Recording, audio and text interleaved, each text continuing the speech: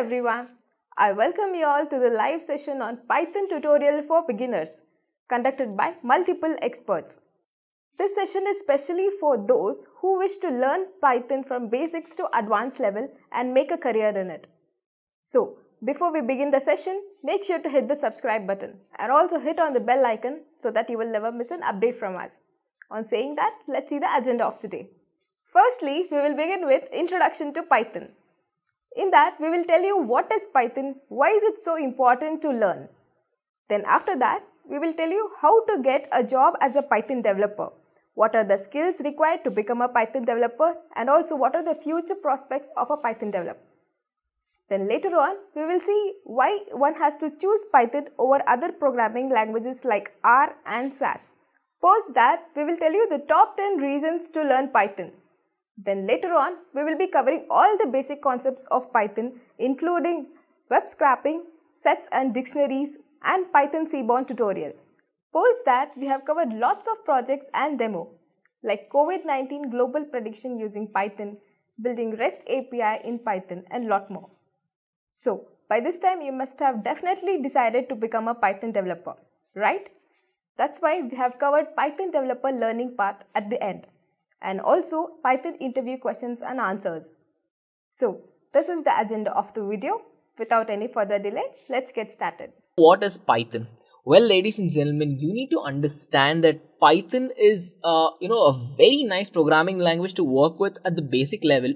And if you're thinking, okay, so what is it used for? Well, what is Python exactly? And all of these questions flooding your mind right now, well, let me answer that. Python is basically an object-oriented language where, all the data is considered to be individual objects and worked with it. So that is what object-oriented basically means.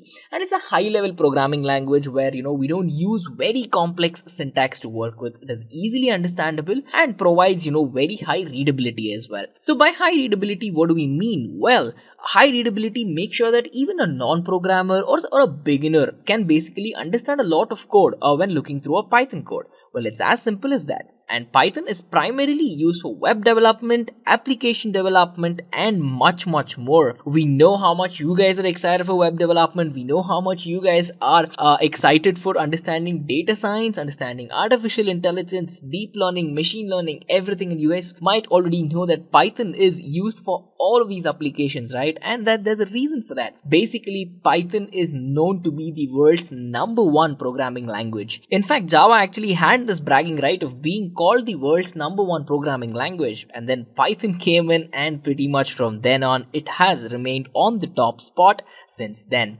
So the next question you might have is Python a new language? Is it an old language? Because if we do have very experienced developers among us who've been working with Java all their life, C++, C# or anything, you might wonder, is Python a new language? Well, not exactly, because Python has been in existence since the 1980s.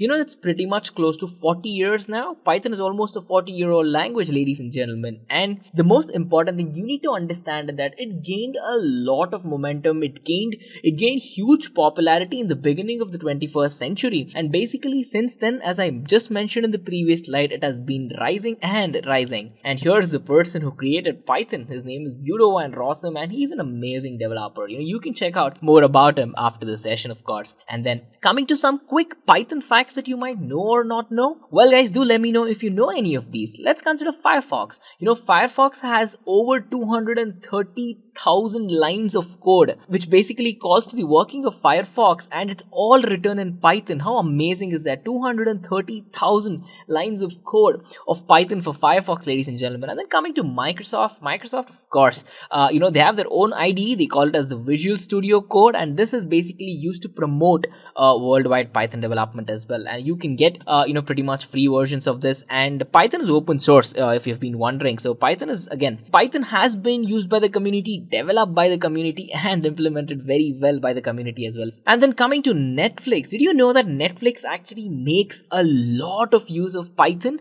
especially in the field of data science? Well, everything from automatic image recognition, it might be a recommendation for all the TV shows and the movies we can watch on Netflix, and much more. But do understand that Netflix uses a lot of Python. And then coming to Uber, I'm pretty sure everyone knows about it, and they actually make use of Jupyter notebooks, and they make use of IPython Python to basically share and store all of the data with respect to the driver client interaction and all the ratings and all of that, and much more. As you can see on your screen, some beautiful usage of Python right here.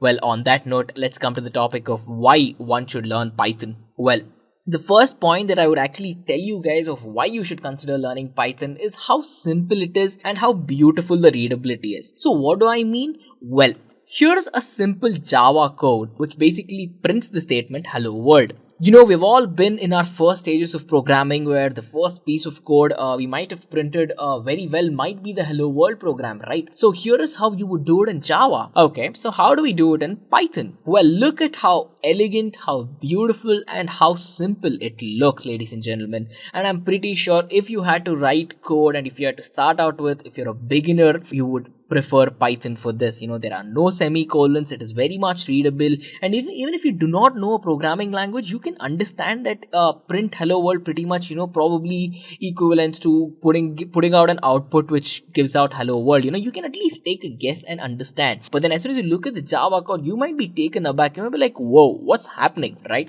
And this is one of the most beautiful reasons why I personally prefer Python, and why we have thousands and thousands of developers who actually prefer Python as well. Coming to the next point, I believe it's convenience. Because again, of course, this point applies to multiple programming language out there, but the specialty of Python is that, you know, since it's basically platform independent, you can run it on Windows, you can run it on a Mac OS platform, you know, basically Apple's operating system, and you can use any of your favorite operating systems. You know, in fact, if you want to run Python on a PlayStation, well, you can do that as well, ladies and gentlemen. Yes, on your PlayStation, Windows, Mac OS, PlayStation, and many other operating systems for that note as well. So this, you know, makes it very convenient for the developers, for the people who prefer Windows, and of course for the population who prefer Mac OS to everything else. So understanding this point is very vital at this stage. And next is pretty much cross-language operations. Well, what do I mean by cross-language operations? Coming to cross-language dynamics, you need to understand that Python can talk and work well with all of the languages that already exist. See, for example, there are languages,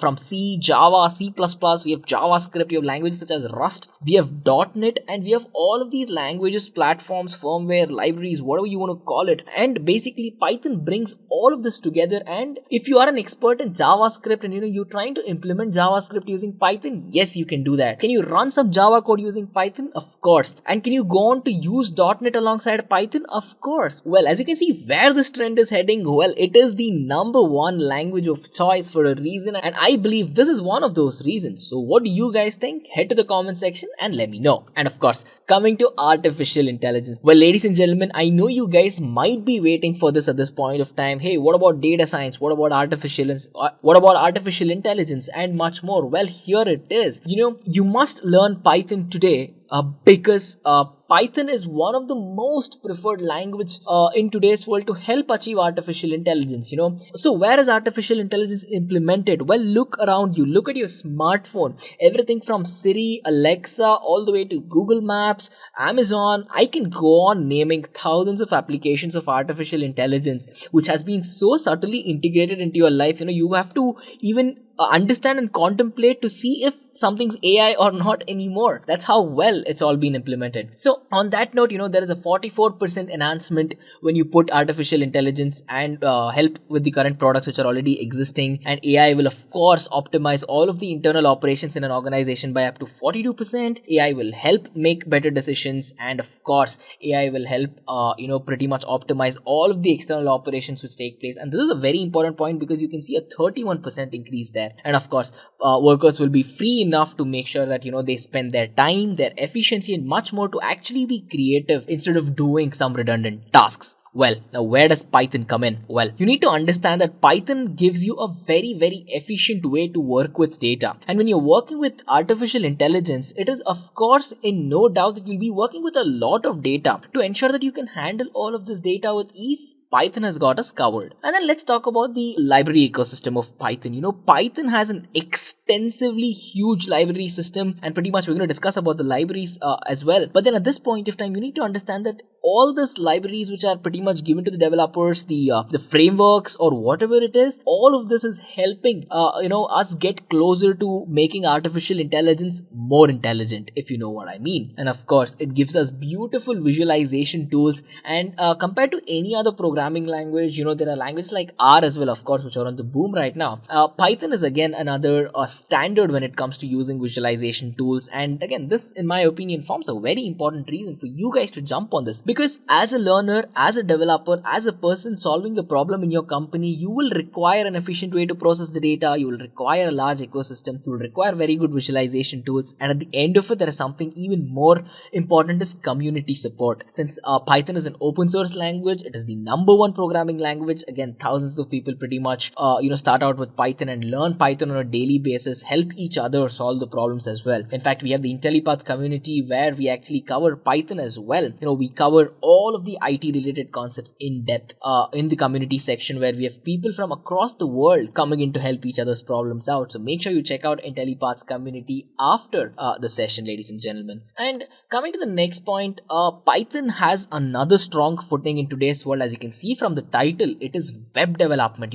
Python provides us with so many nice frameworks to work with. Everything from Django, we have Flasks, we have Pylons, and we have Web2Py. Basically, all of these are tools to ensure that Python as a programming language can help in web development. The introduction I gave you to Python said Python is used for web development and app development. Well, you can see all of the beautiful libraries that Python provides us for web development on your screen right now. Django is amazing to work with. Flask, again, if learned, you can create very beautiful applications using that. Pylons, of course, and at the end of the day, even Web2Py as well. Well, at this point of time, my goal is not to overwhelm you guys telling you all about what Python is and what Python is offering us. Well, I'm trying to tell you the potential of Python, ladies and gentlemen, and I know that it is amazing as well. Coming to big data, of course, the entire world is a big data problem. Look around you. There is terabytes worth of data being generated every single second.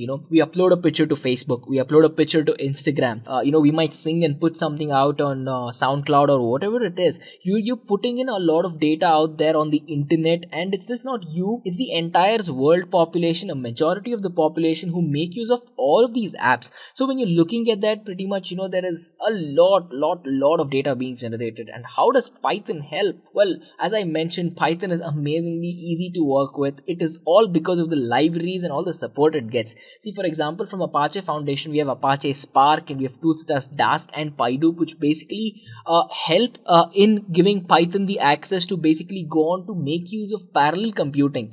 With parallel computing, you can solve big data problems by breaking down a problem into simple sub pieces, assign it across multiple computers, and have these multiple machines, multiple nodes as we call it, solve the problem for you, and do it in such a way that there is no strain on one single machine doing it, of course. And that's not the only reason. If you're dividing the load among hundreds of computers across a server, 1,000 computers for example, you have that much of power, 1,000 times of power, 100 times of power, whatever it is, to give it to you in the most simple terms, ladies and gentlemen. So handling big data with Python is a breeze, and companies are looking out for all of these, and they want you as a big data expert there. So if you want to become a big data expert, you need to understand all of these concepts, and to understand all of these concepts, you need to first set across a programming language through which you're going to work, and use all of these frameworks that come with it and go on to make use of it, right? So basically that is exactly what I'm trying to tell you guys here. When you hone in on a particular language such as Python, you have all of these beautiful frameworks to work with at the same time.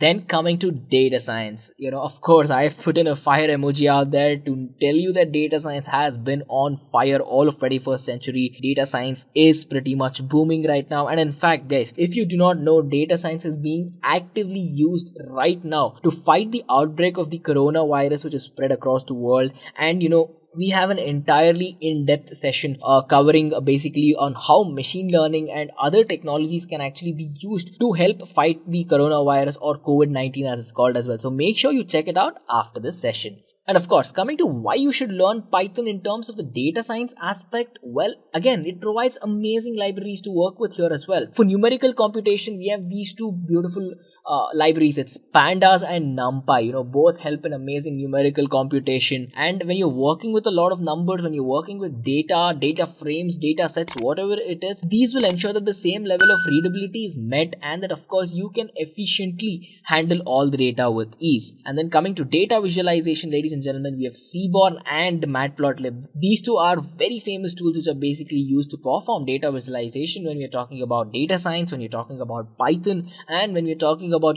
solving most of the data cases of today as well. Well, as I mentioned it before, let me strengthen it again. Python is the #1 programming language out there as of now for data science, and if you are capable of handling numerical computation, and if you can understand and produce very good data visualization methodologies, of course you are preferred by all of the top hiring companies out there.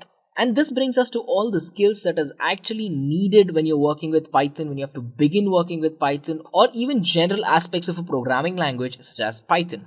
So the first skill that you will require is object relational mapping, or ORM as it's called in short. Basically, ORM is used to create virtual databases where there is a data which cannot be converted into another type, or if you want to perform some analysis on a data which is present amongst huge amounts of data, well, ORM is the tool to go to. When you're working with Python, there is SQL Alchemy and there is Django ORM, which will basically help you achieve this goal. And it's as simple as that. Coming to skill number 2. Skill number 2 is basically all the front-end technologies that you might be working on in case if you're looking at the web development aspect of Python.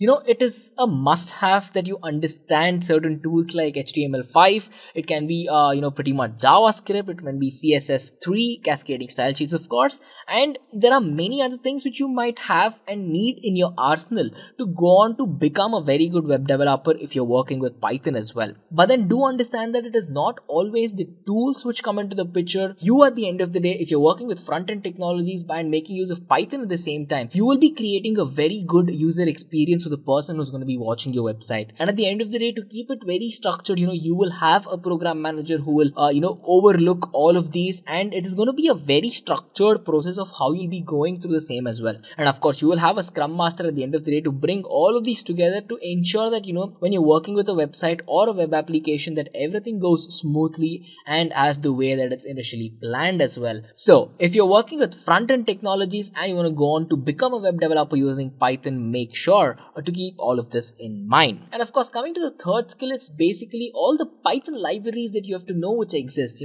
Everything from requests, beautiful soup, we have Pygame, we have Scrappy. So basically from web scraping all the way till building your own games using Python, Python has it all. But the most important aspect of Python, as we've been talking for a while now, is Python for the use in machine learning, Python for the use in data science, and Python to achieve artificial intelligence at the end of the day. So there are some amazing libraries and frameworks here. There's TensorFlow, Keras, there's Spark, again NumPy, PyTorch, MXNet, Pandas, Scikit-learn, and many other Python libraries which will basically help you to pick up one which you like and what you would work with, and at the end of the day, what problem are you trying to solve. So Python will give you a choice of 250 plus libraries where you can pick up one, become a master in it, and pretty much go on to have a successful career as a Python developer at the end of the day. Because there are experts who are wanted for Keras, there are experts who are wanted for TensorFlow, there are experts who are wanted for as Django developers, Pygame for game developers, and there is much more. So you need to understand that all of this are trending. All these are among the top libraries for any programming language in the world right now, and that is how much Python's libraries have all blown up. So make sure you jump on this and make the best use out of it. The skill number 4 that you need to know, you need to understand, is basically version control systems. So basically Git is among the world's most famous version control system out there, and pretty much this will help you not just as a Python developer but as a programmer in general, because when you're working with Git, there is a lot of structured process which basically happens.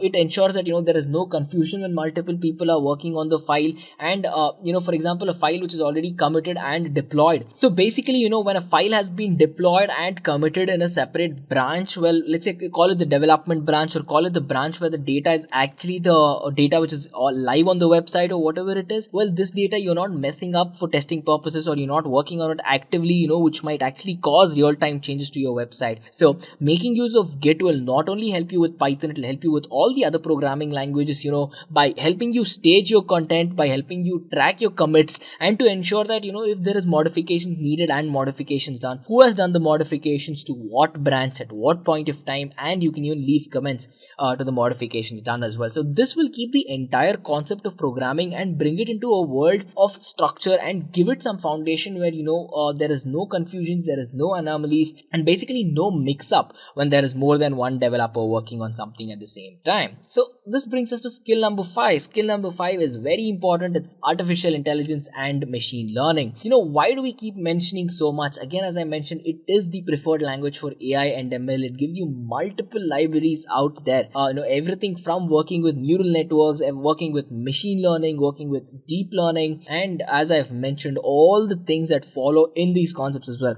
For example, in neural networks, you have convolutional neural networks, you have recurrent neural networks, you have concepts such as autoencoders, you can perform time series analysis. So all these fancy terms and concepts, they might sound fancy and they might sound convoluted at this point of time, but they are the foundation of what makes Python a beautiful language to work with. And basically, they're so easy to learn. All you need is a structured process. All you need is the right hands-on, the right instructors, and pretty much, the right content to help you master a language such as Python. And of course, this brings us to the 6th skill, which is communication. This is the most important skill if you're looking to build a very serious career in Python. Well, why do I say that? Because, ladies and gentlemen, let us be very honest here.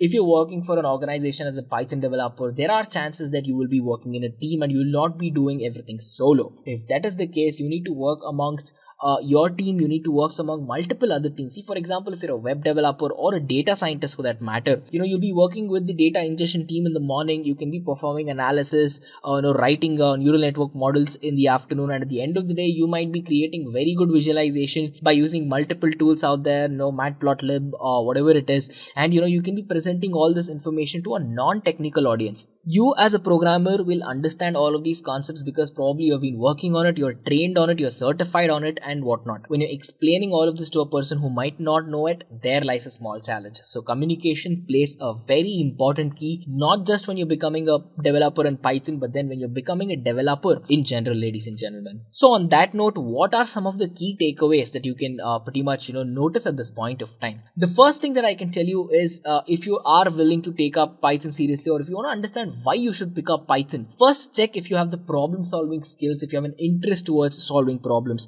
because Python at the end of the day can of course be used for recreational programming. It can be used even for competitive programming as well, and most of the time it is basically used when the problem statement comes up and how you can use a programming language to solve that problem. So make sure you ask yourself if you have the intent, if you have the interest to solve problems. And then programming, of course, since Python is a programming language, one of the top in the world, you need to make sure that your game is up when you're working with programming, and when you're working with a language such as Python, this is very important, ladies and gentlemen. The next point is communication. As I mentioned, communication is very important. It is key. And when you have to check out how much there is to learn, pretty much I hope you guys were not overwhelmed with all that was shown on your screen, because again, 250 plus libraries, as I mentioned, is a lot, and you might be wondering, do I need to learn all the libraries? Well, no, you just need to start by being eager, by being curious, by checking out what Python offers. What do you like with respect to the language? What do you like to do? And how can Python help you get to your goal? It is as simple as this. Ask yourself these 4 questions, and pretty much this will help you to the maximum. So on that note, let us quickly check out a demo. I'll be showing you how elegant it is to work with Python by picking up a problem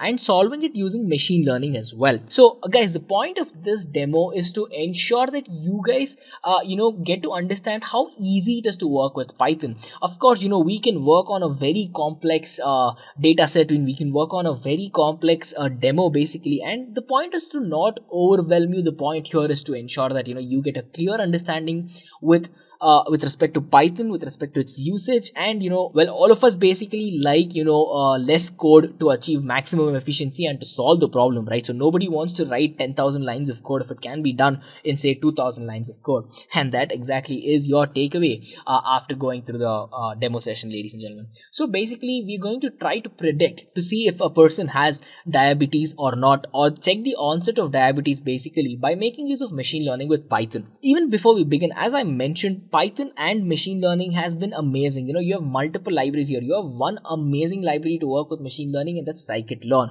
Scikit-learn is pretty much used 99% of the time when you're working with machine learning, or you have a requirement where there's a problem and you have to solve it. So let's go on to understand and check how we can basically make use of machine learning to solve the problem for us. So basically, let us go on to check what is the accuracy of detecting the presence of diabetes. Diabetes is again a rising concern in my opinion. Be it a country like India, be it a country like USA, or let's say anywhere across the world, diabetes is a very deadly disease, right? Pretty much it is the condition where your body cannot maintain the blood sugar, and this will cause a lot of havoc if you're not diagnosed and if you're not prepared for it, or if you've been ignoring it for a while. So at the end of the day, it is basically your job to ensure to see how you can bring the world of computing and medicine together. See, medicine is a field where it's thriving on its own, and pretty much, it can do really, really well with or without the help of computing. Let's be honest. That is how it was for the last 100 years or so. The field of medicine has been grown exponentially. Coming to today's world, medicine alongside data science, medicine alongside the power of computing, it has stepped up the game of medicines to another level. And I'm sure over 70% of the doctors are going to agree to this, because again, to give you another case, in 2019, pretty much data science helped the doctors figure out the onset of early breast cancer in all the patients, and it sort of gave away a probability of 55 or 56% of detection. Ladies and gentlemen, we're talking about cancer where 1 or 2% can be can add a lot of things to your life, and it can take away your life as well. When you're thinking of numbers at that scale, you need to understand a 55% of probability to a patient saying that, hey, you have malignant cells in your system which might hurt you, or you have benign cells, they are not cancerous, they'll not hurt you, and all of this, giving this hope to a patient and then proving it with respect to validation. That, in my opinion, is very, very important usage of computers with the field of medicine, ladies and gentlemen. So without further ado, let's quickly jump in to understand how we can go on to predict diabetes with the help of machine learning. And the step one of any programming language, the step one of any problem statement is to understand the problem statement. And as the problem statement that I have mentioned, we need to go on to see how we can make the computer understand that, right? That's the point. Well, let's begin. Well, step one is to basically, import all of the libraries that you'll actually be using. So it is a common programming practice to all the beginners who might be watching this session that you import all the packages that you think you will require at the starting part of it, so you don't have to keep doing it at every point of time.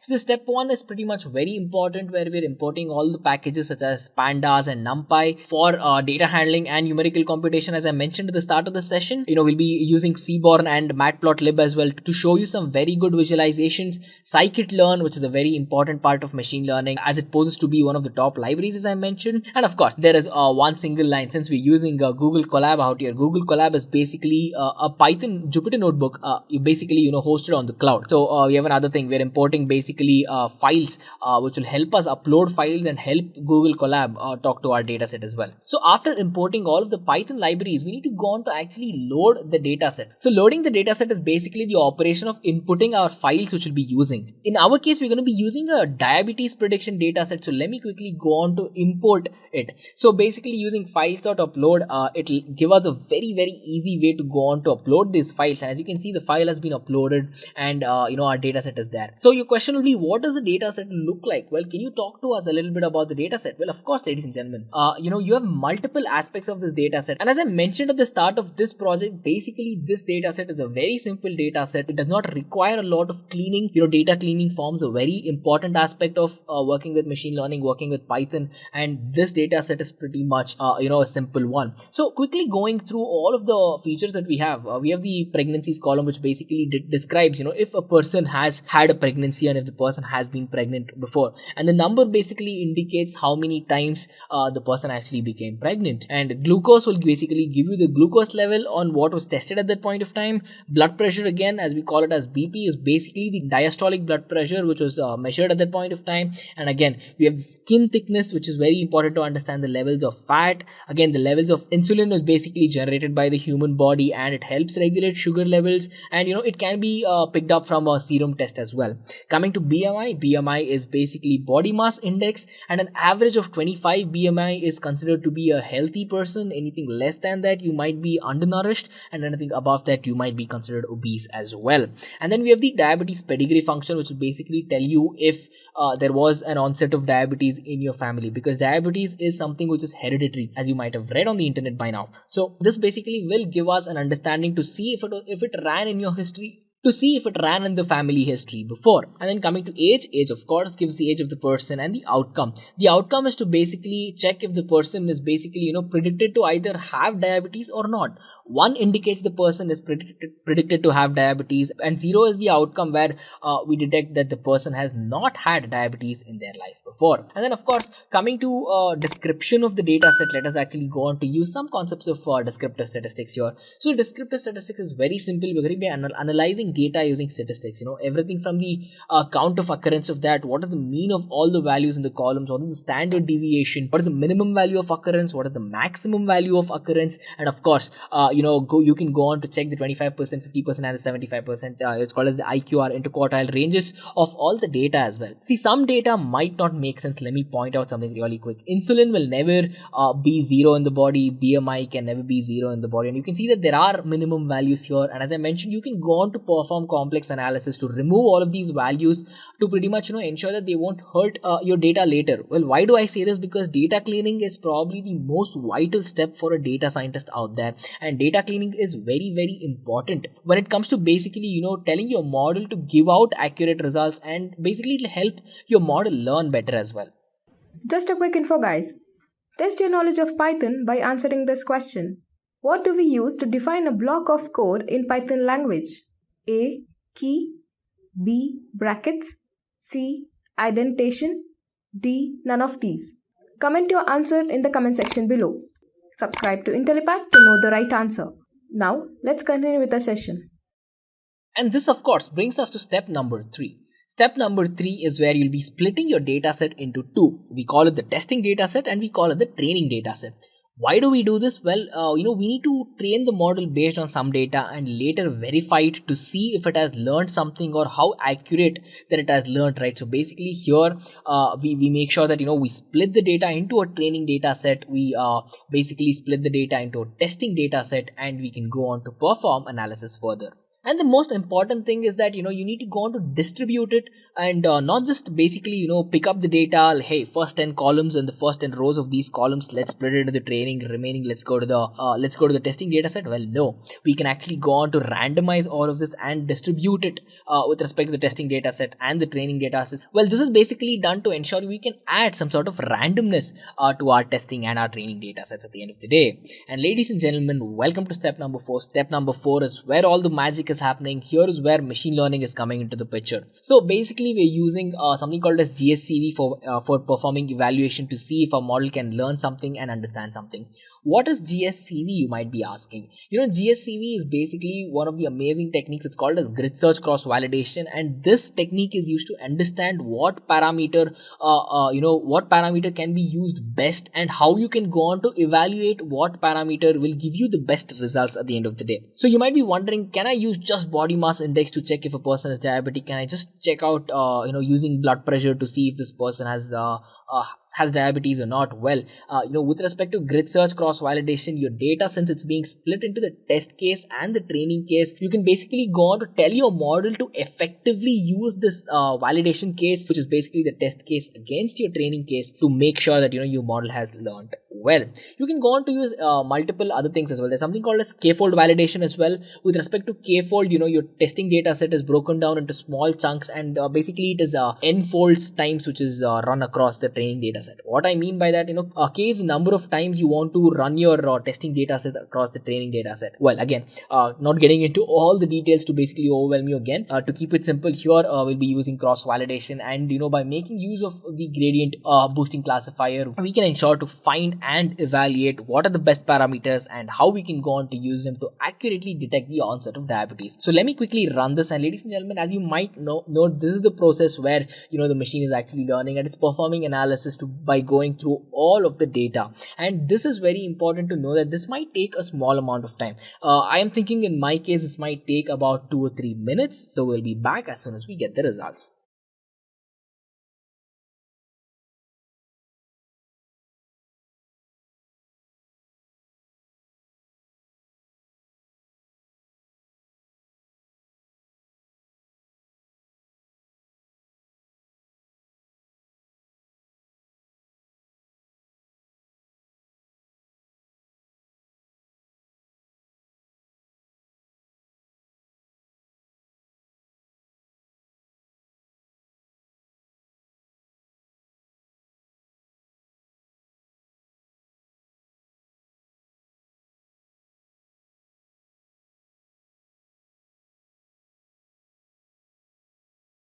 So as you can see, that took about 3 to 5 minutes, I would say, and pretty much you can see by making use of grid search, we can get to a number where we can understand the accuracy of learning. But then we can go on to improve all of these. There are concepts such as hyperparameter tuning and everything, which I will not explain in detail. Again, we have in-depth videos just to understand hyperparameter tuning. We have in-depth blogs as well. So pretty much, you can go on to learn. And if most of you are beginners, or if you're looking as enthusiasts or learners of an intermediate level, you might not go on to understand it completely as well. So at the end of the day, we have a prediction here, and the first step you need to do when you have a prediction is basically store the prediction. We can put it in a variable and store it, and after pretty much storing the prediction, what you have to do is you need to see it. Just seeing it as numbers will not make sense. So let's go on to use graphs, and let's pretty much plot the frequencies against the predicted probabilities. And pretty much, as you can see on the screen, the predicted probabilities versus the direct frequency of occurrence, and pretty much can help you with the presence of diabetes or not easily as well. And hey guys, there's a quick fact pretty much that says that the human brain can comprehend images 3000 times faster than numbers. And pretty much I do believe in that concept as well, because when I see graphs, basically I understand it better. And coming to step number 6, is basically now using different variety of classifiers to understand what gives you the best result, what gives you the most accurate results as well. So by making use of gradient boosting classifier, we've got an 85.2% accuracy. What about the concepts such as a random forest classifier? Again, these are different methodologies which again come from scikit-learn, and pretty much which will help you understand it. Well, as you can see on your screen, with respect to random forest classification, we have a 78% of accuracy in detection. What about XGBoost? With respect to XGBoost, whoa, we have almost 80%, 79.6% of accuracy in detection.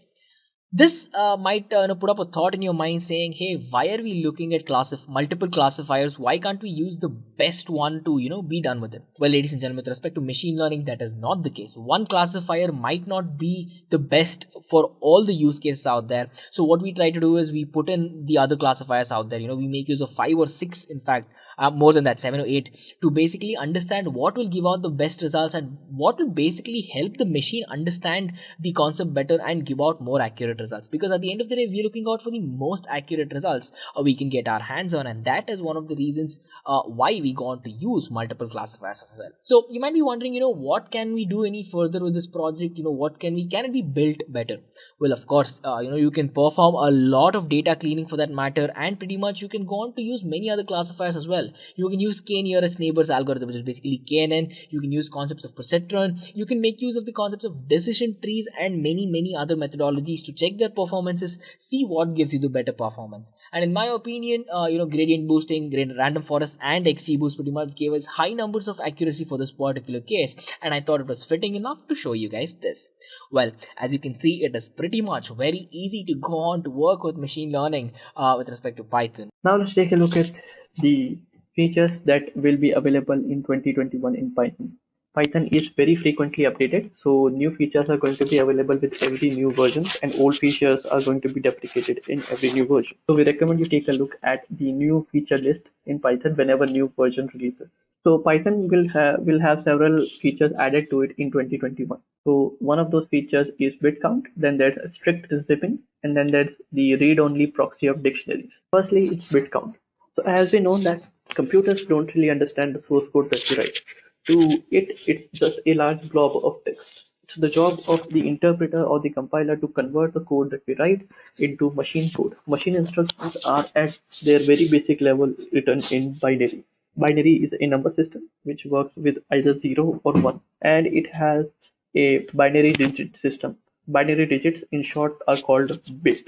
So if you ever hear 1 bit or 2 bit information, you mean there are two binary digits that represent the information. Both of them could either be 0 or 1. Now the bit count function is there so that you can count the number of ones in a binary format of a number or a string or whatever. So once that code is getting compiled and the value that you have is compiled, what will be the number of bits or ones in the entire string? Don't worry if you don't understand it. We'll take a look at that in the hands-on section as well so that you can get a better understanding. Then comes strict zipping. In case you have not heard of zipping before, you might not have used Python that much because zipping is by far one of the most common things that has happened.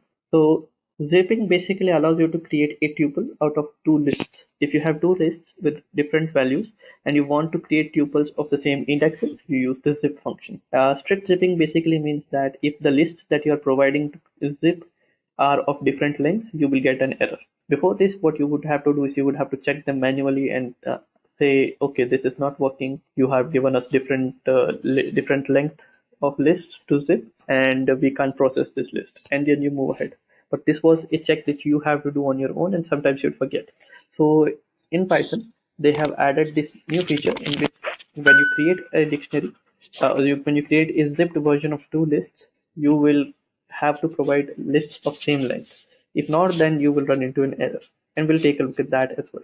Finally, there are the read-only proxies of dictionaries. So in dictionaries, many times we want to create a read-only version of the dictionary. Now there are ways you can do that, but it's difficult to create a read-only version of a dictionary right at the beginning. So in order to use it correctly, we will have to use the newer versions of Python because they come with a feature set that allows us to do that. And we'll take a look at that as well. So let's get started right from the beginning and let's have a hands-on in which we understand all of this. So let's get started. Now for the hands-on, you would have to install Python. So let me just show you. You have to go to this programming python.org website. Here you can download the newest version of Python, and if you want to follow along, you can do that here. The code you write here is going to be interpreted in Python 3.9, and we want to use the latest pre-release version. So go to the download section, click on the operating system that you want to use it for. I will be using Windows. If you're on Mac, you can use it here. If you have some other platform like Linux, you can click here.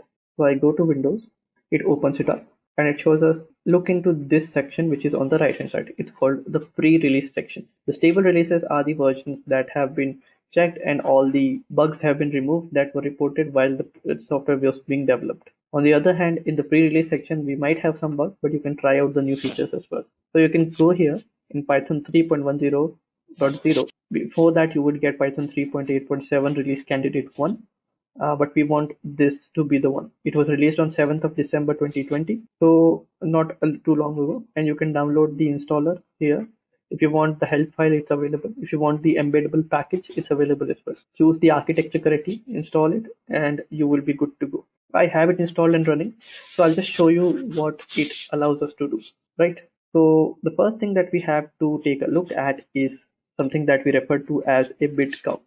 So let me just show you. So I will create a number and I will save it inside X. Let's call it 108.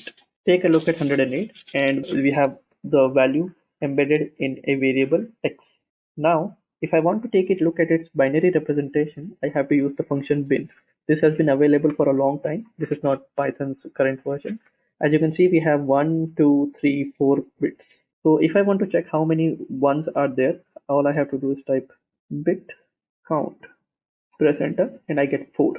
If you are using some other version, as you can see, this is Python 3.10.0 A3. A3 is the third alpha version. If you're using older versions of Python such as 3.9, you might run into an error saying numbers don't have a property or a method named x.bit count.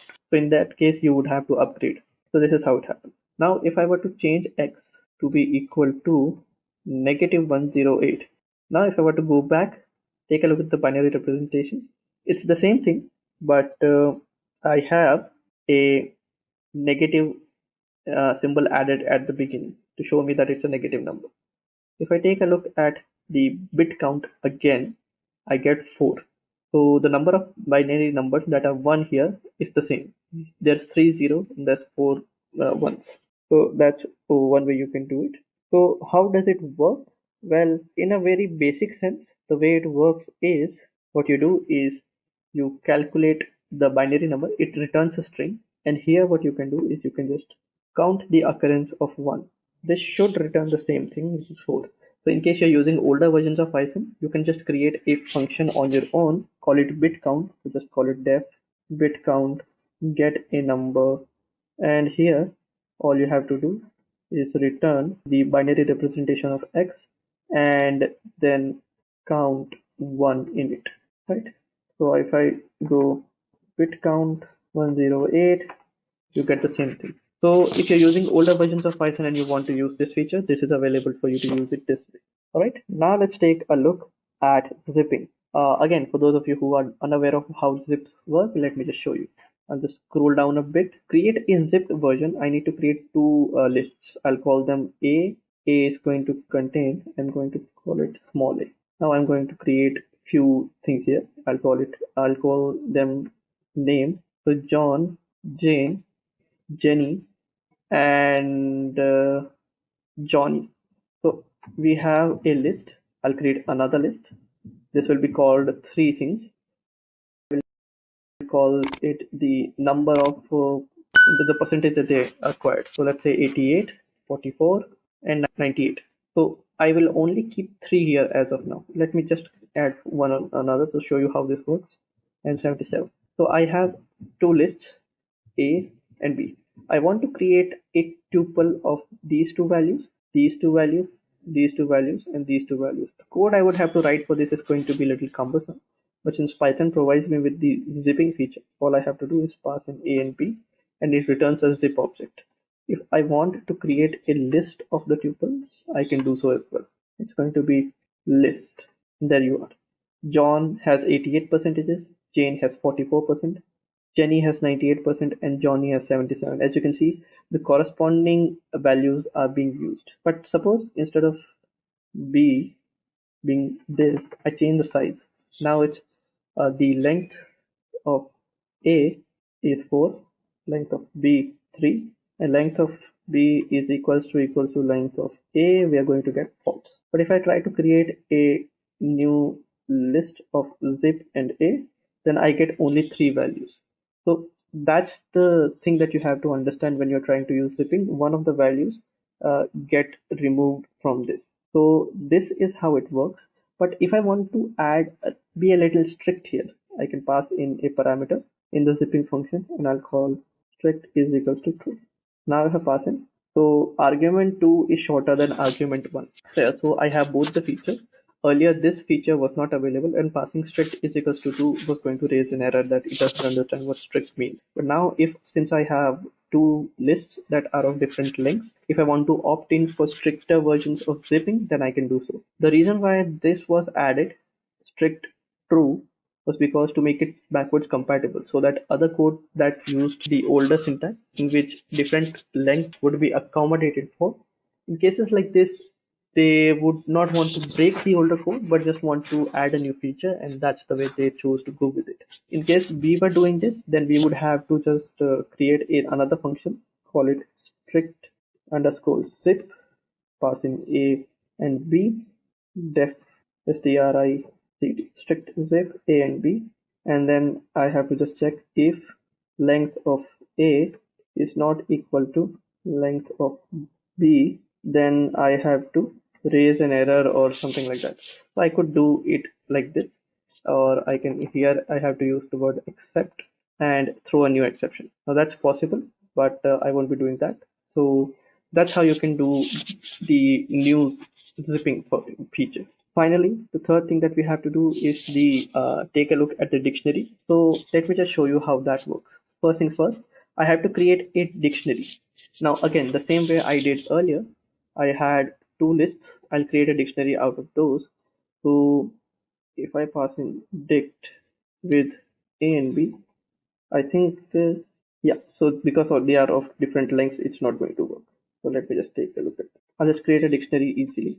Jane had 88%, John had 44%, Jenny had 87%, and Johnny had 98%. So let me just store it inside this is a dictionary that I have, but right now I can change the values if I want to, whether knowingly or unknowingly. So for instance, instead of John having 44, I can just make it up to be 77, and it works the same. Now the dictionary has been updated, and it could be a problem if you are someone who doesn't want to change that. So that's the way you can do that. But if you want to extract these things, let's take a look at that first. So first of all, let's take a look at how you can extract the keys. So d.keys, and this is how you get. For values, you just have to type in d.values, and you get the values. So these are two different types, dict keys and dict values. So after getting these things, if I want to create a read-only proxy of the original dictionary, all I can do is just create a new dictionary. I'll call it d.mappings. And it's getting me an error because I have to do it on values. So let me just do it here. values and then do it. Oh, and it's mapping, not mappings. Sorry about that. If I press enter, this is a mapping proxy. So if I want, I can just take a look at how much did Jane get. It's 88. How much did John get? It's 77. If I want to delete, I can't do it because mapping proxy does not support item deletion. So I can't delete the items out of it. So that's the way this works. Again, these are not fit for being used in production. So we recommend that you don't use them in production. Just use them where you can. Just try them out and see if this works. So at Intellipaat, the company we work for is basically a training and an e-learning company. So we go through hundreds of job descriptions. If it is Python, we go through job descriptions which require Python and gather all the skills which are expected by an employer so that you can easily land that job. Also, as a training company, we do not use trainers. We rather use working professionals who are working in this particular industry and also gather details and information from them and what was asked to them by their own employer, and also what should be taught to our trainees so that we can make them a better programmer, and also how to make them basically get a job really easily. So with all that details put together, we have formed this Python certification training course where we'll give you live training projects, we'll give you hands-on, we'll give you all the support to make you the perfect candidate to get into a company, into a Python role. So that's what we are doing here. And when we take you on board for this course, we will make sure that you learn all of these skills. So, coming to the important aspect of this particular video, what are the steps that will help you land a job as a Python developer, guys? So, I've broken it down to a couple of simple steps, and I believe the first important step here is to master the basics of Python. Because I've seen a lot of Python developers in my time pretty much aiming for jobs at Fortune 500 companies, and they have a very strong foundation of Python. And I asked around a couple of guys just before I came up with this video, and everyone suggests that you need to be really strong with all of the basics of Python. Probably with respect to intermediate components and advanced concepts, you can pretty much learn it from a certified organization and get certified with respect to the same. But having and mastering the basics is a very important first step, which will pretty much help you land the developer's job, guys. And coming to the second most important step here, which I believe is knowing all your data structures, guys. Because if you've ever interviewed for an IT job or a job which requires a developer role, then then pretty much you already realize that everyone emphasizes a lot on data structures, right? So data structures, people believe it is a very alluring concept, it just goes around people's head and people think it's very tough. Well, guys, it actually isn't. You just need to understand. If your foundation isn't really good, you will find a lot of difficulty with respect to data structures. And hey, it's always good to go back to your roots, right? So if you're not strong in data structures, just head back to your basics, learn everything again. I mean, there's no harm in learning it again, learning it right. So you need to have the data structures knowledge, and then you need to know that a couple of data structures in Python. We have lists, dictionaries, and so much more. So you need to know how all of these works, and just not just knowing how they work, but then knowing how you can make use of them efficiently is again the second most important thing with respect to making use of data structures using Python, in my opinion, guys. So you need to know how you can turn a pseudocode into an algorithm into flowchart, probably a flowchart into your Python code directly, and work with your other teams on this as well. And step number 3, this is one of the directions that you can head to, is by learning Django and Flask. Well, these are very well reputed frameworks for web development which support Python, guys. So Django and Flask are pretty much again being used everywhere. It's so subtly integrated that we would actually not know. Let's say as consumers or non-technical people, it is not known of what's being used to develop a website or what's going on in the back end, right? So Django and Flask are very important modules, and I believe they're extremely vital frameworks for a Python developer to at least know. I would recommend you just learn the basics of what's going on with respect to Django, what's going on with respect to Flask,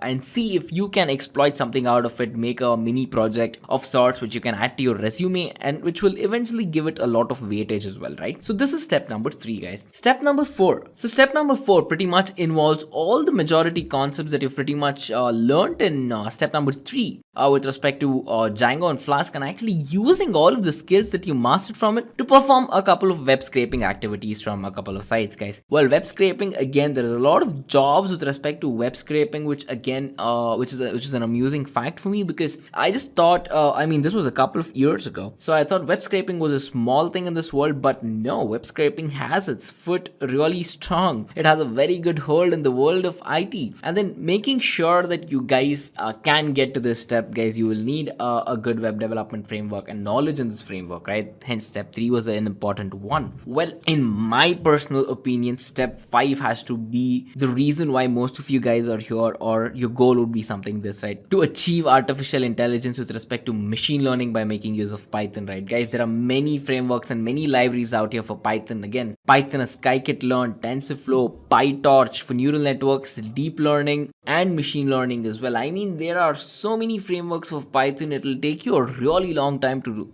learn all of these. I mean, my intention here is to not overwhelm you with all of the concepts that are present here, but I do want to inform you that there are opportunities present there and you can exploit it to land a very good job, guys. So step 5 would be to pretty much familiarize yourself with respect to machine learning using Python, because probably from 2017 onwards, this was the most, and this is the most trending thing when someone talks about Python. It's either deep learning or it's machine learning, guys, and we already know the end goal of machine learning and deep learning is just to achieve artificial intelligence, right? So step 5 again is very important, and if you have a certificate that you've worked in machine learning using Python, that's a biggest bonus, let's say, or an upgrade you can give to your resume, and this will help you on your path to become a Python developer, guys. And step 6 is the next important thing after you work on your machine learning projects, is to know that you have to have a couple of projects. Let's say it can be beginner projects, intermediate projects, and advanced projects, right? So you can pretty much go on to build a calculator as your beginner project, have an intermediate project where you just make a game, and then have an advanced project where, let's say, you're doing some binary classification using machine learning, or let's say you're probably making use of recurrent neural networks and so much more. So you need to have some sort of projects, you need some sort of validation, because at the end of it, in an interview, you're just trying to sell yourself, right? Let's say your resume is just 2 pages, so you need to put everything that you've done in these 2 pages and sell yourself to the interviewer to convince him that you deserve the Python job, right? I mean, Python jobs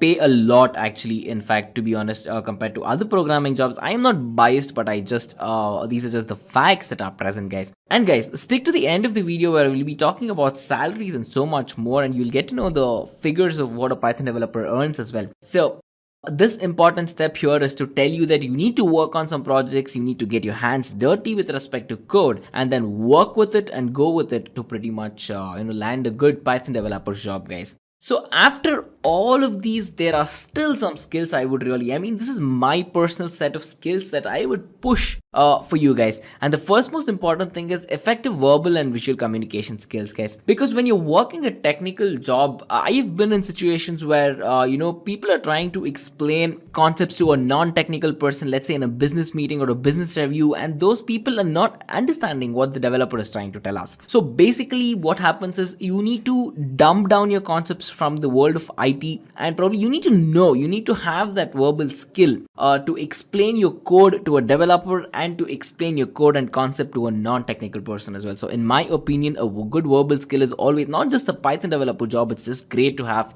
for any job, guys. And then the second thing is good team working ability, because if you are a hardcore Python developer, then you'll be writing hundreds or thousands of lines of code every day, right? Pretty much you will not be the only one working on an entire project in a Fortune 500 company. You will have a team, you will have a team lead, you will be working alongside your peers. So you need to coordinate with everyone. Then you need to have that ability where you can work together as a team and then just push all your skills together, bring everything into one umbrella and then work with it, right? So good team working ability is what I push for, guys. So, and then the third most important thing is you need to have this interest in collecting and analyzing a lot of data, because with respect to Python, most of the applications are either big data, machine learning, or neural networks. So you need to have this thriving desire to delve into data and understand data better, guys. So that I think is a good skill to have. And then lastly, it has to be good problem solving skills, because if you're taking the machine learning or the neural network path, it's a lot of mathematics and computer science, right? So you need to be very good at calculus as well. So I mean, not just calculus, you won't be using calculus all the time, but then hey guys, you will require that particular skill. And not just calculus, not just mathematics, good problem solving skills in general, guys. And then most of the Python developers have an educational background which is pretty much from computer science, information technologies, or they have a major in mathematics, statistics, and so much more. Well, this is again the requirement from all of the companies hiring a Python developer. Well, if you are not from a computer science background or an IT background and you still learned how to become a Python developer, let's say you just picked up our Intellipaat's certification and you got certified, well, you still apply for a very good job, and then you just need the skills. Well, people these days are not checking a lot of education, guys. They just need the skills that you have and pretty much a good couple of abilities like team working abilities, communication skills, and problem solving skills. And if you're good at this and Python, well, you're just into the organization, right? So on that note, let us quickly check out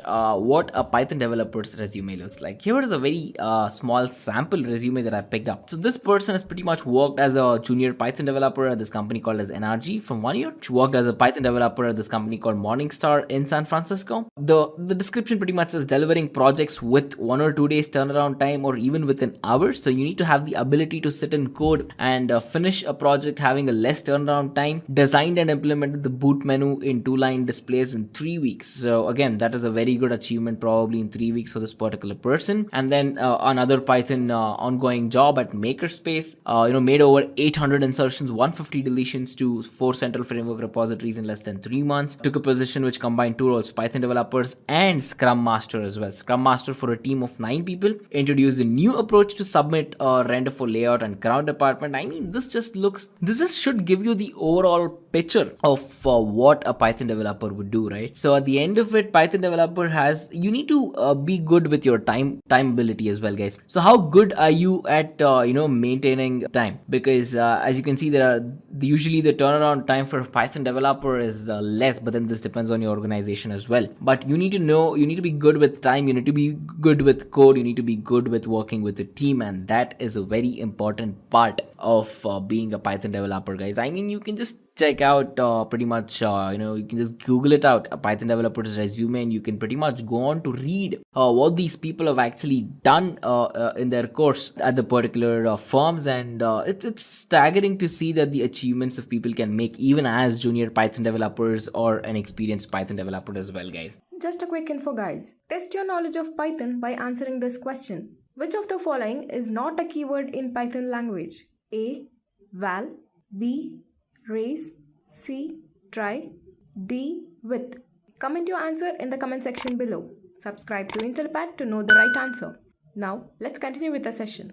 So on that note, coming to the next concept, pretty much you guys will be wondering by now, so what are the roles and responsibilities of a Python developer, right? I've broken it down to three important roles and responsibilities in this particular slide. And the first one is writing effective and scalable code, guys. Because as a beginner and an intermediate learner, you will be learning to just write code. It might not be efficient, it might not be scalable, but then just working more and more on it, doing projects on this, getting your hands dirty with code at a majority part of your time and learning will make sure that your code becomes effective and scalable. Because in an organization, in a huge organization which you pretty much will want a job in, will have a system which is already scaled, right? So you need to make sure that the tiny piece of code that you write will work across their spectrum of devices and networks as well. And the second most important roles and responsibility part is pretty much developing the backend components effectively. Just as important as developing the front end is with respect to an organization, the backend is pretty much neglected, or for the common non-technical person, it is not seen, right? So it is an abstraction for the common user where they will not know what's going on in the backend. But as a Python developer, you must be very good at developing good solutions for backend components and handling them very effectively and efficiently as well, guys. So coming to the third thing, it's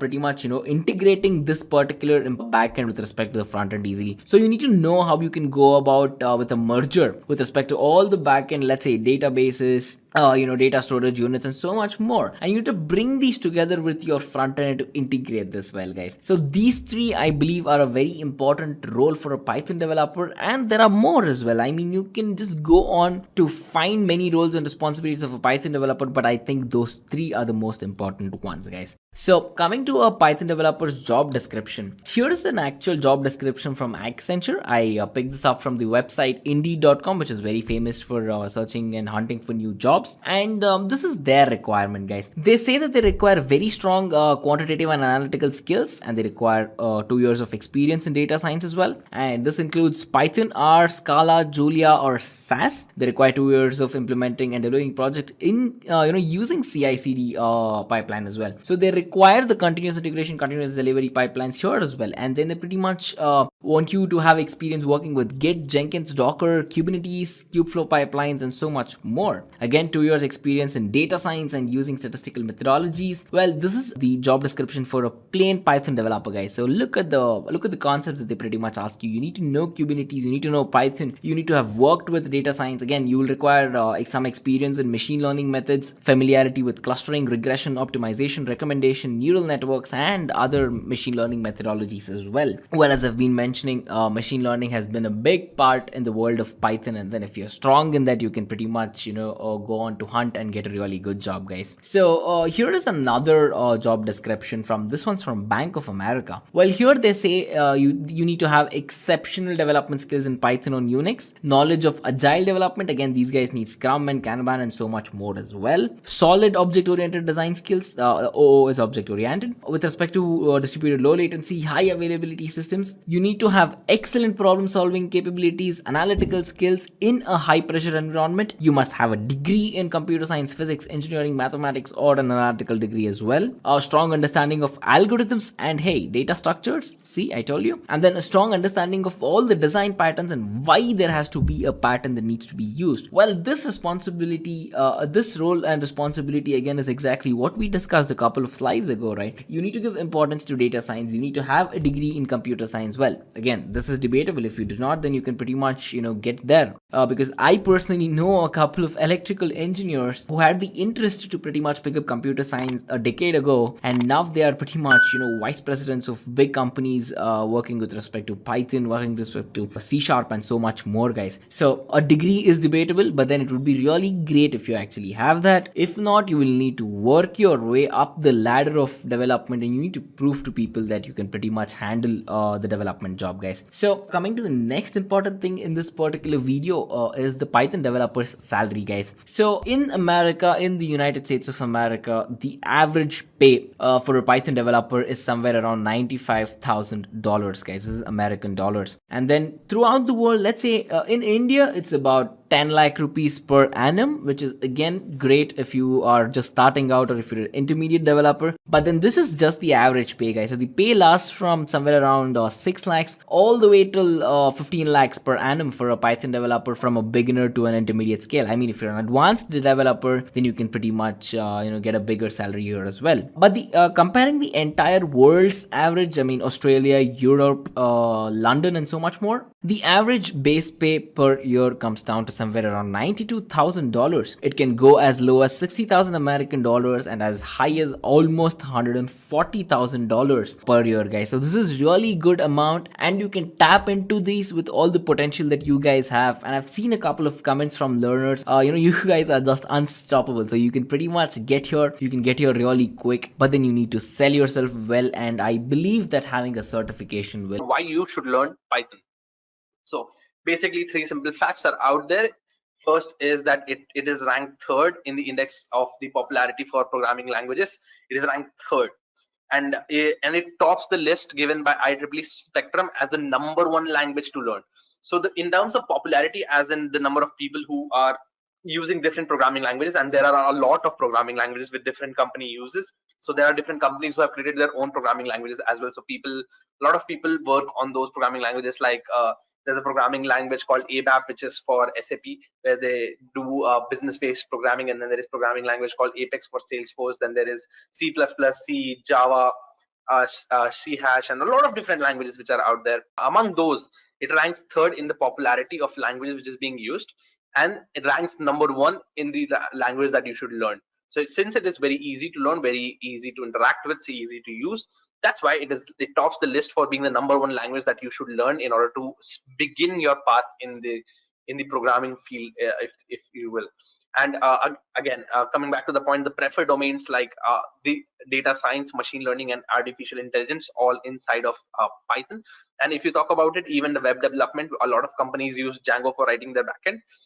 There also Python, that is a Python library which is again being used. Python there will also help you with that.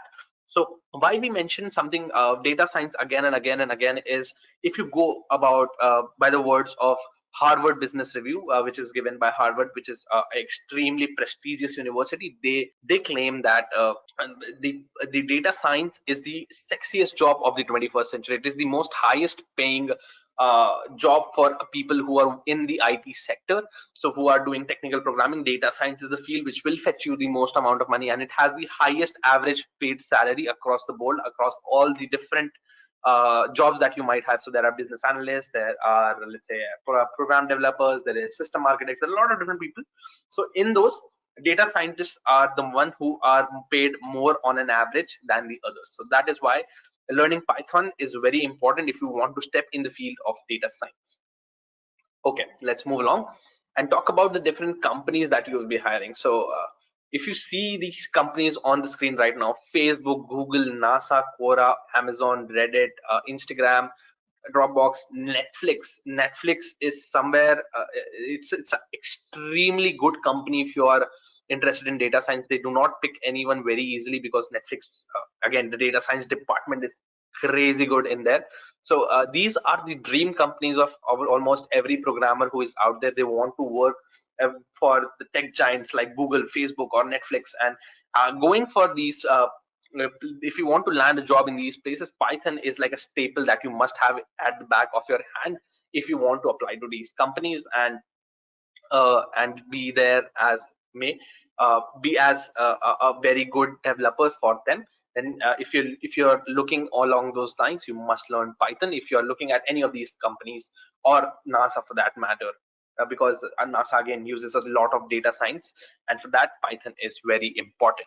So with that, let's move along and talk about how you should go about your journey of learning Python, right? So there will be different stages. So the first stage would be where you are Jon Snow and you know nothing, and at that stage it's fine, and then you start off with a few basic concepts. You learn about a few different things here and there, and then you become an intermediate. And once you're an intermediate, you must be dedicated enough to learn a lot of different things, and that is then in where you try to specialize across different things in Python. So as I mentioned before, there's a lot of different ways to go about in your career in Python, and once you reach the stage 2 where you have experimented with a lot of different things, a lot of different libraries, a lot of different career paths. What it looks like to get in there. Once you know what is that something which excites you most, let's say if machine learning algorithms and programming and finding out data insights is something which is that something that you like, then you're looking to go inside the field of data science. But if you are someone who is very good at writing Django backend, then you are looking at someone who wants to go ahead and learn that with respect to that, and then you can go ahead and follow your passion in there. So whatever works for you, you can go there. Or for that matter, let's say if you start learning Python and you realize that there is some other way that you should go about in your career, then also I would say that Python is a very good place to enter this field. So if you want to learn basic programming concepts and if you want to understand how programming is done, Python is a good step to get inside of it, learn various concepts, various data structures, learn various algorithms through Python. And then if you feel like, okay, maybe I'd be someone who is better at working with, let's say, some BI tools like Salesforce, or if I'm someone who should pursue some other paths, but which will probably have some tool usage or something like that, or some other programming language for that matter, having those concepts in the bag by learning Python, because it is very easy to learn, having those oops concept in the bag will help you learn any other language also very quickly, because you understand how programming is being done, right? So that is about this developers map. So how we go about in steps would be like to decide first and foremost, why do you want to learn Python? A lot of people have this aspiration that they want to get inside of computer science and they want to do programming, they want to do a lot of different things. So decide why you want to learn Python. If it's just a time pass for you, is it something that you want to just finish your semester with, or is it something that you want to use to build a great career? So if you're looking to learn a great career, then you want to learn inside and learn various different concepts which are in there. So a lot of different basic programming things that you need to understand will be in there, which you have to start with. Once you have that, so now you know that, okay, I want to learn Python for, let's say, data science, right? Or I want to learn Python for learning Django. Then in those scenarios, you need to understand that you must have great material to study with. And what I mean by a great material is that something that starts from very basic. So a lot of different things like if else concepts and different concepts like which will be there, which you want to understand inside of Python, and you have to work with those Python size dictionaries and lists and or whatever. So these concepts you have to get in the bag and first and foremost, and then you can maybe branch out of there. So find good material to study with, where you can understand how Python works, how programming works, how you write and structure the code is very important.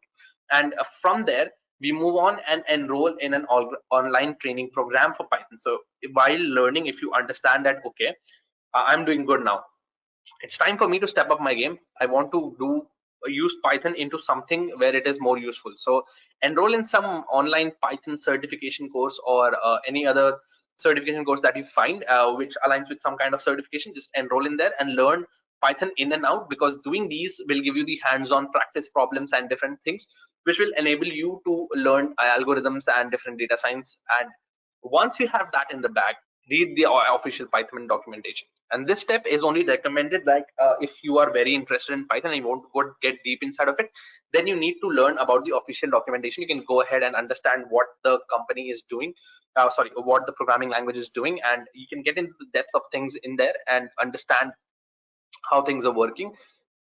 From there, what I want you to do is, once you have Python in the bag, let's say you have an online training program, or if you have just aced Python in the bag, so you have Python in the bag, you understand how Python works. Uh, I'm gonna tell you honestly, just learning Python will not be enough if you want to have a very lucrative career. Then you have to learn about various different libraries inside of Python. You have to get this is somewhere you have to grind and you have to learn about the various different things. And for this, you can enroll into various different data science courses or machine learning courses and AI courses, and find out different libraries which are there inside of Python, like Django and etc. You should branch out and explore whatever different libraries are out there across different fields, and find the thing that interests you the most, right? So there's a lot of different fields out there, again, as I mentioned before, in Python itself. From there, you need to branch out and find out what is your passion, something doing what kind of programming makes you the happiest. So branch out from there and learn about these different libraries which are out there. And if you have let's say semi programming languages, then look into the I say this again and again, watching and learning through Python, you need to look at different source codes which are available out there. So there's a lot of free open source materials, free open source programming programs which are out there present with their source code for Python programs. Just look into it, what people are doing, how people are programming, learn about it, and think about your own project problems, and then solve those projects through, let's say, it might be an artificial intelligence project where you recognize a guy's eye opening or closing, or if you want to recognize if that is an apple or an orange, it could be anything. So you just start learning through these different things and writing Python programs for them, and just find out what your passion is. And looking through the programming of different people will help you understand what is the industry standard, and how clever people can be when they want to write code. So there are people who are extremely clever at writing code. Their code will be very efficient. By efficient, I mean two, three different things. I mean that their big O of n, which is with respect to the time complexity. So what is the time complexity that their code is taking? So the code will not take that much of a time. And then like let's say if you want to do one simple thing of, let's say, going across and reading different elements in array and finding a match, you can do it in different ways, right? So even if I write, I can do it in various different kinds of ways. Some ways will require more time than the others, and finding that way which will take the least amount of time, and being that clever, being that cheeky, you get that when you see a lot of different kinds of codes the people have written, and you get a zest of different things, and then you start applying it yourself. So for that, it's very important that you explore different source codes which are present out there, so that you get a zest of things, right? So for that, that is there. So next point is, what makes a good Python developer? Again, any good Python developer, or any good C++ developer, or any good developer for that matter, will have this same skill set. They will be the people who are excellent at problem solving. These people are excellent at problem solving, and this, you're not someone who has to be it's like not a god-given talent like problem solving. You get problem solving through practice. So you see n number of problems and you understand that n number of solutions. So you see, let's say, n+1 problem, you have now n plus solutions that you can combine or mismatch and find out, okay, this might belong to this kind of problem, and this is how it is being solved. So having that knack will only come from let's say a lot of practice, a lot of work on it, and a lot of seeing a lot of different problems. So having that problem solving mindset is very important. Then you have then there is a lot of people who have n number of solutions, right? So they see a problem, they have the solution, but having strong technical skills to implement that solutions in a very efficient manner is a whole new department, right? Even in computer science department, you'll see a lot of different people who are very good at problem solving, but they do not have that technical skills, or they do not have the knowledge about how it can be done in the most efficient way, and that's why their code maybe does not perform up to the level of their solution that they thought of. So implementing that solution to the level of the solution that you thought of is also very important when it comes to programming, and having strong technical skills can help you with that. Then you have to have good communication skills. This goes across every job description which you find out, that strong communication skills is very important. That's why it's very important that you communicate across the board, because you may have a lot of good ideas, but you need to communicate that across the people, what you have done, what you are doing, and how it is better from the previous version. That has to be communicated, and that comes through strong communication skills.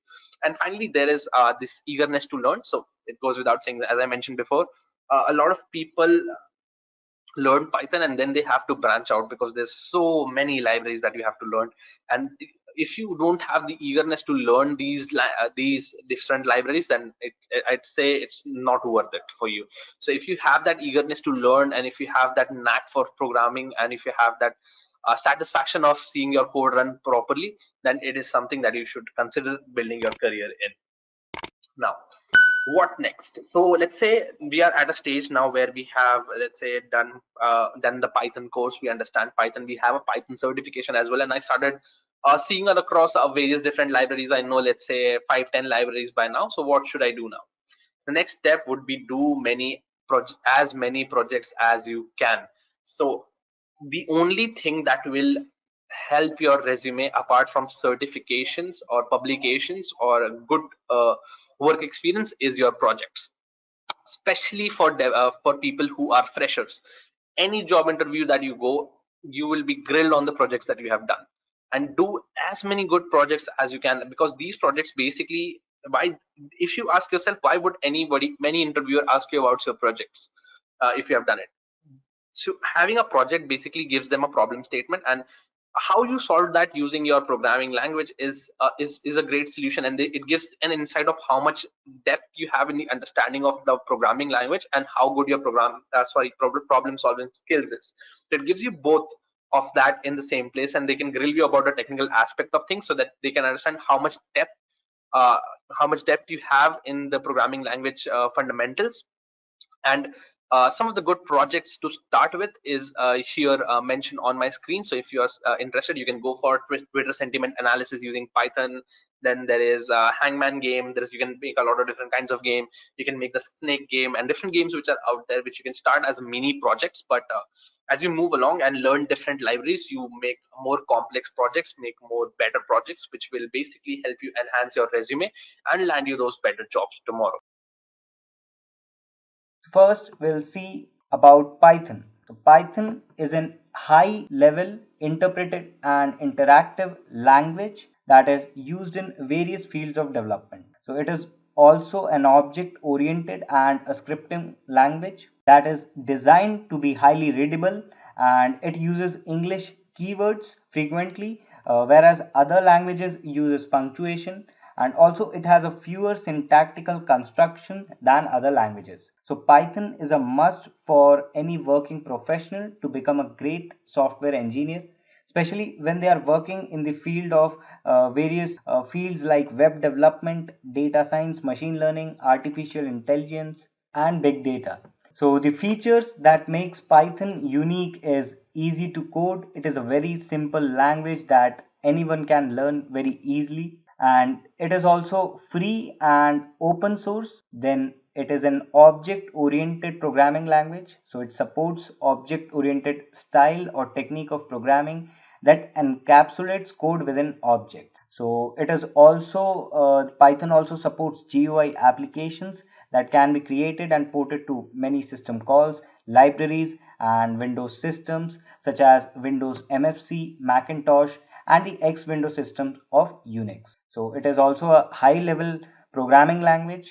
It is extensible, that you can add low level modules to the Python interpreter, and the modules enable programmers to add to or customize their tools to be more efficient.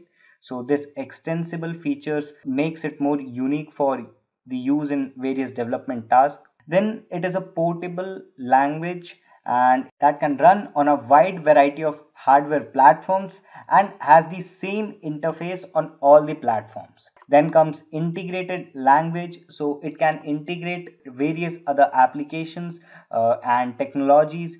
Then Python is an interpreted language, so Python is processed at runtime by the interpreter, and you do not need to compile your program before executing it. And this is similar to the programming languages such as Perl and PHP. Also, it has a large standard library which makes the development in the various fields such as web development, desktop application development, software development, data science, big data, machine learning, and artificial intelligence. And finally, it has a large standard library. So there are various libraries and packages which helps in the field of web development, desktop application development, data science, big data, machine learning, and artificial intelligence. So these features makes Python a very unique programming language for development, and it is widely used across the industries, and there are top multinational companies who uses Python for their development task. Now moving on to the next part, that is R programming language. So R is a programming language and software environment used for statistical analysis and graphics representation and reporting.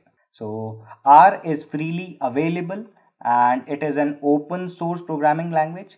So the core of R is an interpreted computer language which allows branching and looping as well as modular programming using functions.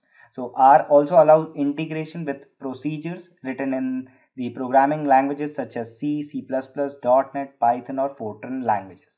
So there are various features of R programming language. So it starts with open source, then it is a comprehensive language.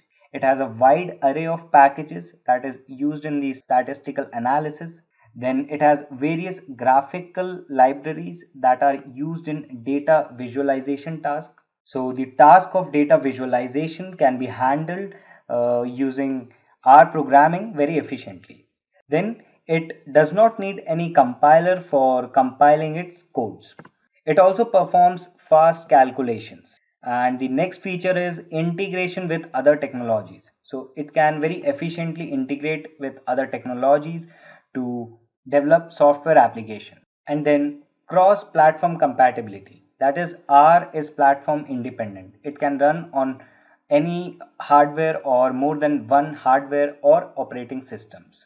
So R is a well defined and simple effective programming language which includes conditionals, loops, and user defined recursive functions and input output facilities. It has an effective data handling and storage facility. Also, R provides a suite of operations for calculations that helps in the analysis and visualizations of the data. And R provides various graphical facilities and libraries for data analysis that you already know. So as a conclusion, R is world's most widely used statistical programming language, and it's the number one choice of data scientists, statisticians, and researchers that who works on data.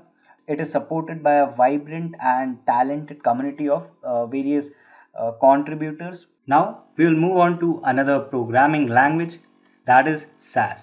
So it stands for Statistical Analysis Software. Going to the definition or detail, SAS is a software suite that can mine, alter, manage, and retrieve data from a variety of sources and perform statistical analysis on it.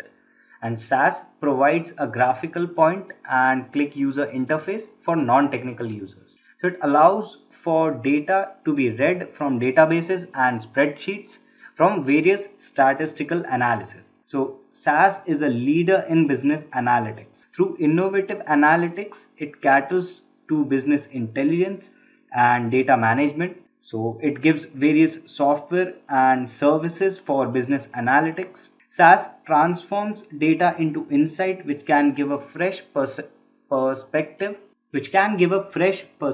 on business. So unlike other BI tools available in the market, SAS takes an extensive programming approach to data transformation and analysis rather than a pure drag and drop and connect approach. This makes it stand out from the crowd as it gives much finer control over data manipulation. And SAS has a very large number of components customized for specific industries and data analysis tasks. Also, SAS is a platform independent programming language, which means you can run SAS on any operating system, either Linux or Windows. Now, let us look at some of the features of SAS. So, it helps in strong data analysis, it is highly flexible, it helps in efficient data management, support data encryption algorithms, support various types of data format. So we have SAS Studio where we can implement the queries or codes of using SAS programming for data analytics. Then finally, it has a report output format that we can get. Now we'll move on to the next part, that is fields of usage for these programming languages. So talking about Python, it is widely used for various sectors or various development fields such as web development, desktop application development. It is used for GUIs, it is used for game development, big data analytics, data science, machine learning, and deep learning. Python has a wide set of libraries used in various development fields. So for web development, it uses Django, Flask, and for GUI it uses tkinter. For game development it uses pygame, and in big data, data science, machine learning, and deep learning there are various libraries such as pandas, scikit-learn, scipy, numpy, tensorflow, keras, cafe. So there are n number of libraries Python has to develop various applications. Just a quick info, guys. Test your knowledge of Python by answering this question. What do we use to define a block of code in Python language? A. Key. B. Brackets, C. Indentation, D. None of these. Comment your answer in the comment section below. Subscribe to Intellipaat to know the right answer. Now, let's continue with the session. So at Intellipaat, the company we work for is basically a training and an e-learning company. So we go through hundreds of job descriptions. If it is Python, we go through job descriptions which require Python and gather all the skills which are expected by an employer so that you can easily land that job. Also, as a training company, we do not use trainers, we rather use working professionals who are working in this particular industry and also gather details and information from them and what was asked to them by their own employer and also what should be taught to our trainees so that we can make them a better programmer and also how to make them basically get a job really easily. So with all that details put together, we have formed this Python certification training course where we'll give you live training projects, we'll give you hands-on, we'll give you all the support to make you the perfect candidate to get into a company, into a Python role. So that's what we are doing here. And when we take you on board for this course, we will make sure that you learn all of these skills. Now, talking about R programming, so it is basically used for data mining, data analysis, data visualization, and it is also used for building predictive models in data science, machine learning, and the main purpose of using R programming is statistical computing. It is mainly used by industries or organizations to analyze the data, to visualize the data, and draw some meaningful insights from it by using statistical computing. So, this is the sole purpose of using R programming. So, it also has a rich set of libraries that helps us in performing various techniques of data mining, analysis, and visualization. Now, moving on to the next part, that is SAS programming. SAS, that is statistical analysis software, it is used to output the statistical analysis in the form of tables and graphs, which is processed from spreadsheets and databases. The significant use of SAS is in the financial analytics. So it offers the full range of statistical functions and also provides the best GUI for data analytics application deployment. So it is used in advanced analytics, data management, business intelligence, and predictive analytics. So SAS is preferred over Python and R when the organizations need to analyze and visualize their financial data and which needs confidentiality. So that is why SAS is a very expensive software. Now we will look at the applications of Python, R, and SAS. So starting with Python programming, so it has various applications.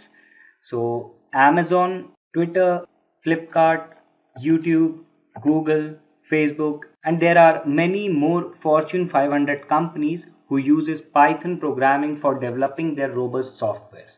So talking about Amazon, so it uses Python for their recommendation engines. There are various libraries and packages in Python which helps in developing machine learning algorithms that runs the recommendation engine. And same is the case with Flipkart. It uses recommendation engine, which again involves the usage of Python programming. Then talking about Twitter, so it uses Python for analyzing and text analysis for the users. So same is the case with YouTube. It analyzes its data of customers. And then talking about Google, so there are various applications of Python, and Google uses Python for implementing natural language processing, for implementing its text analysis, optimizing the search results of the website. Then same is the case with Facebook. Now moving on to the applications of R programming. So here are the companies, that is Gartner, Deloitte, Genpact, Ford, McKinsey, and Facebook, Google again, then Zalando, which is again an e-commerce website, and Paytm. So they uses R programming for analyzing and visualizing their business data and implementing machine learning algorithms to make predictive models. Then coming to SaaS programming, here are the companies, that is Amazon, Netflix, YouTube, Twitter, Fractal, Cognizant, HP, Citibank, Dell, and it also consists of various other Fortune 500 companies, that is Google, Tesla. So these all uses SAS programming for their business analytics. So there are a very few companies who uses SAS for their business intelligence tasks, and not all companies can afford SAS programming because it is a very expensive tool to use for their organization. Now moving on to the next part, that is support and community for these programming languages. So starting with Python, so it is an open source programming language and it provides no customer service. So you have to search for your doubts and queries in Google. But it has a very large community of Python developers who are from various fields such as web development, they can be data scientists, machine learning engineer, data analyst, big data engineers, game developers, and many others. So it has a very large community that can help you out in solving your queries. Now moving on to R programming. So again, it is an open source and free tool, and it does not provide any customer service, and it has a large community that can help you out to solve your queries, your doubts, and various R professionals who are expert in R programming and working can help you out in various data analytics tasks that you need to perform. Now coming to SaaS, so it provides a 24/7 customer service as it is a paid tool and it is a very expensive tool to use. So it has a very good customer service. So you can clear all your doubts, and there is also SaaS community that can help you out if you are stuck in a particular problem. Now let us move on to the final part of this video, that is job scope for these programming languages. So starting with Python and talking about number of jobs. So according to Forbes, in India there are 15,000 plus job available for Python developer in 2020, and in the United States the number of jobs are more than 50,000. So it is a very big number, and there are a plethora of opportunities for a Python developer. Talking about salary, so the average salary in India is 7,25,000, and in USA it is $1,15,500. Then moving on to the R programming. So number of jobs for R programming according to Indeed.com. In India there are 2,500 jobs available for R professional in 2020, and in the United States the number of jobs are close to 8,000. The average salary for R professional in India is close to 6,53,000 per year, and in the United States it is close to $1,05,000 per year. Now moving on to the next part, that is SaaS programming. So number of jobs according to Naukri.com. In India there are 1245 jobs available for a SaaS programmer in 2020, and as per the stats from Glassdoor, for SaaS programmer there are 4518 openings in the United States, and the average salary for SaaS programmer is close to 5,40,000 rupees per year in India, and in the United States it is $1,10,000. Now for choosing a career option, if you are into financial analytics, then you should go for SAS programming, and for getting into the field of web development, data science, big data, artificial intelligence, machine learning, and development of games, you should definitely go for Python, as it is a widely used programming language and it has a plethora of job opportunities with a very good salary. So you must go with Python. Now if you want to get into the field of data analytics, then you should go with R. So you can see over here in the left hand side there is a Java code. So it prints hello world, and at the right hand side you can see a Python code that prints hello world. So you can see the difference in the length of the code in these two programming languages. So Python just uses a single line of statement using a print keyword to print hello world, and in Java you have to make a class and use various methods. So Python is extremely simple and it is popular due to, so while building robust or complex softwares, it requires a lot of effort and lengthy codes using other programming languages as compared to Python. So basically Python is popular due to its simplicity. So the features that makes it popular is expressive. So it is a very expressive kind of language. It is understandable, easily understandable and readable. Then it offers an easy to understand syntax, simple setup, and has many practical applications in various development processes. And the syntax isn't too annoying compared to other programming languages. And you can import a bunch of modules which can often make your code much shorter. So this is due to its simplicity. So the next thing is, it is an open source programming language. So in simple terms, you can freely distribute copies of this software and read the software's code, make changes to it, use pieces of it in new free programs, and that you can do these things. Now the next thing is, it is open source. So in simple terms, you can freely distribute copies of this software, read the software's source code, make changes to it, use pieces of it in new free programs, and this makes it open source and free for all. Now the next point is, it is object oriented programming language. So the Python supports object oriented features, and compared with other programming languages, Python's class mechanism adds classes with a minimum of new syntax and semantics, and it is a mixture of the class mechanisms found in C++. So Python classes provide all the standard features of object-oriented programming language except strong encapsulation, which is only one of many features associated with the terms object-oriented. Now Python is also an interpreted language. That means interpreter executes the code line by line at a time.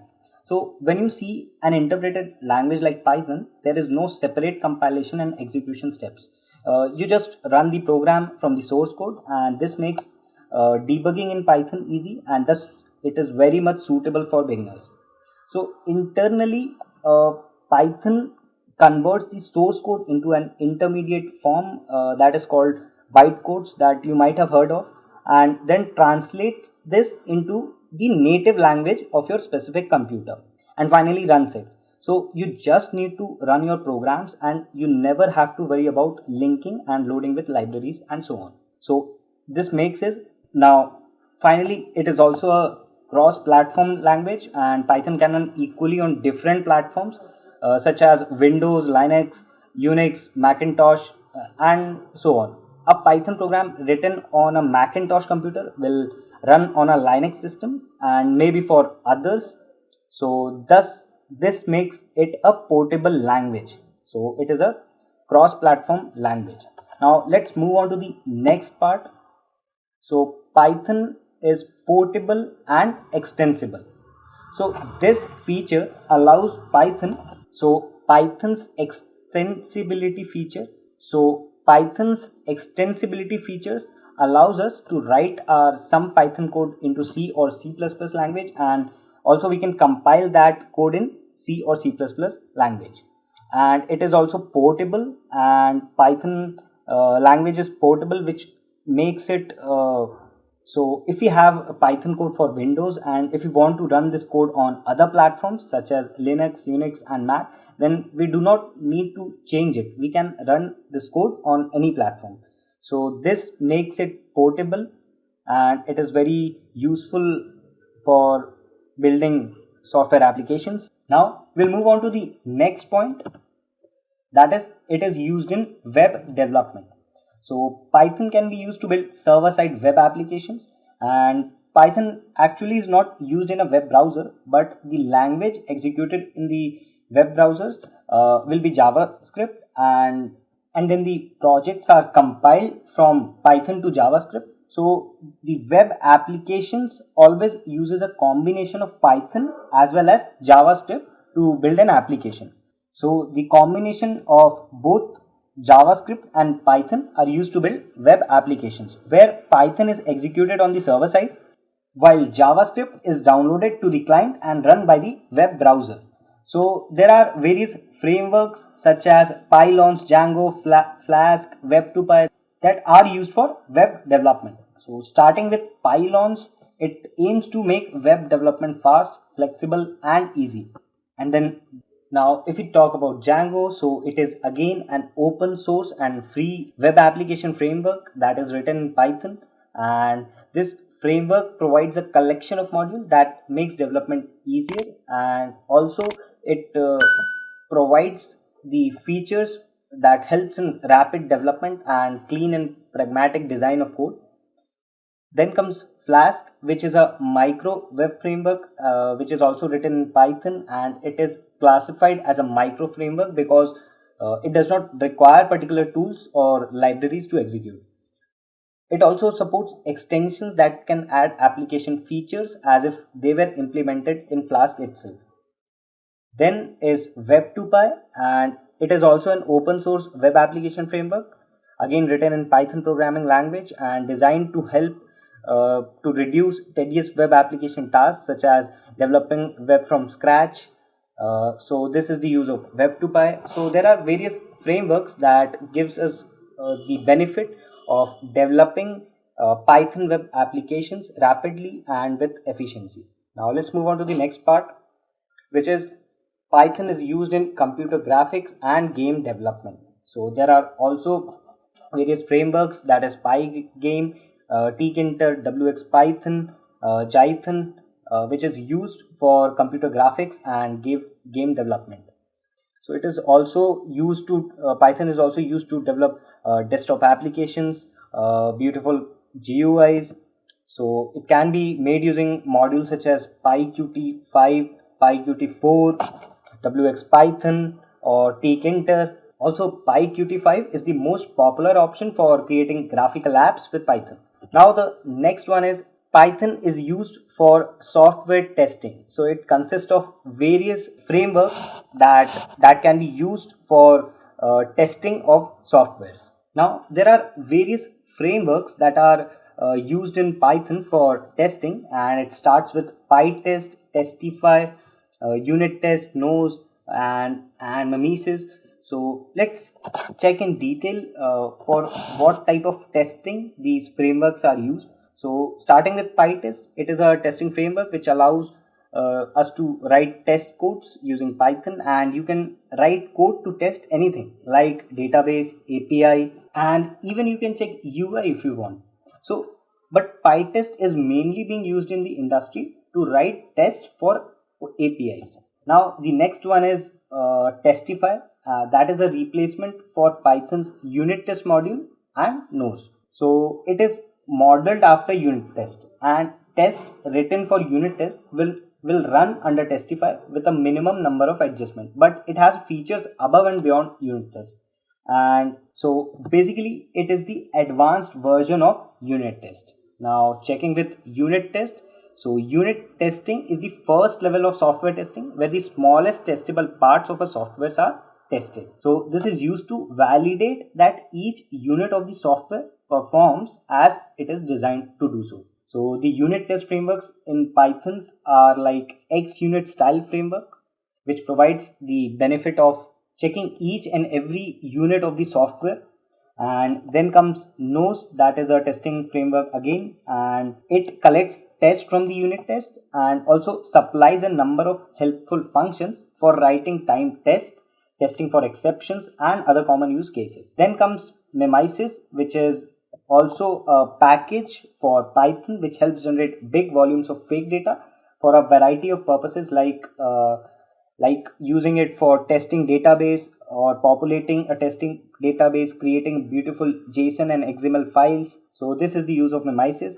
So you can see over here that there are various testing frameworks that helps in automated testings and supports easy debugging using Python language. Now let's move on to the next one, which is Python is used in big data. So again there are frameworks like PySpark, PyDoop and Dask which helps in processing big data. So basically, Python and big data are the perfect fit when there is a need for integration between data analysis and web apps or maybe statistical code with the production database. So Python helps in big data analytics, and various Python frameworks helps in writing codes for data analysis.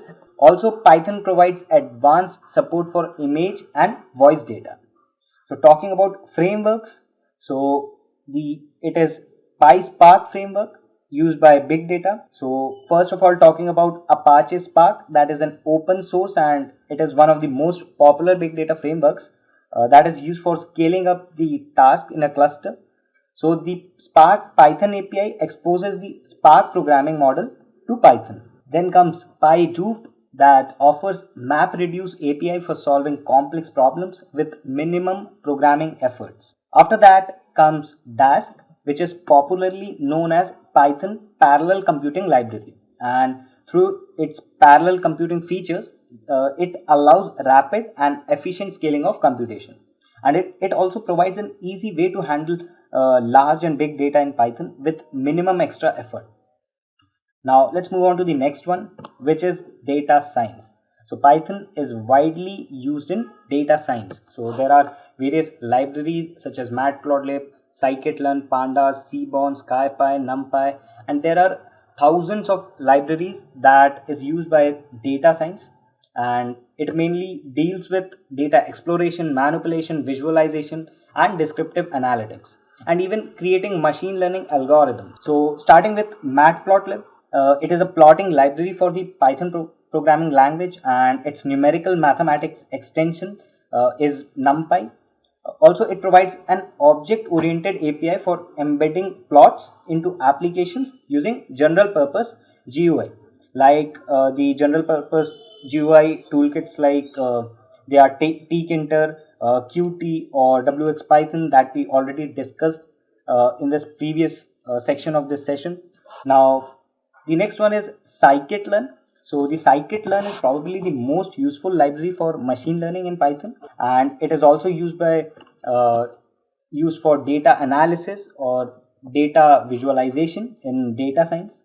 Now coming to pandas, it is again a software library in computer programming and written for Python programming language. So they are used in Python to deal with data analysis and manipulation tasks. So to put it in a simpler words, pandas help us to organize data and manipulate the data by putting it in a tabular form. After that, Seaborn, that is used for statistical data visualization, and it is a Python data visualization library that is based on Matplotlib. So it provides a high level interface for drawing attractive and informative statistical graphics. Then comes SciPy, that is an open source Python library that is used to solve scientific and mathematical problems, and it is also built on top of Numpy extensions and allows the user to manipulate and visualize the data. So the reason for telling all the details about these Python frameworks is that you get to know about the specific libraries that are used in specific technologies such as data science, machine learning, big data, artificial intelligence, web development, game development, for getting into these fields as a Python developer. So that is the sole purpose of discussing about these libraries as well. Now let's move on to the next part, that is machine learning. So Python supports machine learning software frameworks. So basically Python helps in implementing machine learning algorithms. So here are a few of the frameworks to implement machine learning algorithms that are on Python, and it starts with accord.net. So it contains algorithms that perform vision processing, and they are usually used for the tasks like facial detection, image integration, and tracking moving objects. So after that comes Apache Spark. So it is an open source, also general purpose distributed computing engine that is used for processing and analyzing a large amount of data. So basically Apache Spark is written in Scala programming, and that compiles the program code into bytecode for the JVM. Then the open source for processing of large amounts of data. Then comes SciPy, which is again a Python library used for scientific computation and performing mathematical operations. After that, Cafe, which is a deep learning framework developed by Berkeley Vision, and it is written in C++ and has Python and MATLAB bindings. So it is used in integration with machine learning and deep learning. So we'll go to the next part, that is artificial intelligence. So artificial intelligence is one of the where Python is used extensively to build AI based software. So it does so by using various libraries, that is TensorFlow, Pandas, PyTorch, Numpy, Keras, and there are various other libraries that we come across for building various AI based softwares.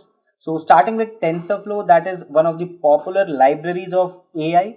So it is a Python library and it is used for fast numerical computing and created and released by Google. So it is a foundation library that can be used to create deep learning models, or it can be used by wrapping libraries that simplify the process built on top of the TensorFlow framework. Then comes Pandas, that is used for data manipulation and visualization tasks. After that, PyTorch, that is native Python package and that provides a complete end-to-end research framework mainly used for research in deep learning field. After that, Numpy, that is a Python package mainly used for scientific computing. And then Keras, that is a powerful and easy to use open source tool for developing and evaluating deep learning models. Now moving on to the final point of discussion, that is career opportunities and salaries. So we can see various Fortune 500 companies such as Amazon, Google, YouTube, Facebook, Twitter, and Flipkart that are using various AI based technologies, machine learning, data science, big data to enhance their business. So Amazon uses data science to build their recommendation system. Google uses NLP, deep learning, AI, machine learning, data science for voice recognition system, Google Maps, and for search optimization. Then YouTube uses data science to provide their customers a better personalized experience, and so on. Facebook, Twitter, Flipkart uses these technologies.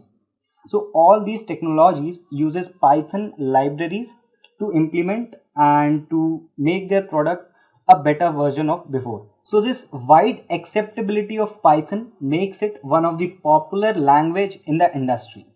And due to this, the job scope and career opportunities for a Python developer is rising day by day is and it is very high in comparison to other job profiles. Talking about job profiles, so these are the popular job profiles that are posted by the employers in various job portals. So starting with Python developer, then Django developer, web developer, software developer. After that, data analyst, data scientist, ML engineer, and AI engineer. Now discussing about the salary of Python developer. So the average salary in India is rupees 835k per annum, and in US it is 125k dollar per annum. So it is a very awesome package to start your career with as a Python developer. What chatbots actually are. So as the name suggests, chat and bot has something to do with a robot imitating a person, while chatting to another person. So when we have to break it down into a little bit of simple terminology, basically it's a software which is based on artificial intelligence, and this software will try to imitate humans. It'll try to basically, perform the same actions as us human beings without the person, having a very good idea if they're talking to a human being or an AI. If your chatbot is very good, if the chatbot which is being implemented is amazing, well, the human can be fooled enough to not know if they're talking to a robot or if they're not talking to a human as well. And most of the time you wouldn't even require that kind of a complexity, because let's say when you're in the Amazon case as well, where is my order, or why is my payment declined, or whatever it is, you will have a very simple question to which there will exist a straightforward answer, right? So it'll not like Amazon's chatbot will start telling you stories about why your payment failed or why your order didn't come or whatever. So when it comes to that, if it is very subtly implemented, if it is very complex in the back end, you will not find a difference between it being a robot or it being a human being as well. Way back in the 70s and the 60s, there was a test which was very famously implemented across the world. It's called as the Turing test. If you guys didn't know on that, make sure you read up on the Turing test. It was amazing on how artificial intelligence is such an old concept, but it's being used a lot in the 21st century. So whenever you think about artificial intelligence, ladies and gentlemen, the first couple of things that should come into your mind is, for example, Siri of Apple, Alexa of Amazon, or the Google Assistant. These chatbots again have been in our lives most of the time, right? For all the Apple users, you guys have Siri. For Amazon, we have Alexa, and for the Android phone mobile users, we have the Google Assistant. So you might have been using these on a daily basis, because one for sure, I use Siri a lot and I use Google Assistant a lot as well. And I do know people who use Alexa for their home automations and much more. So when it comes to stuff like this, from the simple Amazon chatbot all the way till a complex powered bot such as Siri, Alexa, or Google Assistant have been helping us daily. So in fact, you can ask the Google Assistant or Siri to play any song for you. And in fact, let's say you're sitting at a restaurant or something, you listen to a beautiful song that's being played, and you just want to find out what song it is. Instead of going through all the pain of installing a software which will listen to the song and tell you what song it is, or you asking the restaurant manager what song it is, just pop out your phone, say, hey Siri, what song is playing in the background. Siri, or in fact even Google Assistant, will actually analyze the song, it will listen to it, and it will tell you, hey, this is the song that's being played. How simple is that? For example, you want to set a calendar invite for the next month, or let's say you have a meeting which you want a reminder for, you want to set an alarm. So all these manual tasks which you could do basically with one voice command, you can get all of it done very simply. And I think that's the essence of chatbots, ladies and gentlemen. So again, coming to emphasize on why we require chatbots, well, when you look at it, the first thing, it's cost and time effective for the companies, because developing a chatbot does not take a lot of money, and it makes sure that it can be done in a quick and a rapid way. As you'll see in the demo which I'll be showing at the end of the session, it will basically validate this point on how time effective it can be when we are working with chatbots, because it's pretty simple, it's pretty straightforward, and at the end of the day, even when you're working on an enterprise level, basically you're working at a level where you have a huge organization which requires a chatbot, it'll not really cost much to build it as well.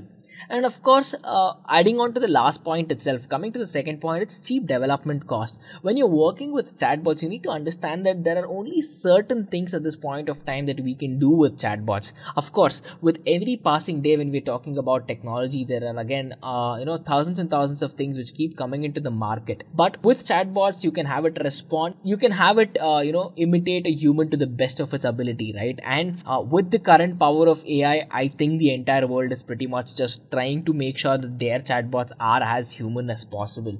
So with cheap development costs, there are again a lot of companies which are jumping on the need of chatbots as well.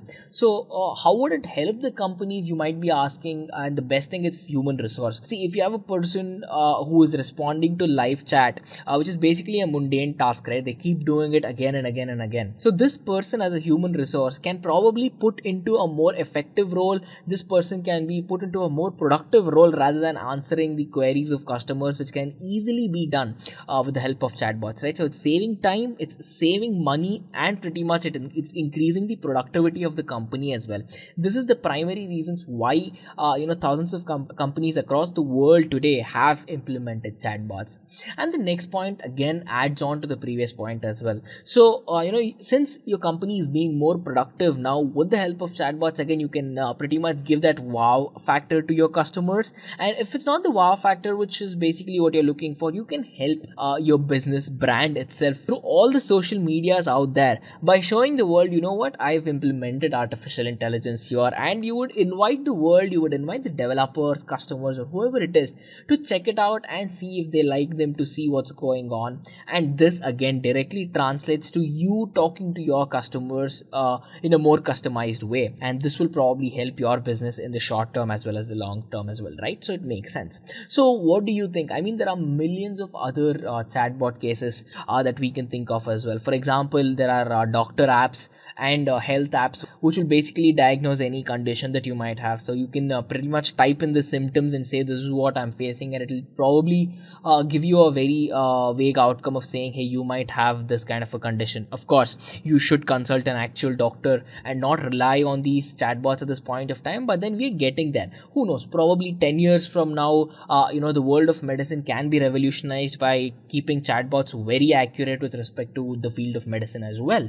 And that's the thing about artificial intelligence, right? So when you think about it, the possibilities are actually endless, and we've started seeing those endless probabilities in the last 10 or 15 years or so. Coming to the next point, which is chatbot evolution. So this is one important concept, because when we talk about traditional chatbots, so all these traditional chatbots that we have seen all these days basically are system driven. So by system driven, what it basically means is that they have access to a small amount of data and they have responses which basically they know what to reply for when you ask. For example, if you have to take the Amazon case again and simplify it to a level where there is a possibility is that the customer might ask two questions. The first question is where is my order, and the second question might be saying, why is my payment failed. So when you have to break it down into simple terms and the bot recognizes what question you might throw at it, giving the answer to it becomes very simple. So that is system driven. And automation scripts, as I just mentioned, if there are a certain number of questions which the business things that you can ask, they can program the answers automatically for this as well.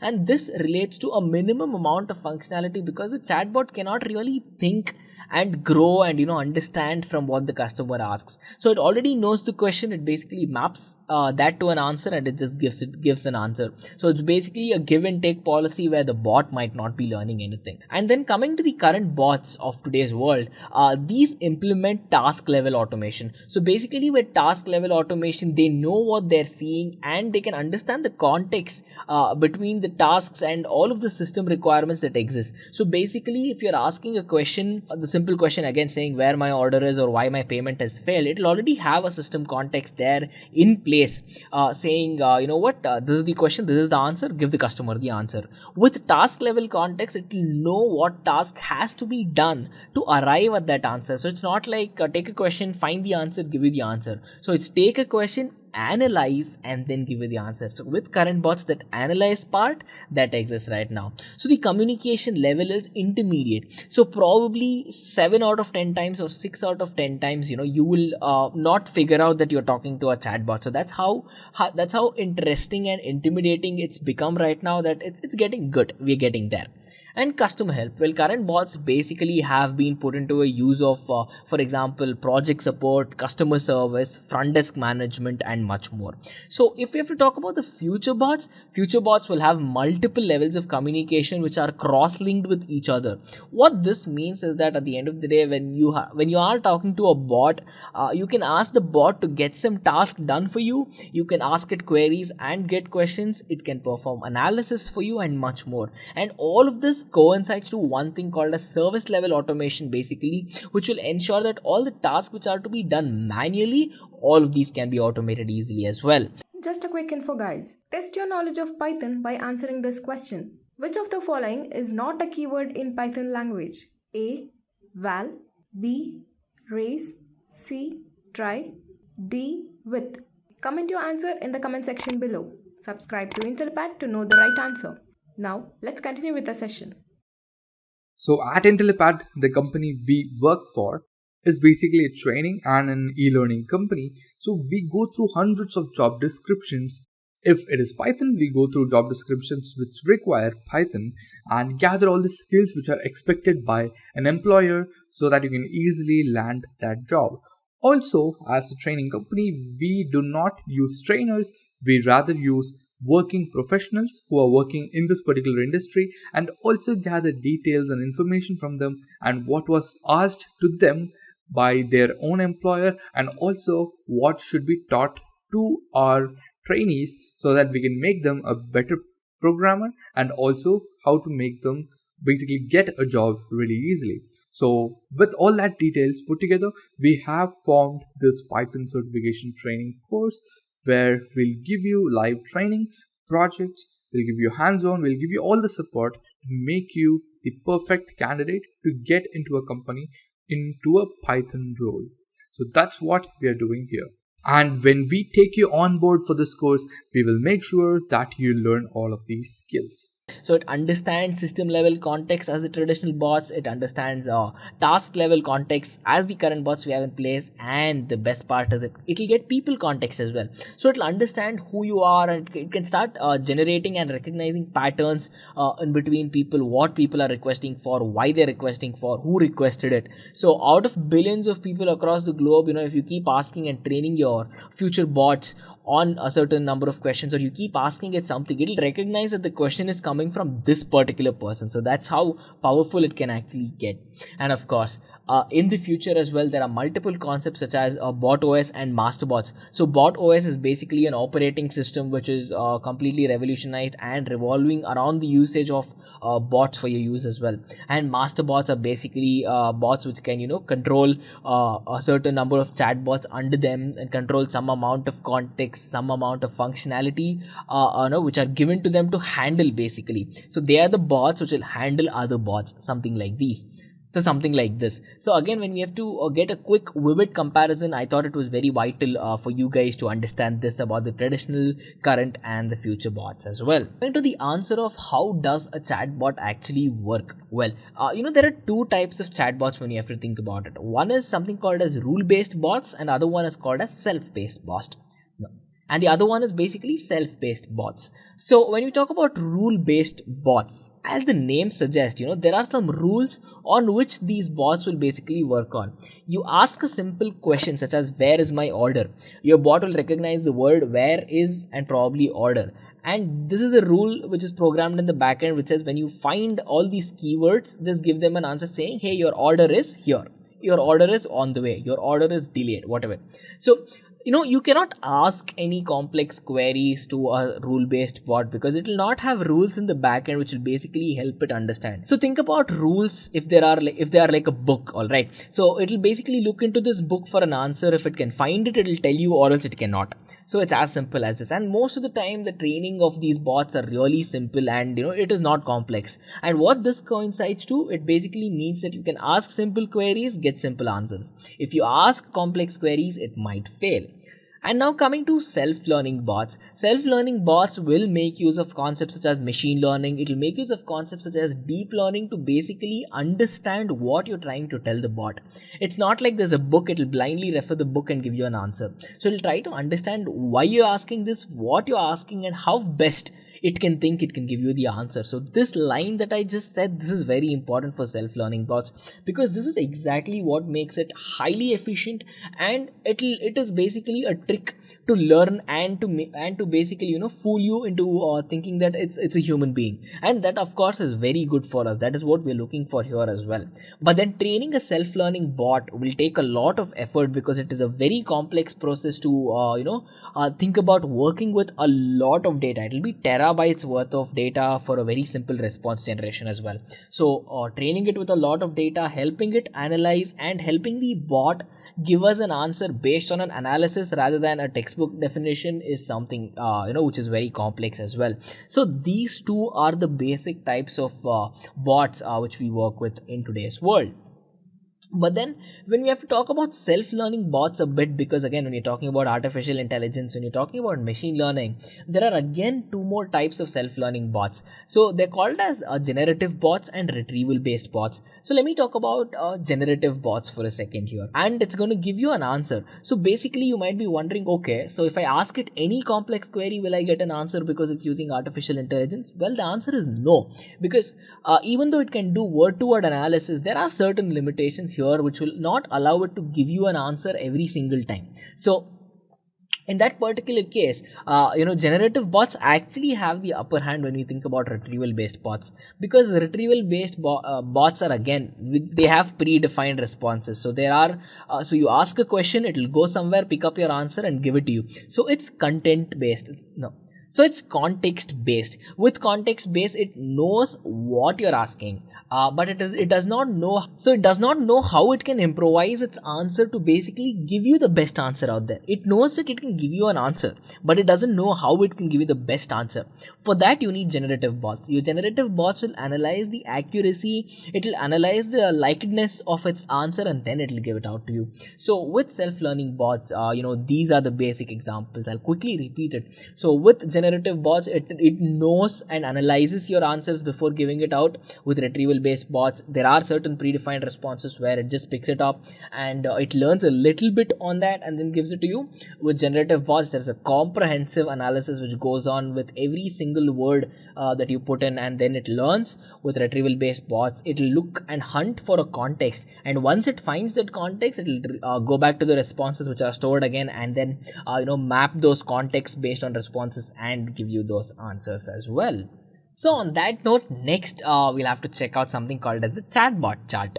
So basically, when you're working with a chatbot, right, so there's a good chance you're either talking to the chatbot via messenger, you're communicating via website, or you're probably using a mobile to talk to Siri, Alexa, or all of the chatbots that we discussed. So as a human, you will be giving it certain inputs, and the chatbot will give you an output. So whatever inputs you give, right, so it will go into something called as a chatbot server. So the chatbot server will have three important things if you're talking about self-learning bots. So it will have certain knowledge, and this is like the book that it will go on to hunt. And it will have rules. Rules is basically like an index to the book saying this is where you need to look for the answers in the book. And then of course it will have machine learning, it will have artificial intelligence saying, learn to understand these rules and learn to understand where you can apply these rules to find the context in the knowledge. So it's something like that. And to do all of this, it needs a lot of data, right? So there are numerous data sources across the world. It can be something as simple as learning from Twitter, all the way to learning from certain studies, which is like probably 35,000 pages long or whatever. So everything from simple to complex data sources. It might be on the cloud, it might be social media, or wherever it is. Your chatbot server will pick up all of these data sources. It will try to understand what knowledge can it learn based on machine learning and what rules it has to apply, so that it can arrive at this stage where it knows stuff. And then it's not important that it has to know stuff. What's important is that it has to find a way to convey all of this it knows in a human way, imitating a human, right? So that is again an important thing. So basically this is like a one picture, one stop solution to understand the basics of how a chatbot would work. On that note, we can actually go on to building our own chatbot. To do that, there are certain things we need to walk through as well. And the first thing is prerequisites when you're working with Python. There are two amazing libraries, and two among, let's say, thousands of beautiful libraries of Python, because I'm a huge fan of Python for the reason that it has amazing libraries. So there are two main things which we will be using to build a chatbot, and it's pretty common and obvious as well. So we have scikit-learn, which is basically used as the machine learning library for Python, and there is NLTK. So NLTK is again another amazing library, as we'll be walking through step by step to understand what makes NLTK what it is. So it's an amazing natural language toolkit. That is what NLTK stands for, and it's widely used in today's world to ensure that they can make a very good chatbot as well. So to give you a quick revision of what NLTK is actually used for, so this natural language processing, this natural language toolkit is actually used to process certain human language data. Well, mostly it's English, because again, English is a widely used language. So it is basically used to understand how this chatbot can be built by making it understand the words. See, for example, you will know what an apple is, you will know what a ball is, you will know what a cat is. This is because from your childhood till today, you've been taught A for apple, B for ball, C for cat, or whatever it is. So you have been programmed over the years to you over the years where you know what all of these are, but then as soon as your computer sees a cat, there's a good chance that unless it has any training, it is just a text which says cat. It will not understand that it's seeing a cat or that the context is a cat. So to teach it that context, saying whenever I type a cat, you think of cats. So that aspect is basically where NLTK comes into play. And to do all of this, there are many concepts. There's classification, there's tokenization, there's stemming, there's lemmatization, there's parsing, and all of this. But to get to all of that, of course, we'll be checking out all of these. The first thing you need to do is you need to install NLTK. And to install NLTK with Python, there is a very simple command with pip, the package manager. It's pip install NLTK. And once you clear this step, you have NLTK installed and you can work with it.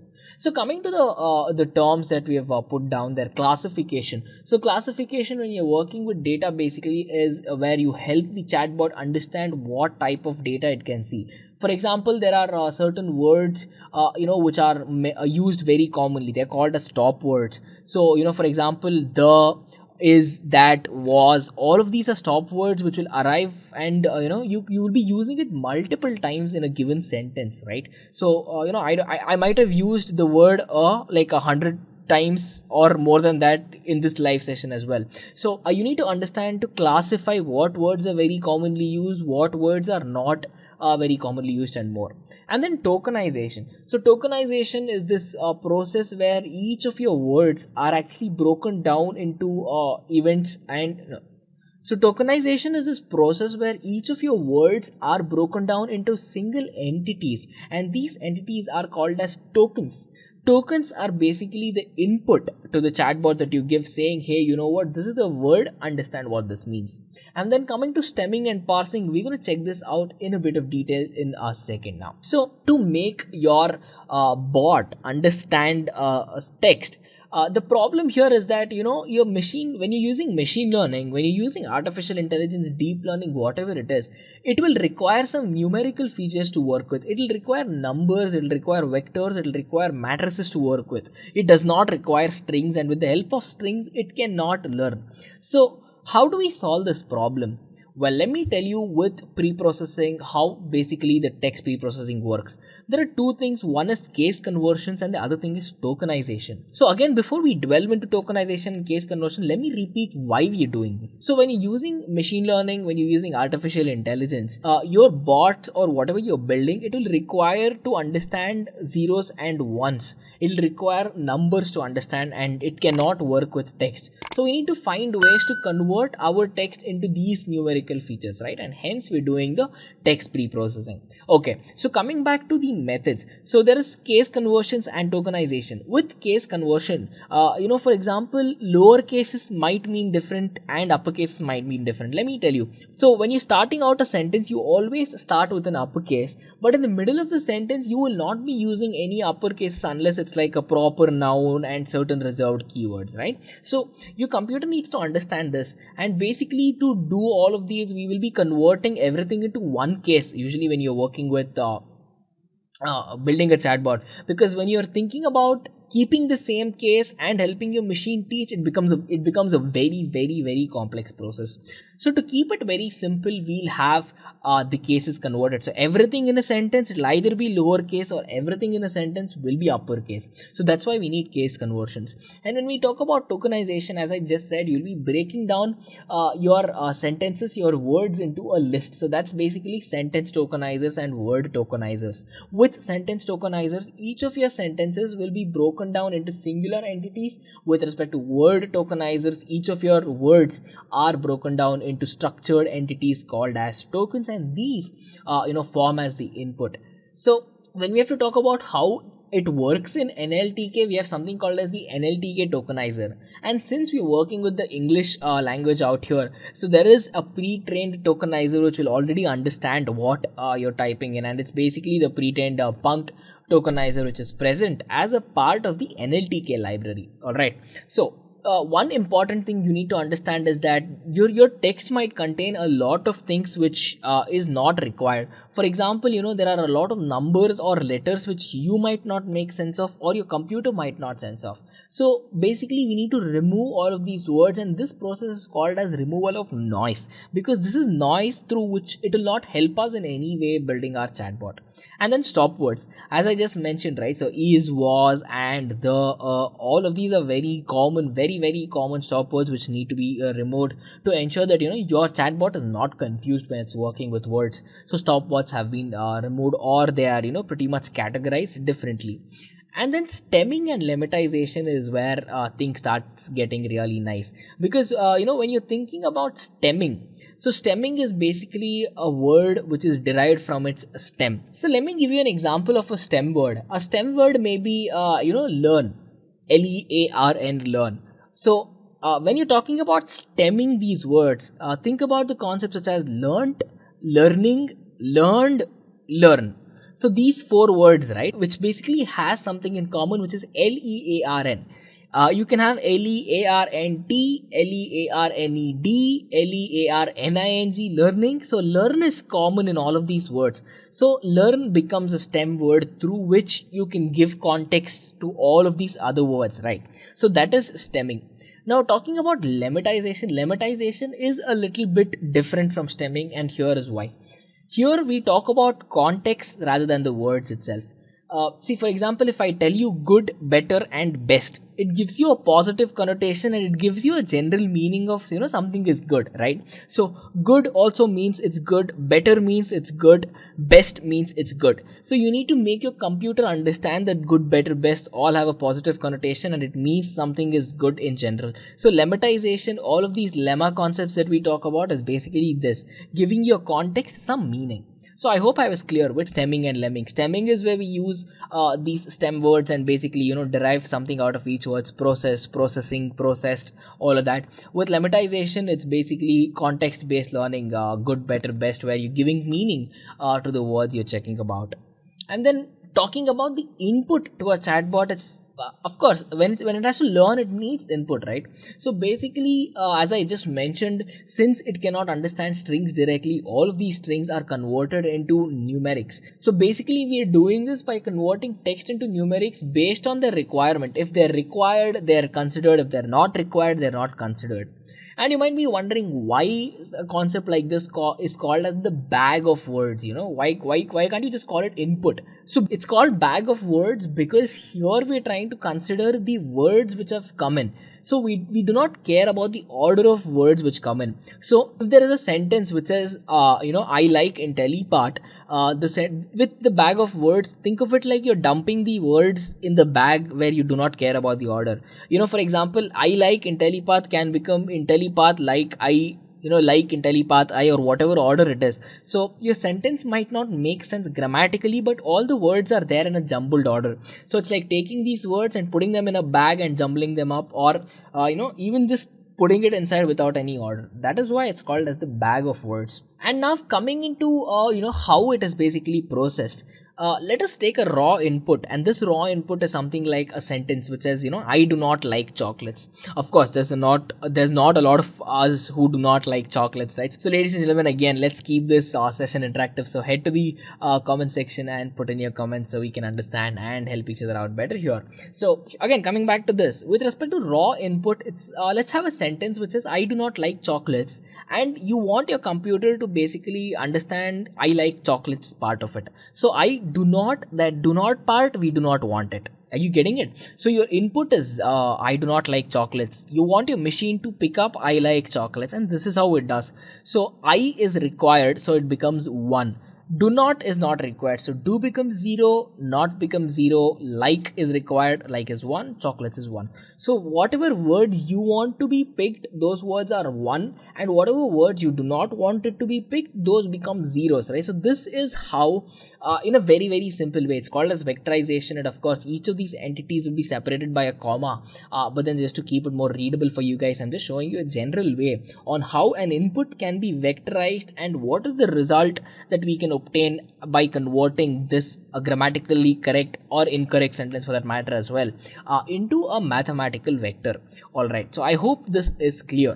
And with that, we need to check out something called as the TF-IDF formula. So guys, again, if you know what TF-IDF is, head to the comment section and let us know. So what is a TF-IDF? Well, it's actually an acronym for term frequency and inverse document frequency. Well, fret not if you don't know what this means, as I'll be explaining all of this. So with respect to bag of words that we just discussed, right? So when you have an input which is a bag of words, it'll have a lot of words. So basically I told you we are ditching the order and we're just considering a lot of words, right? So that is the advantage and the disadvantage. The advantage is that there is a lot of words. The disadvantage is that, you know, your bot will not have a lot of information there. So there is a difference between having a lot of words and helping your bot understand all of these words, right? So this is where bag of words has a little bit of a downside which can be fixed, and it's fixed by giving it context and making it understand about these words. And to do that, we have something called as term frequency and inverse document frequency. So let's talk about term frequency before. First, basically, term frequency, when we're working about it, you need to understand that we need to find out how many times the term is occurring. So this might be because of classification. We need to understand stop words. We need to find out how many times one word is occurring. So if you have a sentence which has the word apple like 100 times, let's say it's a 10,000 word essay and you've used the word apple 100 times, you know it because probably you have used it. Now to make your computer understand that there is apple there 100 times, we need to find out how many times it has occurred divided by how many total terms there are in the document, right? So this will give you a term frequency saying, for example, if we do 100 by 1000, so there is a chance that 0.1% of every single time your word apple is occurring.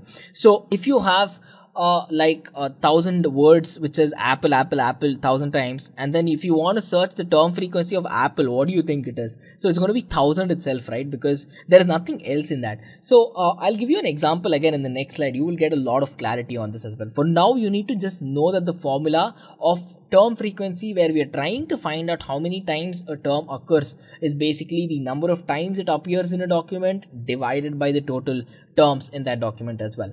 Now if we talk about IDF is basically inverse document frequency. So inverse document frequency is the number of times that your word has not occurred. What is the rarity of words that has basically occurred in your document as well? So for that we'll be using a logarithmic formula. It's basically 1 plus log of x by y, where x is the number of documents that you have where you're checking this, and y is the number of documents where this term occurs. So when you do a logarithmic inversion of this number of documents by the number of occurrence of the term, you will get the rarity of how many times the term has not occurred there. So let's walk through this with an example. On the left, I've kept the formula so that you can refer to it while we calculate on the right. So let's say right now we have an essay, or we have a document which we also call as a corpus. So corpus is basically the input document. So let's say we have a document which is 500 words, and in this 500 words the word call appears 10 times. Alright, so this is a generic document, there is 500 words and the word call appears 10 times here. So what does the term frequency of this mean? So term frequency again is the number of times a term appears, which is 10, divided by the total words, which is 500. So 10 by 500 will give a term frequency of 0.02. So for every word that you have written in this document, there is a 0.02 times chance that you've used the word call. This is term frequency visualized. And then if you have to talk about IDF, consider this. Let's say there are 10 lakh documents out there, and the word call now appears in just 60,000 of these 10 lakh documents, right? So 10 lakh documents, the word call appears in only 60,000 documents of these 10 lakh documents.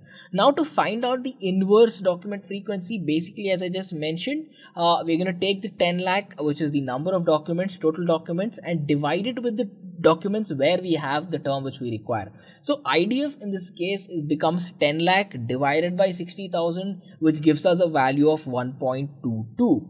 And now if you have to give context to your machine, if you have to tell your machine, hey, this is the word, this is the context, this is how many times it occurs, there's something called as TF-IDF weight, and this weight is basically the product of term frequency and the inverse document frequency here. So as soon as we multiply all of that, we'll get a number which is 0.0244, and this number will basically give context to your machine, saying this is the weight of this particular term in these documents and in each of these particular documents as well.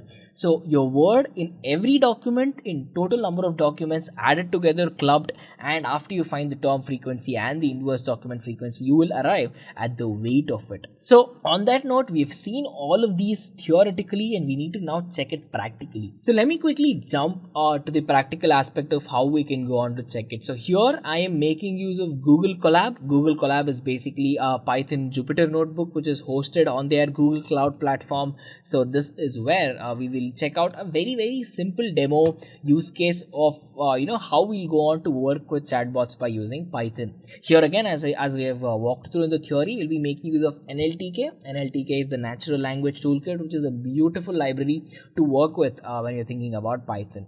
And of course, as always, whenever you're working with Python, it is a common practice that you import all the libraries that you require at the start of it. So in this particular case, we are importing NLTK and Numpy because you have to work with numerical computations. We're importing random because we'll be randomizing a couple of aspects here, and we're importing string. So string is basically a library which will help with string processing techniques in Python as well. So if you are on a native Python environment which is different from Google Colab, you might have to install all of these before using it. To do it, instead of import, just type pip install, pip space install space NLTK, pip space install space Numpy as well. So with Google Colab, all of this comes pre-installed, and that's the reason all we have to do is we have to just import them and it starts working. So after importing all of the libraries, the first step is to make sure that there is some data through which we can teach the chatbot, right? So this is where we'll have a file. This file or this document is called as a corpus, and with this document, this is where all the data resides in which your chatbot can understand. All right.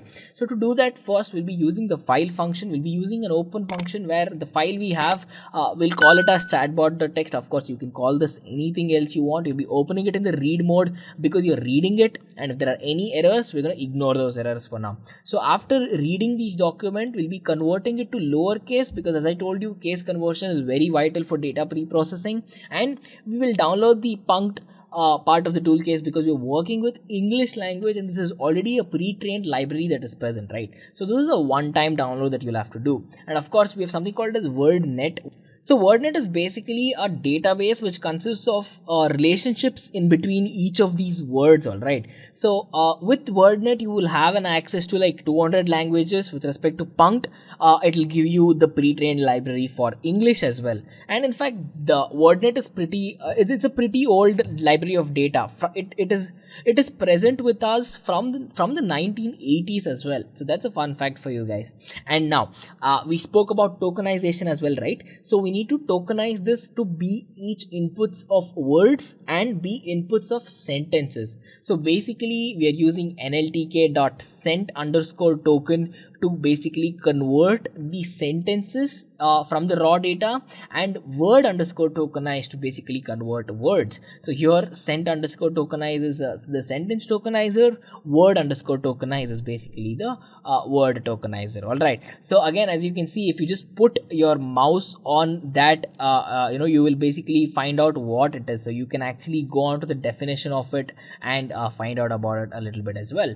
So now to do this, we need an input. So we haven't yet talked about what input we are doing, right? So in fact, let's go to a Wikipedia page and give chatbot. So there is a Wikipedia page called Chatbot, and this is like a basic input to our model to train. So what we'll actually do is we'll take everything here, just hit Control A, in fact copy all of this and basically put it to a file, create a file called as chatbot.txt and just put all of this there. So you will have something like this, and this is like a text file through which your chatbot can learn something. All right, it's simple as this. After that, save it, call it whatever you want, but then you have to remember the name because you have to input this, right? So now coming back back to the input. As soon as I hit play, now it's going to say an error because it does not know where my chatbot.txt is. It's on my desktop and we're running it on the Google Cloud. So let me quickly upload the file here, chatbot.txt, and as soon as this is uploaded, I can run it again, and now it sees my chatbot.txt file. It will convert everything to lowercase. It will download everything that's required. It will convert it into sentence tokens. It will convert everything into word tokens. So we did all of this by making use of what, 5-6 lines of code, and it's this simple, guys. Just a quick info, guys. Test your knowledge of Python by answering this question. What do we use to define a block of code in Python language? A. Key. B. Brackets. C. Indentation. D. None of these. Comment your answer in the comment section below. Subscribe to Intellipaat to know the right answer. Now, let's continue with the session.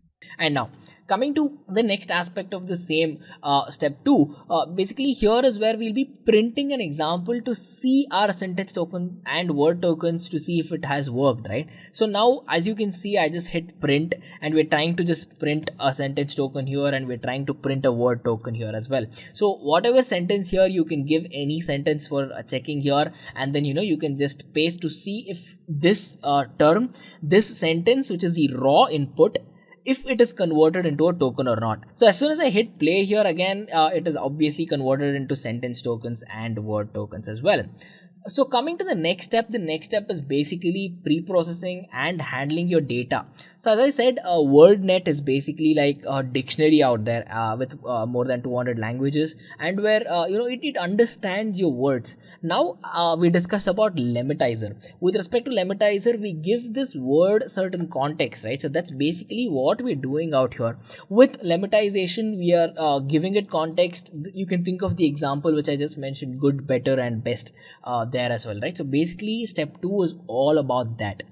And then coming to step number 3 is basically where you will be programming a greet response. See, for example, with any chatbot, right, be it Alexa, be it Siri, be it Google Assistant, whatever it is, as soon as you say hi or hey, it will not tell you something which is very vague. It'll greet you back. It'll be very nice to you, and it'll say, hey there, what's up, or how's it going, whatever it is. It's like a human conversation. So when you say hi to someone, they'll not just nod their head. 90% of the time they'll say hi back to you, right? So to give it that human touch, step 3 is all about giving greeting inputs and responses. So if you give it a response saying hello, hi, greetings, sup, what's up, hey, or whatever it is, it will give you a response back with hi, hey. It'll nod its head, it'll give you hi there, hello, it'll say I am glad you're talking to me, and all of that. So you can change these inputs and these responses to whatever you want. So basically this is not very complex. If it sees any of these, it'll give you a random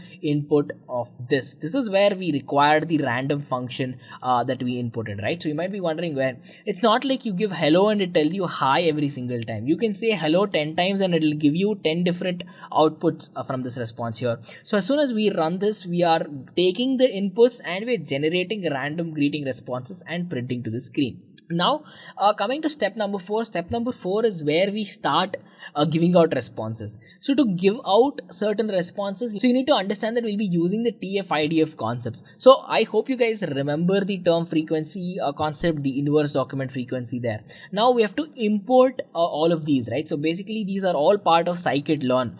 It's part of the concept called as the feature extraction, which is based on textual inputs. So we're going to import that, and you might be seeing the second thing which is being imported here as well. So the second thing which is imported is something called as cosine similarity. So cosine similarity is a part where you will be checking out and teaching your chatbot about how to find certain behavior inputs and how to find and understand what your difference is and the similarity is in between what the user types and in between what document is present. Do you understand that? So in our case, the document is the Wikipedia article that we took up, and the user input might be something where it has to learn and map this user input to the document. So that is where cosine similarity is used as well. Of course, we can discuss the TF-IDF concept or cosine similarity in a lot of depth, but then I do not want to overwhelm you guys with loads of information here. All right, so we're trying to keep it simple, and as you can see, it's just a couple of lines, and we have almost built our chatbot. So after generating these responses, we need to write a function for concepts such as where we are thinking of stop words, we are pretty much removing all these stop words, understanding it, and we haven't talked about what happens if your chatbot doesn't understand you, right? So if it sees stop words, it knows what to do. If it sees a greeting message, it knows it has to greet you back. But then if you type random stuff there, it has to give you a response, right? So it cannot stay idle. So basically we are trying to print a message here saying, hey, I'm sorry, I do not understand whatever you have typed. So with respect to this function, it's pretty straightforward, it's pretty easy. If it doesn't understand something, it'll tell you it doesn't understand you. And step 5, yes, step 5, or probably we can call this step 6 as well. So this is the last step where you will be programming the start point and the end point. So starting when you run the chatbot, instead of greeting it, it'll probably say, hey, my name is this, I can help you with this, and I want to quit. No, and if you want to quit, just type something, type bye bye or whatever. So in fact, there's actually a tiny mistake here which I will clear, which is a spelling mistake, which is can. I mean, come on, everyone does spelling mistakes.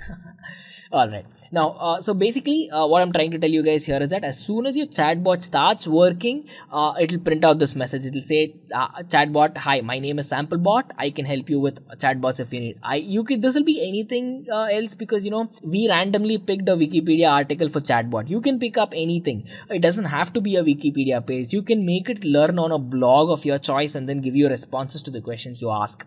And then if you want to come out of the loop, this is basically working on a while loop where it's constantly waiting for your input. If you want to quit, you can just type bye, and if it sees a bye in the input section, it'll say thank you or thanks, and it'll basically quit. So as soon as we go ahead and run this, it says, chatbot, my name is samplebot, how can I help you? If you want to quit, type bye anytime. So let's say hi to our chatbot. It'll say hey. Again, as I mentioned, it is a random response that it is giving to us based on the greeting pool, right? So I can say hi again, and it will say something else apart from hey. So it says hi there. Another time, let me say like hey or something. It'll say something else. So as you can see, it's not giving you the sample response that it is supposed to give. So it is generating random responses and it's giving it to you out there. Now let's just say we want to quit. All you have to type is bye, and as soon as it says bye, it's like, okay, thank you for talking, bye bye. And it's pretty simple like this, right? So even this we achieved with 5 or 6 simple steps in Python, which is really amazing. And in fact, let's run again. So in the chatbot article, there's this person called as Alan Turing, who is considered to be the father of intelligent machines. So let's ask the chatbot, who is Alan Turing? Let's see if it can find that out. Of course, the responses will be pretty vague. It will not be very accurate. It says there is a stop word which came here as well. Of course, apart from that, it gave you the answer. It says Alan Turing was a British scientist and he was a pioneer in computer science. See, I asked it a question saying, who is Alan Turing? It figured out that I'm asking a who question. It found out everything about Alan Turing and it gave me a sentence output there saying Alan Turing was a British scientist and a pioneer in computer science as well. So basically, this you might be expecting like a 2-liner, 3-liner output, but our chatbot, this simple chatbot, is intelligent enough to find this for you, and it's amazing. So basically, we didn't write hundreds of lines of code here. We probably wrote like 100 lines in total, or less than that, in fact, to build our own chatbot to do this, right? So it's as important as this, and it's as fun as this. So we can check out a case where it doesn't understand. So if I go on to type some random stuff, it'll say, so, see, I'm sorry, I did not understand you. So this pretty much covers all of the cases. We checked out greeting, we've generated response where it does not understand you, and it pretty much analyzes your document and gives you a valid response of whatever is in the document as well. So you can type something else as well which is not in the document, and it will say I do not know, because it has not gone through these words in the document there as well, right? So again, pretty simple. And I hope this demo was pretty much, understandable to all of you guys. So, there are many other complex demos which I can use and show with respect to NLP, probably by making use of very, very complex data, and, by creating like a very nice use case, by making use of a very nice user interface by using TK Inter and whatnot. But then again, to keep it simple, so this was what I had in mind. So at Intellipaat, the company we work for is basically a training and an e-learning company. So we go through hundreds of job descriptions. If it is Python, we go through job descriptions which require Python and gather all the skills which are expected by an employer so that you can easily land that job. Also, as a training company, we do not use trainers, we rather use working professionals who are working in this particular industry and also gather details and information from them and what was asked to them by their own employer, and also what should be taught to our trainees so that we can make them a better programmer, and also how to make them basically get a job really easily. So with all that details put together, we have formed this Python certification training course where we'll give you live training projects, we'll give you hands-on, we'll give you all the support to make you the perfect candidate to get into a company, into a Python role. So that's what we are doing here. And when we take you on board for this course, we will make sure that you learn all of these skills. Now let's take a look at some of the tools that you might need in order to become a web developer, the kinds of technologies that you need to know. So web development involves the use of many tools and technologies. Some of these are, the first one is Django. Django is by far the most popular one. It's currently in its third version. It's really a really good framework, very easy to get started with.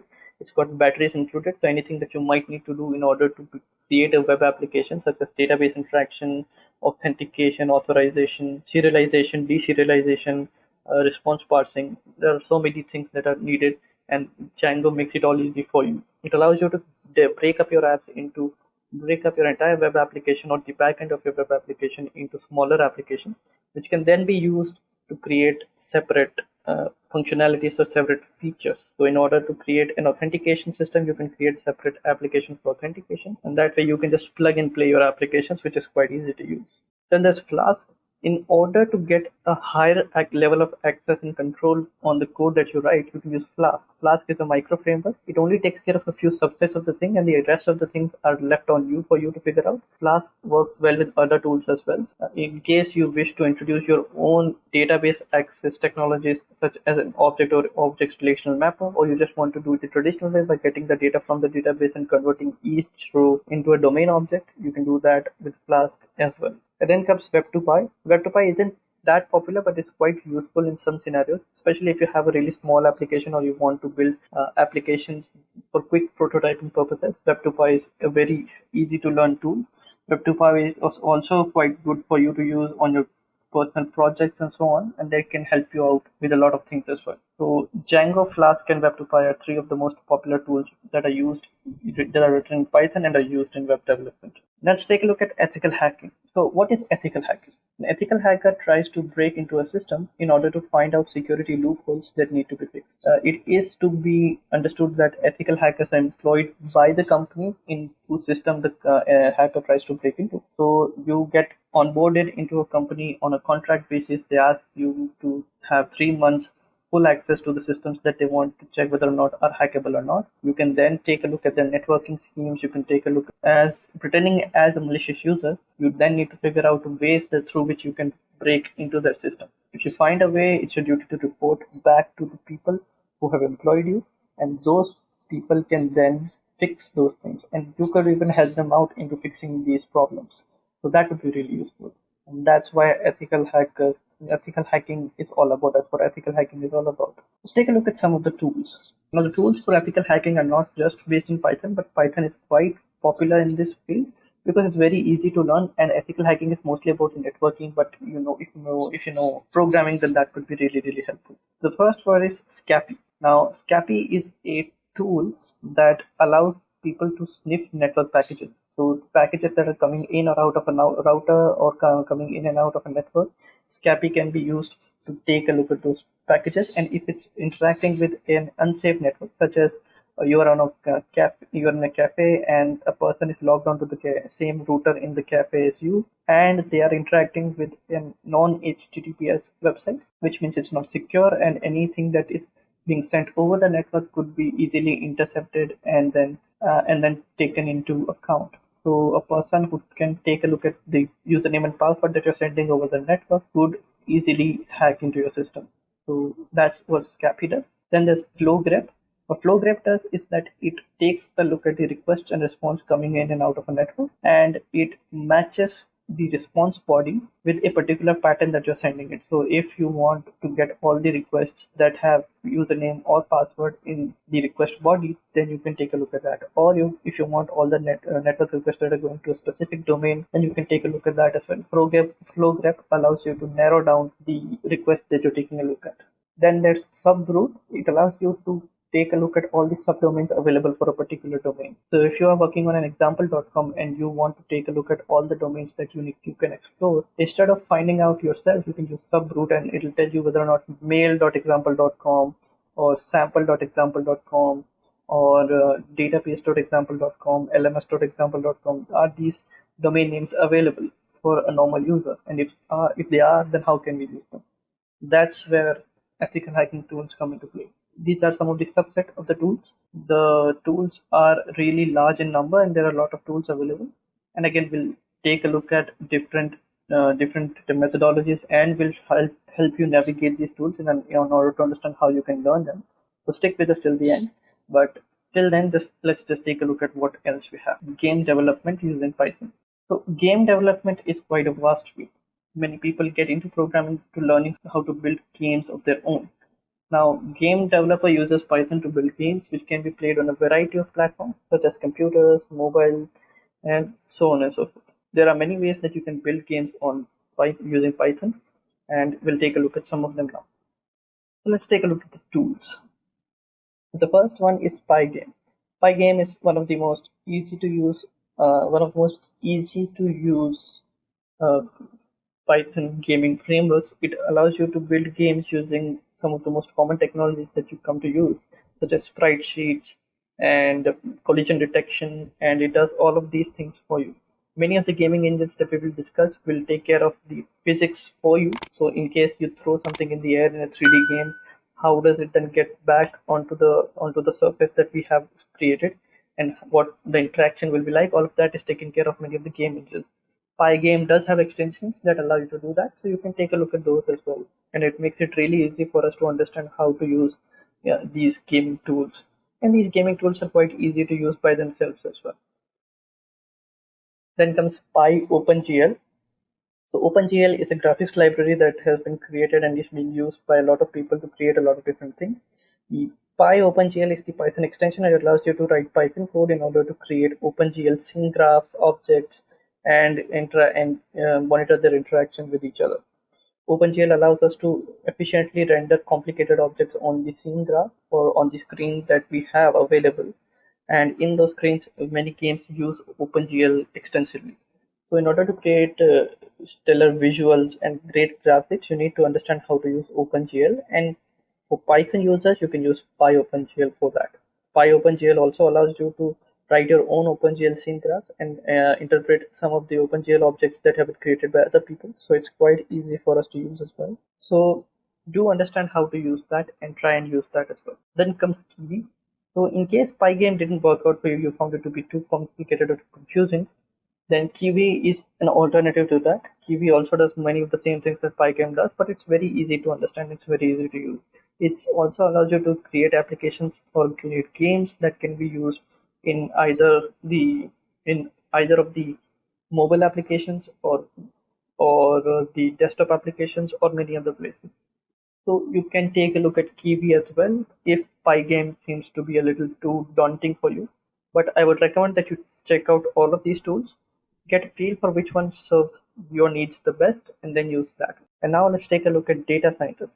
So a data scientist takes a lot of data and gets useful insights out of the data, or what they do is they take the data and train a model which can make predictions by learning from the data.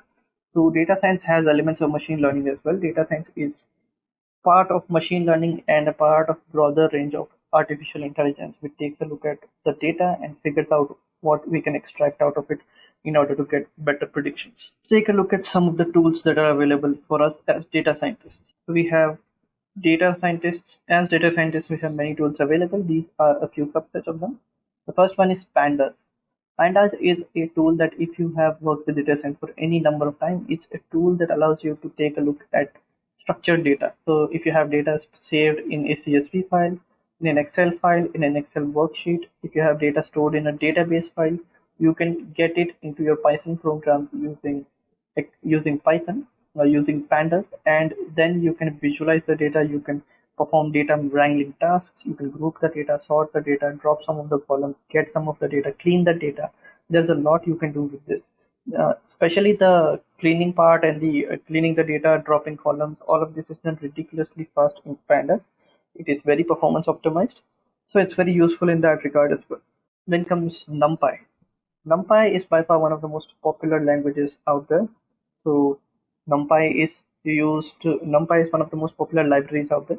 Numpy is used for numerical manipulation. So if you are someone who's getting into the crux of data science and you're trying to come up with algorithms and you're creating a lot of simple equations, but you want them to run as fast as possible, in Python using Numpy is quite a good thing. Because in Python, the normal data types that we use store a lot of unnecessary information that are not that useful for generic computation. Numpy strips them out and allows you to perform these computations quite easily. It has a lot of convenience functions as well that allows you to just lean over the initial complexities and then figure out how to apply these functions on the data that you have. It has it has functions to calculate the sine and cosine values and do matrix multiplications, transformations, Fourier transforms, so on and so forth.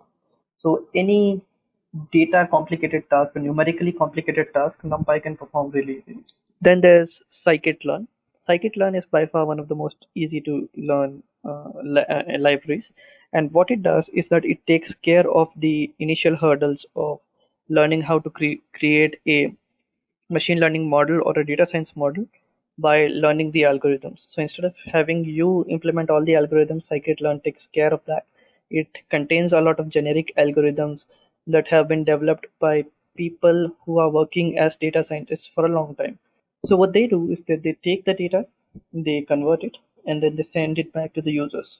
So in case you wish to become a data scientist and you want to take a look at scikit-learn, you can take a look at that as well.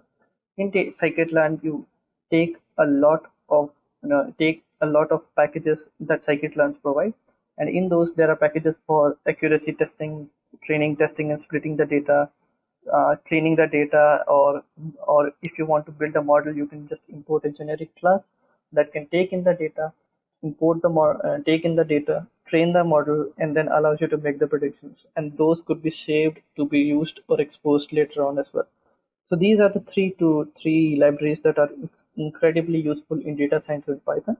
There are others available as well, but these are the ones that are the most useful ones. Just a quick info, guys. Test your knowledge of Python by answering this question. Which of the following is not a keyword in Python language? A. Val. B. Raise. C. Try. D. With. Comment your answer in the comment section below. Subscribe to Intellipaat to know the right answer.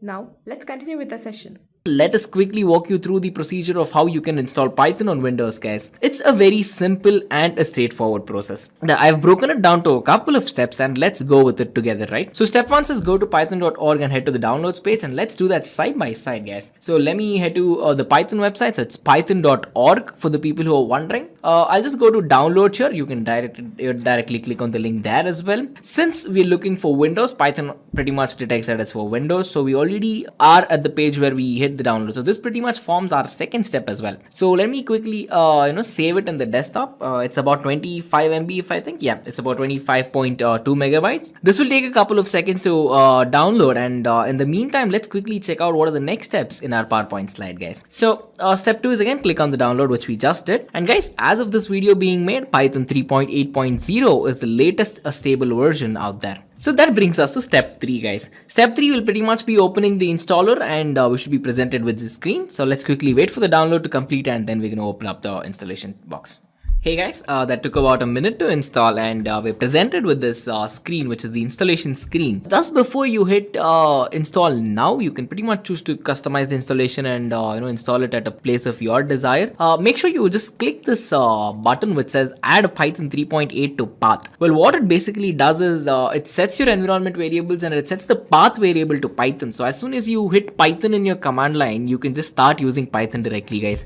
So that's what it does, and it would be recommended that you do this. Even if you would not do this, there would be no problem. There are other ways to launch Python and to use it. But if you are a beginner, if you just want to hit Python and then start out with coding, you can pretty much hit Python to path, guys. And you just hit install now, and this will ask me for my admin password because we have to install it as an administrator. So let me quickly type in my administrator password and we can work with it, guys. And I just entered my password. So pretty much it should take about I say around 2 or 3 minutes to get the entire setup process done. So in the meantime, let's check out what's step 4. Again, step 4 is check the last option to add it to the path and install, and step 5 is the important step, guys. So we need to verify that our installation has been successful. So for that to occur, we need to make sure our setup completes. So let's just wait a minute and then we can go ahead with the setup, guys. So guys, now the setup is successful. So let me quickly open up command prompt to verify that it has been installed correctly, guys. So if I go ahead and type in Python there, then pretty much Python console is ready for us. So let's type in a sample code, hello world. And as soon as I go ahead and run this, we have the output, guys. So pretty much, well, as of this moment, Python 3.8.0 is the official stable release of Python, and that's what we've been using, guys. So we can check out another code snippet as well, guys. So let me do a equal to 1, b equal to 2, c equal to 3, and so much more, right? So let us create a new variable d and then probably add a and b to it. So let me just quickly do this. We can print d. Well, d is 3. Let's multiply.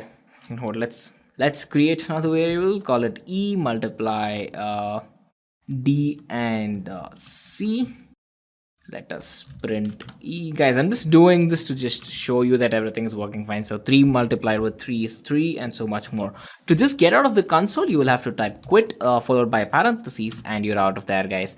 So this is as simple as installing Python on your Windows, guys. And we just verified it using a simple piece of code as well, guys. But Python has another thing called as idle, guys. So idle is this pretty much interactive Python console that you can go about using. And the shell is actually ready. So we can go about typing again, hello learners, and done. So the Python 3.8.0 works perfectly on the idle shell as well. So this is another way to just verify the installation, guys. So coming back to the presentation, step 7 is again an optional step, but you will get there very soon in case even if you're a beginner or an advanced learner, guys. So install the libraries that you pretty much want. There are many libraries that Python supports, and the most popular ones are TensorFlow, NumPy, SciPy, Scikit-learn, Pandas, Matplotlib, Keras, PyTorch, LightGBM, and so much more. Well, these are machine learning, deep learning oriented libraries that are present on your screen. But then the next step of installing Python is to pretty much install all of the packages and libraries that you want to go work with further on, guys. Now we have Python variables. So this is the first thing that we're going to learn about when it comes to Python. So what are variables? Let's take a look at them. A variable is simply a container. It contains some value in memory. A variable points to a memory location where the value that you want to store is stored. So in Python, the data types will be identified according to the data we provide. And I'll show you what that means in a moment. A variable should start with a letter or an underscore and cannot start with numbers. So there are two ways of assigning a variable. You can assign a single value and you can assign a multiple value. So before we begin, let me just show you what you can do and how you can execute some Python. Now, since I'm showing you some really common tasks, I'll be doing it in the shell. Now, shell is not the way to write code when you're writing code for large applications, but when you're trying out small things and you're trying to understand how these things work, what it will be the output of one command or the other command, shell is a great environment to work in. So I'll show you how I do it. So I go to the start button, I type Python, and it opens Python 3.7. So I open this and it's here. So now let me just show you what I mean. So the first bit of code that I would like you to write is you should, let me just make a change to this so that you can see it properly. So the font size, I'm going to increase it to 28 so that you could see it properly. And click OK. Hopefully it's visible. So what I'm going to do now is, now I can type any code that I want to write. So I will type print, print. Print is a function that will take in something that I want to print on the console. A function always gets called with these parentheses, opening and closing, and two quotes. Inside it, we're going to write hello world. Hopefully you're writing it with me, and once you're done with this, press enter, and as you can see, it got printed on the screen. Now, why did we have to put quotations here? Why did we have to put the parentheses there? We'll discuss all of that in a future video, but note that you've written your first line of Python code, and it was really easy. You only needed to write one line of code and it did something. So many languages require you to line like 15 or 16 lines of code for it to just print something on the console, but here we were able to do it with just one line. This is one of the major advantages of using Python. Now we come to data types. So as we have already discussed in Python variables, the data type will be identified according to the data that we provide. So what exactly is a data type? Well, data type is basically something that allows us to understand what kind of data are we storing in a variable. Let's say that I want to create a variable named name, and I want to store some name. Let's say the name is John. Now I want to check what data type it is. I press type name. So it's a class of type string. So it's a string. A string is nothing but just some characters strung along. So it could be a sentence, paragraph, basically any text that you need to store, you store it in a string. If you want to store it in one continuous long line of text, you do it using string. Now that is done, there are many other kinds of data types as well. Let's say that you want to store a whole number, a number which has no fractional point. You use integer for that. To give an example, let's say num is equals to 1. As you can see, 1 has no fractional part to it, it's a whole number. And I press enter, and if I look at the type of num, I get integer. So integers store numbers with no fractional part. On the other hand, if I want to store some fractional part, let's say 1.5, and I check the type of num now, it will be changed from integer to float. Float is something that stores fractional part. So if you wanted to store the value of pi, you would store it in the type float. Now you don't have to define what kind of type you will be using because Python takes care of it for you. This is what is known as duck typing. Duck typing basically means that Python takes a look at the class and performs the functions accordingly. So it will take a look at the value that you are pointing to, and it will take a look at it and understand that okay, it's a number which is floating point, so we can just use it. So we can just assign a float class to it. Now the main question is, why do we need to use different kinds of data types? Well, there are many reasons. The first and the most important reason would be that types are important for us to distinguish between different kinds of data. So we can, for instance, add two numbers. So 1 plus 1 will give us 2. If the computer does not know what kind of data it is and it tries to add it, it will have no idea how to perform it. So let's say that I gave it, instead of 1 plus 1, I gave it B plus C. So what do you think will happen in this scenario? If you want to take a guess, pause the video for a moment, think what's going to happen and then resume it. So what's going to happen is it's going to concatenate this string. As you can see, it just took B and added the next string to it. I could even make it a little bigger. B, let me just do it this way. BSDA and CSS. And as you can see that it added it to the it added those two strings together. Now if this was not string, and if I were to use a number, again, what do you think will happen? We get an error. So this is where we use it, because adding a string and a number, let's say that you were giving an exam and they say add a plus 15, that would make no sense, and the computer will have no idea how to process it. It won't have any understanding of whether it should add two numbers, whether it should convert it to string, whether it should do something else. So for computer to be able to comprehend the kind of data that you're giving it, data types are used. And there are many other reasons behind it as well. Another reason being determining the size of the variable. So if you have a string, the size of the string is determined by the number of characters it holds. if I have a string called A, B, C, D, it will have 4 bytes. It will be occupying 4 bytes. On the other hand, if I have a number, it will be occupying 2 bytes or 4 bytes depending on the kind of interpreter you have in the language and the environment you have. So this also allows for computer to understand how much memory to allocate for a specific variable. This is why we use variables like this. So hopefully it's clear to you. So let's move on. So now we'll take a look at how to assign values to a variable. I've already given you a little taste of how that happens, but let's take a look at this. So we can assign a single value or we could assign multiple values. So let's take a look at how that works. Let's say that I want to assign, as I've already showed you how I do that, but let's just do it again. Let's say that I want the age. I want to store someone's age. Let's say they are of age 25. I press enter. This is assigning a single value to a variable.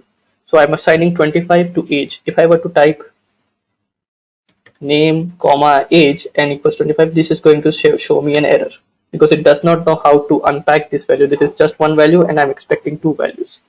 Now if I were to move ahead, instead of doing this, as we've already seen, the naming conventions are also there, so you can't name a variable with that begins with a number. So if I wanted to name something underscore name, that would work just fine. As you can see, this is fine. But if I were to start it with anything other than underscore, let's say $name, or even if I were to start it with an integer number, this is also going to cause an error. So anything other than a character, which is anything from A to Z, whether it's small or big, and anything that is not underscore is going to cause an error. So always make sure that you're assigning the variable names correctly. Another thing that you can do is naming a variable. The variable cannot start with a number, but it can end with a number. So if I were to say name 1, this will work just fine. And if I were to say name $, this is going to cause an error because dollar already holds a value in Python language. So it's a token, which we'll discuss in a later video. So make sure that you are naming it correctly. And always make sure that you're naming your variables in a way that helps you understand what exactly is it that you're trying to write. You can start it with 2 underscores as well. That will work as fine. No matter how many underscores you are passing it, it's going to work just fine. So these are the variables that we have declared so far. And we have assigned a single value to it. Now let's take a look at how to assign multiple values. So assigning multiple values is also quite simple. As you can see here, if you want to assign one value to a multiple variables, we can do what being done in the first line, which is A equals to B equals to C equals to 10. That means set all the variables on the left hand side, which is A, B and C to 10. On the other hand, if you want to do it, you could do it other ways as well. So we could assign multiple values using the comma operator. So I'll show you how that works in a moment. Let's just see how that works. If I were to go A equals B equals C equals 15, and if I were to print A, it's 15, B is 15, C is 15. Now if I were to change it, I want to assign 10, 15 and 20 to all of them. Instead of doing the equal sign, what I do is I use commas and I tell it, okay, A comma B comma C. Now I want 10 assigned to A, comma 15 assigned to B and 20 assigned to C. I press enter. A, B, C. So I have to make sure that I'm using the correct ordering. Order matters here. If I were to use A, B and C, if I were to use B, C and A, then B will be assigned 10, C will be assigned 15 and A will be assigned 20. So make sure that the order matches with the values that you're providing it. Now let's take a look at Python tokens. Alright, so now let's take a look at operators. So operators are just special symbols that are used to carry out arithmetic and logical operations. In Python, there are several kinds of operators. So we have all of them listed down here. So the first kind is arithmetic, then there's assignment operator, there's comparison operator, logical operator, bitwise operator, identity operators, and membership operators. And we'll take a look at them one by one. So let's move on and see what are arithmetic operators. Well, as the name suggests, we use arithmetic operators to perform arithmetic operations or mathematical operations. things like addition, subtraction, multiplication, division, modulus, and exponentiation. So addition basically adds two numbers. So we can add 6 plus 5, in which plus is the operator and 6 and 5 are the operands. Similarly, we can subtract, we can multiply two numbers, we can divide two numbers. Modulus operators is used to give us the remainder. So if I were to go 7 modulo 2, it will give me 1, because when we divide 7 by 2, we get a remainder of 1. And similarly, exponentiation is used to raise a number to a specific power. So for instance, if I were to type 7, then 2 times the multiplication symbol, which is the asterisk, and then I type 2, that means that we are multiplying 7 by itself 2 times. So that's what these operators are for. These are very easy to understand. These are just basic mathematical operators, and they are very commonly used in Python.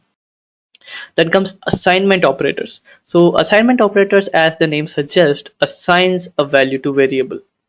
So let's say I have a variable x and I want to assign the value 10 to it. I want it to hold the value 10. So I could just type x is equals to 10, which is what is shown here. Now there are some extensions to the simple assignment operator, which is the equals operator. You can add a plus right in front of it, and what it will do is it will add more. It will add the number that is on the left hand side of the operator to the right hand side of the operator. To give you an example, as you can see, we have plus equals is the operator, and we type x equals to x plus 2. Let's suppose that before we execute this was already executed. The x is equals to 10 statement was executed, and x contained the value 10. After I run this code, what will happen is will take a look at the number that x holds, which is 10, and it will add 2 to it, so it will become 12. Now following the same logic, we have minus equals. So the minus equals operator is going to do the same thing, but instead of adding 2, it's going to remove the number that's on the right hand side. So x equals x minus 29 will subtract 29 from the already existing number in x and assign that new value to x. Similarly, there's multiply equals, there's divide equals, and there's or equals. So this is basically a binary operator or and bitwise operator, and we'll take a look at that in a moment. And then there's comparison operators. So comparison operators, as the name suggests, are used to compare two values. Let's say that I have two values that have been entered by the user, and I want to compare the values in them. So this is where this comes into play.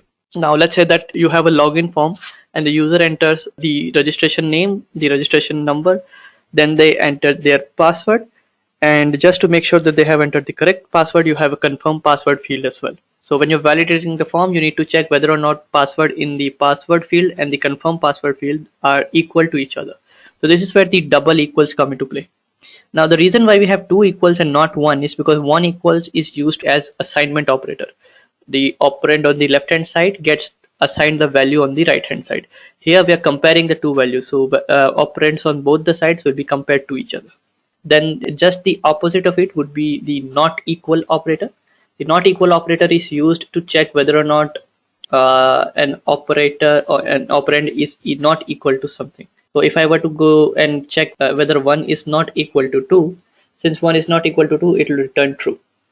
Similarly, we have less than, we have greater than, we have less than equal to, and we have greater than equal to. And their names are quite easy to understand as well. They check whether or not one value is less than the other value or not, or whether it's greater than or not. Then there's logical operators. So logical operators are used to combine conditional statements. So if I want to check whether or not some condition is true and the other condition is true as well, then I use AND. It will return true if both the statements are true. Similarly, there's an OR statement. OR statements are used to check whether or not something is true or not. Let me just show you by an example. So if I were to use Python, I'm going to show you some Python code here. So let's say x is equal to 15 and y is equal to 16. Now if I want to check whether x is equal to 15 and y is not equal to 16, so what I can do is I can just check s is equal to 15, it returns true. Y is not equal to 16 and it returns false. Now if I want to check if both of these conditions are true, so then I can just type and y is not equal to 16 and I press enter. and it returns false because one of those conditions is false. So that is the problem, because y is equal to 16. Now if I hit this, then it will return true. So I'm checking whether x is equal to 15 and y is equal to 16. If I were to change the value of x to, let's say, 14 and check this condition again, I'll return false. Now the OR operator is actually a little different. If I were to use, instead of AND, I use OR, what will happen is it will check whether x is equals to 15, which is clearly false here, and it will check y is equals to 16. If either one of those statements evaluate to true, it will return true. So since y is equal to 16, we are getting true. But if I were to check if y is not equal to 16, since both the statements are false, it will return false. So basically what we're taking a look at is, if we want to check whether all the statements are true, then we use the AND operator. If we want to check just one statement is true out of all the statements that we have provided, then we use the OR operator. And the NOT operator is used to simply revert the statement. So if I were to check 10 is not 10, 10 is not 10, it's going to return false because 10 is 10. But if I were to check 10 is not 11, then it returns true. So I'm just checking for the opposite operator, and that's going to work. Now let's move ahead. And then comes bitwise operator. So bitwise operators are a bit difficult to understand, so let me just explain using Notepad. So underneath the hood, inside any computer programming language, numbers are represented, or any value is represented using binary. So binary is basically just some combination of zeros and 1. So when you hear something like integer can hold 32 bits, basically what it means that it has 32 zeros, 32 positions that can be filled with either 0 or 1. And any value that we see on the screen is due to some combination of 0 and 1 in those 32 positions. To give you an example, let's say that I have a 4-bit number. 4-bit number means 4 binary digits, number formed by 4 binary digits. So I will have, this will be 0 since all the 4 numbers are 0. Now what we're doing is, I want to check, if in case you don't know anything about binary numbers, I can give you a really quick refresher here. Each position is represented by 1, 2, 4 and also so there. So 4, 8, 4, 2, 1. So what happens is, if each position, let's say, so these are the positions that we have. We have 4, 3, 2, 1. So if any of these numbers is turned to be 1, then that number is raised to the power of 2. Let me give an example. If, let's say, this was 1 and this was 1. If this was the binary number that we had, which was 0, 1, 0, 1. So the way we do this is, we take a look at it and we go 2 raised to the power of 4, and you multiply it by the binary digit that's there, which is 0. And we do the same thing for all of them. So if I was to do the same thing to all of them, let's just do this. Now we will go 2 raised to the power 3, and the number at the 3rd digit position is 1. Then 2 raised to the power of 2, and the number should be 0, and 2 raised to the power 1. 2 raised to the power 0, sorry. This would be that. This would be 0th position and 1st position. So all we have to do is just go 1, 3, 2, 1 and 0. That will work. So this should be 3. This should be 2. Should be 1. This should be 0. And we multiply it by 1. So as you can see, the number at the 0th digit is 1. So we multiply it here by 1. Then at the 1st position is 0, 2nd position it's 1, and the 3rd position is 0. So what ends up happening is, we end up creating the sequence in which we go 2 to the power of 3 is 8 multiplied by 0, plus 2 to the power of 2, which is 4 multiplied by 1 is 1. Then we go 2 to the power of 1, which is 2 multiplied by 0, and we go 2 to the power of 0, which is 1 multiplied by 1. and this ends up giving us 0 plus 4 plus 0 plus 1, and we get 5. So this might seem a bit complicated, but that's how the numbers are calculated underneath the hood. You can take a look at some binary refresher that will take you look at what it means. Now, because we only have 4 places to put zeros and 1, since we have 4 digits, we could go from a number that has all zeros to all 1 and everything in between. This could end up in numbers ranging from 0 to 16. So if we have 4 binary digits, then we can make numbers, we can represent numbers in binary format ranging from 0 to 16. Anything above that, we have run out of space, we can't do anything about that. 0 to 15. So that's how we will do it. And anything in between, any configuration like 1, 0, 0, 0 could also represent some number between 0 and 16. Now we come to bitwise operators. So at Intellipaat, the company we work for is basically a training and an e-learning company. So we go through hundreds of job descriptions. If it is Python, we go through job descriptions which require Python and gather all the skills which are expected by an employer so that you can easily land that job.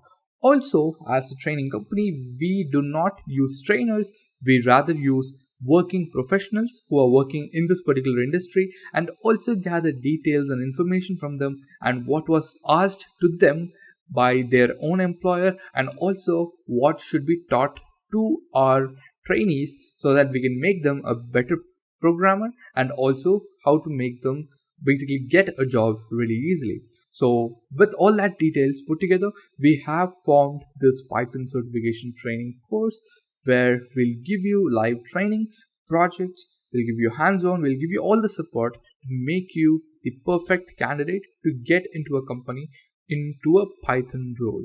So that's what we are doing here.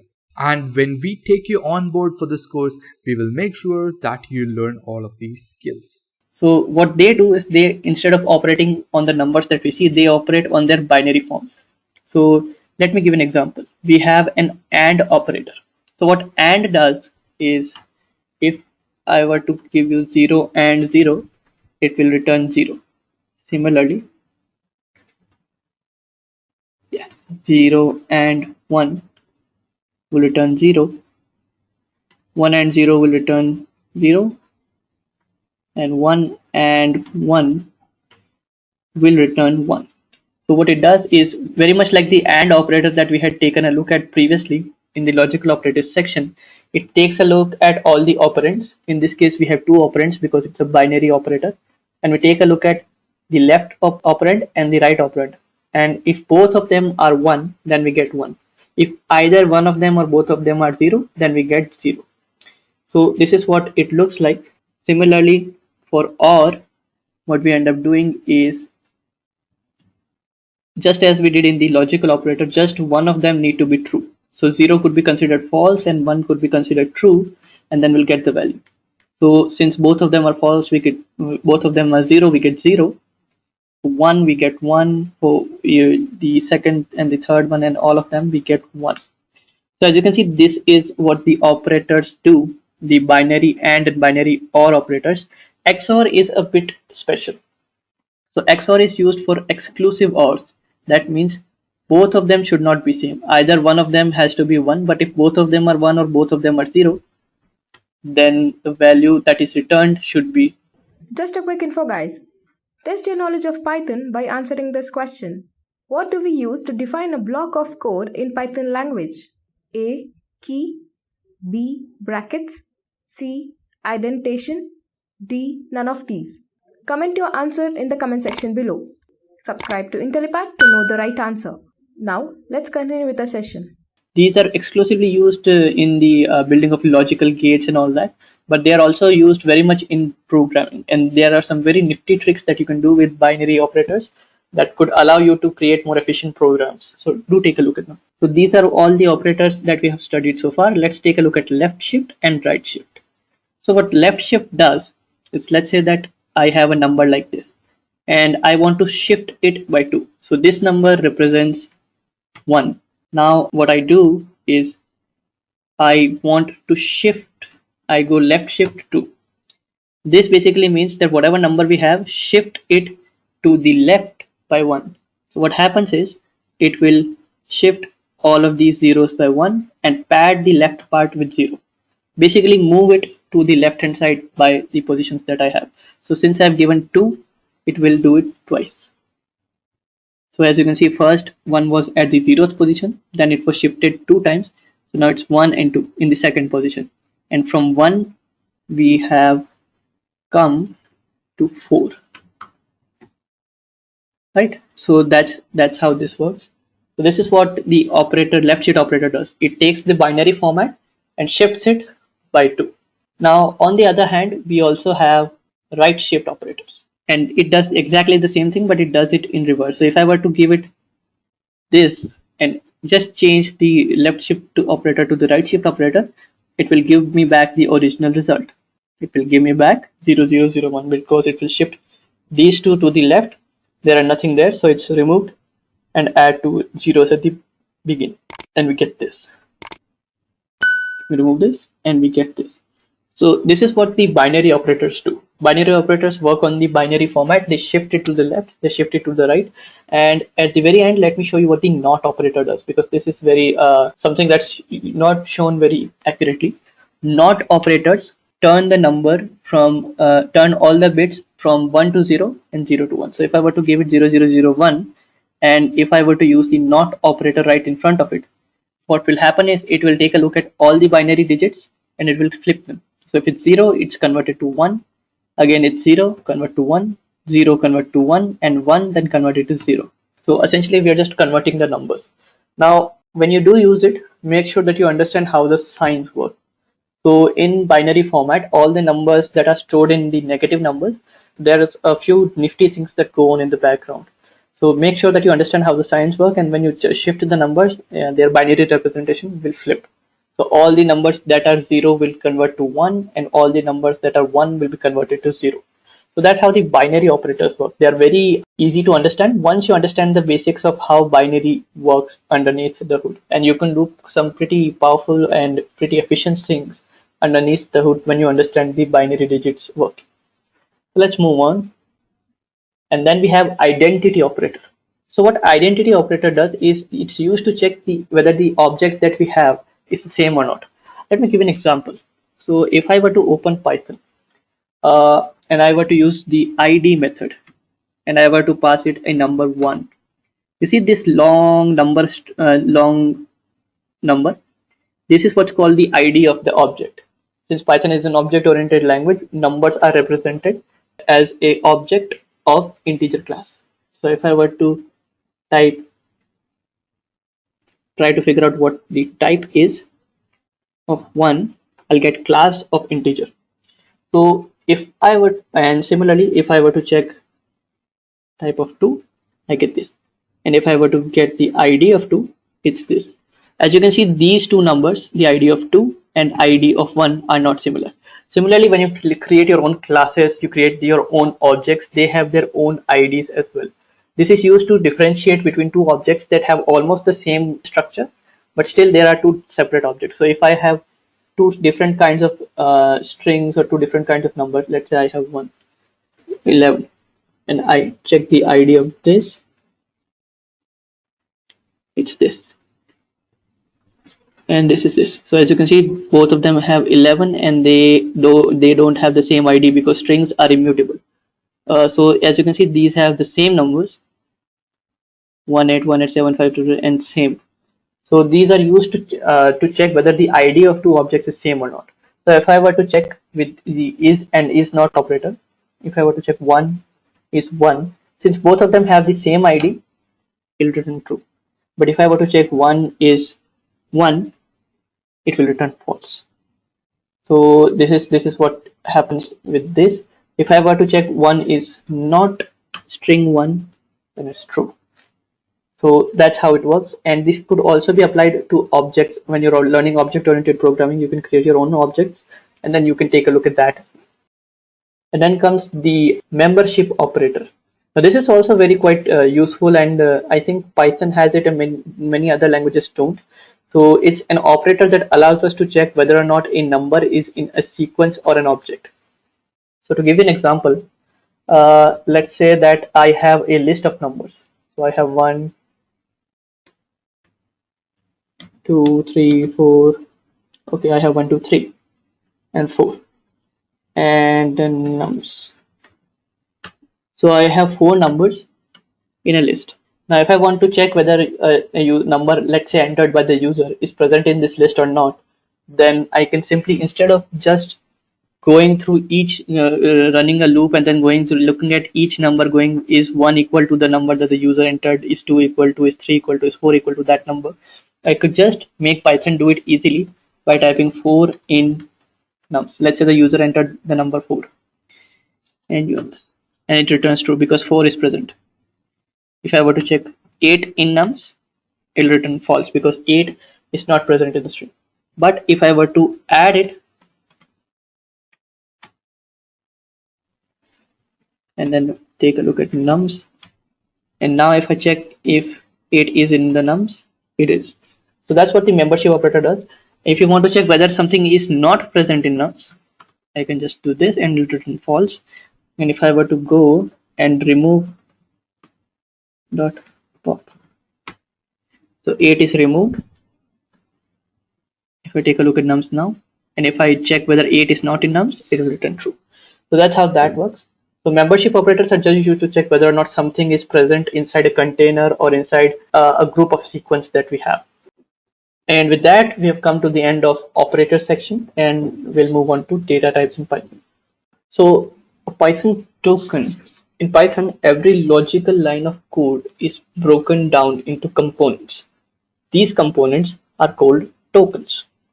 So there are many types of tokens. The normal types of tokens that we discussed are keywords, identifiers, literals, and operators. So everything that you write in Python is a token of one kind or the other. Let's take a look at them one by one. So keywords, what are keywords?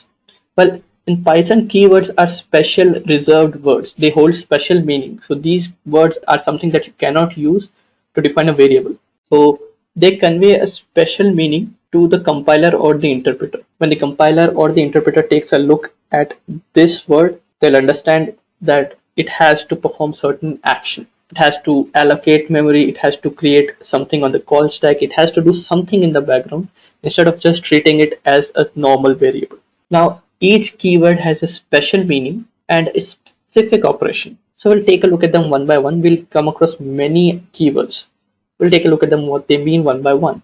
We should never use keyword as a variable, because that's going to cause a lot of problems when we run into later code, and we'll understand what that means in a moment as well. So these are some of the keywords that Python uses. So as, and, continue, break, except, del, len, from, import, pass, lambda. There are many others, and these all hold special meaning. And as you get deeper and deeper understanding of what Python has to offer and how you can use Python to create your own applications, you'll understand where these keywords are used. The main point that you should understand is you should never use them as a variable name. So again, let me show you an example. Let's say I open the Python console. Now, if I want to type ret is equals to 7, this works just fine. But if I were to type return return, that's a special keyword, and we'll take a look at what that means in a moment. But if I were to assign it to 7, I will get an invalid syntax error, mainly because return is already a keyword. If I were to type return 1, again that would work just fine. But if you try to use some keyword for this is going to cause a problem. Now that is done, let's take a look at something else. So these are the keywords, but there are other tokens as well called identifiers. So an identifier is mainly a name that is given to something in Python that we can give that allows us to identify it later on. So these could be names given to a variable, names given to a function, a class, or an object. In case you're not familiar with function or class or object, you are familiar with variables because this is what we just discussed. but functions, classes, objects, everything else will be discussed later on. So don't worry about if you don't understand it as of now. You'll get to understand it throughout the runtime of this presentation. So there are certain rules that we need to follow when we're naming an identifier. The first thing is no special character except underscore can be used as an identifier. So we can't use a special character to be an identifier, a variable name or anything. Similarly, keywords are not something that you can use in place of an identifier. So as we already saw, we can't use return, we can't use for. There are many other keywords that you cannot use as variable names, as something that you can use as an identifier.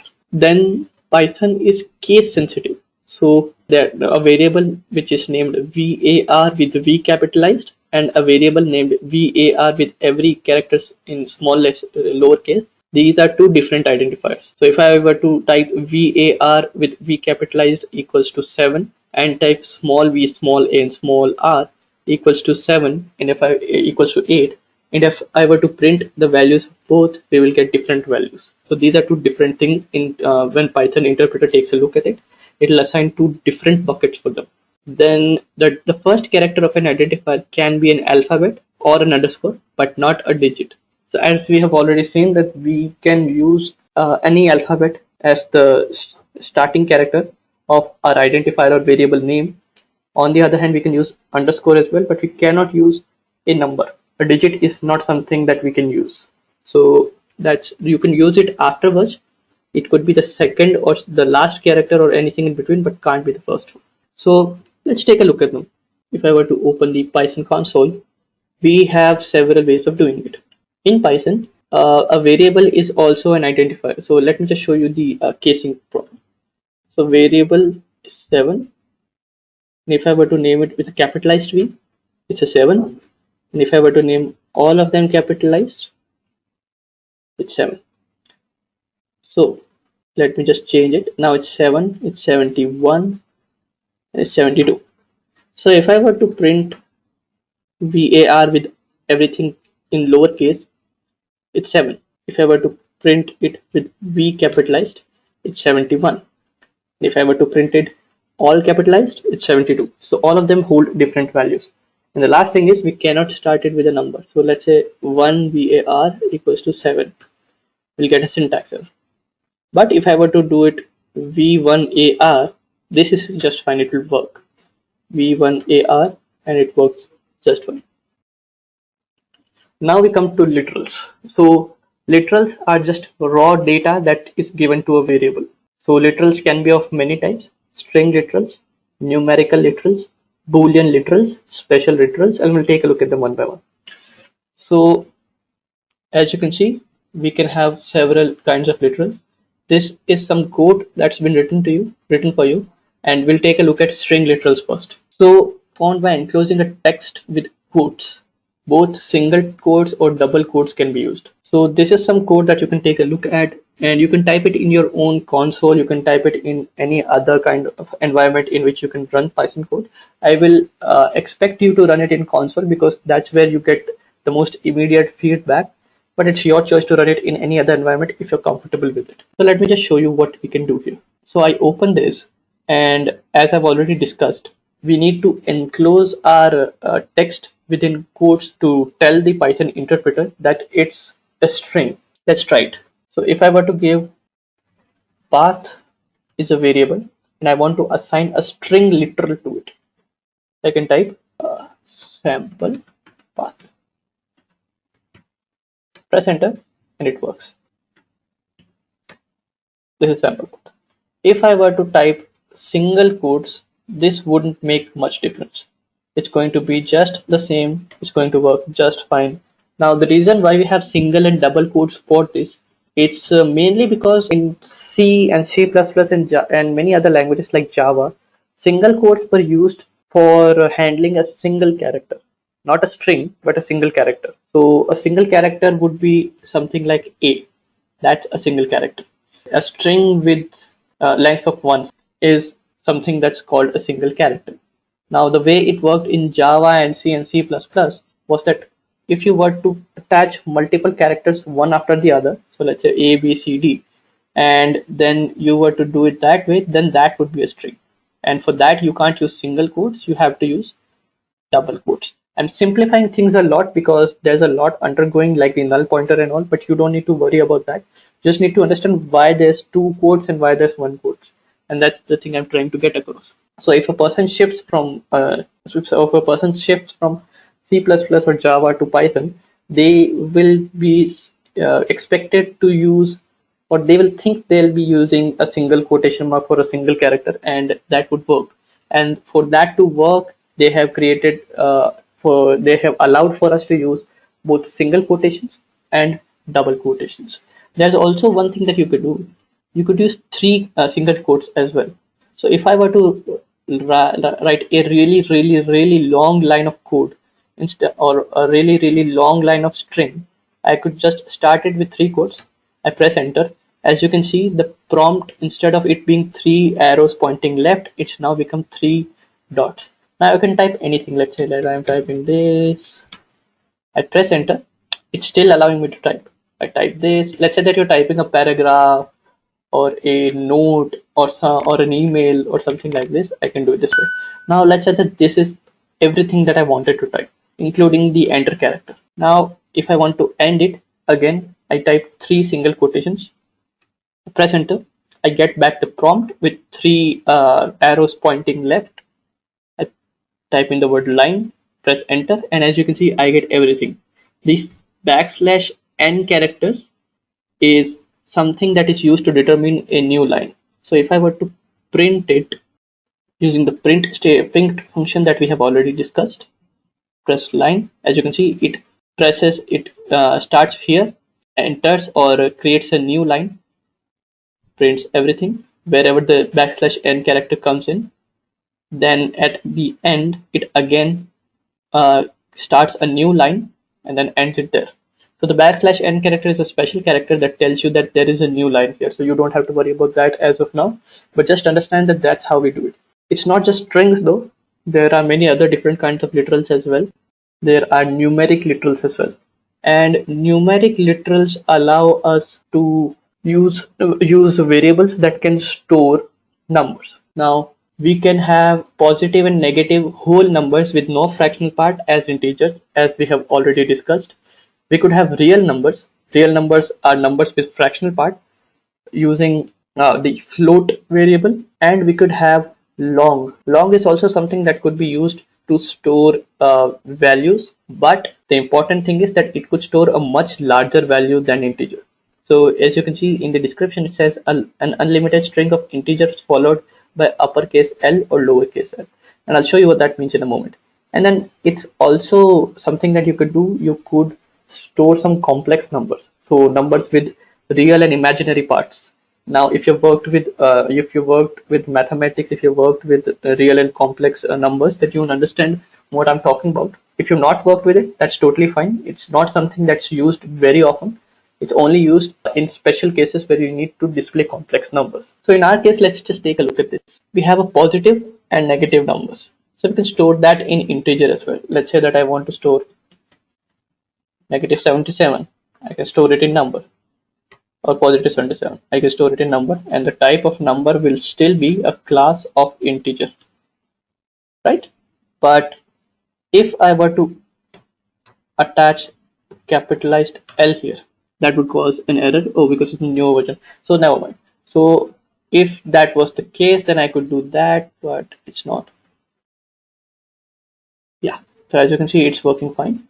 Now, if I were to do a lot of other things like floating point numbers 1.56, and if I were to get the type of it and press enter, this would give me a class of float. So float, as we have already discussed, is something that is used to store floating point numbers or fractional numbers or real numbers, however you want to call it. So that's how we store that number. Now there are many differences between how these are stored in underneath the hood. They are stored using binary format, and we don't need to get into that. But the thing that we need to understand is that when we're using binary format underneath the hood, Python takes a look at the data type and then decides how it wants to set the binary format of that number. So that's why we do it that way. Now there are many other ways you could do it, and you could use many other tricks as well to store other kinds of numbers, convert float to integer, divide two numbers and make it convert to float or anything else. That's also doable, but it's mostly that you're supposed to do it easily. That's there. Make sure that you're choosing the easiest option. Make sure you're choosing an option that works for you. In Python, the value of an integer is not restricted by the number of bits, so it can expand to the limit of available memory, and no special arrangement is required for storing large numbers. Now, that is mainly because in Python, you don't need to, as I've already told you, it's a high level language. It's not a low level language, so you don't have to worry about changing the types or the available bit size of a number when the number becomes large. Python will do it for you automatically. It will take a look at the number, it will take a look at whether or not it's exceeding the current memory bounds, and it will assign a larger memory bound for it so that you could add more numbers to it, unless and until it reaches to a point where it's overriding the available memory. That then there's no memory to store the number and it will cause an error. And no special arrangement is required for storing large numbers. Python again does it for you, so you can just follow on working on your application instead of working with the nitty-gritty details of how things work underneath the hood. This is why I told you that you don't need to worry about the binary arrangement underneath the hood. Python will do it for you. Then comes Boolean. So Booleans evaluate to true or false. True and false are basically a human construct. So let me just show you what that means. If I want to check something, let's say that there's a user and I'm building an application and I ask him to enter a password. He says the password is ABCD.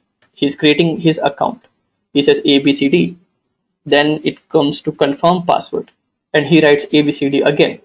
Now I want to check whether or not password and confirm password contain the same number. So I press password equals to confirm password.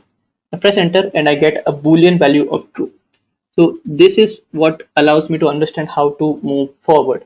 If it returns true, then I can basically move ahead and tell the user, okay, everything worked perfectly. I'm going to store it in the database and do whatever I want with it. On the other hand, if it had returned false, let's say the confirmed password was ABCD1, the user mistyped it, and now I check whether or not they are equal, I get false. So this is what Boolean values are. You can assign them yourself. So let's say BOL equals to true. Make sure that you understand that the first letter is capitalized. So smaller letter TRUE will not work since Python is case sensitive. So if I were to type BOL, that's true. And I can also assign false to it. Press enter and this works as well. So this is how that works. Now that Boolean is understood, let's move ahead and see what other things that we have for us. So we have special literals. These special literals are something that we can use for ourselves. So these special literals in Python are called none, which means that the variable is yet to be initialized. So if you're coming from other languages, there's a concept called null, N-U-L-L. So that's basically what Python uses, but instead of null, we use none. So let me give you an example. Again, let's say that the user is entering something, the confirm password, and the confirm password field has been left blank. So instead of writing something inside it, he chose to write nothing and they submitted. I will get a none value here. That means absence of a value, that the user has not provided a value. So that basically means that if I print confirm password now, I will get nothing because nothing is there. It contains no value. It's empty. Think of it as a box that contains nothing as of now, and when the user does enter something, that box will contain that value. So that's what none is used for. It's used to define absence of value, not an empty string, not any other kind of string, not zero, not anything else, but an absence of value. And the type of none is none type, in case you were wondering. And now we have operators. So let's take a look at some data types in Python. So data types in Python could be divided into two parts, immutable and mutable.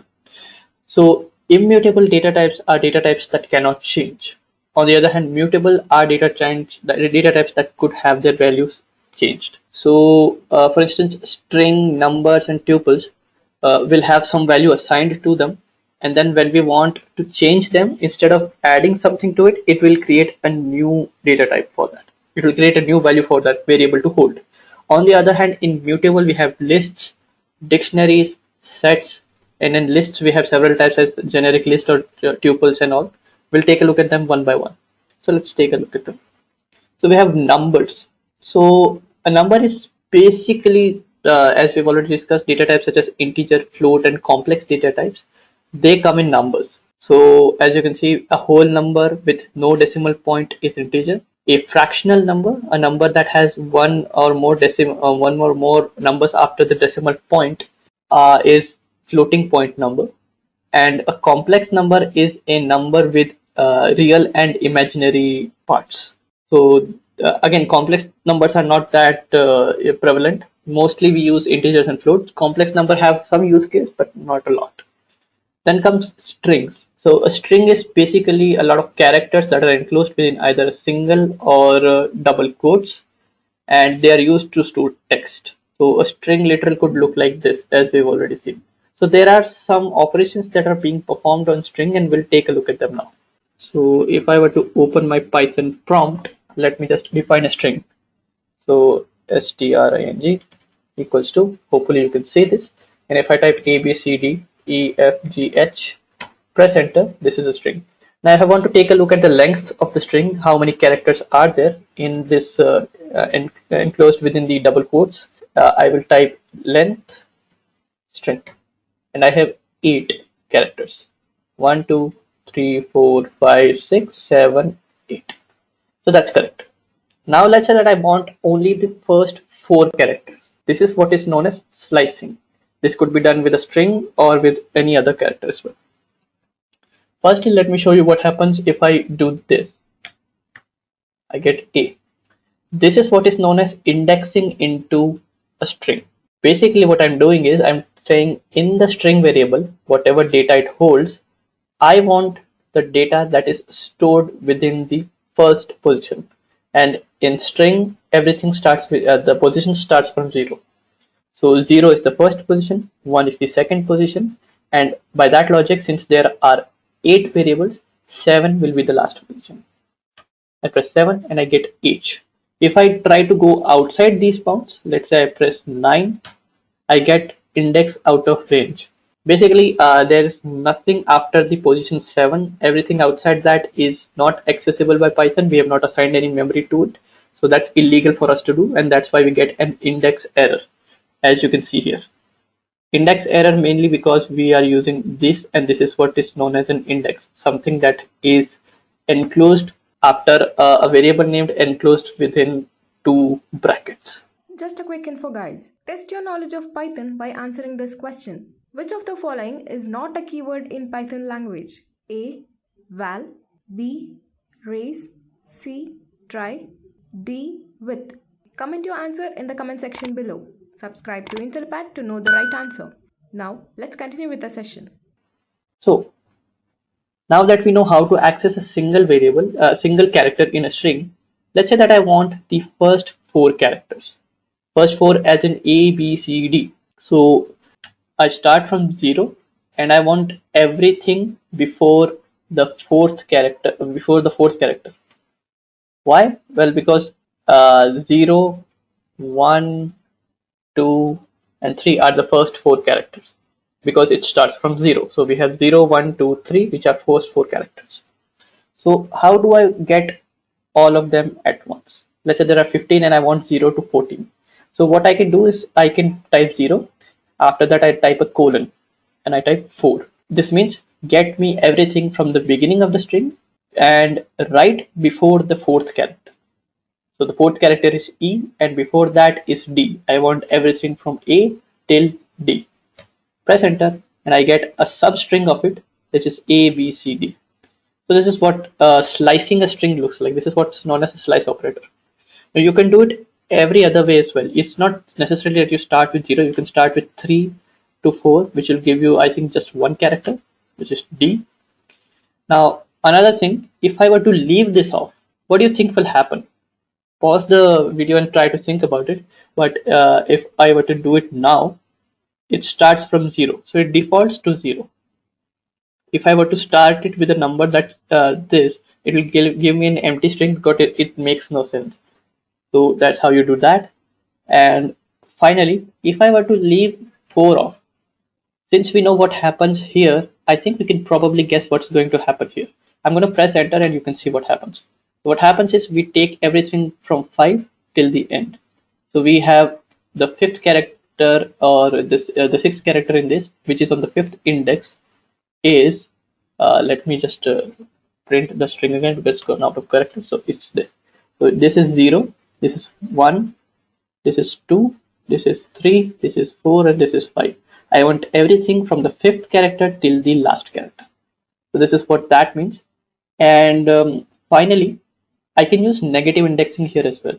So I want everything from the beginning till the removing the last one character.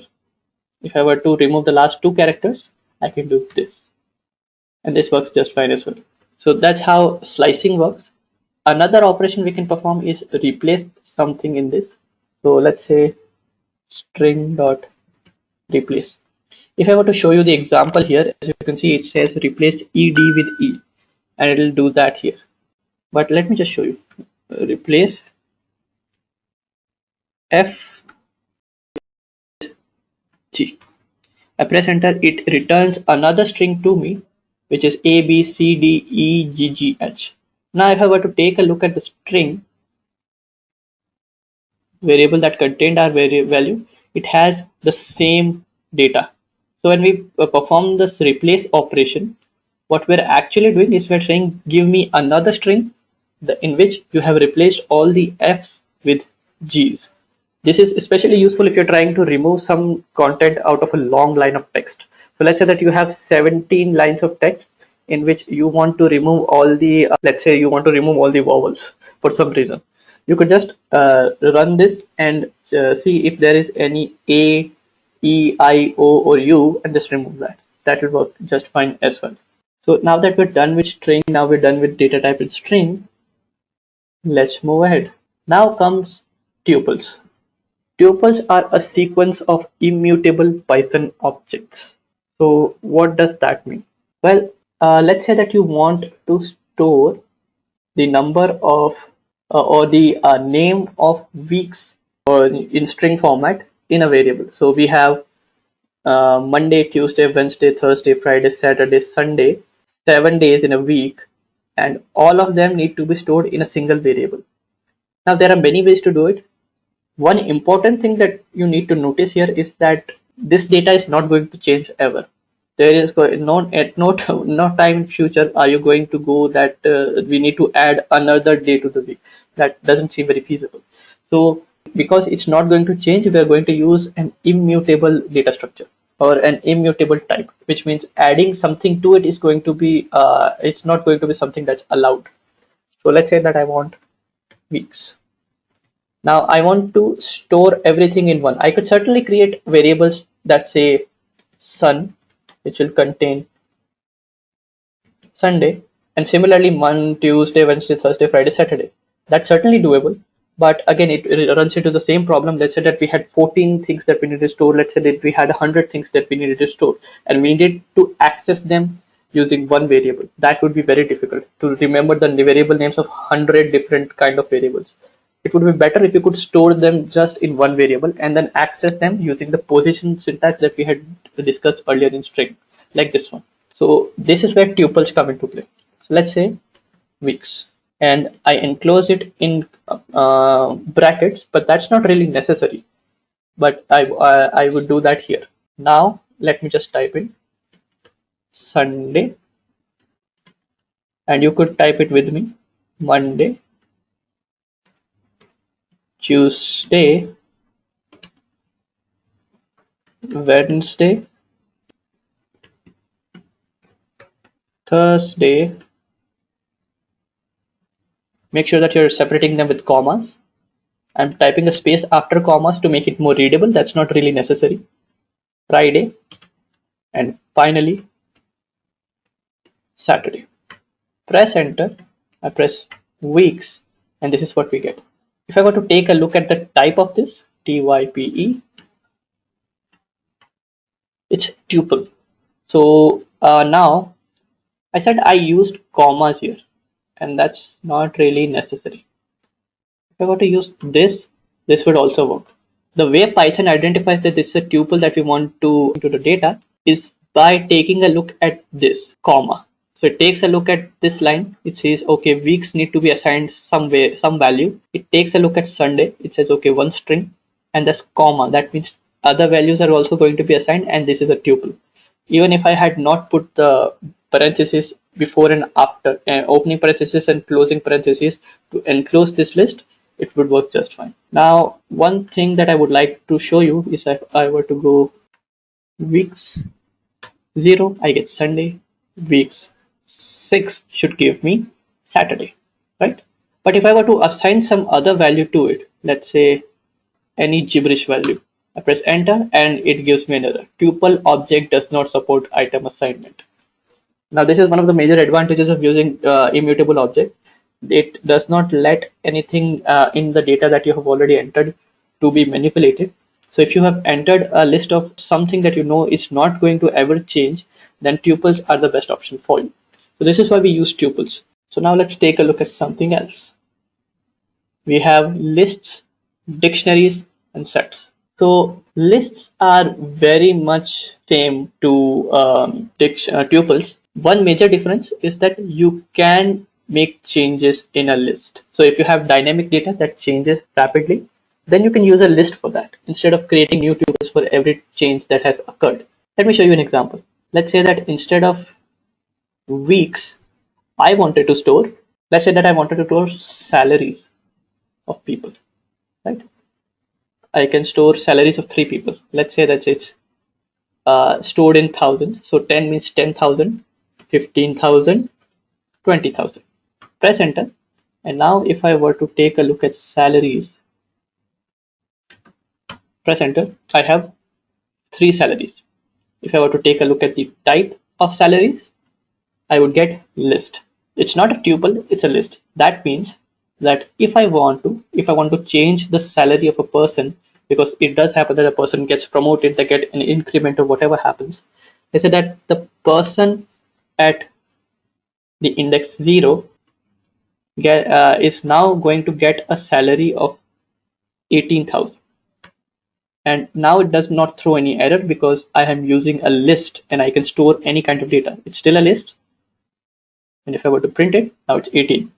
Another cool trick that I can show you is that instead of this doing it like this, let me just assign 10 to it. And let's say that the thing that I want to do is I want to, instead of assigning a new salary, I want to add 8,000 to the guy's to the person's current salary. Now there are many ways to do it. First way to do it would be salaries of 0 equals to salaries of 0 plus 10. So what happens here is I take a look at this. I want to assign the value at index 0 to be the current salary of the person and add 10 more to it. Let's add 8 more to it to add consistency. So as you can see, this is what it looks like. And now if I were to look at it, it works just like that. But as you can see, the typing this is quite long. It's a bit repetitive. So you get, if you've already taken a look at the operators slide that we have taken, that we have gone through, one operator there was plus 8. Now what will happen is it will add 8 to the already existing salary of the person at index 0, which is 18. So 18 plus 8 would give you 26, and that's what we've got. So you can do it this way. You can add, remove, you can add data to it as well. So I could go salaries dot append. Append will allow me to add a new salary to for a person. So let's say that it's 28. I press enter. Now instead of 3, it contains 4 salaries. Append is not something that you could do on a tuple. So that's how you do it. And another thing is that instead of storing all everything as an integer value, you can store data of any type. Let's say that I want to store 1 a and I want to store a floating point value as well. This is also doable. So I can type mixed equals to this. This is one of the advantages of using Python. Many languages don't allow for this kind of intermixing of data when just trying to store it in an array or in a list. So you can take a look at that. Now if I were to type mixed, I get this. I can store any other kind of data. I can even store another list inside a list. So if I wanted to store another list, 155, comma b, I'm just adding some gibberish value just to show you. This is doable. I can add another tuple to it. This time I need to put this parenthesis. So to describe, I'm adding a tuple 88, 77, and it's done. Now if I take a look at mixed, I have this. If I want to take a look at mixed of 4, right? It's tuple, and I can take a look at the type of the tuple. So to see if it's a tuple or not, and it's a tuple. And if I were to take a look at the type of something at index 3, it would be a list. So you can nest any kind of thing, but just don't go too crazy with it. That could cause a problem. You will not be able to comprehend the data that you have if you go extremely benign on it. Then we have dictionaries. In other languages, they are called hash maps or hash tables. So a major advantage of using a dictionary over a list is, firstly, it allows you to create a key value pair. So again, let me just show you.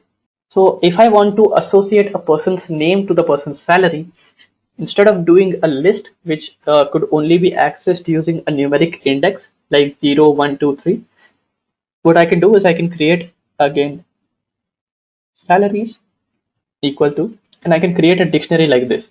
Add two curly braces. Inside it, add the key, which would be the person's name. Let's say John, and end the quotation. And now the person whose name is John gets 15,000. Let's say that there's another woman who's named Jane. She gets 14,000. Let's say that there's another woman named, another man that's named Johnny, and he gets 5,000. Press enter, and now if I were to print salaries, it will display the key value pairs. If I were to take a look at the type, it will give me a class of dictionary. So that's all good, but one thing that it allows me to do now is I can access it using the person's name. So let's say that I have salaries. I want to get the salary of Jane. Press enter, I get 14. That means Jane earns 14,000. Let's say that instead of Jane, I want John. As you can see, John gets 15,000. And if I were to use a name that doesn't exist, I'm going to get an error. This is called a key error. This key does not exist. Now, a way to come across this or come over this is, instead of indexing directly, you can use get. So I want salary of John, but if it's not available, give me 15. So I'm getting 15 because that's the salary of John. And if, let's say that I were to use some other key that is non-existent, the person named John ASD is not available in our dictionary. So if I press enter, I'll get 18, which is the default value. I could set it to anything. I could even set it to 0. So now if I try to access a person whose name is not available in our dictionary, I'm going to get 0. So that's one of the major advantages. Another is really fast. So even if you have like 10,000 records, the way hash table works or the dictionaries work underneath the hood is, instead of it going through all the 10,000 names and finding the name that you want it to find, it does some clever tricks and makes it really, really fast. This is why if you are doing something that requires really fast access to some data, and you can give some unique key for that data to be accessed, then definitely use dictionaries instead of using lists, because in lists you could in lists do something like this. Store a list of list in which the first thing is the person's name, second thing is the person's salary. I could do it here as well. The first thing is the person's name, Jane, and the salary of Jane is, let's say, 80. Okay. Now, if I wanted to, I could define a function that could find this or do a lot of things. But the important thing to understand is if it was, let's say, 10,000 records, and I wanted to find a person's name let's say that a person's name was not John or Jane. I wanted to find a person whose name is at the end of the list. Let's say I don't know where the name is. Let's say that the person's name is Andy. So we go through the entire list searching for the first element and checking if that first element is Andy. And if it is Andy, then we print the salary. If not, then we print 0. Now, for that, we have to take a look at all the 10,000 elements. In dictionary, what we do is we can just give the name, and dictionaries will do some clever tricks behind the scene that you don't need to worry about, and it will instantly find it for you. So always use a dictionary when you have large sets of data and you want to constantly find things in it. If you want to just store some data and you know you can access it using numerical indexes, and the data keeps changing, then use lists, because in tuples you can't change the data. So if I have some, let's say I have 0, and I want the person with the employee ID of 0 to have salary or something, then I could press 0. Here it's not going to work because I've reassigned it to a dictionary, so I'm getting a key error. But you can understand my point. On the other hand, let's say that I have a data set which does not change and I want to access it using numerical indexes. Then tuples come into play and you used to use tuples. And finally, we get to sets. So at Intellipaat, the company we work for is basically a training and an e-learning company. So we go through hundreds of job descriptions. If it is Python, we go through job descriptions which require Python and gather all the skills which are expected by an employer so that you can easily land that job. Also, as a training company, we do not use trainers, we rather use working professionals who are working in this particular industry and also gather details and information from them and what was asked to them by their own employer, and also what should be taught to our trainees so that we can make them a better programmer, and also how to make them basically get a job really easily. So with all that details put together, we have formed this Python certification training course where we'll give you live training projects, we'll give you hands-on, we'll give you all the support to make you the perfect candidate to get into a company, into a Python role. So that's what we are doing here. And when we take you on board for this course, we will make sure that you learn all of these skills. Sets are by far one of the most underused data sets, and you need to understand why we use sets. So sets are again unordered collection of immutable data which has no duplicate elements. So what does that mean? Let me show you. I can create a set. By the way I'm showing you how to create dictionaries and all, that's not really necessary. Let's say that I want to create my sample dictionary. I can just use the keyword dict function and it will work just fine. Now it's an empty dictionary and I can add data to it. Another thing, you can add data using dictionary and typing in the name and then assigning a value. This will work just fine. Now the thing you need to understand is similarly you could use instead of this you could use tuple. This will create a tuple, and L list will create a list. Now I want to create a set. So let's say that I name it S. Now I can do it this way, but I won't be able to add anything because this will be taken a look at as a dictionary. So the best way to do it is use the keyword set or the function set. And now if I take a look at S, it's a set. So what is a set? A set, if you have worked with mathematics and you have worked with Venn diagrams and everything like that, you are quite understandable of what set is already. A set is basically something that contains a lot of values, but it does not contain any duplicate values, and it allows you to check whether or not something it contains a value or not in constant time. So let me give an example. I think s dot add 1 would work.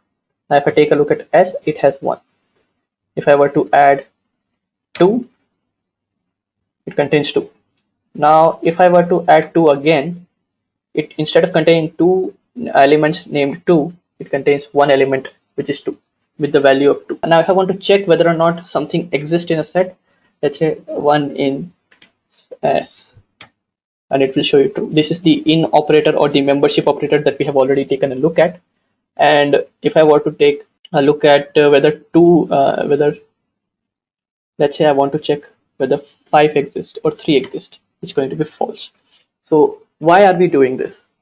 Well, one thing that you can take a look at here is that it, again, since we are using set, it is extremely fast for us to perform this operation.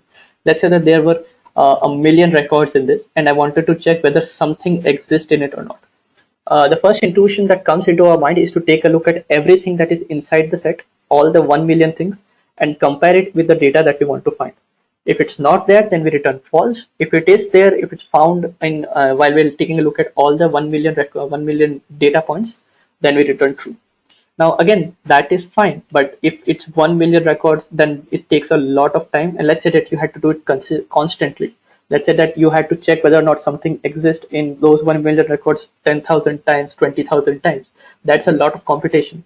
So again, sets do some really complicated mathematical things underneath the hood to basically just check whether or not something exists inside it in real time. That's why it doesn't contain any duplicate values in this as well.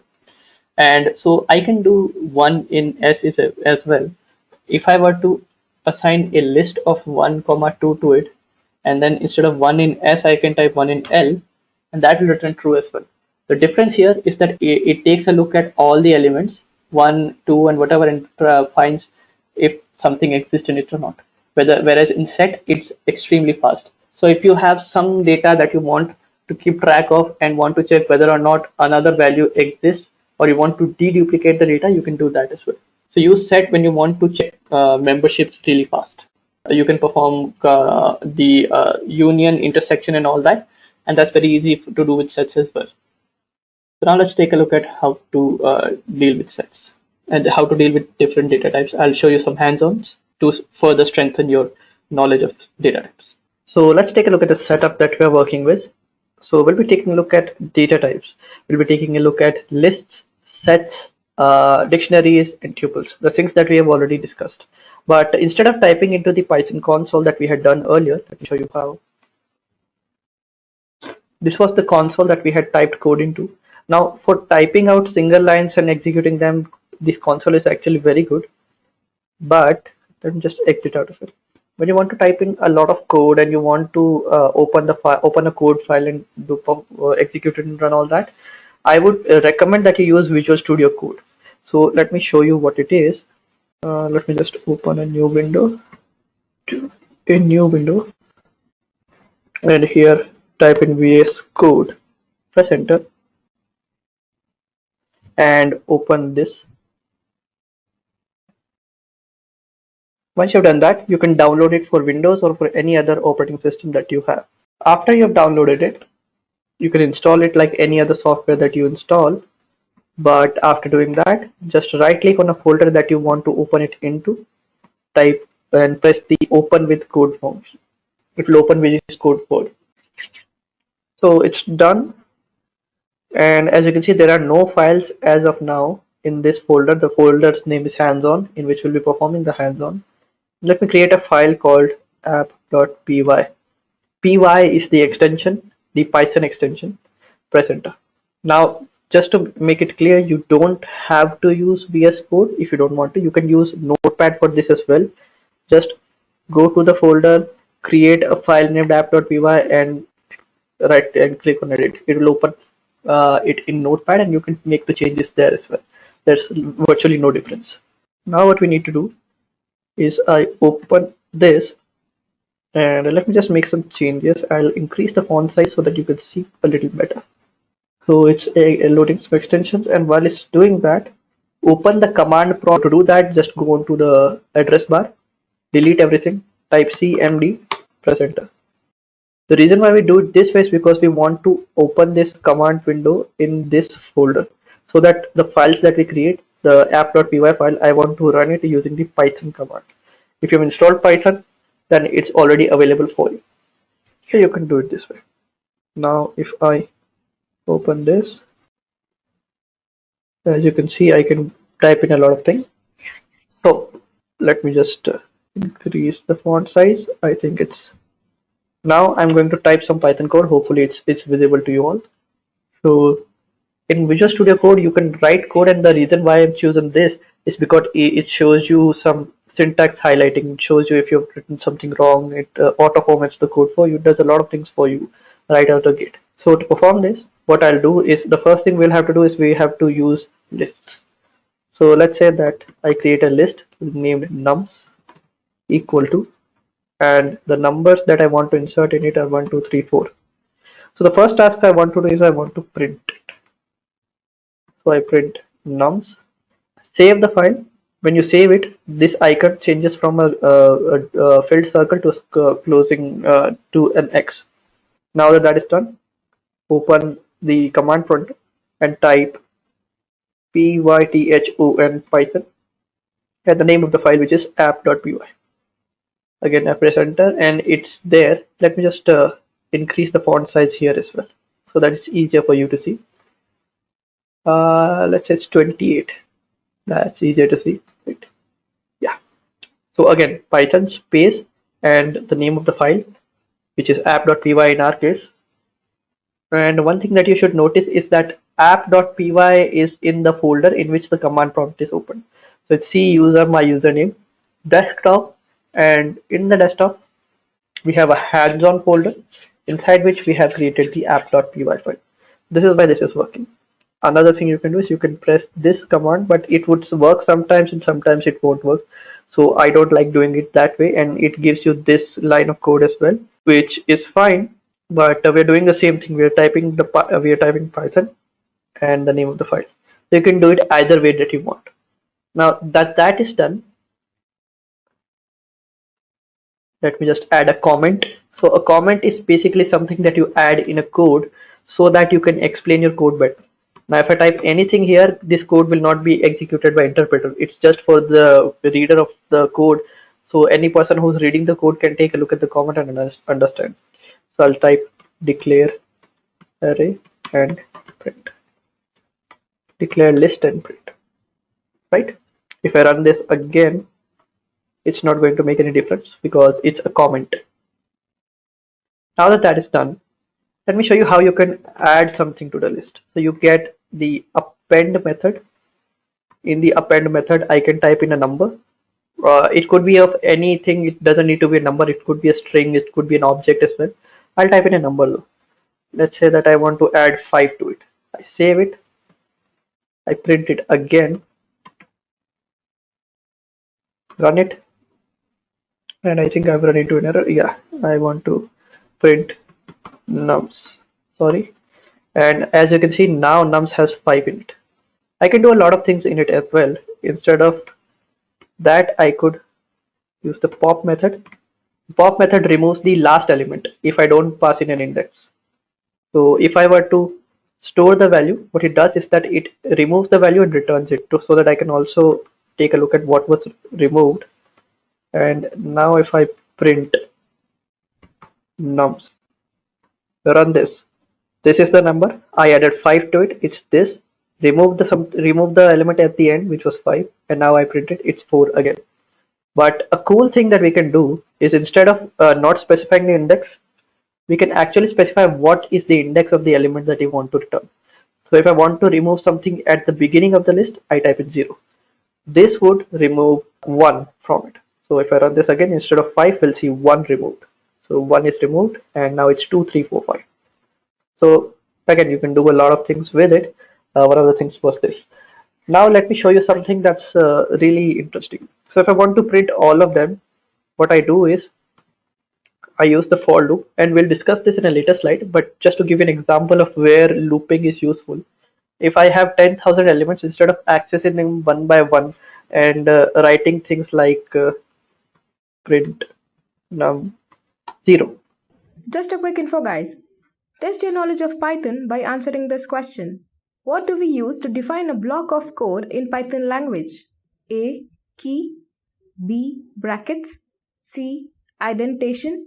D. None of these. Comment your answer in the comment section below. Subscribe to Intellipaat to know the right answer. Now, let's continue with the session. and then I keep going on, like print num1, num2, num3, so print all the 4 numbers. What I can do is I can just print a loop and tell it that I want to print everything inside the list. So everything in this list, I want to do something with it, and what I want to do will be indented here. Do you notice that I put a tab after this, or Visual Studio Code does it for me? This is what's called indentation. This is what tells Python what is the code that I want to execute in a particular block. So if I type print x, and if I do this, as you can see, it's printed 2, 3, 4, all of them in a new line for me. So this is what the loop looks like. Now, if I had not done it this way, if I had done it this way, then Python would have no idea whether or not I want to include this line in the loop, whether this should be executed in the loop or not. Or to give you another example, now I want to print done. Done will be printed at the end of the file. So if I run this, it's printing done after each execution. But if I unindent it, if I push it to the left side, I run it again, and now it's printing done afterwards. So Python looks at it, goes, okay, everything that's underneath this for loop that's indented 1 point to the right is going to be something that needs to be executed within this loop. And this is how Python reads your file and understands what is the code that I need to perform and how. So make sure that you understand indentation. Now that we have looped over this as well, let me show you something about tuples. So instead of 1, 2, 3, 4, 5, if I remove the parenthesis, what do you think will happen? Press enter. So it prints everything, but it immediately gives me an error that there's no way to add something to a tuple. If you remember, we have already discussed that tuples are not something that you can add something to, they're immutable. So that's why we do this. So instead of appending, I don't think we can remove things as well. I press enter, and pop is also not available. But you can print them, you can loop over them, just as we did earlier. As you can see, 1, 2, 3, 4, 1, 2, 3, 4 done. It's completely doable. Now let's move on to dictionaries. Let me type this DICTIONARO dictionary, or let's say I'll call it cell. I'll define a dictionary the way I did previously. Jane 15, John 20. I need to add it as a string. Now that that is done, if I print it, let me just remove this. It's this. I want to add something to the list or to the dictionary, I can just do it this way. I want to add Andy to the list, and he earns 25k. Now if I were to print this, let me just, yeah, now we're getting Andy here as well. As you can see, Jane, John, Andy. So this is working. If I want to delete something from the list, let's say that Andy, I don't want to print, I don't want Andy in this list anymore. I use the del keyword. Inside, I just type in sal of Andy. I run this again, and Andy is removed. So that is fine. That's how you remove an element from a list or a dictionary. Other operations we have already performed. One thing that we haven't performed is looping over this. So let me just show you.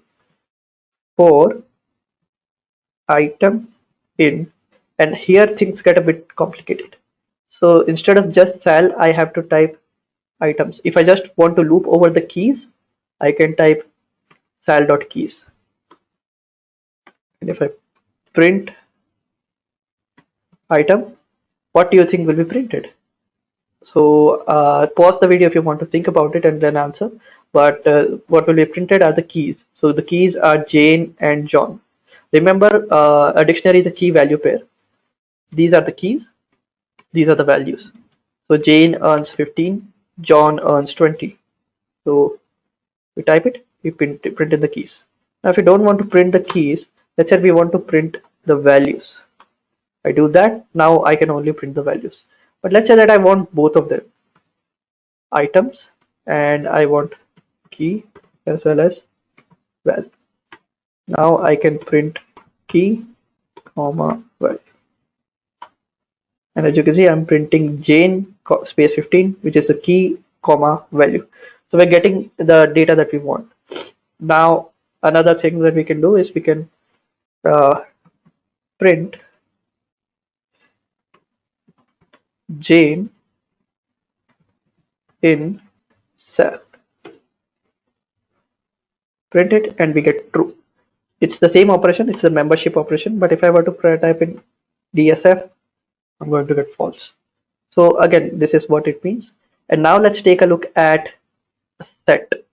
So let's say S, create a set. Another thing you can do is you can use this symbol, but instead of typing a key value pair, you just type in the keys. So if I print the type of S and I run this, it's a set now. So if I were to keep it empty, then it would become a dictionary, because this is what the default Python behavior is. So this is what it looks like. We have a set for us. Now if I want to add something to the set, I just use the add method. I want to add 1, and I want to add 2, I want to add 3. And now if I were to print S, it's 1, 2, 3. So this works fine. But if I were to loop over it for X in S, let me just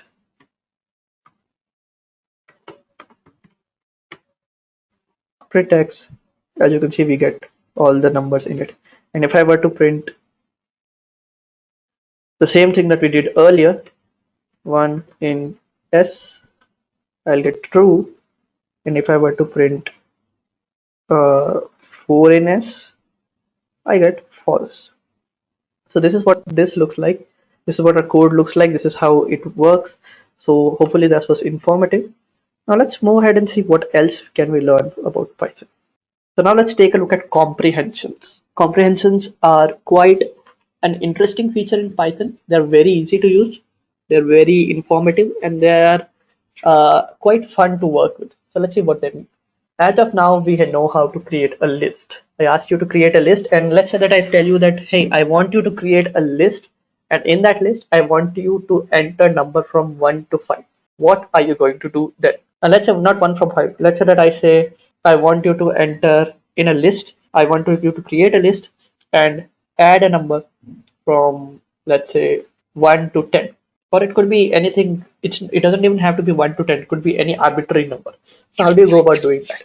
Well, we know we can do it using loops, and that's how many languages ask you to do it. So I'll create a list which is empty, and for let me show you how to loop to a certain extent. I want to loop for X in range, which is a function that allows us to loop over a particular range. I want to loop from 0 to 10. So it will loop from 0, 1, 2, 3, 4, 5, 6, 7, 8 till 9. Not 10, because the end is exclusive. So always remember that. And now if I do L dot append X, and finally we can print X, not XL. So if I were to clear the screen and type in this, as you can see, we get 0, 1, 2, 3, 4, 5, 6, 7, 8, 9. Now this is fine, but a major problem that you can see with this is the fact that we have to write a lot of code. Wouldn't it be nice if we could just compress this all into a single, compress all of this into a single line of code? Because we are just instructing the computer to add something to a list, right? So this is possible using comprehensions. I define an empty list. I tell it add X to the list. Now Python is waiting for me to define what X is. So I'll go for X in range 0 to 9, and that's it. Now this is something that many other languages don't provide you to do. Python is quite easy to use, so you can do that. Here we only get 0 to 8, mainly because it has to be 10, like we did earlier, and this works. Now this is just list comprehension, but I can perform many other kinds of comprehensions. So list is this. Let's say that I want to perform a tuple comprehension. So for this I have to use parentheses. And let's say that I want to perform a set comprehension and a dictionary comprehension. All the data types that we have discussed so far could be, all the containers that we have discussed so far for the data types could be used to perform comprehensions, as we are about to do now. Comprehensions are quite easy to understand once you get through the basics. So let's see. Let me just print all of them one by one. So we will print the tuples, then we will print the set, and then we will print the dictionary. So let me just show you. This is what tuple comprehension looks like. What will it be for set? Just changing it to parentheses will work. Now for dictionary, we need a key value pair. So let's say that we want to store key as the current number, which is the number from 0 to 9, and the value as the square of the number, which is number divided by itself. So this is what it looks like.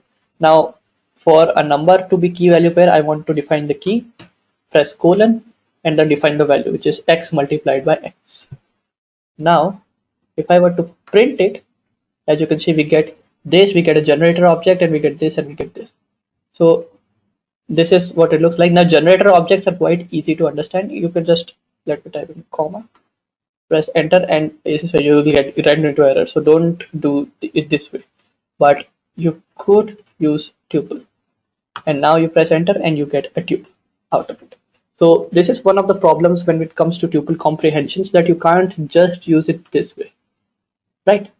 But this is what comprehensions look like. They're quite easy for you to create once you understand how to create them, and it's very easy for you to understand how to write code like this, and it just allows you to write succinct code, or code that's easy to understand. Now that that is done, let's see what else we have to do. So now let's take a look at conditional statements. So a conditional statement is basically a statement that allows you to change the flow of execution, or the path of execution, when a provided condition evaluates to either a boolean value of true or false. So suppose that we had some way of figuring out whether or not you're sick or you're healthy. So what happens is, let's say that you want to make a decision. First thing is, we ask you, are you sick? So let's say that you are sick, then we would advise you to go to the doctor. But let's say that you are not sick. That means the condition whether you are sick or not evaluates to false. And then you can go out and play football, do whatever you want. This is where conditional statements come into play. And we encounter conditional statements every day during our lifetime. We have encountered conditional statements. I think you probably encountered conditional statements today as well. Waking up, when you're waking up, you decide whether or not to sleep for an extra 5 minutes, whether or not you are late for a meeting, whether or not to take a cab or a taxi or walk to the place that you work, whether or not to eat at one place. These are the kind of situations that allow us to think of conditional statements in a more rational way. So this is what it looks like. We have many ways of doing this. One is the if-else statements. So the statement looks like this. We have the if keyword.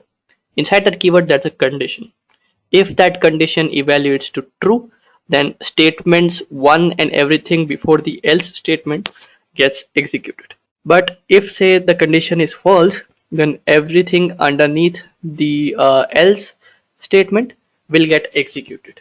We'll look into it in more details when we are performing the hands-on, but right now just understand, if the condition is true, then statements 1 is going to execute, and if condition is false, we'll execute the else statement, which is the statements 2. Now there are many ways you can construct an if statement depending on the logic that you're trying to build. You can construct a nested if else statement, you can construct if else and else if statements, you can construct a lot of different kinds of if else statements. So you're not limited to just use if and then else and then your conditional statement ends. You can use if this not true, then if this is true, then if this is true, then if this is true. Then you can take a look at a lot of conditions that way, or you can nest them one inside the other. That would work just fine as well. So now let's take a look at some conditional statements. Again, we have the same setup. We have an app.py file. Py is the extension for the Python executables or the Python scripts that we write. So to write it, let's first take a look at conditional statements. So there are a few keywords that we use in conditional statements. Keywords like if, else, and elif. which is short for else if. So let's take a look at this. So let me define a number named x and it's equal to 20. Now if I check if x is less than 20, then I will print x is less than 20.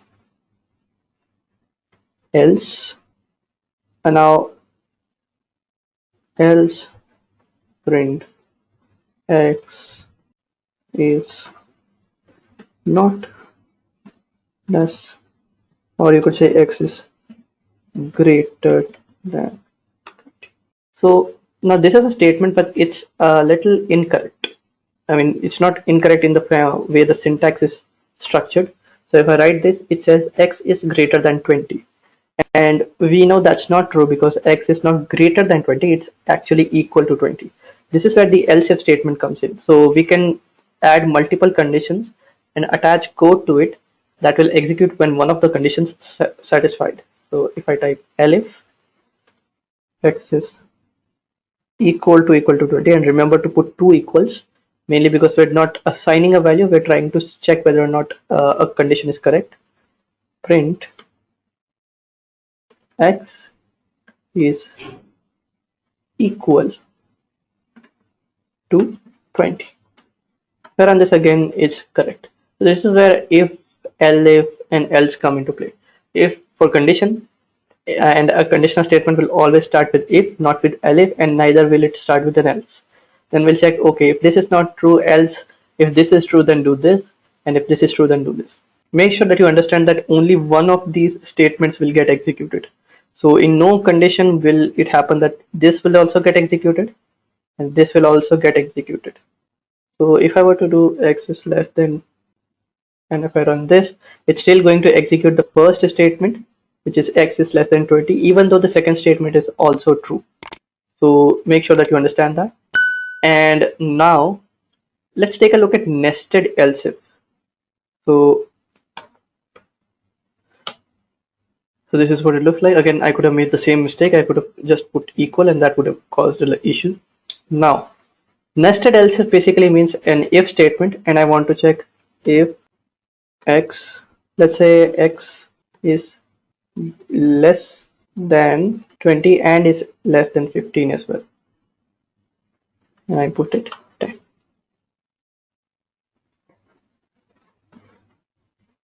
So I will print something out there as well. X is less than 15, and I can type in else. I can write some code. X is greater than 15, and finally else. X is greater than 20. So if I run this, x is less than 10, 20, and x is less than 15, which is true. Now if I were to give it a value something between 15 and 20, x is less than 20 but is greater than 15. So what's going on here? Let's take a look at the path of execution. We take a look at, we assign a value of 17 to x. We check this condition. We check if x is less than 20. It is less than 20. We go down. We print x is less than 20. We go down. We check x is if it's less than 15. It's also true. So we go down and we print this. We skip over these statements because one of the conditions has evaluated to true. We go down here, and since that condition has also evaluated to true, it's fine. But now if I type x is equal to 21, what do you think will happen? Just one statement gets printed because it comes here, sees if x is less than 20. Well, x is not less than 20, so it just skips over everything inside if and moves to else and prints that, and it's done. So this is where nested if statements and else if statements come into play. You can nest it really deeply, but your code becomes really difficult to read. If you can you can do it like this as well. If x is greater than 15 or something like this, and then again underneath that you can type another if, but it makes your code really difficult to read. So make sure that you understand the trade-offs when you're using if and else if statements. Now let's take a look at looping statements. So a loop is a process in which we have a list of statements that execute repeatedly until it satisfies a condition. So let's say that I want to print something 50 times. Instead of me having to write it one time and then copy and paste it 50 times, what I can do is I can instruct my Python program to repeat something or repeat printing something 50 times, and that way when the condition that is satisfied is that it has this statement been printed 50 times. If it has, then we print that. If not, if it hasn't been satisfied, then we keep on looping and keep performing the task that is inside the loop. And if we have satisfied the condition, then we exit out of the loop and move on to the next statements. So there are many kinds of looping constructs. The first thing is we have a for loop. So a for loop basically allows us to write code in which we can basically iterate over a lot of things. So this is what the flowchart looks like. We take a look at the variable and we check, is there a variable in the list, and if it does not have any variable that are remained to be performed the task on, then we perform the rest of the code. Else we perform the statements, we move on. We perform the statements, we move on, and we keep doing that over and over and over again. This is where the looping statement comes into play. So then we'll have an example of this when we're performing the hands-on. So don't worry if you don't understand it as of now. Then comes the while statement. So the while condition is something that is also used in loops, but the fundamental difference is while loop is used to loop over a bunch of statements in which what we're trying to see if a particular condition is true or not. Instead of looping over a particular list of things, we can just use a while loop and loop over some things until a specific condition is true. So here what we're doing is we're setting a variable a to 1, then we're checking whether a is less than 5. So 1 is less than 5, we print 1. We add 2 to a, so a is 1 and 1 plus 2 equals 3. So now a is equals to 3. Is 3 less than 5? No, it's not. So the condition evaluates to false and we print it. So we print 3, we add 2 to it, 3 plus 5, 3 plus 2 is equals to 5. So a is now containing the value 5. We check whether 5 is less than 5. That's obviously not true. A is equals to 5. So we end the loop, and since there are no other statements left to be executed, we exit the program. Now when we're looping, there are certain keywords that help us in the loop. These are break and continue. So what do they mean? Well, the break keyword allows us to end the loop prematurely. So let's say that I have a list of names. Let's say that I have a list of names from a list that contains alphabets from A to Z. What I want to do is I want to print everything in the list, but if if the character in the list is D, then I want to stop the loop. I want it to not continue any further. I want to just exit out of the loop. Anything after that is not going to be printed. So this is where the break statement comes in, and it's coupled with an if statement. And we'll take a look at this in an example when we're performing the hands-on. But now just understand that if you have a condition in which you want to exit a loop abruptly or prematurely before the loop has actually ended, then you can use the break statement. The continue statement, on the other hand, does something quite similar. So you can take a look at the break flowchart as well if you are unfamiliar with what it's doing. Basically, we check a condition and we check the break condition. If the break condition is true, then we break it and exit the loop. If the break condition is not true, then we continue with the loop as long as possible. Again, this is a bit esoteric, so I'll explain it in the hands-on when we're performing it with the code. Then comes what we'll try to do, which is looping and using continue. So continue does something similar to break, but instead of breaking the entire loop, what we do is we skip over that loop. So let's say that I'm again doing the same thing, a list containing all the alphabets from A to Z. I want to print it. They are ordered in any way that you like. What we're doing is we're taking a look at the alphabets and we're printing it on the screen. But if the alphabet is D, then we don't want to print it. We don't want to perform anything that's being done to other alphabets. So what we do is we take a look at it. We see, okay, if the current character is D, then we use the continue keyword and we skip over the rest of the statements that are used to execute the loop, and we just move over to the next character. So that's what continue does. And now we'll take a look at a hands-on in which we'll be performing tasks using all the keywords that we have discussed as of now. Let's take a look at some loops. So again, we are in our app.py file, and I'll write some code for you to run to understand loops. So we'll take a look at for loop and while loop. The first thing I'd like you to see is we're going to be printing a number from 1 to 10. So let me just show you. So this is a classic example of loop for x in range. Range is a pretty common function used in Python. If you've never used it, I would suggest getting comfortable with it. It basically means, I'll explain the code in a moment. So what we're doing here is we're instructing Python that, hey, I want to loop over something. Every time the loop iterates, I want the value to be stored in x. And what I want is the range to be going from 0 to 10 minus 1, which is 9. Always remember, range is exclusive of the end. So if I were to type 11, that will go from 0 to 10.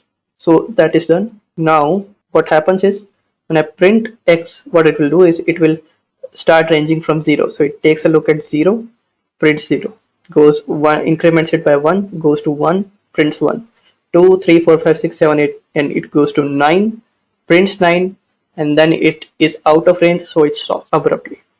So let's see. If I were to run this, as you can see, it's printing, but let me show you a trick. When you're printing something, type the end equals comma, right? So end space. So now if I print this, instead of each thing being printed on its own line, what's happening is it's going to print it with a comma and a space between the next element. As you can see, that's the reason why there's a comma and a space here as well. So that is done. And so this is how you loop over a range. But let's say I don't want to loop over a range. Let's say that I want to loop over a list of numbers. So again, nums equals 1, 2, 3, 4, 5, right? Or if you remember with comprehensions, x for x in range 0 to 10. Now we have all the numbers that we had earlier, and this is what it looks like. I run this again. Okay, for x in range, and now it's doing the same thing. So we have numbers here, and for each number we are looping over that. Now that that is done, one thing I can show you is after looping, we can take a look at some of the statements that we had learned earlier. So break and continue. So let's say that I only want to print till 4. Let's say that this is a shuffled list, and I want to break the loop and not print 4. So if x is equals to 4, then break, else will print x. So I do this 0, 1, 2, 3, it encounters 4, and since the condition is satisfied, executes the break statement, gets out of it, and the program is not ended yet. If I want to type something below it, I can type like this.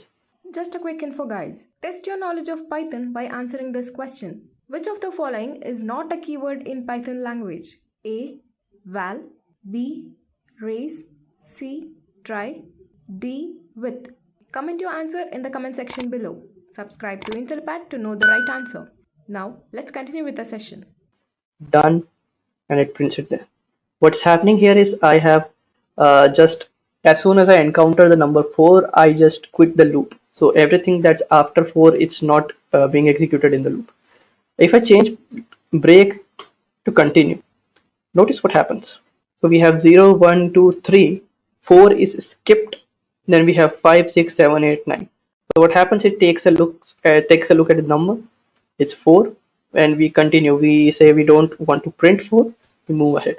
So this is something that can be helpful. Let's say that you're trying to print something out of a list, and you don't want to print the name of people whose salary is less than, let's say, 40k. So what you can do, if person, let's say that for each x 0 index is x dot salary is less than 40, then continue. So this would have the same effect as it did earlier. This is what it means. So this is where we move on to the while loop. So let me just define a number is equals to 10, and instead of 4 we'll use a while loop. While a is not equal to 0, print a and then a minus equals 1. So if I run this, it prints numbers from 10 to 1 in reverse order. So what do you think is happening here? So basically I have defined a variable named a, and I'm checking whether or not it's equal to 0. If it's not equal to 0, then perform this task. One thing that you need to make sure is if you're trying to check whether something is equal to something, and if it's not, then you need to manipulate it inside the loop. If I don't do this, then this will run forever. As you can see, it's going to keep printing on 10. I've interrupted it using Control C. I don't want it to run forever. So if I do this, then it understands how to do this. But it'll take a look at the number. It's 10, print 10, and in decrement 1, it becomes 9. 9 is not equal to 0, print 9.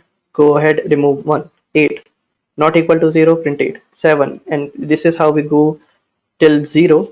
We print 1, then we in decrement 1, which becomes 0, and we take a look at this. So we go, okay, is 1 equal to, is 0 equals to 0? That is true. So this statement evaluates to false, which is not equal to 0. So what happening is we are printing the things until this statement becomes true, and when a becomes 0, this statement becomes false, and we move out. So as long as this evaluates to true, our loop is going to continue. While, or another way of reading is, while this is true, keep executing whatever we are executing. So that's a while loop. Now, why use while loop over for loop? There can be many scenarios where you want to use for loops. I like using for loops mainly when, as you can see, if I can travel back in time. Yeah.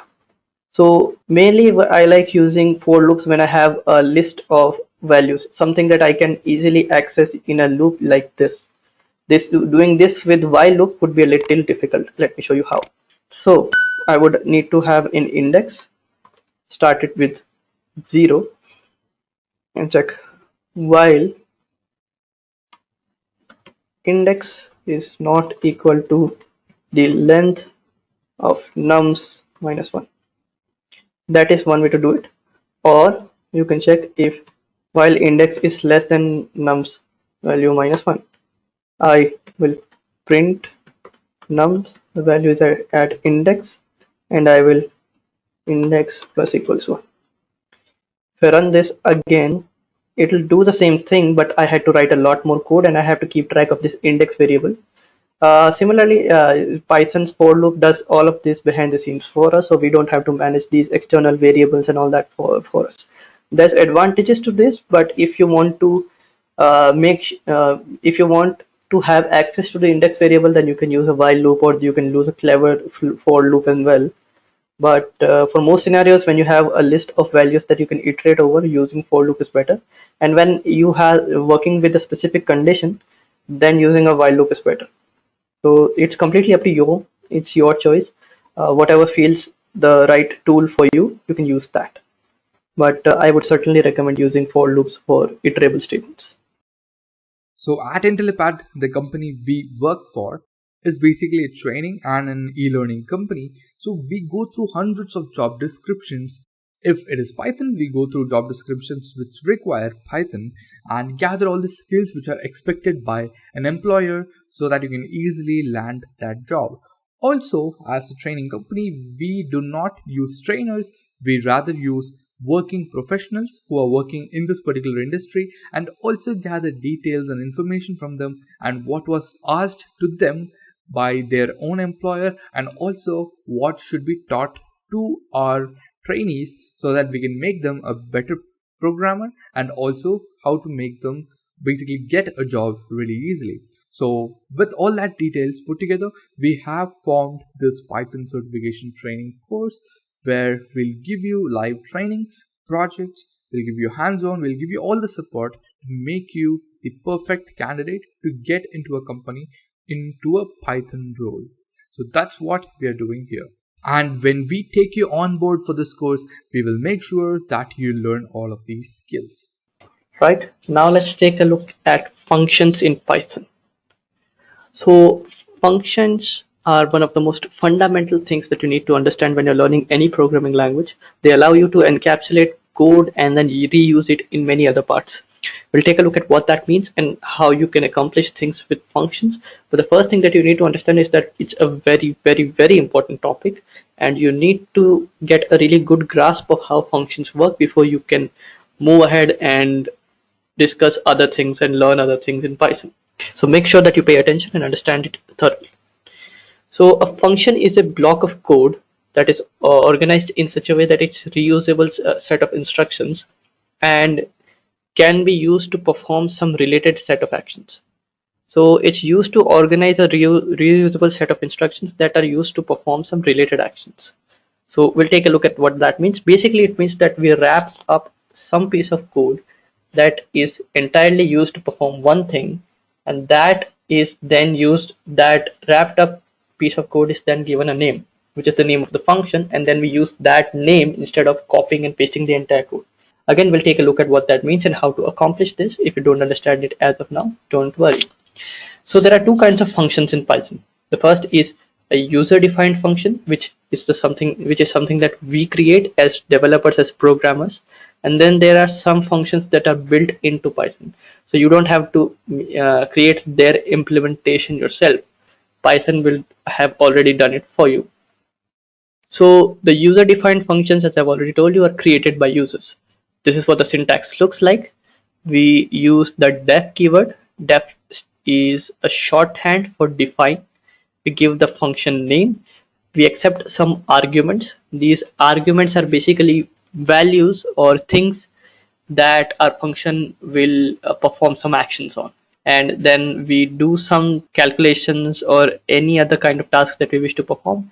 And finally, and this is not a necessary statement, but if you want to return something, you can do that. Returning something basically means this would be the result of the function. Now sometimes your function may not have any result to perform. If that's the case, then you don't return anything, you just omit the return statement completely. To give an example, there's a function right beneath it that says def add is the name of the function. We pass in two parameters, a and b. We create a sum which is equals to a plus b. So anything that we have a plus b, and we return the sum. Now, to be quite honest, this is a very trivial example, but to understand how functions work, we need to move our way up from really simple to complicated examples. Now there are many built-in functions as well. These functions have already been written by the developer of the Python language, and they have created these functions for us to use. So some of them are these. We have an abs function, which is used to store the absolute value of a number. So if you have a number that is in negative, that is negative 17.4, then if you use the abs function on that, you will get 17.4. Absolute basically means it converts negative to positive. Or in other terms, you can get an absolute value where you perform some mathematical operations on it. Then you get all, and returns true if all items in an iterable object are true. So if I have a list of list, and everything inside that list is true, then it will return true. If any one of them is false, then it returns false. Then we have any, then we have ASCII, then we have bin, which is used to take a look at the binary version. We have bool, we have many other functions, min, max, whatsoever. So you can use them if you wish to. If you are trying to perform some task, make sure that there is a instead of writing your own function, make sure that there is a function available for you. Then there's Lambda functions. Now this is a concept that gets overlooked quite often, but Lambda functions are very powerful. So Lambda functions are basically anonymous functions that have no name, and it contains a single expression. A single line of code is there in a Lambda function. So these are used to pass some task that we want to perform in a function. Let me give you an example. So this is how Lambda functions can drastically improve the readability of a code. So let's say that I want to create a function in the way that I have done as of now. So I want to create a function called multiply. So I can do it using multiply, def multiply x comma y, and then I return x multiplied by y. But if since you can see it's a very simple simple line of code, I can simply just do r will be the variable that will be pointing to the lambda.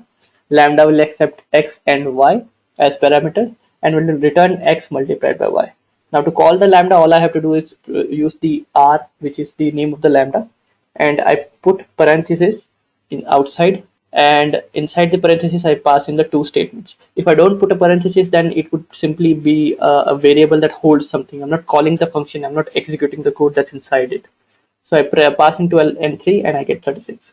Now another thing that Lambda does really well is that it allows you to remember some things. So let's say that I have created a function called def my function. I pass in a number named n. This number now will be remembered by the lambda that I have created inside that function forever. So if I return a lambda in which I will accept another parameter called a, and what it will do is it will take that number and add n to it. This way I can create multiple functions that do the same task but where the value of n is different. And this is very trivial example, by the way, very mundane, but you can think how far you can take it. There are many great Python programmers who use lambdas in very clever way to write code that's very readable, quite simple, quite easy to understand once you understand what lambdas are, and it's quite comprehensive. Take a look at a function that's so simple to understand. So take a look at that as well. Now let's take a look at some functions, and we'll implement some functions in Python. Again, we have the same setup. Here we'll define the function. So let's say that I have some task that I want to perform. Okay, and it has several steps, and all of these steps will need to be performed regardless of where I execute the task. This example will also show you the importance of functions. So let's say that I want to download file, okay, and URL. Now I'm not going to actually download the file, but I'll just print the steps. So establish connection. Then these are the typical connection steps you need to perform when you're trying to download a file from the internet. Open the connection, download data, close connection. So now if I want to download anything, any file, let me just print the URL. Or another thing I'd like to show you is that you can add strings or concatenate strings. So this way. So if I do this, then it will print establish space connection space and then add whatever URL is right at the end of it. Open connection, and let me print the URL, download data, and close connection.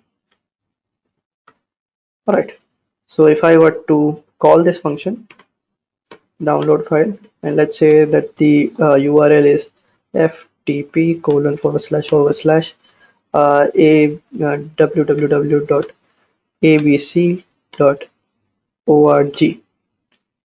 Now if I were to run this, let me just run this here, it's going to perform these tasks.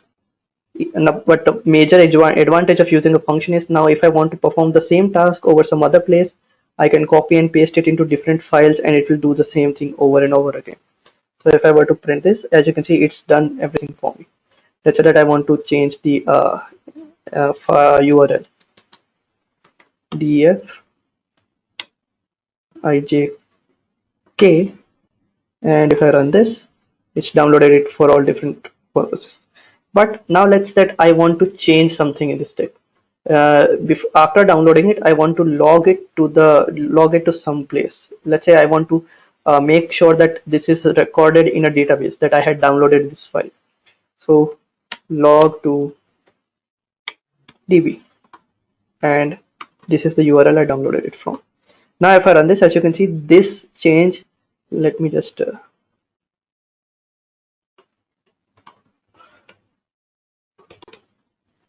I've added 2 lines, so this is what it looks like. Now it looks a bit clear. Let me clear the screen and run this again so that you can see. And it's downloaded it, but as you can see that this step is now added to all three of the files. This is the advantage of using a function. So whenever you want to make a change to some particular step, some particular well-defined process, you can just make a change in one place, and everywhere that process is being performed, those changes will be reflected there. So if I had to add something else to the download file procedure, this will be executed by all the functions or all the files that are calling the download file function that I have just described. So that's one advantage. And now let's take a look at returning some data, right? So let's say x comma y. I get in two data and I perform some task. Now I want to return x multiplied by y. Let me call it, again this is a very trivial example, multiply, right? And if I want to multiply two numbers, multiply, you multiply x and y. Now x and y are going to be numbers, so let's say 15, 10, 15.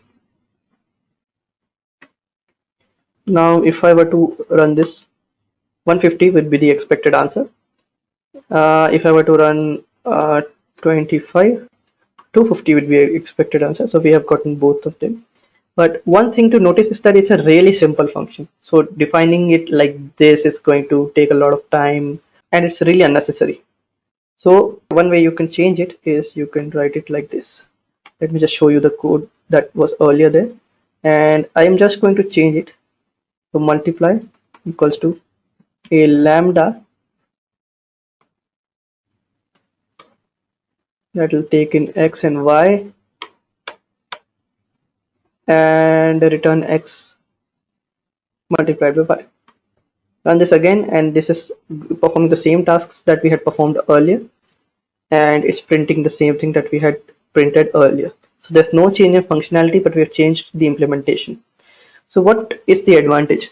Now this function I can send as an argument to any other function. This is where it gets a little difficult to understand. So let's say that I want to print, let's say that I want to, one thing I can do is def create multiplier, and it will give me x and y will be given to me on the time of execution. So now what I can do, I can return a lambda that will take y as a function and it will return x multiplied by y. So let me just delete this. Now this works, and now I will create multiply, create multiply 10, and now I will just pass in 15 and 25. I run this and I get the same answer. Now as I've already told you that this is a function that you can pass into another function. Let's say I create another function named execute, takes in a function and takes in an argument, and all it does is that return calling that function with that argument. So execute 15 would be the other argument, and multiply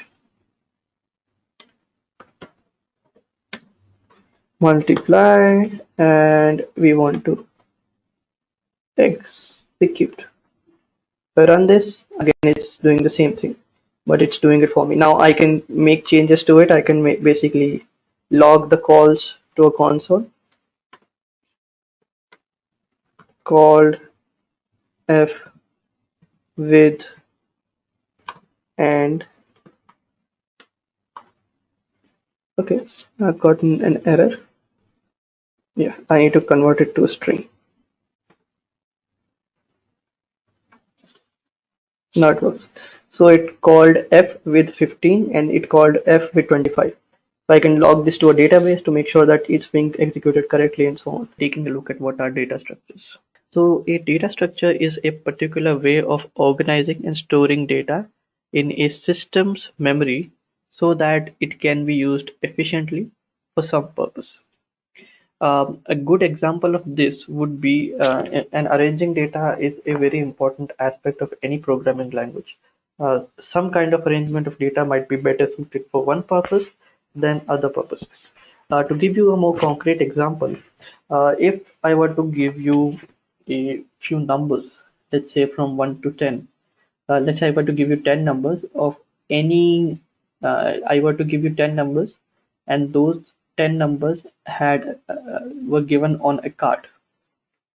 All of those cards were placed face down in front of you and you had the option of arranging them in any way possible by looking at their value. Then I would ask you to check for a particular number to be existing in one of the cards. So if I were to say, okay, check whether 10 exists in one of those cards, what you could do is, if you had arranged them all in a linear fashion in a random order, you can just take a look at each card and see whether or not it contains the number 10. So that's easier for you to do for 10 numbers, but let's say that the scale increases and now you need to do that for 100 numbers, for 1000 numbers, for million numbers, and for even billion numbers. That is going to be really time consuming. On the other hand, if you had stored it in a different way, let's say that you had stored it in a way in which when you get the data, what you do is you first take one card, see if it is what the number of the card is, place it someplace, then take the other card and see whether or not it's smaller or larger than the card you had previously taken. If it's smaller, you put it on its left hand side a little below, and if the card is larger, then you put it on the right hand side, and you keep doing it again and again and again. This forms kind of a tree like structure in which a card is at the top, all the numbers smaller than the card is on the left hand side, all the numbers larger than the number on the top is on this right hand side, and this rule is followed for all the cards. So if you have many cards, this will be followed for all of them. Then I can come along and say, for the 10 million numbers that I have given you, tell me if the number 15 is in those. What you can do is take a look at the card right at the top. If the card at the top is larger than 15, which means 15 is smaller than the card at the top, you look at the left portion of the structure that we have created. On the other hand, if it's larger, then you look at the right portion, and you keep repeating the step. Each step is going to cut down half of the tree for you, so you don't have to worry about that. So this is what's called a tree data structure in essence, and this is specifically called a binary search tree. And the technique we're using inside it is called a binary search algorithm. Basically, if you have data that is sorted in a particular order, you have the ability to look at the data that's right in the middle of the deck, figure out what the number is. If the number you are looking for is smaller than the number, then you have to discard everything that comes after that card, the middle card that you have chosen. If it's larger than the number, then discard this and everything that comes before it. And you keep doing it again and again and again, and you will eventually get to the card that you choose in a very few number of steps. In fact, the number of steps is different from linear to logarithmic scale. So it's quite different. So this is one of the ways that storing data in a particular way can help you. Similarly, you can, if you wish to grade a few papers, you can store them in a stack that's easier for you to deal with. And if you're trying to manage a few people getting through and doing things in an orderly fashion, you can store them in a queue. Similar concepts are carried over to data structures as well. Right, let's take a look at what is a linked list. So a linked list is a linear data structure. Now, a linear data structure basically means that data inside this data structure is stored in a linear fashion. Linearity basically means that there is an order one data point comes after the next data point, and that comes after the next data point. So this is how linear data structures work. The most common and famous example of a linear data structure is an array or a list in Python. If you have used other languages such as Java and C++, then you are using arrays, and those have linear data. Those are linear data structures as well. So each element or node in a linked list, and node is a term that we use to define a particular data point in our data structure, which is linked list. So node contains two things, or two pieces of information: the value that we want it to hold and a reference or a pointer to the next element. Now that pointer could point to the next element if there is one. If there is no next element, it points to none in Python. None basically refers to an absence of value. So this piece of information comes in handy, which we will take a look at when we're implementing the linked list.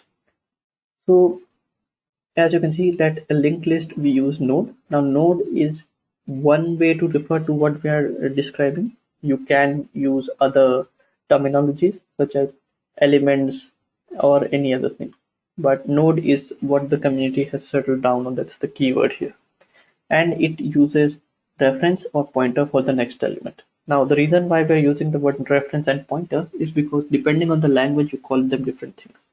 In Java and in Python, you use reference, which basically means you ask for the address of an object in memory, and it will be given to you by the runtime environment.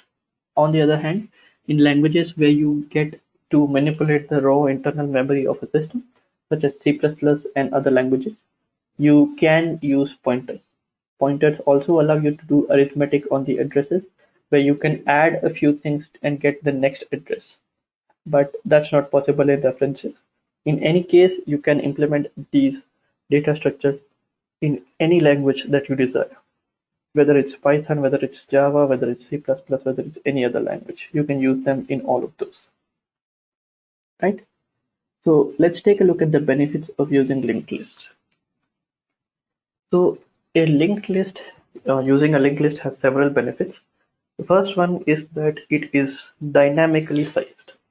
A dynamically sized linked list basically means that it is a list in which you can add as much data as you can, or as many nodes as you want to, as long as there is space in memory for you. Now you might be wondering that that's also the case with arrays or lists in Python, and we'll get to that in a moment. But since lists are also dynamically sized, there is one tiny bit of problem with lists that we'll discuss later on. But the important aspect is that they are dynamically sized. Now, similar concept to list in Java and C++ and other statically typed languages is arrays. Arrays are not dynamically sized. They cannot be sized dynamically. They only have one type, and you cannot add more data to it after a certain point. You have to define the capacity of an array when you're declaring it and when you're instantiating it. In C++ and Java, if you have created an array that can hold 10 memory items, you can't add 11th one. That would be considered an illegal operation, and that would cause your program to crash. Just know what the error is and how you can use linked list to solve those errors. Arrays are not bad. They are used for specific purposes, and if you want to only store 10 memories, then using a linked list is just an overkill. So understand the problem and then use it. In any case, linked list can be dynamically sized. It allows for faster insertion operations. So let's compare it to other data structures such as arrays, as that's the only one we know right now. In an array, let's say we have 1,000,000 elements, and I want to add something right at the beginning of the array.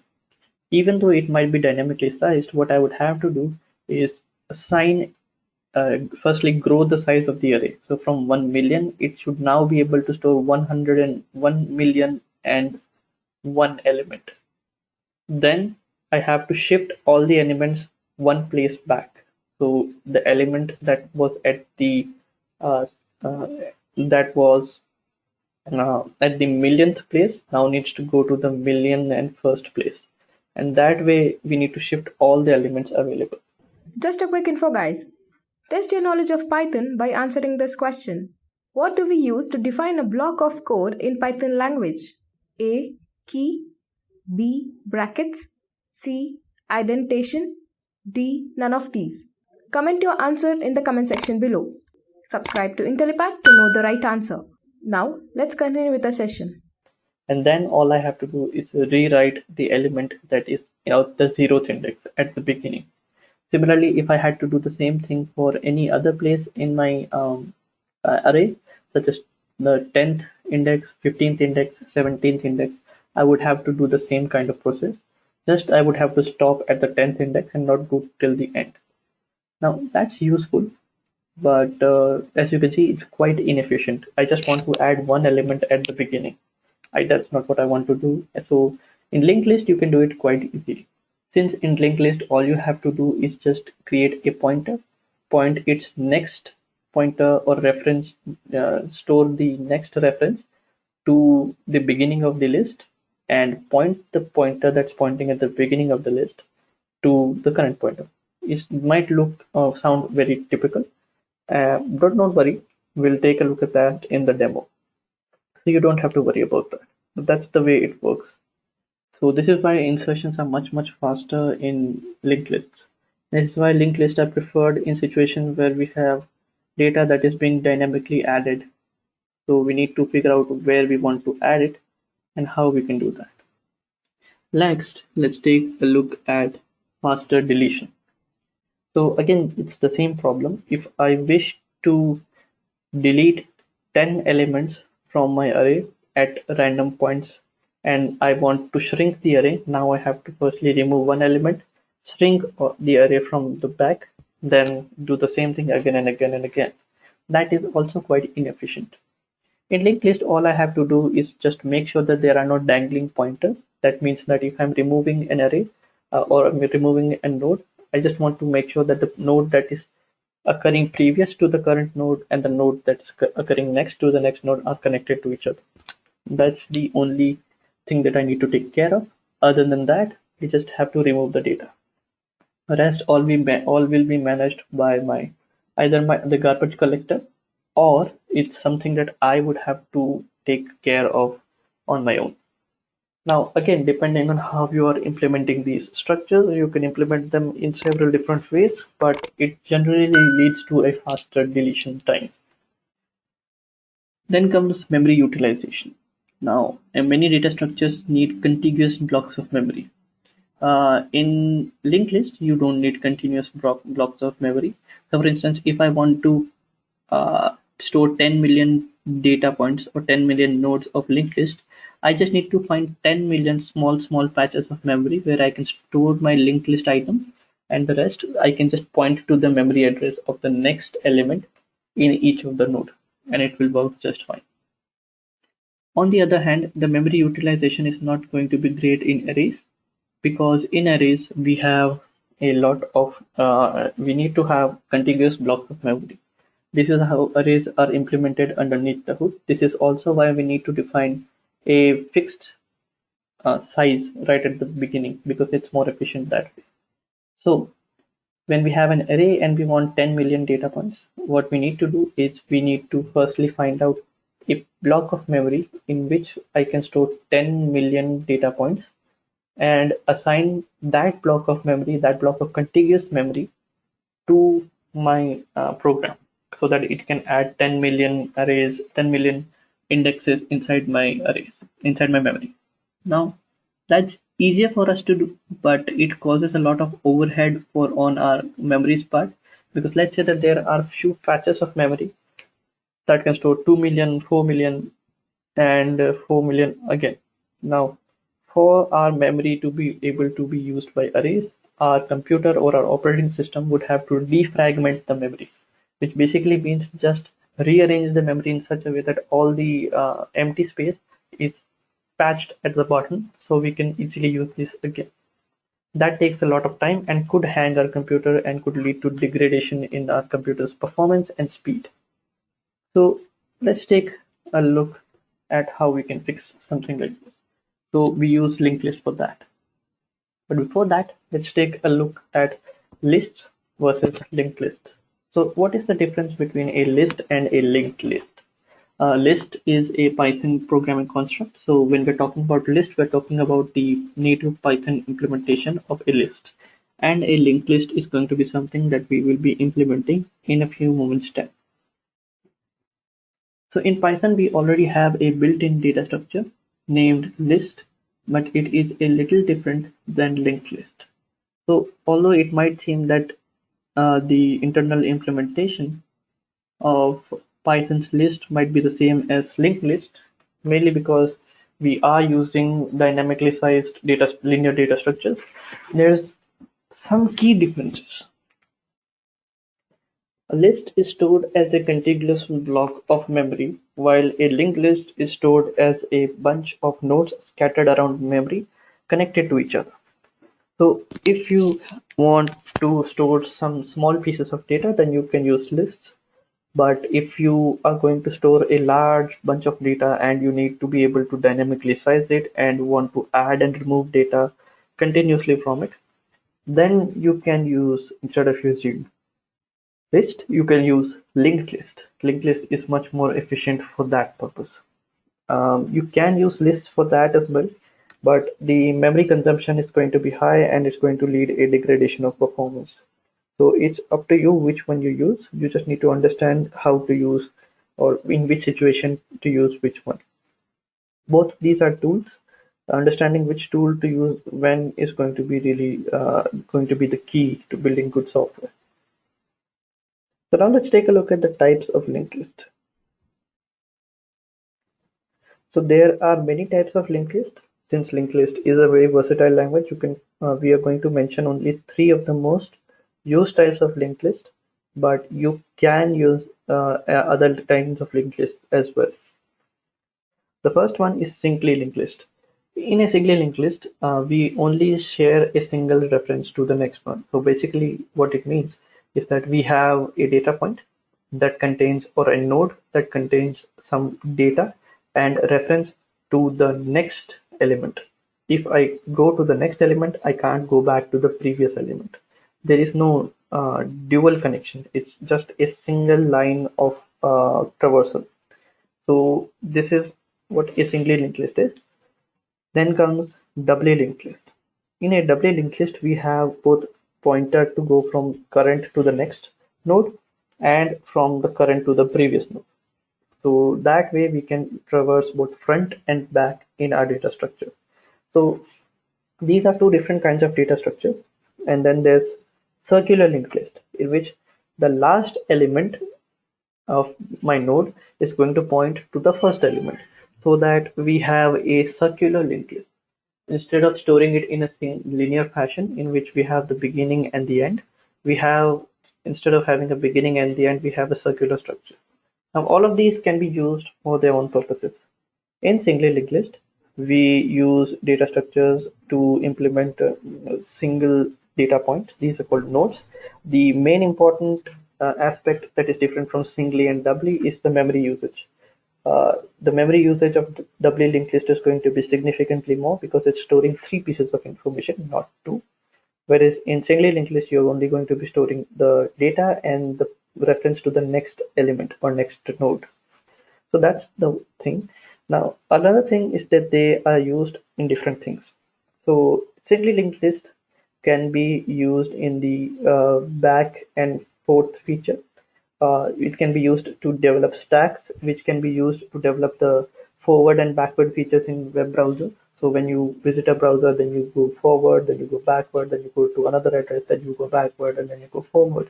All of this is implemented by singly linked list, and it's quite easy to do it with doubly linked list. In singly linked list, it's a little difficult, but it could be done if you do it using stacks. On the other hand, in doubly linked list, you can perform many different kinds of things as well. And a circular linked list can be used for developing caches, something that is called LRU, or least recently used cache. And that's one of the most important implementations of circular linked list. So you can use it that way. And you can implement circular linked list using singly and doubly linked list, which basically means using a single link or double links. Double links means something that points to both the current next node and the previous node as well. So you can use it that way as well. Now let's take a look at a demo of implementing linked list in Python. So as promised, I have a Jupyter notebook, and here I'm going to implement the linked list. So you don't have to worry about how I'm going to do it. Just follow along with the code. If you have Jupyter notebook with you, you can do it quite easily. So Jupyter notebook is not really necessary in this case. You can also write the code inside a simple Python file and then run it. I'm using Jupyter notebook because it's easier for me to show how things are being implemented. Since we need a node, the first thing I'm going to do is implement a node. So just create a class, call it node. That node class needs to have a constructor. In Python, a constructor is called an initializing method. Call it self. In the self method, inside the self, after the self keyword, I need some data, and the next pointer, next, should be pointing to null. As you can see in Jupyter notebook, this is highlighted as green because next is a keyword in Python. In case you don't wish to use the next keyword, you can use something else, some other keyword that makes sense. I'm going to use it here. It doesn't really make much difference here, but you can use it for something else as well. And by default, it's none. So if there is no other point that is given to us, it's going to be next. So now all I have to do is just give it some data. And also I can use the data to be none as well. So it just doesn't contain any data. And now self dot data is equals to data, and self dot next is equals to next, and that is done. So that's our node class. This is what is going to contain a single data point. If I run this, I don't see any error. If I were to create a new data, let's call it n1, and I don't do anything, press n1 dot data, run it, doesn't print anything. If I press n1 dot next, doesn't print anything. On the other hand, if I were to pass in 1, and if I were to print n1 dot data, it contains 1. And if I were to pass in as the next element a new node with the value of 2, this is 1, n1 dot next would give me the address, and I want the data here, and that's no. And I can do the same thing again and again. So here after this I can do it node 3. This is what it looks like, and I can go to the next element, and it's this. So it's quite easy to use it that way. But we want to do it in a little more efficient manner. So all I can do is I can implement it using a linked list.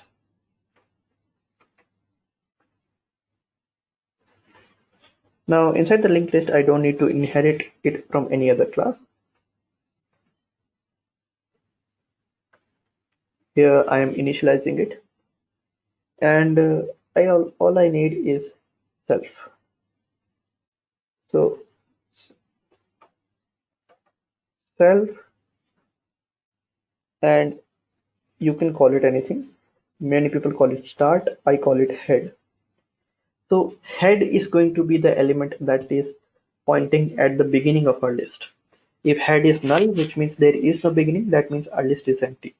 And if your head is not none, that means that there is some element at the beginning. How many elements are there? That can only be determined by going through the entire list, but we know that there is something at the beginning. That's all we want to know.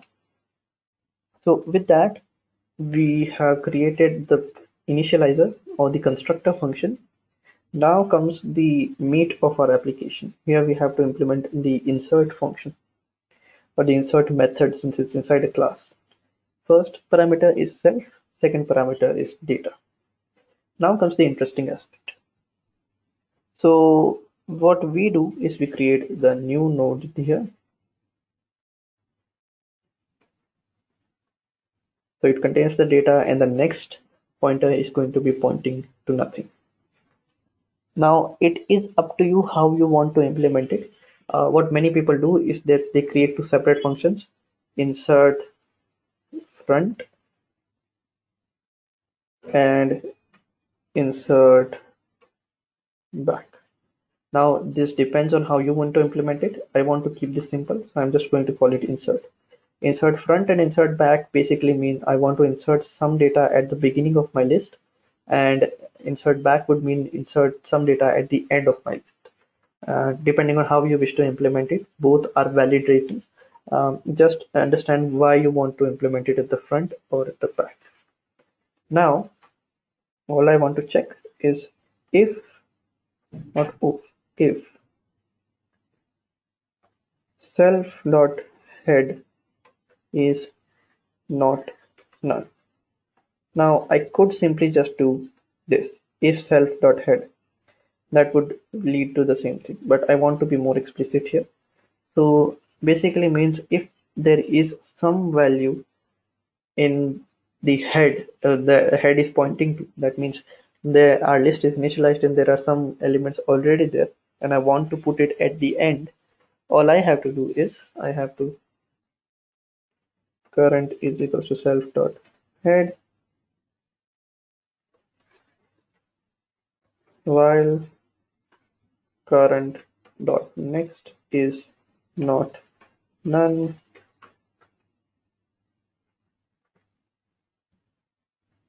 So all I'm checking is, so I'm going to go to the next element till I don't reach the end. So right at the beginning of the end, which I'll show you, current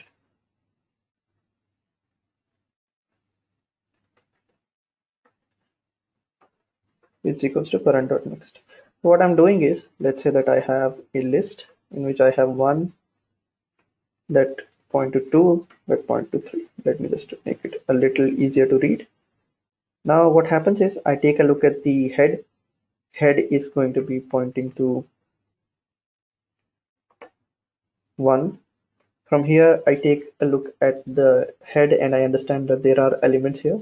So I assign this to current, which is here, and then I keep checking does it have any next element. It does, so I go to the next point, which is here, current is equal to current dot next.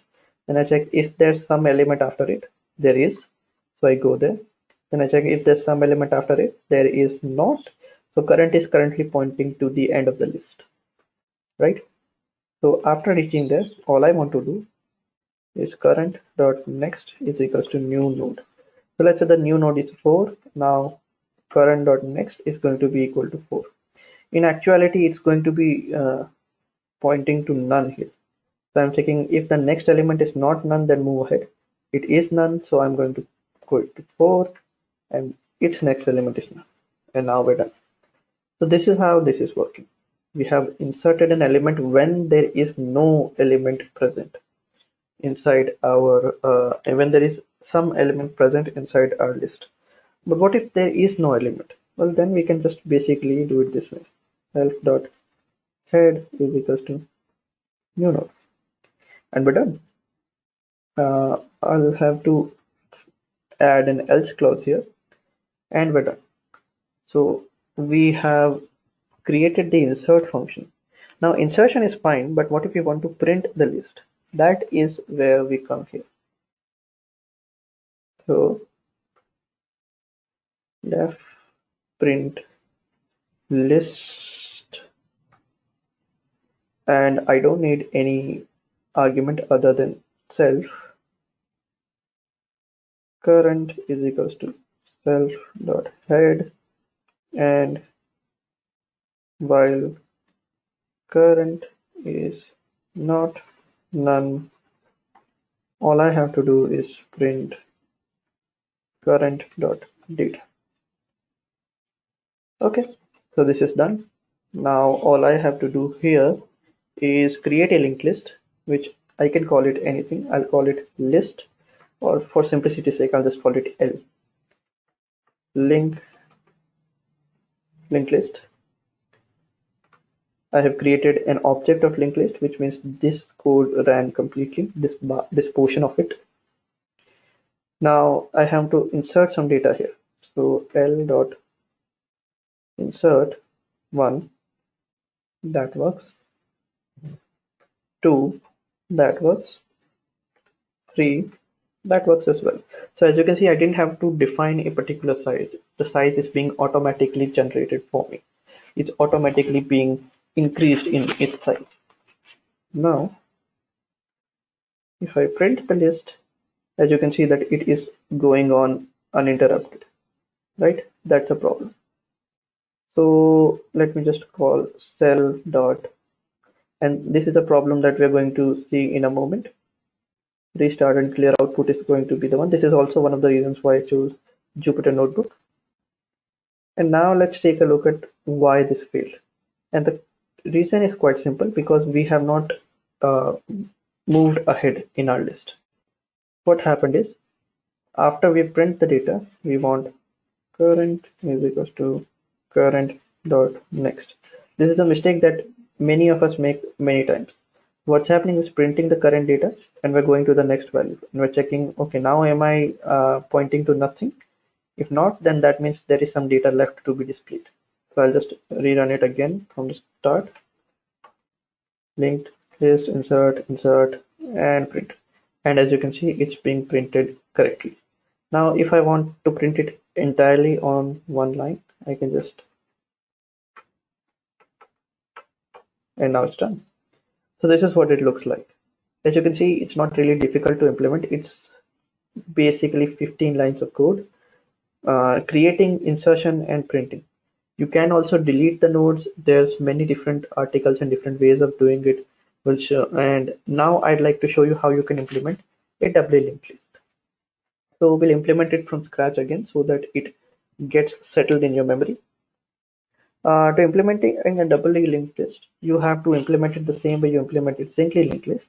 Firstly, you have to create a node that's going to be a little different from the singly linked list node, and I'll show you why. Hopefully you remember why, but let me just show you anyway. So we need self, then we need data, which could be none. Then we need the next pointer, which is by default none. And then finally, we need a previous pointer, which is going to be equal to none as well. And this is the crucial bit of difference. We didn't have this earlier. So now all I have to do is just self dot data is equals to data,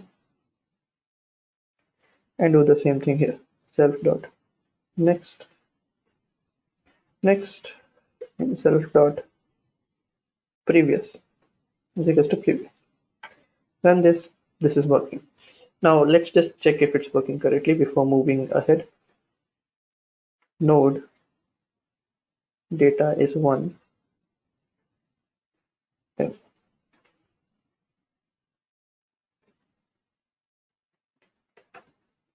Okay, so I print n dot data. This is what it prints. Now I want something to be before and after this, right? Let me just do it this way. Node 1, node 2 is going to be this. Or we can do it this way. We can create 3 nodes. 2 and 3. N1, N2, and N3. So N1 dot next is going to be N2. So right now what we have done is this. We have created 3 nodes, N1, which is 1, which is pointing to 1. n2 which is pointing to 2, and n3 which is pointing to 3. Now what we want to do is, we want to convert it to this n3 plus n2 should also be pointing backwards, and n3 should also be pointing backwards. This is the whole reason why we do doubly linked list. So n1 should have a reference to the n2, n2 dot previous should have a reference to n1. So this could be done. Then n2 next should be n3, and n3 dot previous is equals to n2. If I do this now, if I were to print n1 dot data, prints 1. If I were to print n1 dot next dot data, I have an invalid syntax error here, n3. Now if I were to do it, if I want to go a step back, I can just do previous, it should print 2. And again I try to go previous, it should print 1. That's how that looks like. Now if I were to do this, here's if I want to implement a doubly linked list, all I have to do is type class doubly linked list, def init, we pass in self, and that's about it what we need to pass in. The implementation is going to be quite similar. It's just going to be one piece of difference which I will highlight. By default it's not pointing to anything, so it is working. Def insert. To insert something, what we need is the reference to self and some data. So all we have to do, if self.head is not none, which means that there is some value in self.head, then all we have to do is, firstly we have to create a new node as we had done earlier with the data. And now if there are some values, first we have to get to the end of the data. So current is equals to self.head, while current dot next is not none, current is equals to current dot next, and we keep doing that. Once we reach till the end, we make current dot next to be equal to new node, and now comes the new bit, new node dot previous is equals to current. So what happens is, let me just visualize it for you. As we had done earlier, let me just use this. So we have the first node, which is head, it is pointing to 1, let's say, which is pointing to 2, which is also pointing backwards, right? And now we are here. Just a quick info, guys. Test your knowledge of Python by answering this question. Which of the following is not a keyword in Python language? A. Val. B. Raise. C. Try. D. With. Comment your answer in the comment section below. Subscribe to Intellipaat to know the right answer. Now, let's continue with the session. The next of 2 is pointing to none thus far. We create a new element, which is 3. So we go here, we remove it with 3, and we create the previous pointer to be pointing to 2. This is what we're doing, right? So it's easy to understand, and this is, we can do it very easily. But if there is no element, then basically all we have to do is self.head equals to new node. Quite simply the same code that we had earlier. And similarly, all we have to do is call the print list function, pass in self, while, and also we can current is equals to self.head, and just check if current is not null. We print current.data and we go to current's next point. Run this. We have run into an error, which is if self.head is not null. We are running into an error in line number 7. So it's here. Let's see what is the issue. Is not null, not in not null. That is the issue. So now we have come up with the issue. Now let's create a new node. Let's call it L again, and I'll call it W linked list. Don't need to pass anything. L dot insert 1. Now we want to insert 2. Now we want to insert 3. And now all I have to do is go through the entire thing as we had done earlier. So L dot head dot data, L dot head dot next dot data, L dot head dot next dot previous. So we go one step forward and then one step backwards. Should print 1, which it does. Next dot data 3, previous dot data, and should 2. So as you can see, we have a way to move forward as well as backwards here as well. So that's what W linked list is. You can do other things as well. Deleting items here is going to be a little tricky. So just make sure that you have access to the previous and the next nodes. And that way you can take the previous node's next pointer, pointed to the current element's next node. And the next element's previous node should be pointed to current element's previous node. And then you can just remove the data that you have. It's very easy to do, quite easy to do in many ways. So we're done here. So at Intellipaat, the company we work for is basically a training and an e-learning company. So we go through hundreds of job descriptions. If it is Python, we go through job descriptions which require Python and gather all the skills which are expected by an employer so that you can easily land that job.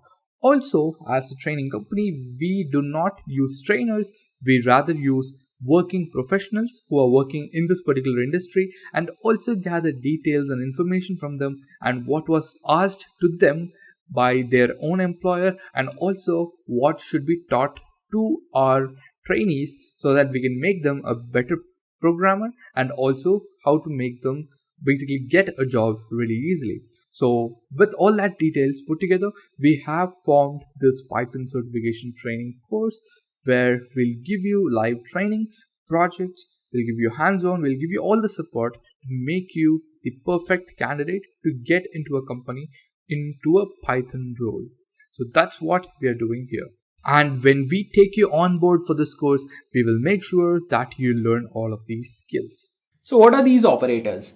Well, these are some specific characters which have a specific task to perform. And based on the function and the task, the operators are further segregated into 7 different types of operators. Arithmetic operator, assignment operator, comparison operator, logical operator, bitwise, identity, and membership operator. Fine. So let me discuss them one by one. So starting with arithmetic operator. Well, arithmetic operators are the one which is used to perform some arithmetic calculation. So what it does, it takes 2 operand to perform operation on them. For example, 2 plus 3. So here 2 and 3 are operand, and the character plus over here is nothing but arithmetic operator. Alright. So there are other arithmetic operators too, like plus, minus, multiplication, division, mod. All these characters are a part of arithmetic operator. Let me just show you one more example. Like 1 plus 2. So here 1 and 2 are the operand, and plus here is a arithmetic operator. 1 minus 2. Again minus is a arithmetic operator. 2 mod 1. Mod is what? Arithmetic operator. Alright, let's move ahead. Next we have is the assignment operator. Well, this assignment operator is used to assign a value to a variable. The character which comes under this operator are equal to, plus equal to, minus equal to, multiplication equal to, and etc. For example, you declare a variable as var equal 10. So this equal to is your assignment operator and is used to assign value to a variable. Let's get back to our Jupyter notebook and learn more about it. So, for example, I'm defining a variable var equal 10. So this equal to is nothing but an assignment operator. Var plus equal 10, again an assignment operator. But what does this mean? So what does this mean? Well, it means that var equal var plus 10. Alright. So if you print the value of var, what do you think the output should be? Well, you'll get the output as 20. Since the value of var is already 10, so 10 plus 10, it's 20. So the updated value of var is 20. Similarly, you can perform var minus equal to 10 and again get your value printed. So again, the updated value of var would be 20 minus 10, 10. So this plus equal to or minus equal to, it is generally named as a shorthand, which means add or subtract and assign value to self. Alright. Same example is mentioned over here, like a equal 10, a multiply equal to 10. So it means that a equal 10 into 10. When you print a, you'll get the output as 100. Alright. So next we have is comparison operator. Well, it is used to compare two values and it returns true or false as the output. Alright. The operators which are a part of it are less than, greater than, less than equal to, greater than equal to, or not equal to. For example, let's see what example we have up here. A equal 10, b equal 20. A is greater than b. Obviously 10 is not greater than 20, right? So it is giving me false as the output. Alright, fine. So let's move ahead. Next is the logical operator. Well, these logical operators are used to perform some logical calculation. And the operators or the keywords which are a part of it are and, or, and not. For example, we have a equal 10 is less than 10 and 2 is greater than minus 1. Then print a. So you are getting output as false. Okay, let's jump back to our Jupyter notebook and see why we are getting the output as false. So you had a equal 10 is less than 10 and 2 is greater than minus 1. So if you see, we have two comparison operator up here. So what is the value of 10 less than 10? Since it is a comparison operator, so it will give me a false, right? 10 is not less than 10. And 2 is greater than minus 1. This is true. So you can summarize this as false and true. Alright. So since it's false and true, therefore it equals to false. Well, how? Well, do you remember the binary calculation that you have learned in your college?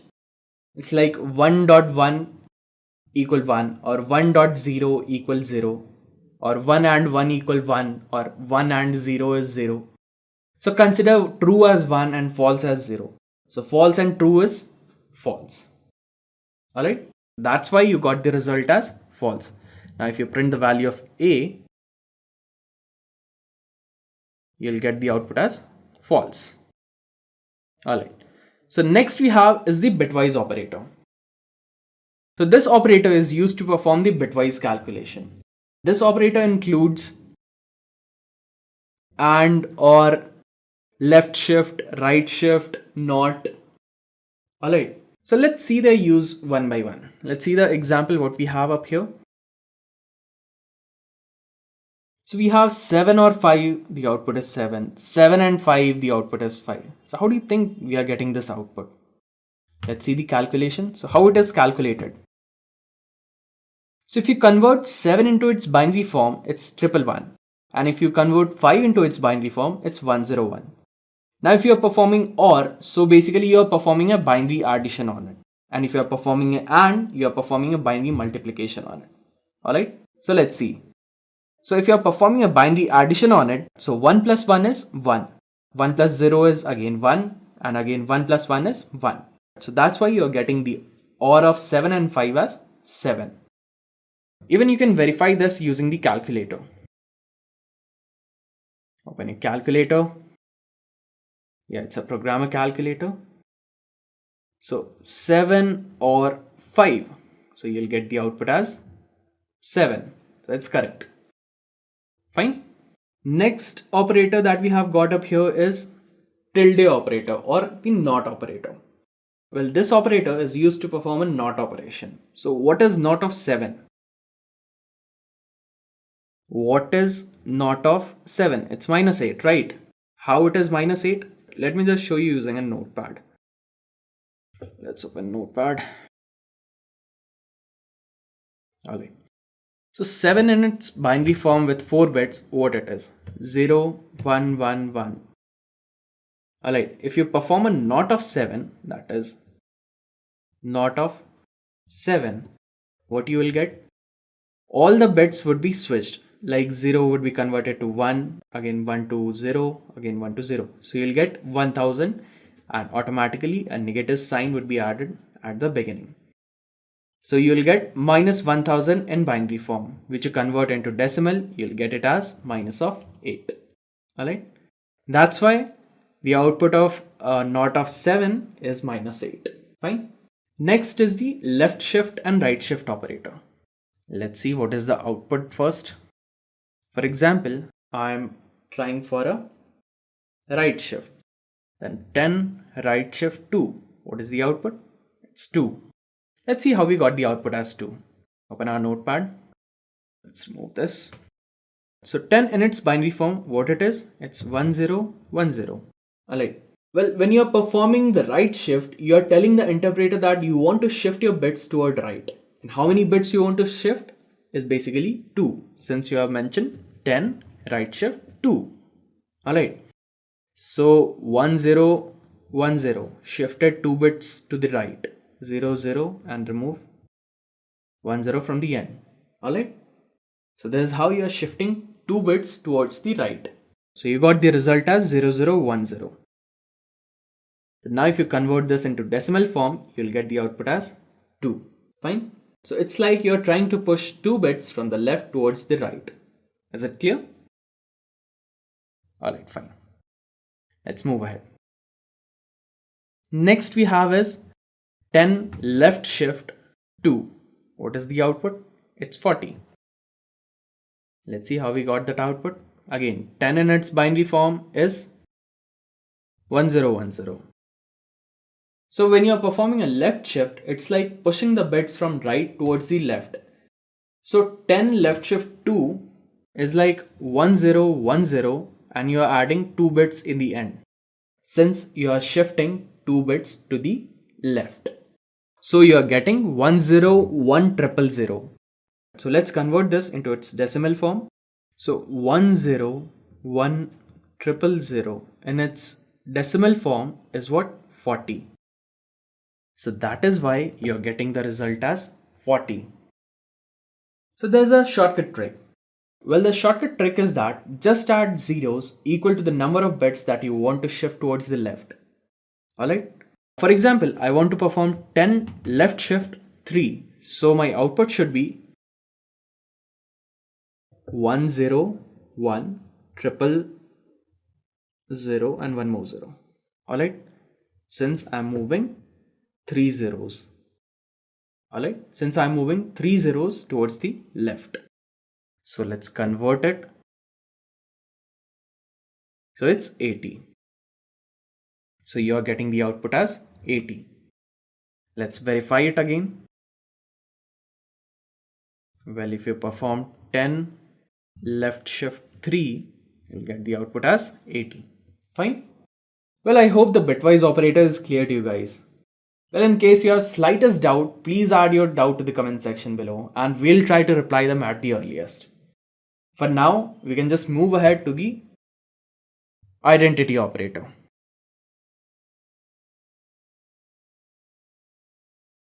Well, these operators are used to test if two operands shares an identity. The operators which are a part of it are is and is not. These are basically two keywords. Alright? For example, what we have up here, x equal 10, x is 10, it's true. Or x equal 10, x is not 10, it's false. Alright? It is just used to test if the operand shares an identity or not. Alright? So next and the final operator in Python is the membership operator. Well, this operator is used to test whether a value is a member of a sequence or not. The sequence may be a list, it can be a string, or it can be a tuple. I know some of you guys might be thinking, what is this list or what is this tuple? And guys, I'd say that just be patient. I'll teach you about them in detail during this session.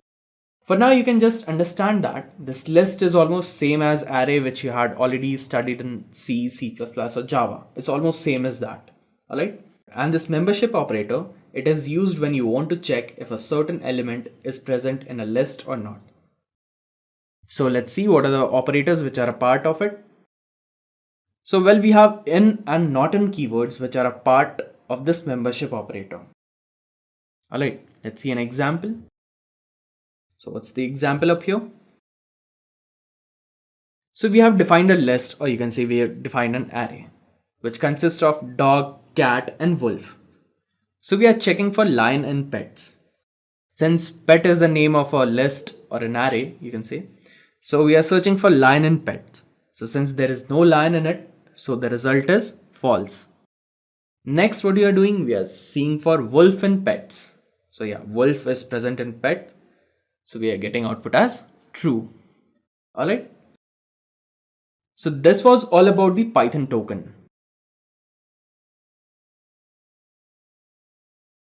So moving on ahead, we'll learn about data type in Python. Well, Python has majorly two data types, immutable data type and mutable data type. Immutable are the one which cannot be changed or modified, and mutables are the one which can be changed. Alright. Immutable data type consists of numbers, strings and tuples. On the other hand, mutable data type, they consist of lists, dictionaries and sets. Alright. So let's discuss about them one by one, starting with numbers. So under the topic of numeric literal, I have already discussed that Python has 4 different types of numeric literals: integer, long integer, floating number and complex number. Well, I have also told you that you don't need to specify the data type of a variable while you are declaring it. Remember, Python would automatically convert a number from one type to another if it needs. Fine. Don't worry if you want to explicitly convert one data type to another. You can do it using int function, long function, float function or complex function. Alright. You have that option available with you. For now, let's just move ahead and see how we can find the data type of a variable. Let's see. Suppose I'm declaring an integer variable a equal 10. Let's define a name.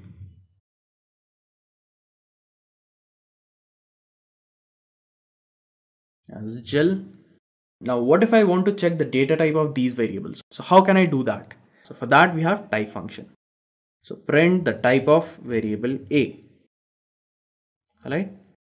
Or print the type of variable name.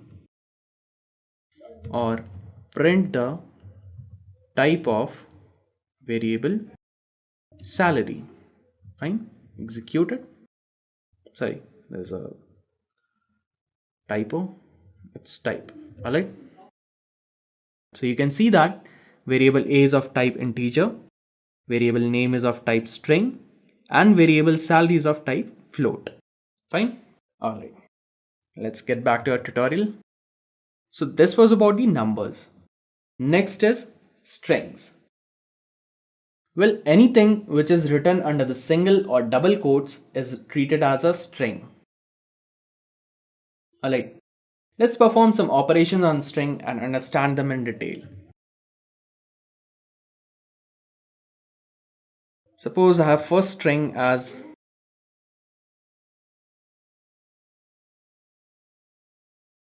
hello world, and my second string is Intellipaat. Alright. Now, what if I want to print first character from the string 1 and the last character from string 2? So how will I do that? Let's see. So what you can do, print str1 and I need the first character. So my first character is at index number 0. I'll just mention str1 of 0.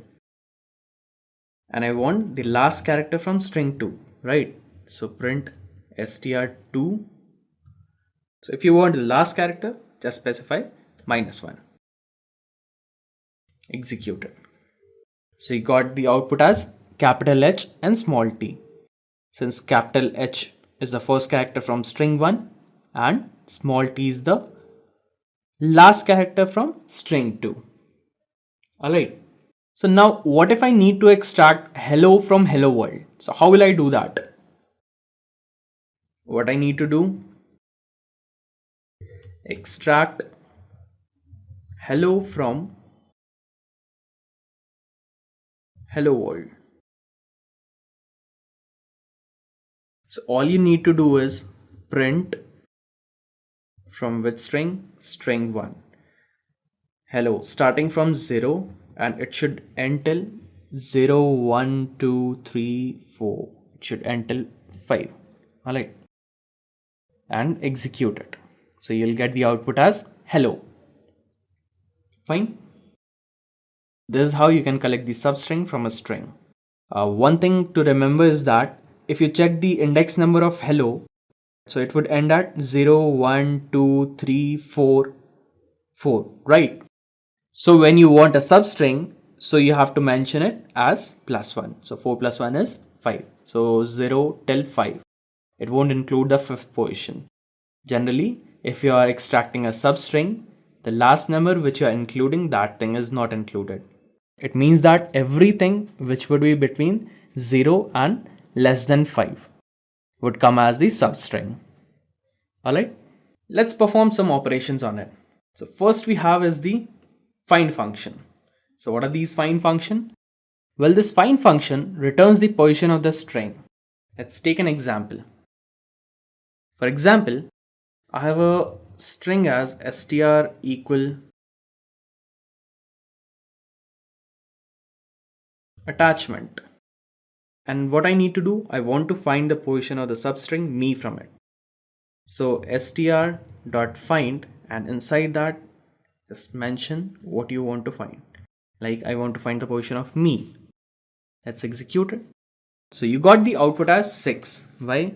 Since me starts from 6. 0, 1, 2, 3, 4, 5 and it's on 6th position. So that's why you got the position as 6. Next is replace. Well, this replace function is used to replace one character or string with other. Fine. It's like, what if I want to replace this me with m? So str.replace. What I want to replace? First mention that I want to replace me. With what I want to replace? It's m. Fine. Execute it. So you got the output as attachment. ATTACHMNT. Fine. Me is replaced with m. One more thing that you can do up here is, let me just show you. You can convert the word attachment into attach. Let's see how. Attach.replace. So what you need to replace from here is MENT. You don't want MENT from here. So what should you replace it with? You can replace it with space. That's it. If you execute it, you'll get the word attach. What if I don't mention the space up here? So you'll get the output as attach. Even that work. Alright, fine. Next we have is the split function. Well, this function is used to create split on the basis of a character. For example, I have a split string which consists of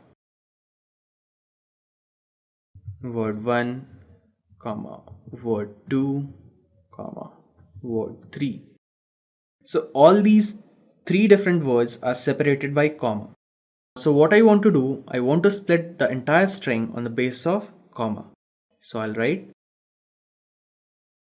split str dot split on the basis of comma and execute it. So as you can see, I got the output as three different words: word 1, word 2 and word 3. Let's move ahead. Next is the count function. Well, count function returns the count of the character in the string. For example, let's take a string as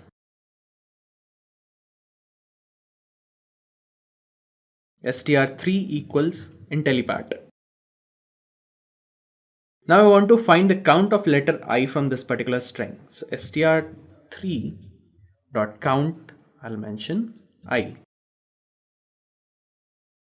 Let's execute it. So what do you think the output should be? INTELLIPAAT. So do you think it should be 2? Well, according to me, it will be 1. I'll tell you why. See, the output is 1 because, remember I told you Python is case sensitive. So both the uppercase and lower cases are treated differently. So if I'm searching for small I, that small I is just appearing once. So I got the count of small I as 1. Now, what if I convert this string to uppercase? Dot u dot upper. Let's convert it to uppercase. Okay, that's it. str3 dot upper. So it gave me Intellipaat. Let's store it in some variable like str4 equal str3 dot upper. Fine. Now if you count the number of i's in str4, you'll get the output as 2. Why? Since in capital Intellipaat you have 2 i's. Alright? Fine. So we discussed about the upper, which converts the character string to the uppercase. Fine. Next is the max or min function. Well, these functions are used to return the max or min ASCII values. For example, let's take a string 5 as anything. For example, exclamation mark, at the rate, hash, 123, capital A, small b, small a, c, capital C. Alright.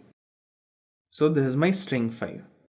Now I want to find the maximum ASCII value from it. So what I'll do, I'll just write max str5. Execute it. I must to mention this. Put it under the quotes. Execute it. So the character with maximum ASCII value is small c. Alright. Or what if I want to find the minimum ASCII value from string 5? Let's check for that. So minimum ASCII value in string 5 is of exclamation mark. Fine. So let's move ahead. So next we have is the tuple. Tuple are a group of values within the parentheses, and since they are immutable data type, so the values within the tuples cannot be changed. For example, we have defined a tuple up here as my group equal A, B, C and D. Alright. So this is the example of a tuple. So let's move ahead and perform some operations on it to understand it in detail. Let's get back to our Jupyter notebook. Let's define a tuple as my tuple equal within the parentheses. I'll mention A, then B, then C and D. Alright, so this is my tuple. So the very first function that we are going to perform on it is concatenation. So what are these concatenation? It is used to add two strings or character. Alright. Basically, concatenation is used to add two or more tuples. Alright.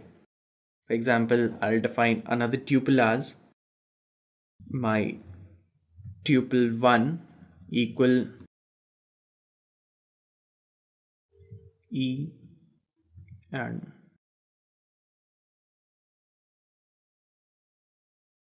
F. So if I need to concatenate it, I'll just write my tuple plus equal my. Just a quick info, guys. Test your knowledge of Python by answering this question. What do we use to define a block of code in Python language? A. Key. B. Brackets. C. Indentation. D. None of these. Comment your answer in the comment section below. Subscribe to Intellipaat to know the right answer. Now, let's continue with the session. Tuple 1. And let's print it. Print my tuple. Let's see the output. You got an error as invalid syntax. What is the invalid syntax up here?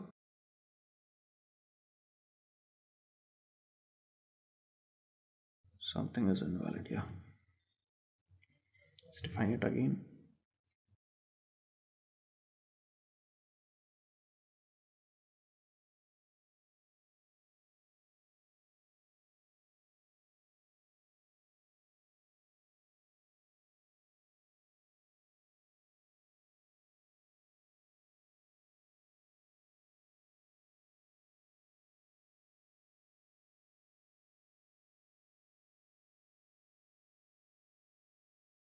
Okay, this semicolon is missing up here. Fine. Execute it. So yeah. So this concatenated me and gave me the result as A, B, C, D, E and F. So this is how concatenation is done in tuple. Concatenation.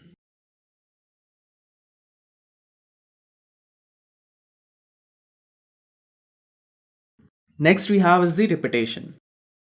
Repetition is used to duplicate the string or character for a given number of times. For example, what if I want to double the contents in my tuple? So I'll just write my tuple multiplied by 2. And again, that's it. My tuple multiplied by 2 and hit enter. So you'll get the output as double values of A, B, C, D, E and F. Fine. So this is how a repetition is done in a tuple. So let's move ahead. Next function that we need to perform is indexing. Indexing shows the index position of a character or a string within the group or within the tuple. For example, I want to find what character is present at the index number 1. So I'll just write my tuple of 1. So at first index, B is present over there. It's like A is present as 0th index, B at 1, C at 2, D at 3 and so on. Fine. So this is how indexing is done in tuple. Next is slicing. Slicing shows a specific set of index character or string. Fine. For example, I want a specific set of strings which lies between the index number 1 to 4. So my tuple, I want a specific set of string which lies between 1 to 4. So this is my 0th, 1, 2, 3 and 4. Fine. So I'll get the output as B, C, D and E. Let's check it. So I got the output as B, C, D and E. Fine. Alright. So let's move ahead. So next we have is the list. List is a sequence of mutable Python data type which is defined within the square brackets. And now since they are mutable, they can be easily changed. Let's move ahead and perform some operations on it and understand it in detail. So what is an example? Okay. So we define a list as A, 10, 7.12 and data. So it is consisting of mixed data type values. It even has an integer, a float and a string. Fine. Let's get back to our notebook and define a list. So this is my list. My list equal within parentheses a string, a number, a decimal,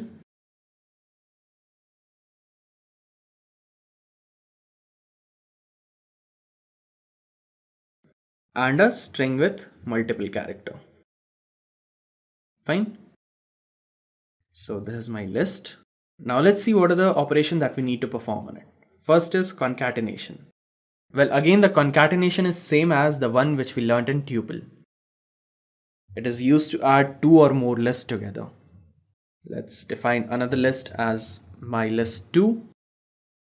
My list 2 consists of element as, let's take Python,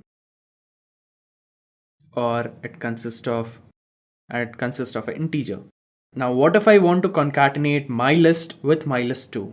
So what I'll do, my list plus equal my list 2. Let's see what is the result. Let's print the value of my list. So you got the result as A123 3.14 John Python 20 Python 20. So you got this result 2 times because I executed it twice. It's my fault. So what you can do, you can just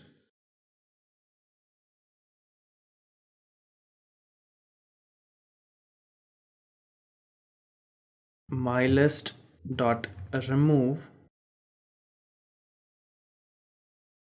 Hold on, I don't want to execute this entire list or statement, so I'll define it under different block. So my list dot remove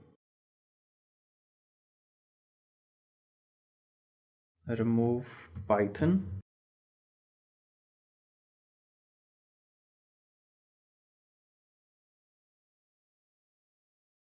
Okay, I have misspelled Python as okay. Remove this. Again, remove this. And remove 20 and again remove 20. If you again remove it, you'll get an error. Fine. So let's see what we have currently in my list. Let's print it. Okay. Let's get back up here and execute it just once. Okay. So as you can see, my list got updated with Python and 20. Fine.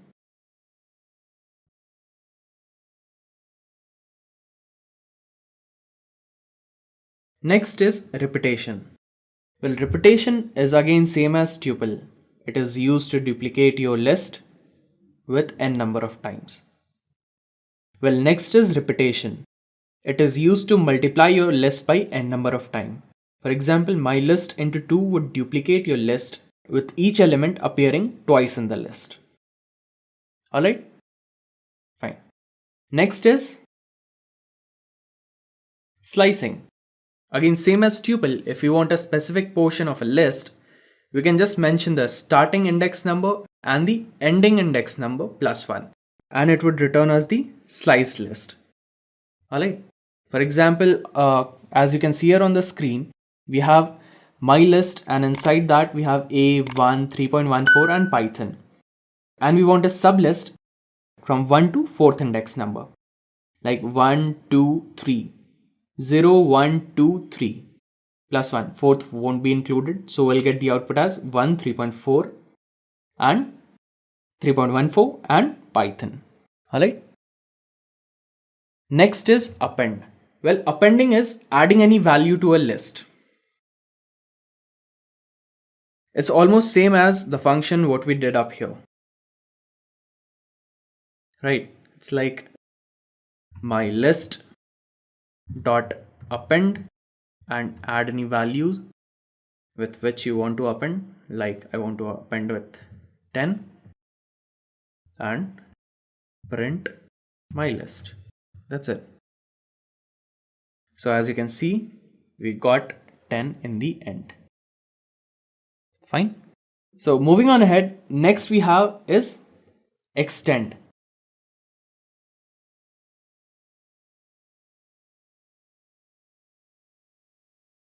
Well, again, extend is another function which is used to concatenate two different strings. Alright. For example, I'll define my list 3 as C and D, and I want to append my list with my list 3. Let's print and see what result do we get.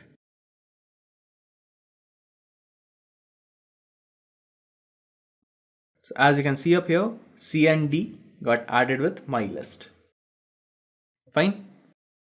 Well, next is insert. Well, using the index number, you can specify any value in between the list. For example, I want to insert a number before 3.14. So I'll write my list dot insert. I'll mention the index number. My index number is 0, 1. I want it after 1. And what value I want. For example, I want to insert a 20, 30. Alright. Let's print my list and see what is the result.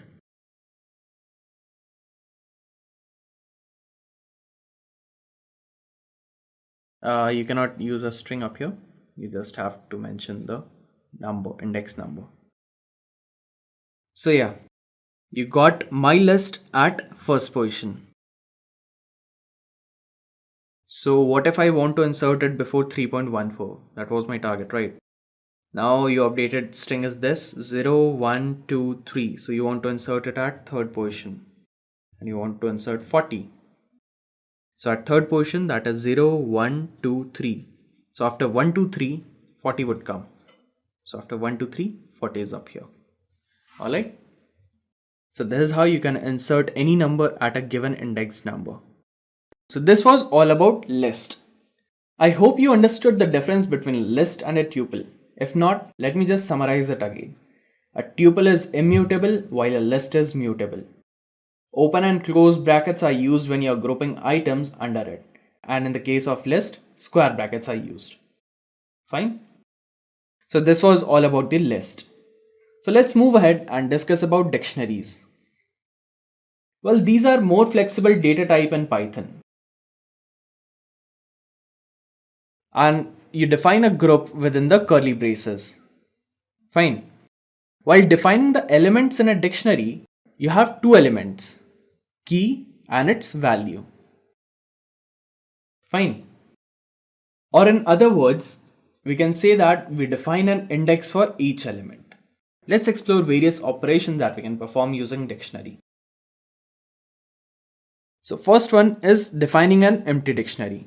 Don't mention anything within the curly braces. That would be an empty dictionary. Alright. Next is integer keys. That is dictionary with integer keys. For example, 1 apple, 2 ball. So the key 1 and 2 are just integer, right? So it's a dictionary with integer keys. Next is mixed keys. Dictionary with mixed keys. That is, we have key of mixed data type. For example, name is string up here, 1 is integer, right? So this is mixed key. Next we have is pairing. That is from sequence having each item as a pair. Dictionary, one apple, two ball, all are taken as a pair element. Fine.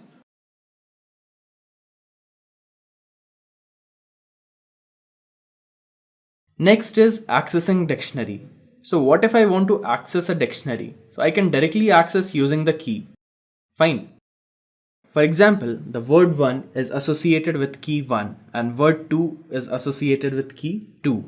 So if I want to access word 1, I can directly write my dictionary of 1 and it will give me output as word 1. Fine. Let's move ahead. Now what if I want to find the length of the dictionary? Then I can directly do it using the len function. Len of my dictionary is giving me the output as 2. Why? Since it consists of two elements, word 1 and word 2. Fine. Next is key. Now what if I want to find the key of my dictionary? So I can just use the key function. My dictionary.key. It is returning me all the keys within the dictionary. Fine. It is returning me all the key defined within the dictionary. Next is value. Well, this function is used to return all the values defined within the dictionary. For example, we have apple and ball as value within this dictionary, my dict. Alright, so that's why using value function we got the output as apple and ball. Fine. Let's move ahead. Okay, so now that you have learned about dictionary, so let's discuss about the last data type, that is set. Sets are the unordered collection of items within the curly braces. That is, items are defined within the opening and the closing curly braces. And you don't have to define the key value in it. It is basically unordered collection of items. If you are adding elements in the set, then make sure that every element in the set is unique. For example, you can define a set as my set equal 1 to 3. Well, it's almost similar to as dictionary, right? But it does not has any key value associated to it. It's the only difference between a set and a dictionary. Alright? Let's perform some of the function using set and understand it in a better way. So the first one is creating set. You already created a set. Alright. Next is union. Well, union of two sets return the common value from both the set. For example, my set S1 equal 1, 2 and C. My set S2 consists of 1, B and C. So if I am performing a union on it, so it is returning me with 1, 2, C and B. So basically what it is doing, it is returning me the common values of both the set. Fine. Next is the intersection. Well, intersection is used to return the common result from both of them. That is AND of my set S1 and my set S2. So what are the common elements in both of them? We have 1, 2C, 1, BC. So we have 1 and C common in both the sets. So we got the output as 1 and C. Fine. Next is the difference. Well, this difference would omit all the common value from both the set, and it will return the only value which is a unique in first set. For example, we have 1, 2C in set 1 and 1, BC in set 2. So if you subtract it, so you have 1 in both the sets, so it will emit it. 2 and B, so nothing can be done about it. C and C, again it will emit it. Now since only 2 is left in set 1, so you get the output as 2. Alright? Fine. So at Intellipaat, the company we work for is basically a training and an e-learning company. So we go through hundreds of job descriptions. If it is Python, we go through job descriptions which require Python and gather all the skills which are expected by an employer so that you can easily land that job. Also, as a training company, we do not use trainers. We rather use working professionals who are working in this particular industry and also gather details and information from them and what was asked to them by their own employer and also what should be taught to our trainees so that we can make them a better programmer and also how to make them basically get a job really easily. So with all that details put together, we have formed this Python certification training course where we'll give you live training, projects, we'll give you hands-on, we'll give you all the support to make you the perfect candidate to get into a company, into a Python role. So that's what we are doing here. And when we take you on board for this course, we will make sure that you learn all of these skills. So this was all about the data type in Python. So now that your base is clear, let's have a quiz. So what would be the output of the following code? Test1 equal Python programming and print test1 from 2 to 6. In order to know the correct result, do post your answer in the comment section below. Alright, so let's move ahead. Next is the Python flow control.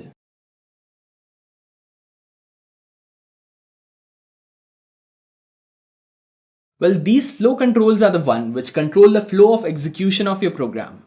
So we have 6 different types of flow control in Python: if else, nested if else, for, while, break, and continue. Let's discuss them one by one, starting with if else. So what is this if else? Let's see its syntax.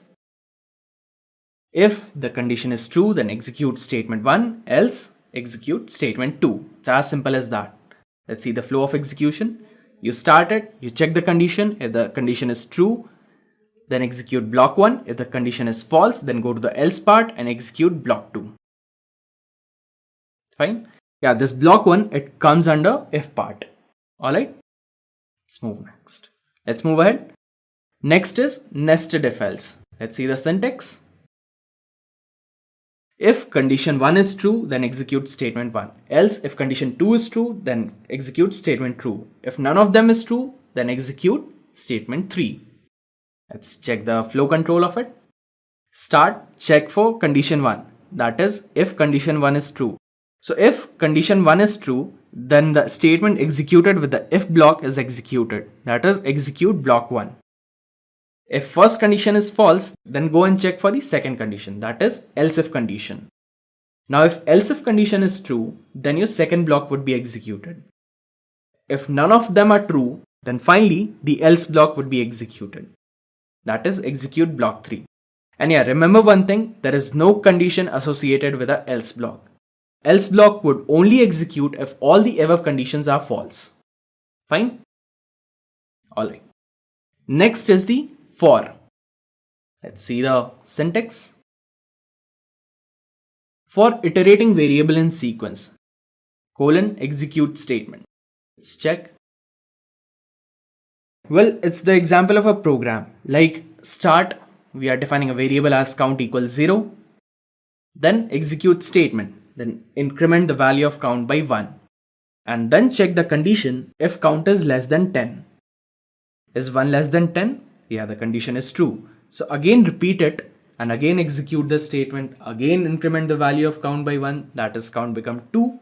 And again check if 2 is less than 3. And so on, continue this till 10 is less than 10. And when this thing arrives that 10 is less than 10, your condition become false and you exit the loop. So this is how a for loop works. Let's understand this in a better way with an example.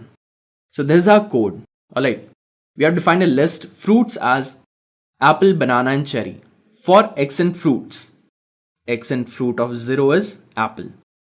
Then print x. X is what? Apple. So apple would be printed as the output. Now again, what we'll do? We'll again go back and check for x in fruits. Now x of 1 is banana. Then print x. X is what? Banana. So it would print as banana.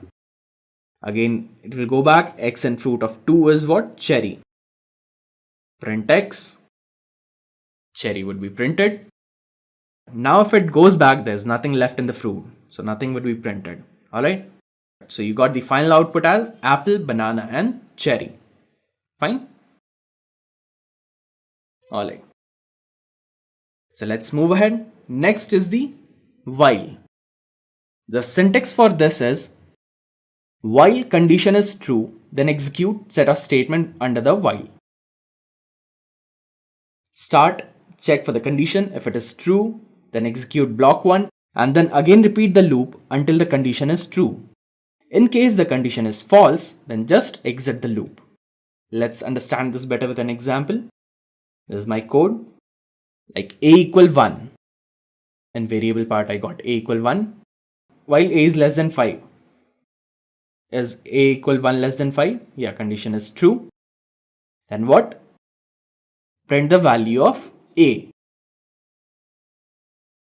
Alright, so we got the output as 1.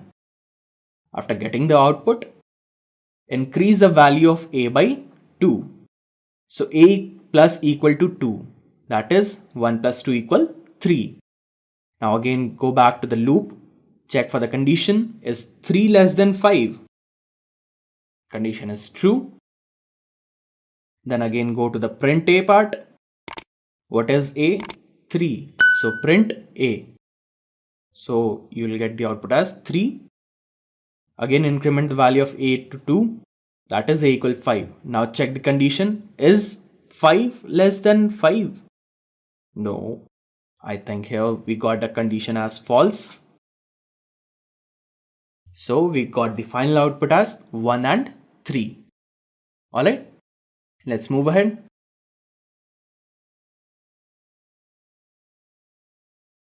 Here's another example. A equal 1. In the variable part a equal 1. Check the condition. While a is less than 3. Is 1 less than 3? Yeah, condition is true. Inside the while part, the first condition that we check, if a mod 2 equal 0. Is 1 mod 2 equal 0? No, the condition is false. So we'll jump to the else part. So we'll jump to the else part and print a is odd. Now since the value of a currently is 1, so 1 is odd. Fine. Then what we'll do, we'll increment the value of a by 1. That is 1 plus 1 equal 2. Fine. Now again we'll go back to the while part. Now we'll check if 2 is less than 3. Yeah, the condition is true. Fine. Now what we'll do, we'll jump to the if part and check if 2 mod 2 equal 0. Yeah, the condition is true. So this time we'll check if 2 mod 2 equal 0. So yeah, the condition is true. So what it will do, it will print the if part statement. That is a is even. A in this case was 2. So 2 is even. Fine. So this is our output. Next, again it will go and increment the value of a by 1. So now 2 becomes 3. Again it will go back to the while part. Is 3 less than 3? The condition is false.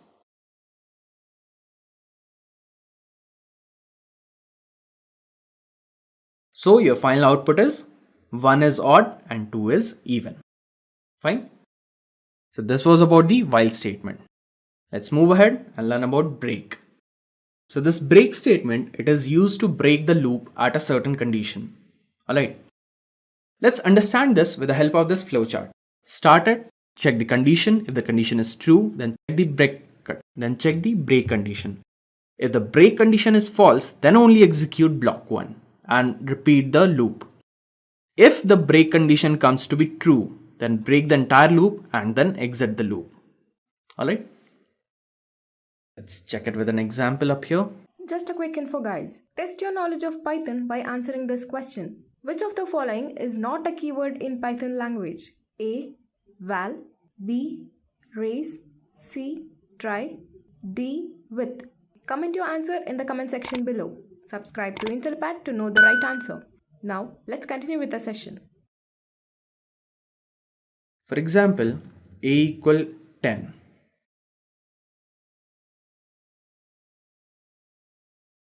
While a is greater than 0, check for if a is not equal to 5. If a is not equal to 5, then print A.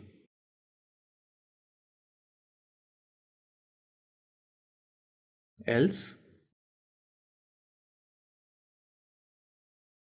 break it. Fine. Let's execute it. Sorry. Just manage A minus.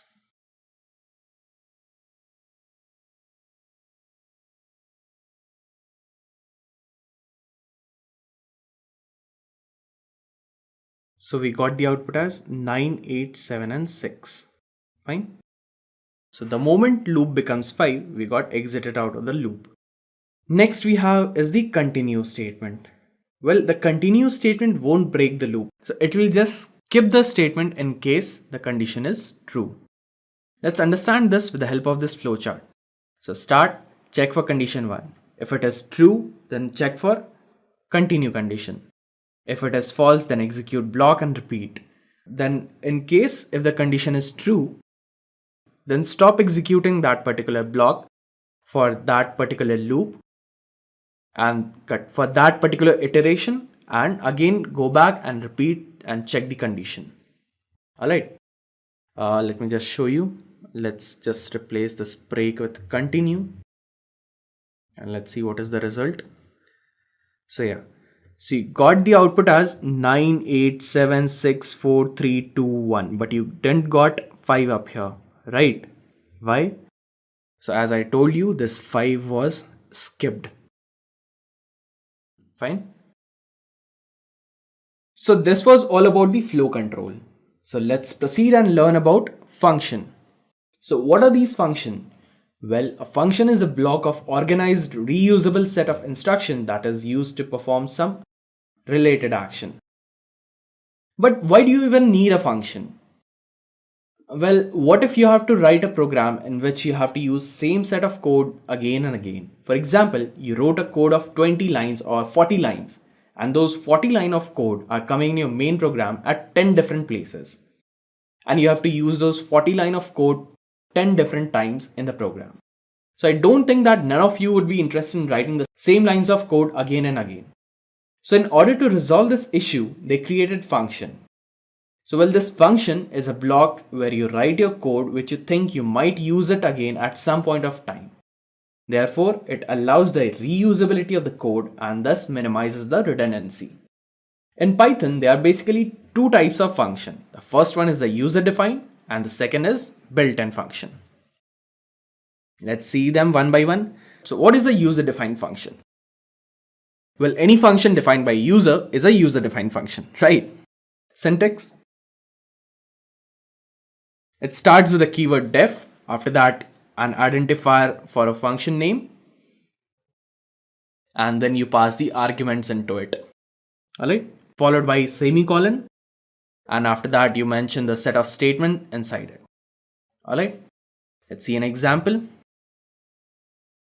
For example, if you want to add two arguments, so you define a function as add, and inside add you pass two parameters as a and b. So sum equal a plus b and return sum. That's it. So it's as simple as, let me just define a user defined function for you. It's like it starts with the keyword def.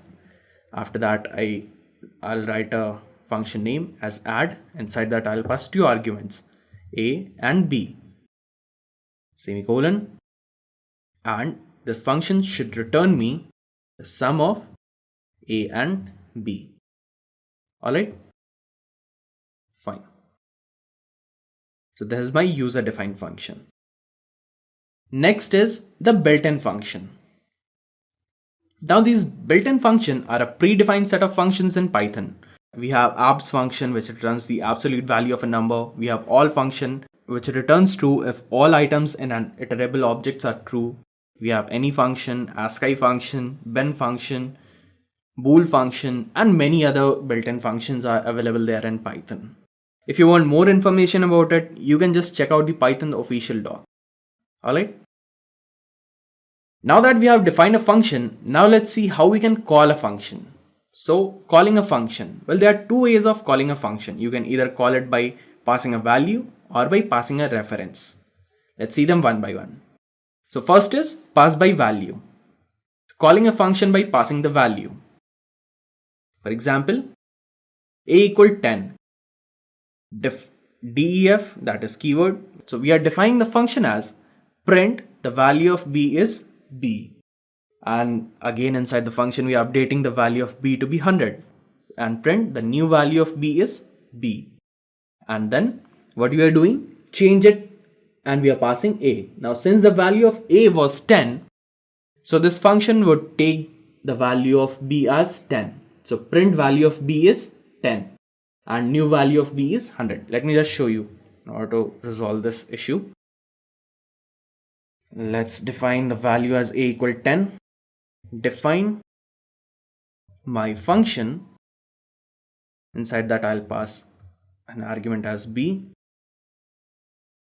Print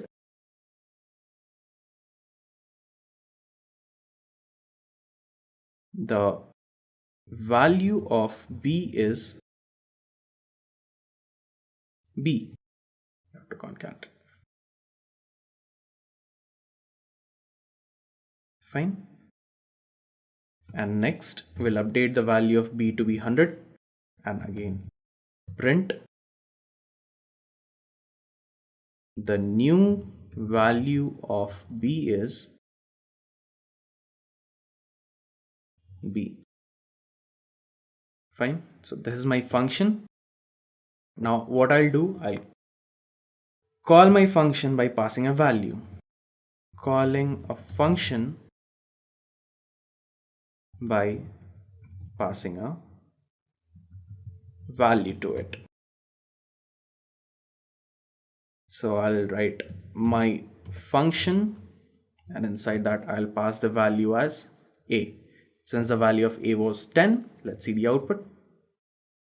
See, so we got the output as the value of b is 10 and the new value of b is 100. So this was about calling a function by passing a value to it. Next we have is pass by reference. Calling a function by passing the reference. For example, so we have a list as c 10, 20, 30. So we are defining a function as change them and we are passing an argument d to it. Inside the function we have print value of d is d. D of 0, it's a numeric constant. We are defining it as 99. D of 1 as 98. Then print the value of d is d. Then change them. Now when we are calling a function by passing the reference, so what we are doing, we are just passing the entire list to it. So what will get the output? We'll get the output as value of d is 10, 20 and 30. And the new value of d is 99, 98 and 30. Let me just show you with an example. C equal 10, 20, 30, right? Now let's define my function 2. Inside this d is what? Print the value of d is d. Alright. Next we'll define some numeric literals like d of 0 is equal to 99. D of 1 equals 98. And then print the new value of d is again d. Fine. This is my function.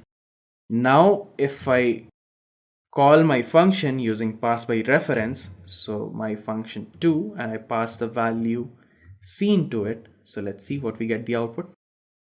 So we got the output as the value of d is 10, 20, 30 and the new value of d is 99, 98 and 30. Fine. Let's move ahead. Well, when a parameter is passed by reference, the caller and the callee uses the same variable for the parameter. Well, if the callee modifies the parameter variable, the effect is visible to the caller's variable. But when a parameter is passed by value, the caller and callee have two independent variables with the same value. If the callee modifies the parameter variable, the effect is not visible to the caller. Well, the things that you need to note in this definition are, well, the variable word here means the caller variable itself. That is, if I pass a local variable by reference and assign to it, it will assign the caller's variable itself. Do you know what is the meaning of reference and pass by reference? Well, it is different from the general term reference. It is that this reference is temporary and implicit. What the callee basically get is a variable that is somehow the same as the original one. Here on the screen is a very good example of pass by reference and pass by value. Alright, in pass by reference, you are filling a cup using the reference of the cup, and in pass by value, you are actually filling the cup using some values. So this was all about how you can define a function and how you can call it in Python. Now let's discuss about the Lambda function in Python. So what is this Lambda function?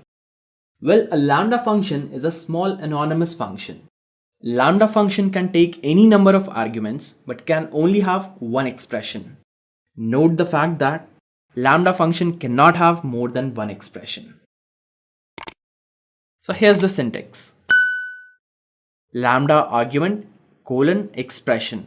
For example, we have x equal lambda a colon a plus 10 and print x of 5. So what it is basically doing, it's defining a lambda function that adds 10 to the number passed in as an argument and then print the result. Let me just show you in our Jupyter notebook. Let's define a lambda function as x equal lambda of a such that a plus 10 and then print x inside that will pass the value of 5. So what do you think the output should be? 5 plus 10, it would be 15. Alright, if you change 5 to 10, the output would be 20. Alright, let's move ahead. So next is function versus lambda function. So what we are doing up here, we are comparing function with a lambda function. So here's a normal function which takes two arguments and return the multiplication result of both of them. And here is a lambda function for the same.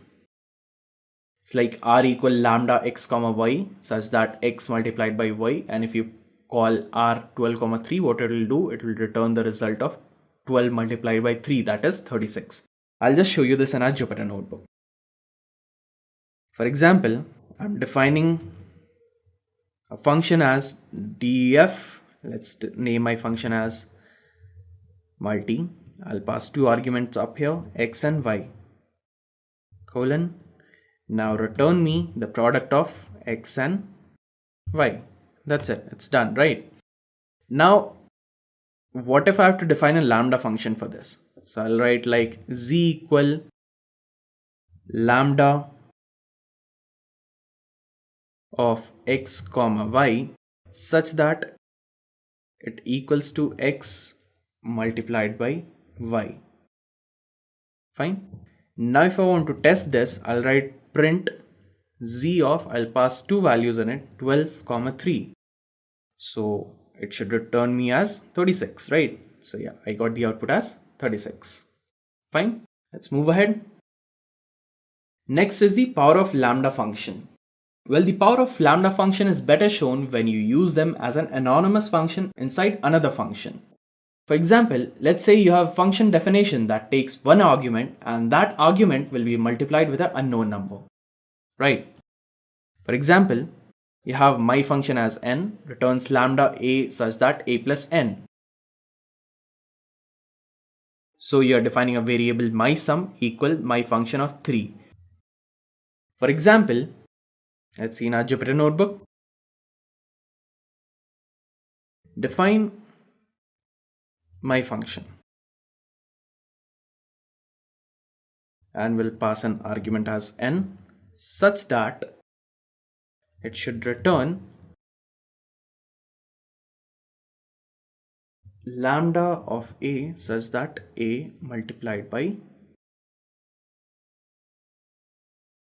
n. Alright. Now you can use this function definition to make another function that always doubles the number you send in. For example, I can write double me equal my function. I want to double it. So my function of 2. I need to multiply it with 2. Now print what number do I need to multiply? So double me for, I want the double of 12. So double me 12, the output would be 24. So if you want to triple it, just change it to 3, your output would be 36. And so on. Alright. So this was all about the Lambda function. Fine. Next we have is Python classes and object. So what is a class and object in Python? Well, Python is an object-oriented programming language, and almost everything in Python is an object with its properties and method. And a class, it's like a blueprint for creating objects. Let's see an example of a class. We define a class as class space class name colon, and inside that you define its objects. If you want to call an object, let's see how you call it. You're defining a variable as obj1 and you are assigning all the object of my class to it. And if you want to print one of the variable of my class, so you can access it using obj1. Alright. So this was about the classes and object in Python. So coming to our last topic of file handling in Python. Well, file handling is a very important of any web application. Well, you have 4 different features which you can perform in a file handling. You can open, read, write and delete a file using Python. Alright, let's see them one by one. The first one being open. So you can use open function to open a file, and it takes 2 parameters, the file name and the mode. Let's see the syntax. Syntax is f equal open path of the file. So you have the syntax as f equal open path of the file and its mode. Fine. Let's see what are the modes. So we have 4 different types of mode: read, append, write and create. For reading, you specify R. It's a default value and it opens the file for reading. And if the file does not exist, it will return you an error. Next is the append. And the mode is A. Alright. What it will do, it will open a file for appending. And in case if the file does not exist, it would create a new one. Next mode is W, which is write. It opens a file for writing and creates a file if it does not exist.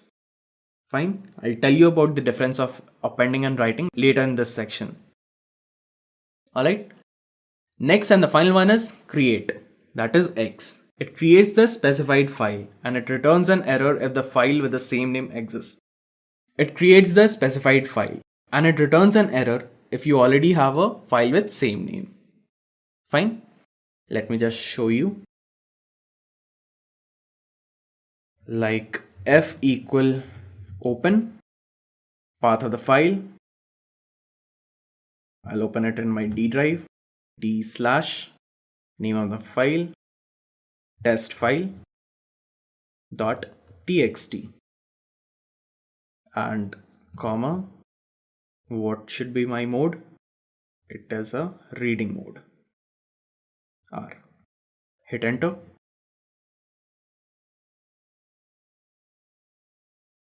Okay. So as I told you earlier, it would throw you an error if the file does not exist, right? If you want to create it, you have to mention X up here and it will create your file. Let's go to our D directory and let me just show you the file. D, so you can see the test file up here, right? So this is how you can open a file in Python, or you can even write W up here. It won't throw you an error since it creates a file if it does not exist, but it won't throw you an error in case the file with same name exists. Alright. Next is the read function. Well, suppose this is our file. It consists of the document hello welcome to demo file.txt. This file is for testing purpose. Good luck. Let's open our demo file. Test file. Hello everyone. Welcome to Intellipaat. Good luck. Let's save it. Save it as test file.1. Fine. Let's see what operation we can perform on it. Now, what if I want to read it? So how will I do? So f equal open demo file.txt comma mode r. R is what? Reading mode. And then print f dot read. Fine. Let me just open that file for you. F equal open. The path of the file, it was d:/test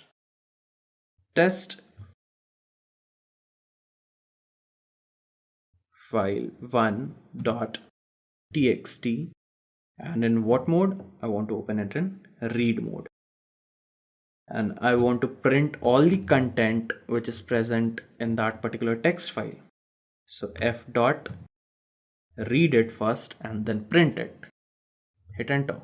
So these are the content of my file. Hello everyone, welcome to Intellipaat and good luck. Fine. Now what if I want to read some parts of the file? Like I want to read the first 5 characters of the file. So what will I do? Let's see. Just copy and paste it. I want to read the first 5 characters. So just mention 5 up here. What will it do? Print first 5 characters from the text file. Hit enter. So you got the output as hello 0, 1, 2, 3, 4 and 5. So these are the first 5 characters from the string. Alright. Fine. Now what if you want to read the first line? So for that you have a function as readLine. Alright. You have a function as readLine which would be used to return one line or the first line.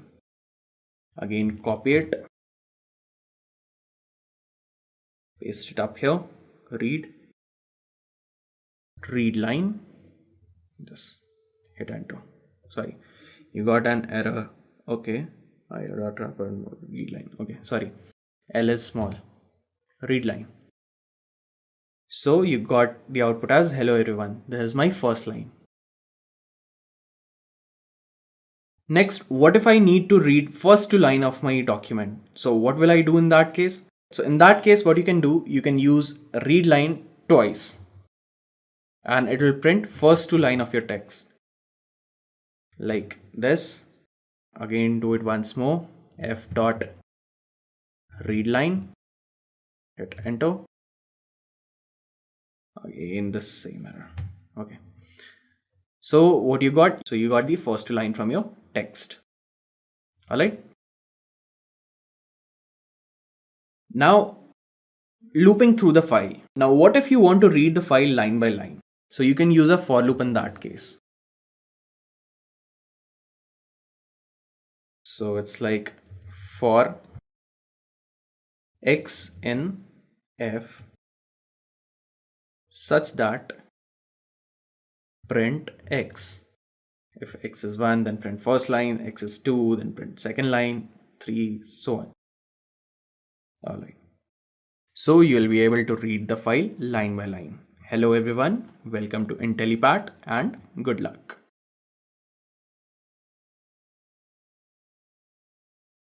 Next is reading and creating. Now to write to an existing file, you must add a parameter to the open function. Like you can write a or w. A will append the file, that it will append or add something at the end of the file, and w, it will overwrite any other existing content. For example,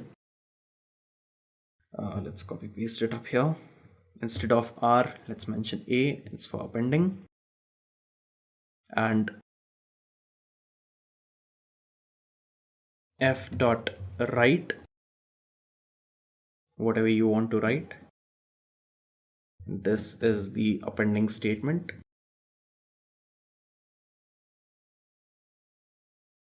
Execute it. Fine. Now if you will check the file, let's check the existing file. Open it in a readline mode. R for x and f, print x, execute it. So yeah, so as you can see, this is the appending statement got added at the end of the file. Now what if I use w instead of a?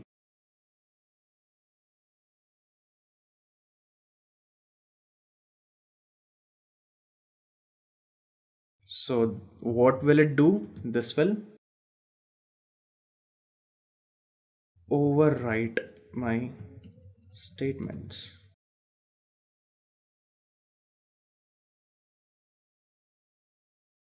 So here I can write print f dot write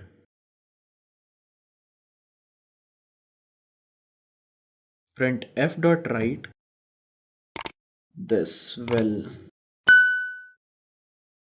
overwrite everything. Execute it. Done. Now let's check it again. What are the contents of my file?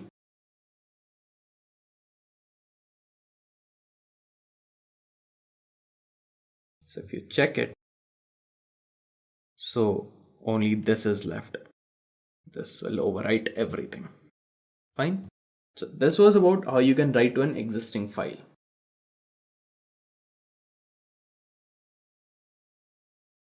Alright. Next we have is creating a new file. Well, you can create it using X, A or W. Using X creates a file and it returns an error if the file exists. Append, it creates a file if the specified file does not exist. And finally W, it creates the file if the specified file does not exist. For example, fopen myfile.txt_x, it will just create a new file. And in case you are attempting to create a file with the same name, it will throw you an error. For example, remove this. This file already exists, right? If I'm trying to create it again, it will throw me an error. Alright, as file already exists or file exists. Fine. Next and the last we have is the delete. Well, import OS module is used to delete a file. How you can delete it? Import the OS module, os.remove demo file.txt. That's it. But for that, what you have to do, you have to first close the opened file. So f.close, inside this, mention the name of the file, or the path of the file, d:/test file1.txt. First close it.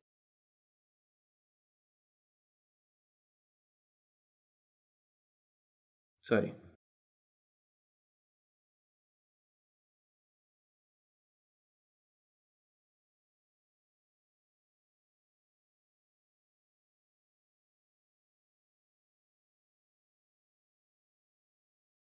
It's like f.close. Close the file. Now, if you want to delete it, you need to import OS module to it. Import OS and os.remove inside that name of the file. What is the name of the file?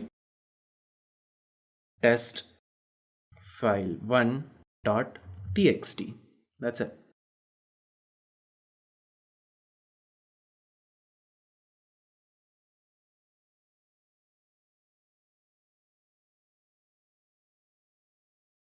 Got the error?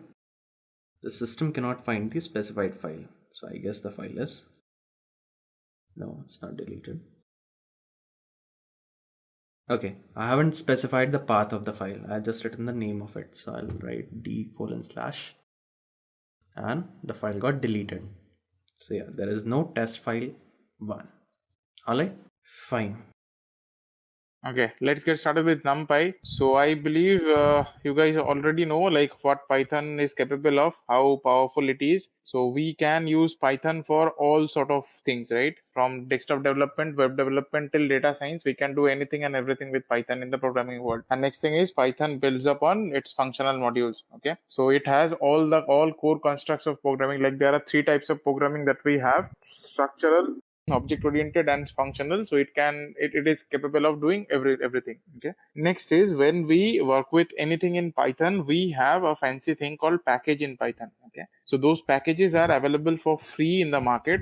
It has a lot of built-in functions and built-in things that will help you guys to write many codes easily, okay, without going for the detailed algorithm and all. So in that way, these packages are really helpful. So what will we do? We will be starting with this NumPy for today. Okay, so after that we will see, after that we will go for SciPy. So these two are basic packages for data scientists. So NumPy, what it does, it is used for mathematical and logical operations on the arrays. Okay, and it provides feature for multi-dimensional arrays also. So again, when we tell arrays, Python doesn't have any array. It is built on list only. So basically, when we go through NumPy, when we go for indexing, slicing, and all those kind of stuff, it will only be the list. Everything will be based on the lists. Okay, so that's how it goes. Okay, so that's what we will start with. So NumPy will have a lot of functions which will help you to, play around with the arrays of it. Okay, so that's how it works. So now what we will do, we will just cover the basics of NumPy and then we will go for the coding examples and all. So that's how we will be planning for the day. For that, let me open up a new kernel for you guys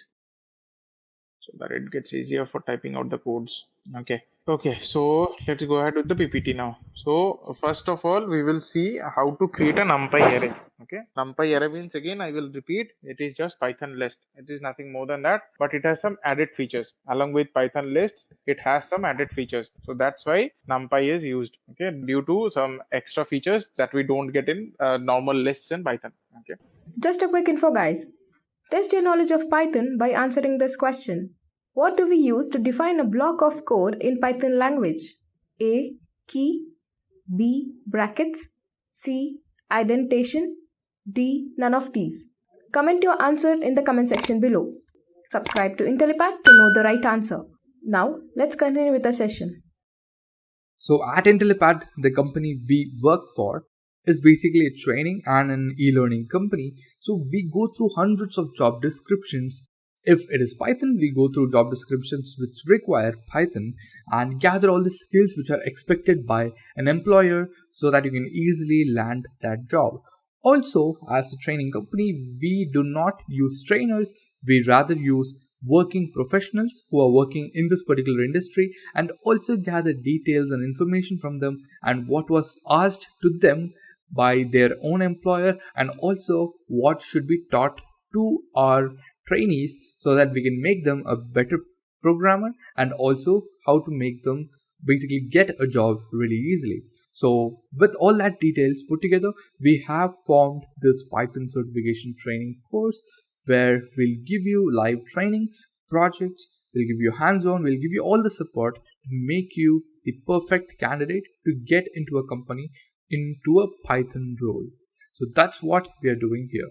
And when we take you on board for this course, we will make sure that you learn all of these skills. So NumPy can support 1D, 2D, both of the kinds of arrays. Okay, and I think you might be using this Anaconda version of Python. So that will be coming along with Pandas and NumPy version pre-installed. Okay, NumPy will be pre-installed in the Python versions. Okay, Anaconda Python. Okay, now when you use a package, right, what we do, we import the package. Okay, we import the package with something like the syntax is, it can be any package. Okay, alias can be anything. So what is the syntax? Syntax is import, then there will be package name, Then there will be as keyword just to assign an alias. Otherwise, you would need to type the entire thing throughout the program. And then we will have a alias name of np. Okay, so that's what it was. Okay, so now when I say numpy array, it can convert anything, any Python data structure to arrays. Okay, so that's how it works. Okay, so if I show you like this, why it is taking time now? Yeah, so see, it has converted both these things. So the first one is a Python list, second one is a Python tuple, right? So when we pass that argument, that tuple or a list to a numpy array function, it converts them all to a numpy array. Okay, so that is what this returns. Okay, and whatever we provided, as you see, the outputs are starting and ending with square brackets, right? So that means it is already converted to a list. Now we can perform various functions in numpy. Yes, so once we have numpy array created, it can be editable. Okay, because it's a list now, it's not anymore a tuple, so that's why it is editable. Okay, and numpy doesn't come by default with Python. If we want to use it, we need to install it. So let's say you are not using Anaconda and you are using this kind of a Python user interface, then what you need to do, you need to install it using command prompt. Okay, pip install, sorry, I am writing it again and again, pip install numpy. So it will find it and it will install numpy. Okay, I don't have this pip version set, so that's why it is not working, but it should install it. Okay, so that's how it works. That's how we can use numpy in this kind of functions also. Okay, now we can have 2D arrays in Python also, like 2D arrays in numpy also. So how we write it? We write it like this. So we just need to pass 2D arrays. So 2D array means two lists, right? We can pass two lists. So it will be concatenating it to 2D array.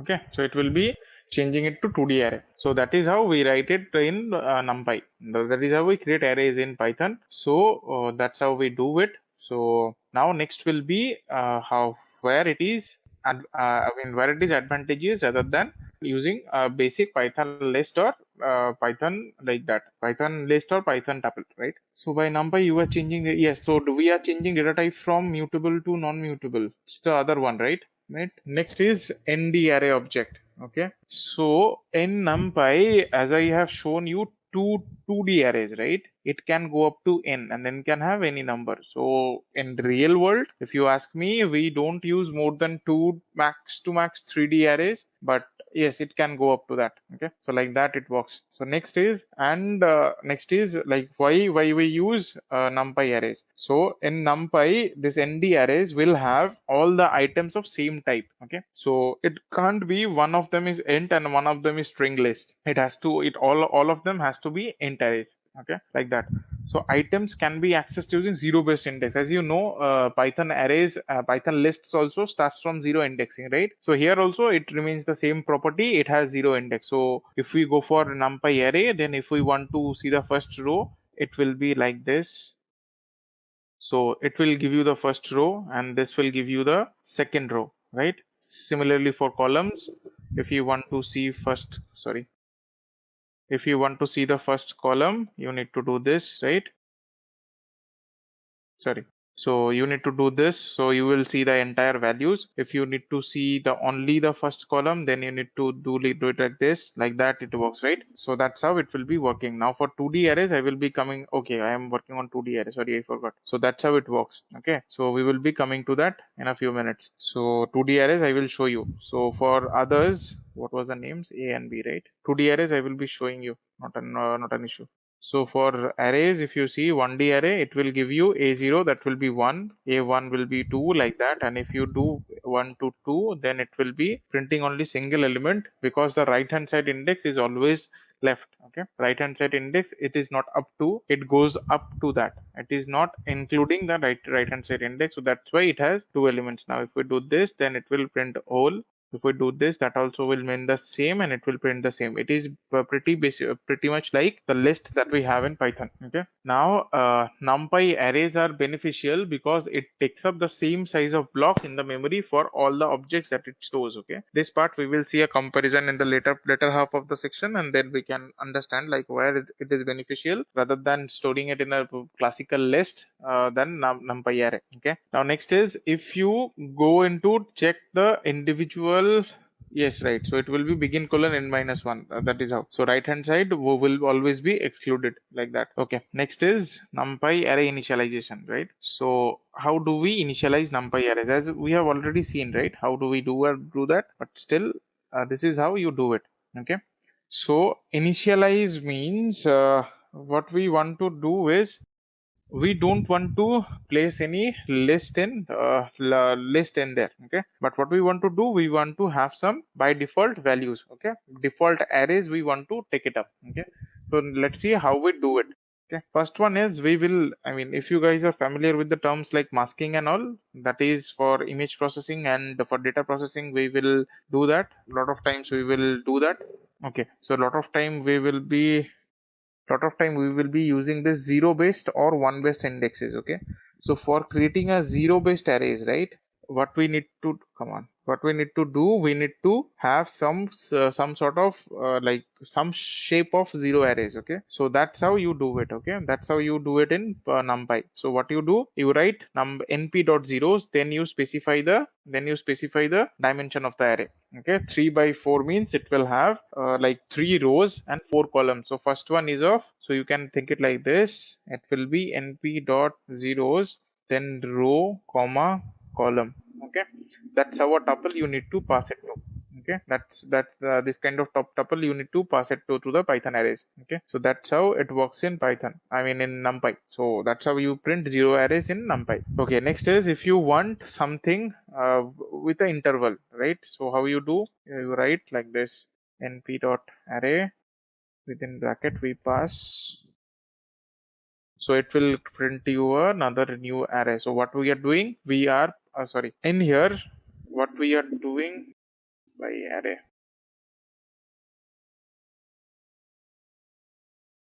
yeah, so in this what we are doing, we are, yeah, right, it's arrange, so it's a range actually. Okay, so what we are doing, we are passing 3 variables. First one is the starting number, second one is the ending number, and last one is the line is the interval that we want to print. So from 10 to 25 we are having 5, we want lists to be 5 separated, right? So first one and second one difference will be 5, like that. So that's how we have, so we have 3 numbers, right, 10, 15, 20, and always remember the right hand will be excluded, so 25 won't be taken up. So till 20 we will go. Okay, till 20 we will print it out. Okay, so that's how this kind of arrays are getting printed out in NumPy. So using this a range, you can have other type of arrays also. Data visualization, why it is needed, what we are, how you are going to do with data visualization in Python.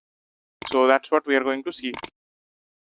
Okay, first comes into picture, what is data visualization. So data visualization is basically presenting numeric or any kind of data with using using charts and graphs and or any other pictorial formats, right?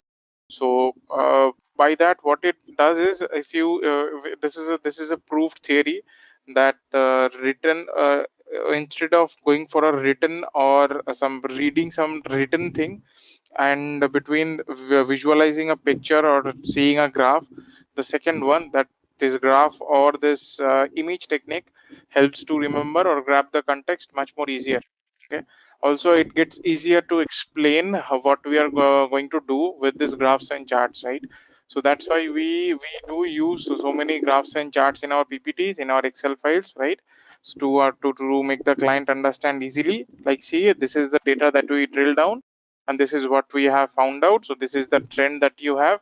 So that's why you need to tweak in here or tweak in there to change your parameters, like that. So that's why these things, this data visualization thing gets really important for being data scientist, data analytics, or in any field, right? In any field, this is very important. So if you are working in IT industry or banking or finance, doesn't matter, you will always need this visualization technique. So Python provides a really powerful tool. So a few libraries are there. So as I already told, in Python you would generally not be required to write those long codes, like with the algorithms with displaying pictures and all those things. You are not you will write it, but it's pretty less. So most of the time what you will do is you will grab a already defined and already optimized library that is available in net. Those are all the time will be open sourced. So those open source libraries you can grab and you can use those to use those as it fits your purpose. Okay, so that's what and why is data visualization important. Next is, if we go to this visualization, this helps the clients to understand the data much more clearly. Also, if you see a few numbers over the years, let's say we are trying we are going to give a summation like a project estimate for a new project that our company wants to onboard, right? So in that case also, what we would need to do, we would need to analyze the data, right? How the shifts will cover, what is the AD work, what is the AMS work that we have, like the support work or the development work, what we have and what we don't have, those kind of things. Those are basically done by taking data from clients, like, okay, fine, I can give you an estimate, provide me this details. Or what we can do, we can take experience from our previous projects in in our company that is currently being run. We can analyze their data and we can shoot them like, okay, this is what is the thing. Okay, and we can ask data from clients also. So that's how we can do. Okay, so in those cases, data visualization comes really handy. Okay, and data visualization is presenting the data that you have in a graphical format. So that means, let's say you are collecting trends for something over a few years. So what you will have, 2013, let's say it is education ratio, male 98%, female 100%, like that. This distributed data you will have. So 2013, 14, 15 till 19 you will have some, till 18 you will have some xyz kind of data. But that won't really make sense, right? So if you just plot it, real sense, right? How the ratios have changed, how, what is the trend, like girls are more initiative in this. Or if you have a more drill down, let's say to like those rural and urban area levels, then which level girls are performing better. Okay, so that's what is data visualization all about. So that's where we use it, and that's why we use it. So if you I will show you some example also, real world things where this data visualization comes into picture and how this comes handy. Okay, so that we are going to see in a few minutes. Okay, so that is what is about this. And next is, I mean, data visualization example. See here, we are trying to explain some difference of mammoth and saber-tooth cat. So if you see those pictorial way, if you tell them it has long teeth, both of them will have long teeth, right? So it will get confused. But if you just, I mean, just plot these data, if you just show them with the picture, like compare the upper table and the below pictures, then later one, the picture one is much more clear, right? So that's where data visualization comes handy. Okay, so that's what the idea, that's why we use it. And as a data scientist, you will almost always always be using this technique to get some insight from the data, like that. Okay. Okay, so now the things that I was telling you, like this data visualization, why it is important and how different it becomes when we plot the graphs from seeing the data points only. Let's say in this one, in this chart, there are four data sets, right? They are just points of x and y. Okay, they are just 2D points of x and y. So this, if you see all these four data sets and if you see their basic stats, right? Like some average, standard deviation and all this kind of average basic stats, then you will see that those have almost the similar kind of values, right? Some is always like 99. Some for x is 99, for y is 82.51, average for x is 9, like that. So all the basic stats of these data sets are similar. So if you just see those with naked eye like this, then you will not find any difference between these data sets. You will basically go ahead and comment, okay, these four data sets are same, nothing to no need to worry, all these are same, all the characteristics are same. Now the next thing I will show you where you will see how different the data sets are. How different the data sets are. You will see that. So if you are going to plot this data in this 2D plots, right? So see here what it happens. Do we have it in example? I believe we don't have it. Okay, fine. So if you plot this data in a 2D plane, right? This will look something like this. That is in my screen. So let me just grab my piece of code for this ANASCOM portrait. So that's how it becomes, but the data visualization comes handy. Okay, so that's where it comes handy. So I will just get it and will run this one. I have this in my screen. So see, this is how the data sets differ from differ when you just go ahead and plot this in a graph. Okay, I will show you the code, but no need to be worried. That is, I mean, already given. So if you see, this is the same kind of data that we got here, right? So if you see here for the first data set, the data is almost evenly spread and it fits a linear equation, right? Almost fits a linear equation. It's almost there, right? For the second one, see a S-shaped curve is there. For the third data set, it is again a straight line. Okay, only one or two points are here and there. Those are outliers, so can be safely excluded. So this is almost there. But in the fourth line, see that type of data. It is stacked. All the points are stacked in here. Because if you check this, all the x values for the last one is set as 8 except one. For one value, that is 19, right? So all the values are stacked in here for x, and this is the 19 one for which x equals 19. So this is how different the data sets are. Okay, this is how much different the data sets are. But if you see their correlation coefficients, mean, standard, and everything that is printed over here, R is for correlation coefficient. So if you see here, you see all the values are same. I mean, there is not much of a difference. Okay, so one thing need to be remembered, that this ANASCOM portrait is a unique data set. Okay, this ANASCOM just found out these points, these sets of data with this 2, 4, 6, 8, 10, 11 data points to be having this kind of characteristics. This is a pretty unique thing. After this ANASCOM portrait was discussed, there are many attempts to revisit those, and almost everyone who is related to this data science and machine learning or maths or stats things, they always have tried to back calculate thing and tried to predict different kinds of data set to have the same kind of thing, like where the descriptive stats are almost same with four data set, obviously with four x and y data sets. So for four of them, the descriptive stats are almost equals. So that's what I am telling Rajiv. Just let me finish. So this for these data sets, this is the unique data set. Okay.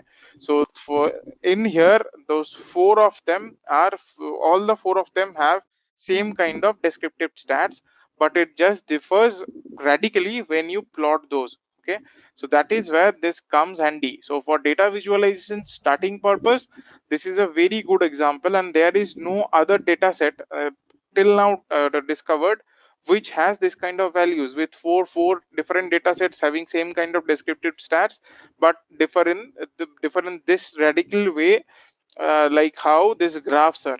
Okay, how these graphs are different. Okay, so that's where this thing comes into that's where this thing comes into picture. Okay, that's where it comes handy actually. Okay, now if you check the code that I have pasted here, so see, this is how we import Matplotlib into our Python code. So Matplotlib, why Matplotlib? Coming to it, just as I'm explaining the code, I will explain this and then we will go ahead and discuss this. So this Matplotlib code, right? So that's where what we are doing is, in this Matplotlib code, what we are doing, we are just this is a Matplotlib library, and this is a object oriented library also. Okay, so that things we will discuss later. If you want to do that, you can just take this xy points, and you can try plotting these points in the plot, like we showed in the last class, right? How to plot a line chart. So you can try it that way also. If you are not having the data set also, so then also you can do this. Okay, then also you can do this from this picture itself. I believe in this file, this Anascom quadrate picture won't be given. I think so, because I don't have it. If they have updated, then fine, you can take it from that code part also, but I don't have this one. Okay, so I just had my own version. So anyway, it will work. No need to be worried. Okay, and also the data set is already present, right? So what you can do, you take two arrays x, y, x1, y1, x2, y2, x3, y3, four arrays you can take of x and y, then merge those. Like for xy, plot together, x1, y1 plot together in the line chart, and then only you can see this kind of plot. This is nothing much. Okay, so that's how you can do. No need to be worried on that part. That's really easy codes. Once I explain this, you will understand. Okay, so what we are doing, we have taken all these x points here, then we have calculated y point with this equation, and if you see, the equation will fit this one to some extent. So yeah, that will be better. So if you focus on this, I will show you how those are plotted. Okay, so that will be helpful for you. So see here, we have used pld.plot x and y1. If you even if you for now, if you don't even if you don't give this parameters, it is fine. It doesn't, it is not required. It will give you some kind of plot also. So for now, keep it to plt.plot x comma y1, and you can have the color also. If you don't give it, it's fine. It will give you a nice good color. So that's how it works. Okay, so that's how these are plotted. So others that I have, those are really advanced level things. No need to be worried for now. I will skip those.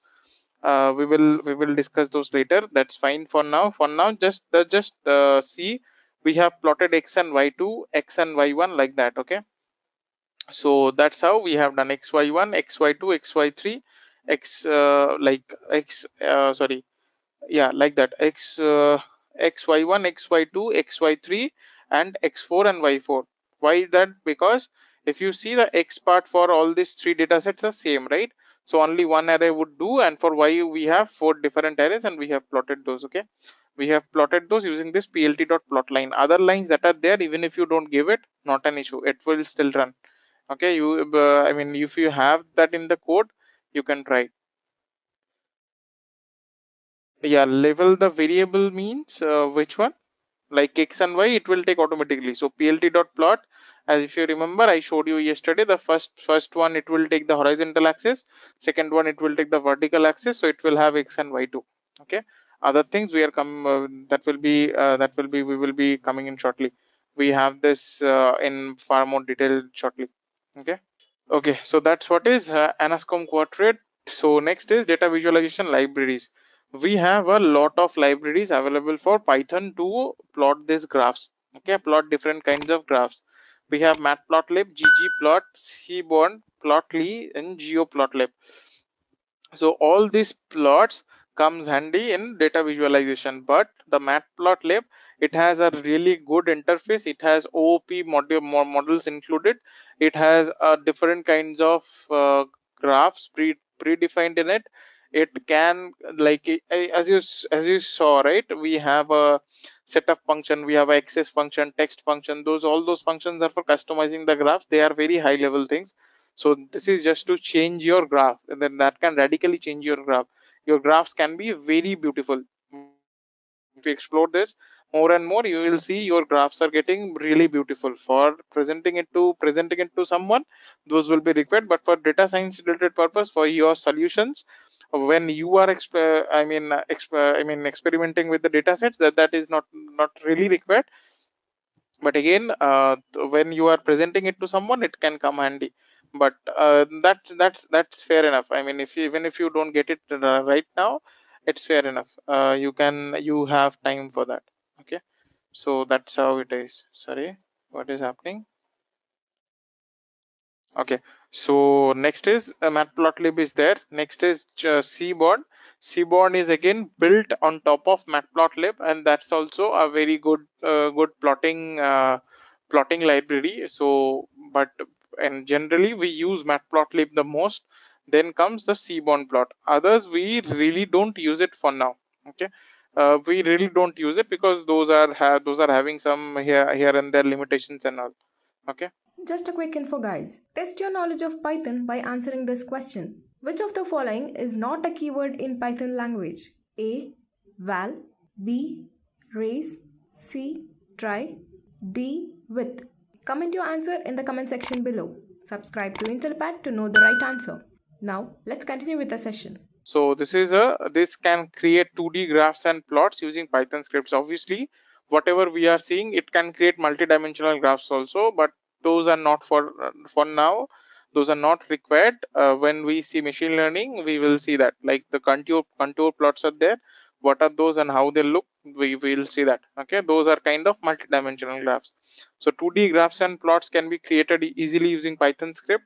It can produce the output in a various hard copy format. That means whatever graph you see here, you can save it to a PNG file, JPEG file, or whatever. So that's where this comes really handy. Okay, that's where it really comes handy.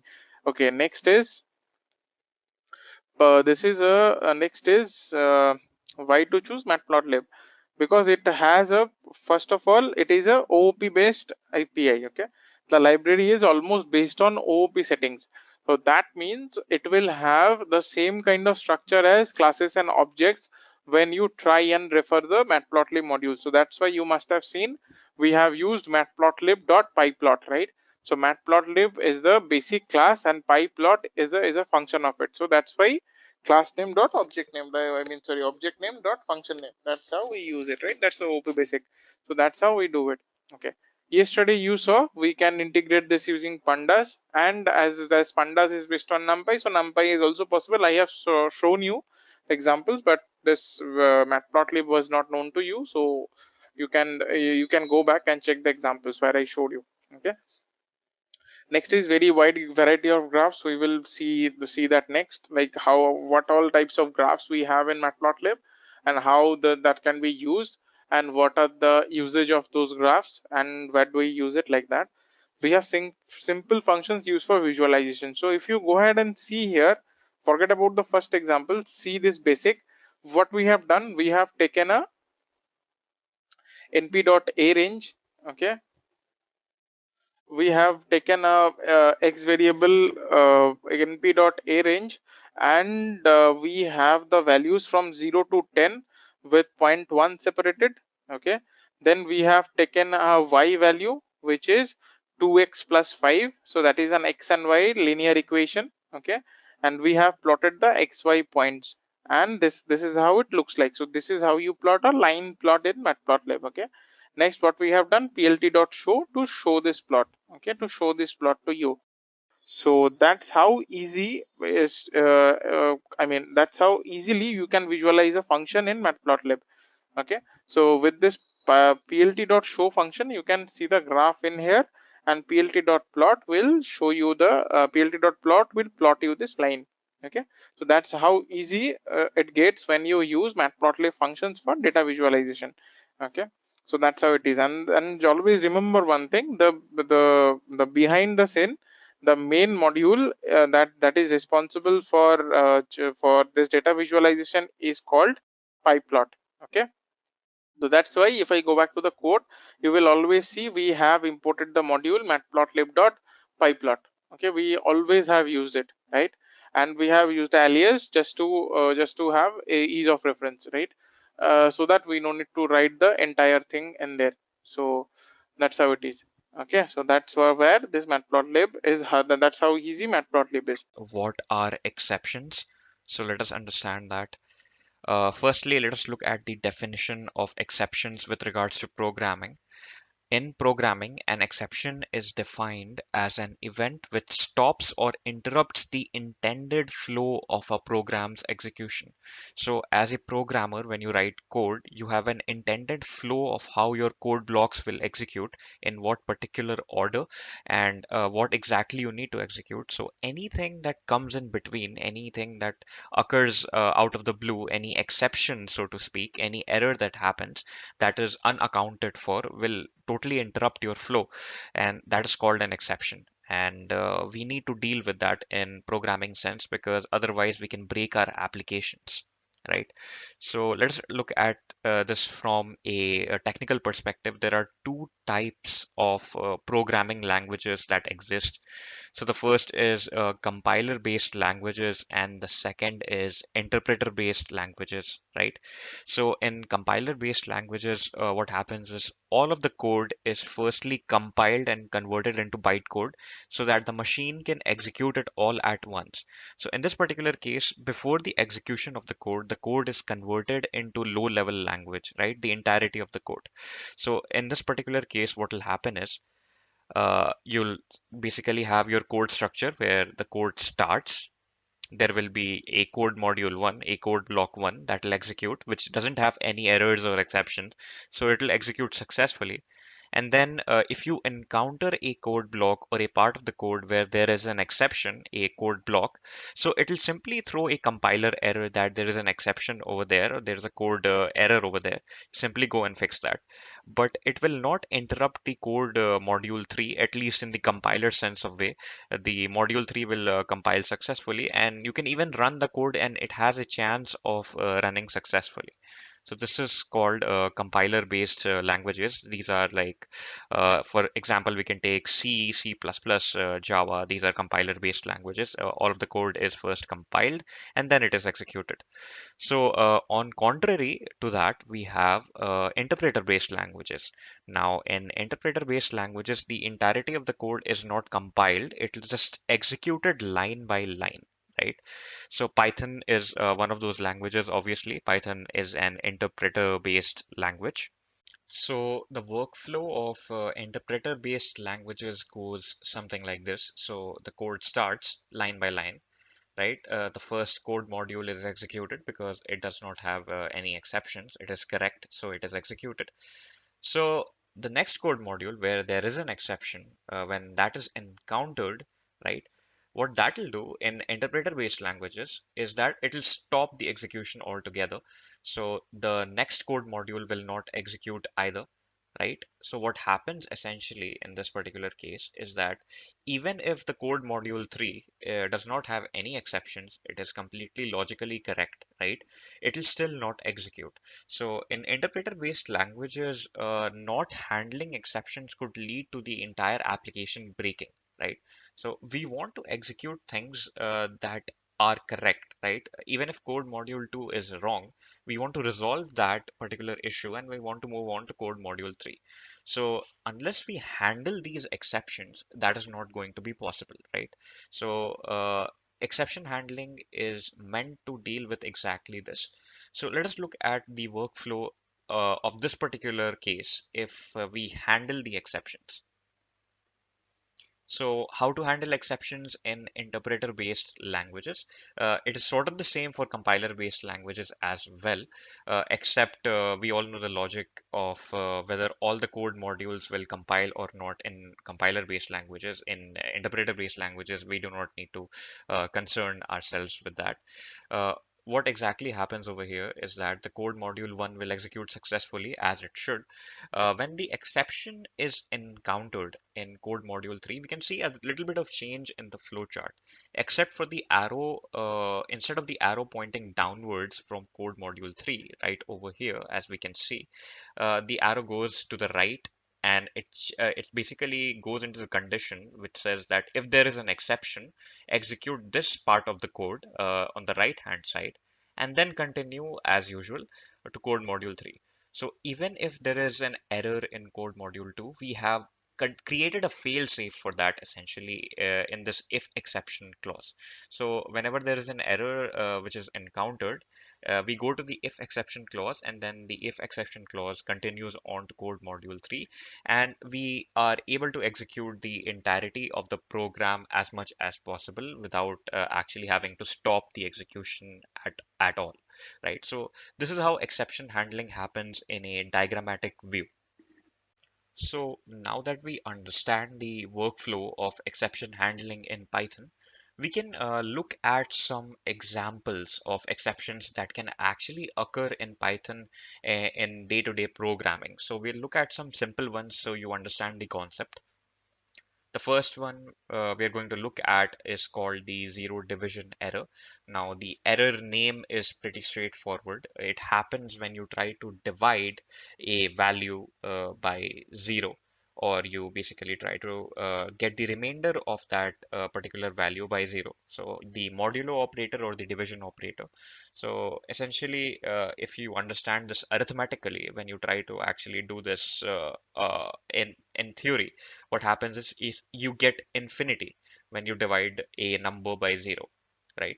In computational terms, you cannot actually compute infinity. So to deal with that particular issue, what programming languages do is that they throw an exception when you try to run this particular operation, right? So you can design cases to deal with this particular exception if it happens. Other than that, this is what the error is called. It's called the zero division error. Then we have the name error. Now, in name error, what happens is when there is a variable name that you're using, which has not been defined previously, right? And you're directly using it, it'll throw a name error. For instance, if you try to write a statement which is a equals to b plus 3, and you haven't defined the value of b, right? Then it'll throw a name error because this b variable has not been defined. Then next up, you have type error. Now, the type error refers to data type mismatch, essentially. So what happens in this is when you try to basically perform an operation where there is a data type mismatch. For instance, in this particular example, we can see that a equals to hello, which is a string value, plus 4, which is an integer value. We are trying to add an integer to a string without any implicit or explicit conversion, right? We're not trying to convert this particular integer to a string value and then trying to add it. We're trying to add it as a numeric value itself. Now, in programming logic, that cannot happen. We need to convert this 4 into a string if we want to add it to our hello value, right? So in this particular case, it'll throw a type error because there is a data type mismatch between string and an integer. So, if programming languages have defined a variety of exceptions, there must be a way to deal with these exceptions as well. So, what happens essentially is that every programming language has its own way of dealing with these exceptions, right? In Python, there are ways as well. So, let us understand what is exception handling first. Exception handling theoretically is defined as the process of adding fail-safe measures into the code to keep the program running in case of an exception, right? So it's essentially used from the application point of view to stop the application from breaking when an error is encountered, right? So let us understand the various methodologies that Python implements to deal with these particular exceptions. So firstly, we use the try block, right? So the try clause is used to define the block of code that you intend to successfully execute if no exceptions occur, right? So instead of writing code straightforward, like writing print text without the try block, what you'll do is you'll simply write the try and then you'll indent a print statement after the try, right? So this print statement is now under the try clause. So if an exception happens, you can now handle this particular exception. Instead of the program simply giving you an error and stopping, you can now find a way to deal with this particular exception. You can try this code. If this does not work out, you can deal with the exception that happens. So next up, we have the except block, right? So the except clause is used to define the block of code that you would want to execute if and when an exception is encountered in the try block, right? So say in this particular case, suppose the print statement fails. So when it fails, the control goes to the except block and it will print exception, right? So you can deal with this various ways. You can add various categories of exception in front of the except clause to deal with that particular exception only, which we will see in the example that we are going to execute. But this is how you would deal with a particular exception. When you try a part of code and it does not execute successfully, you can straightforward go to the except block and execute that statement, which is present in the except block. Then you have the else block. Now this is an optional block of code that you can use. It is used to define the block of code that you would want to execute optionally if no errors occur in the try block. So say if the print statement executes successfully, the except statement will obviously not execute because you haven't encountered an exception, but the else statement will execute because the try statement did not have any exceptions essentially. So it will basically print the value of X and then it will print no errors. Then finally, we have the finally block, right? So this particular block of code is also optional in exception handling. You can use this particular block of code when you want to execute a particular set of instructions, regardless of whether an exception is encountered or not. So the finally block of code will execute whether an exception has been found in the try block or whether the try block has successfully executed. It will still execute. So in this particular case, whether the exception prints or the value of X prints, the will always execute will always print. So this is essentially how you handle exceptions in Python. So now that we understand how these four particular clauses work, we can now move on to the demonstration part of this particular tutorial. So let us see how exception handling works in an hands-on experiment. So let us now see some of these exceptions in action. So firstly, let us try to execute the name error. So if we try to do this, A equals to B plus 1, right? And we execute that. So it simply gives us a name error, right? So the way we can deal with this is by simply going over here and adding a try clause, right? So when we add a try clause, we can put a tab statement over here and add in except statement and print the message that we want to print in case this particular exception occurs, right? So exception has occurred. We do that and we click on play. So we can see that instead of this particular statement executing and giving us a name error, we can see the message an exception has occurred, right? So next up, what we can try is something different. We can write over here except name error, right? So this is the category of exception that we want to deal with specifically instead of dealing with all of the exceptions. That is what happened, right? So if we play this as well, we can see the statement exception has occurred, right? So let us try something else with this. We can also add a finally clause over here or an else clause. Let us first try an else clause, right?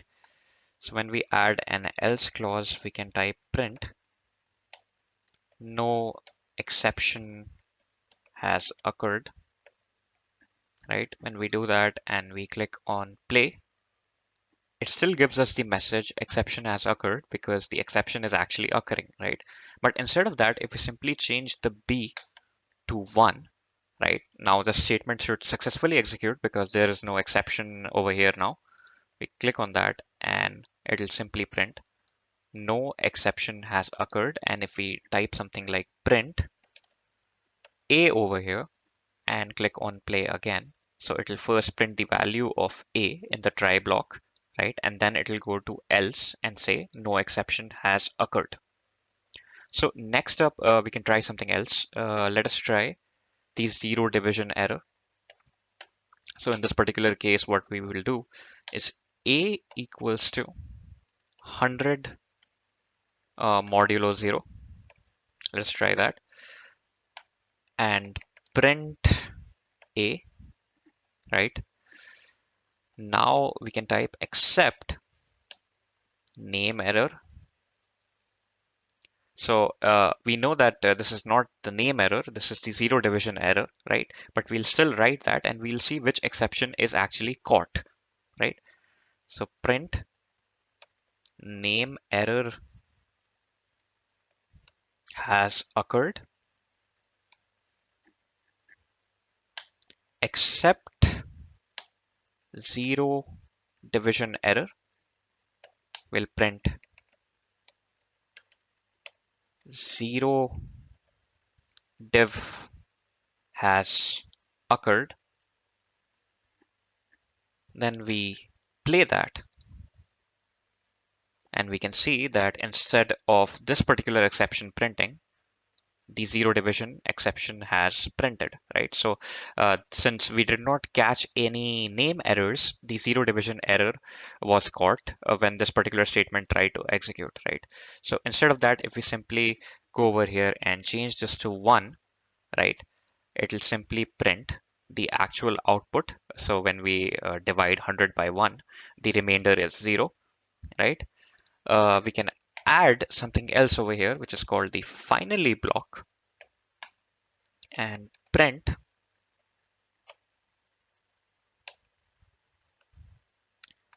hello, right? So in this particular case, what will happen is we play this and we get the 0 from the try block and the finally from the hello block. But that is not all. Say if we change this back to 0, right?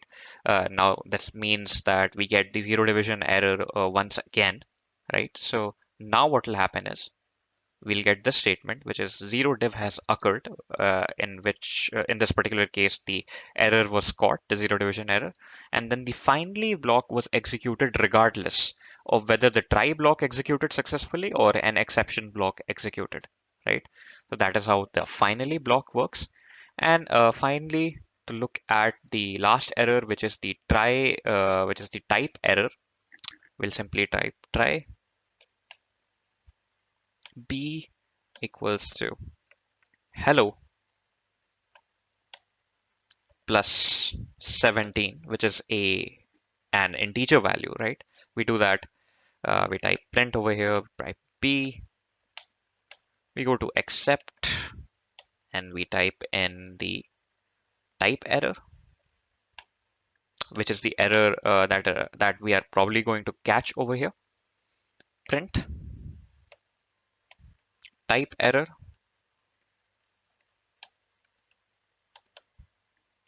we do that, and then we can try to add an else statement over here. Print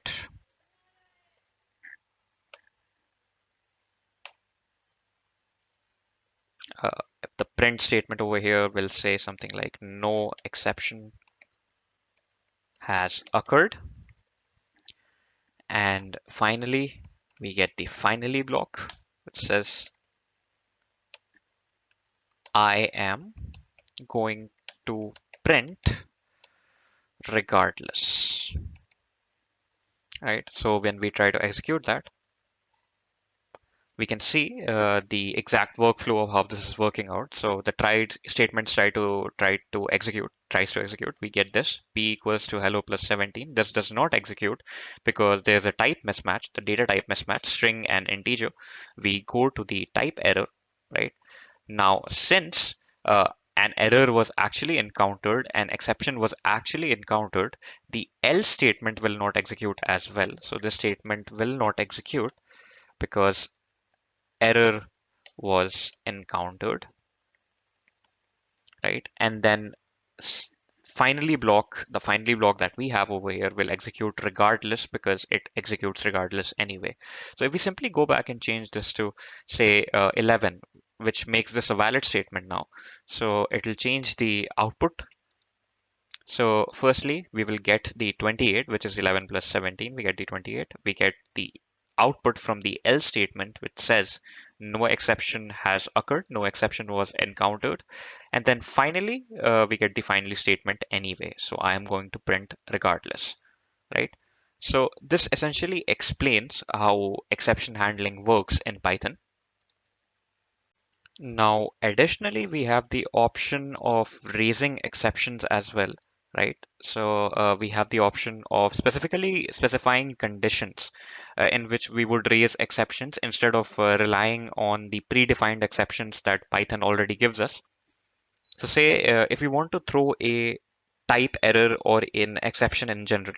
So let us type in something like x equals to 14, right? So this is a value, and now x is equal to 14. Now what we can do is simply type in if x is equal to 14, in which case we will write if x equals to 14, and then given the condition of that particular statement, and then what we would do is raise an exception.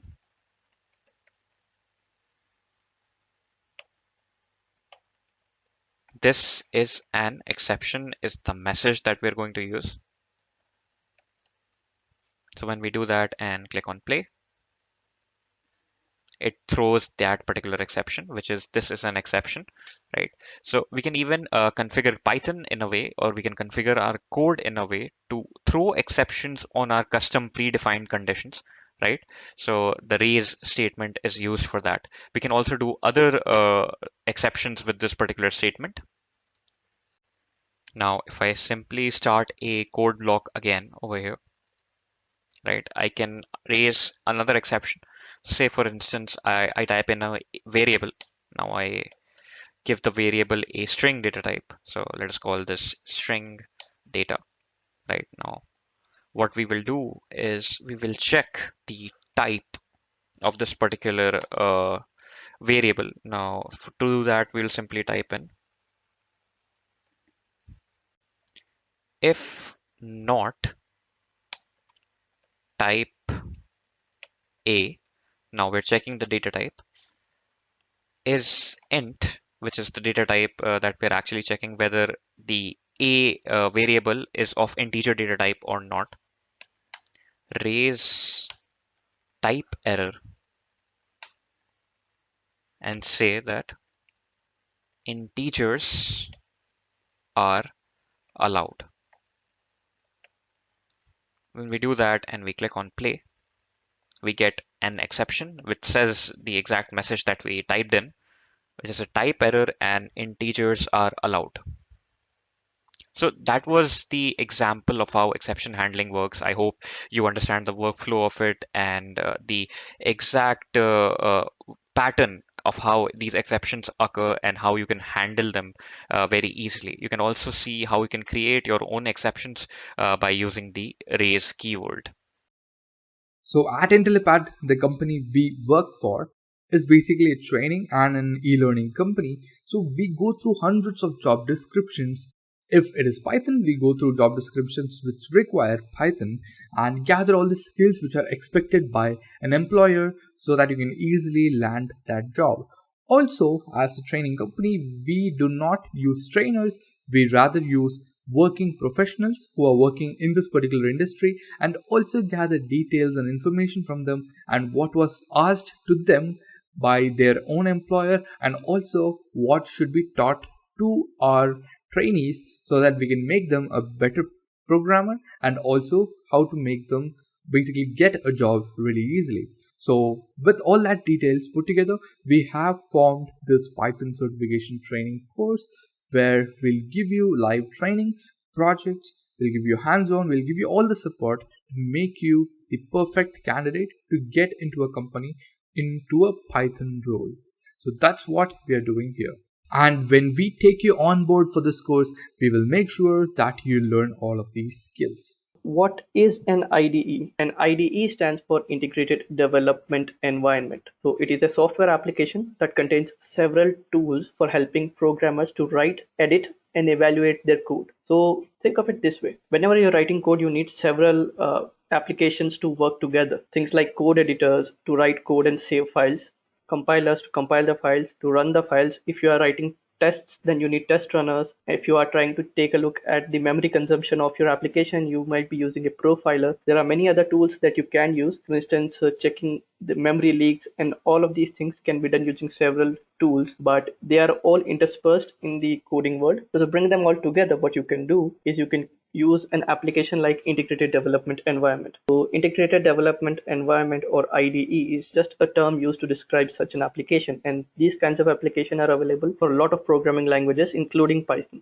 So what are the benefits of using an IDE? So let's take a look at them. So there are several benefits of using an IDE or an integrated development environment. Let's take a look at them one by one. So firstly, it allows for rapid development. IDEs provide some really great tools for you to write and edit code in quite a speedy way. They allow you to define code snippets so that you can write just a few keystrokes and expand the code and then fill out the important details. It reduces boilerplate coding. They allow you to generate files. They also allow you to do syntax completion. So if you're typing a long name for a variable or a function or a class, you can just type the first few letters of the entire name, and the suggestion will appear, or whether or not you want to use it is up to you. Then comes enforced standards. So many development environments allow you to use something called a linter. What a linter does is it takes a look at your code and it takes a look at a standard that has been set by a company or maybe by you, and it checks whether the code is following those standards. So these standards could be not more than 80 characters on a line, small method names or large method names, methods that are not more than 6 lines in definition. There could be many other standards that you could use. Many companies use these standards to make sure that the code is clean, it's readable, and many companies also enforce standards such as writing documentation, without which your compiler might not even compile your code. So these standards can be set up depending on what your requirements are. If it's just for taking a look at clean code, or whether it's more than clean code, it's more about tooling and all. So these standards can be enforced using an IDE. Then comes easy configuration. You can mold an IDE, especially there are many IDEs that are really easy to configure to your needs. You can change almost anything about many IDEs that you use, going from font to the user interface, configuration about the compilers and interpreters. You can take a look at a lot of things, and you can change all of these things depending on your needs. They do come with a sensible default, but these defaults might not work for you, so you can change them at your own pace. And then comes project management. If you're dealing with multiple projects, then dealing with them without an IDE could be a little difficult. Let's say that your project contains several sub-projects as well. So these kinds of problems can be really difficult to keep track of, and IDEs can help you with that as well. They allow you to export configurations for projects so that you can share that with everyone around your team, and they can use the same thing again. Just a quick info, guys. Test your knowledge of Python by answering this question. What do we use to define a block of code in Python language? A. Key. B. Brackets. C. Indentation. D. None of these. Comment your answer in the comment section below. Subscribe to Intellipaat to know the right answer. Now, let's continue with the session. Now, another thing that project management that comes under project management is version control systems. So things like Git, GitHub, Subversion, Mercurial, all of these things, they also come under project management. And many IDEs, including PyCharm, have a really good support for using Git and Subversion and Mercurial and other kind of version control systems. Let's take a look at some of the most popular IDEs. So here are some of the most popular IDEs. As you can see, that's PyCharm, it's IntelliJ, which is also from the same company of JetBrains. Then comes Eclipse. Eclipse is more popular for Java development, but it's not really necessary that it can only be used for Java development. For instance, if you want to use Eclipse with Python, there's an extension called PyDev, PYDEV, that could be really helpful. If you are proficient with Eclipse, you know the shortcuts, and you want to use Eclipse for Python development. So for that, you can use PyDev extension. It's a little difficult to install, but if you've already worked with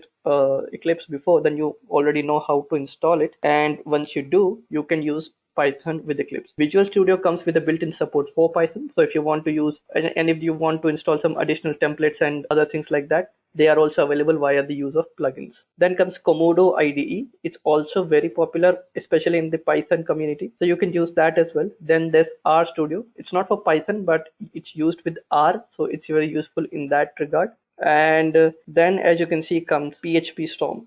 So PHP Storm is something that many web developers use, and since many of these IDEs are free and many of these are not free, and when they are not free, then you need to either download a community version, which is a version of the IDE that comes with limited set of features, which are helpful for you when you get started, or you can buy the pro version or the premium version. Many IDEs have different terms for these, or at the end of the day, you can also apply for a student's license, which if you are a student, they can give it to you either for free or for a much reduced cost. So you can take a look at that as well. Then comes Introduction to PyCharm. So let's take a look at what PyCharm is. So PyCharm is an IDE for Python language. It has been developed and maintained by JetBrains. It's currently under active development. New versions are being released every now and then, and new patches are being released every now and then as well. It is one of the most popular IDEs, especially for Python. If you're a Python developer and you are writing code for Python and you're working in large corporations, chances are you have already come across PyCharm. And PyCharm is really, really good for writing code in such a manner. PyCharm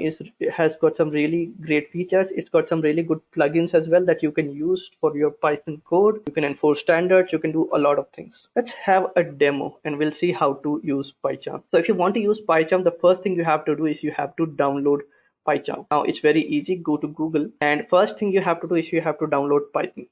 So you can go to python.org, click on downloads, and download the latest version. Mine is 64-bit Windows, so it already gives me that version to download. And if you don't find the version you want to download, you can scroll around and get the version that you want to.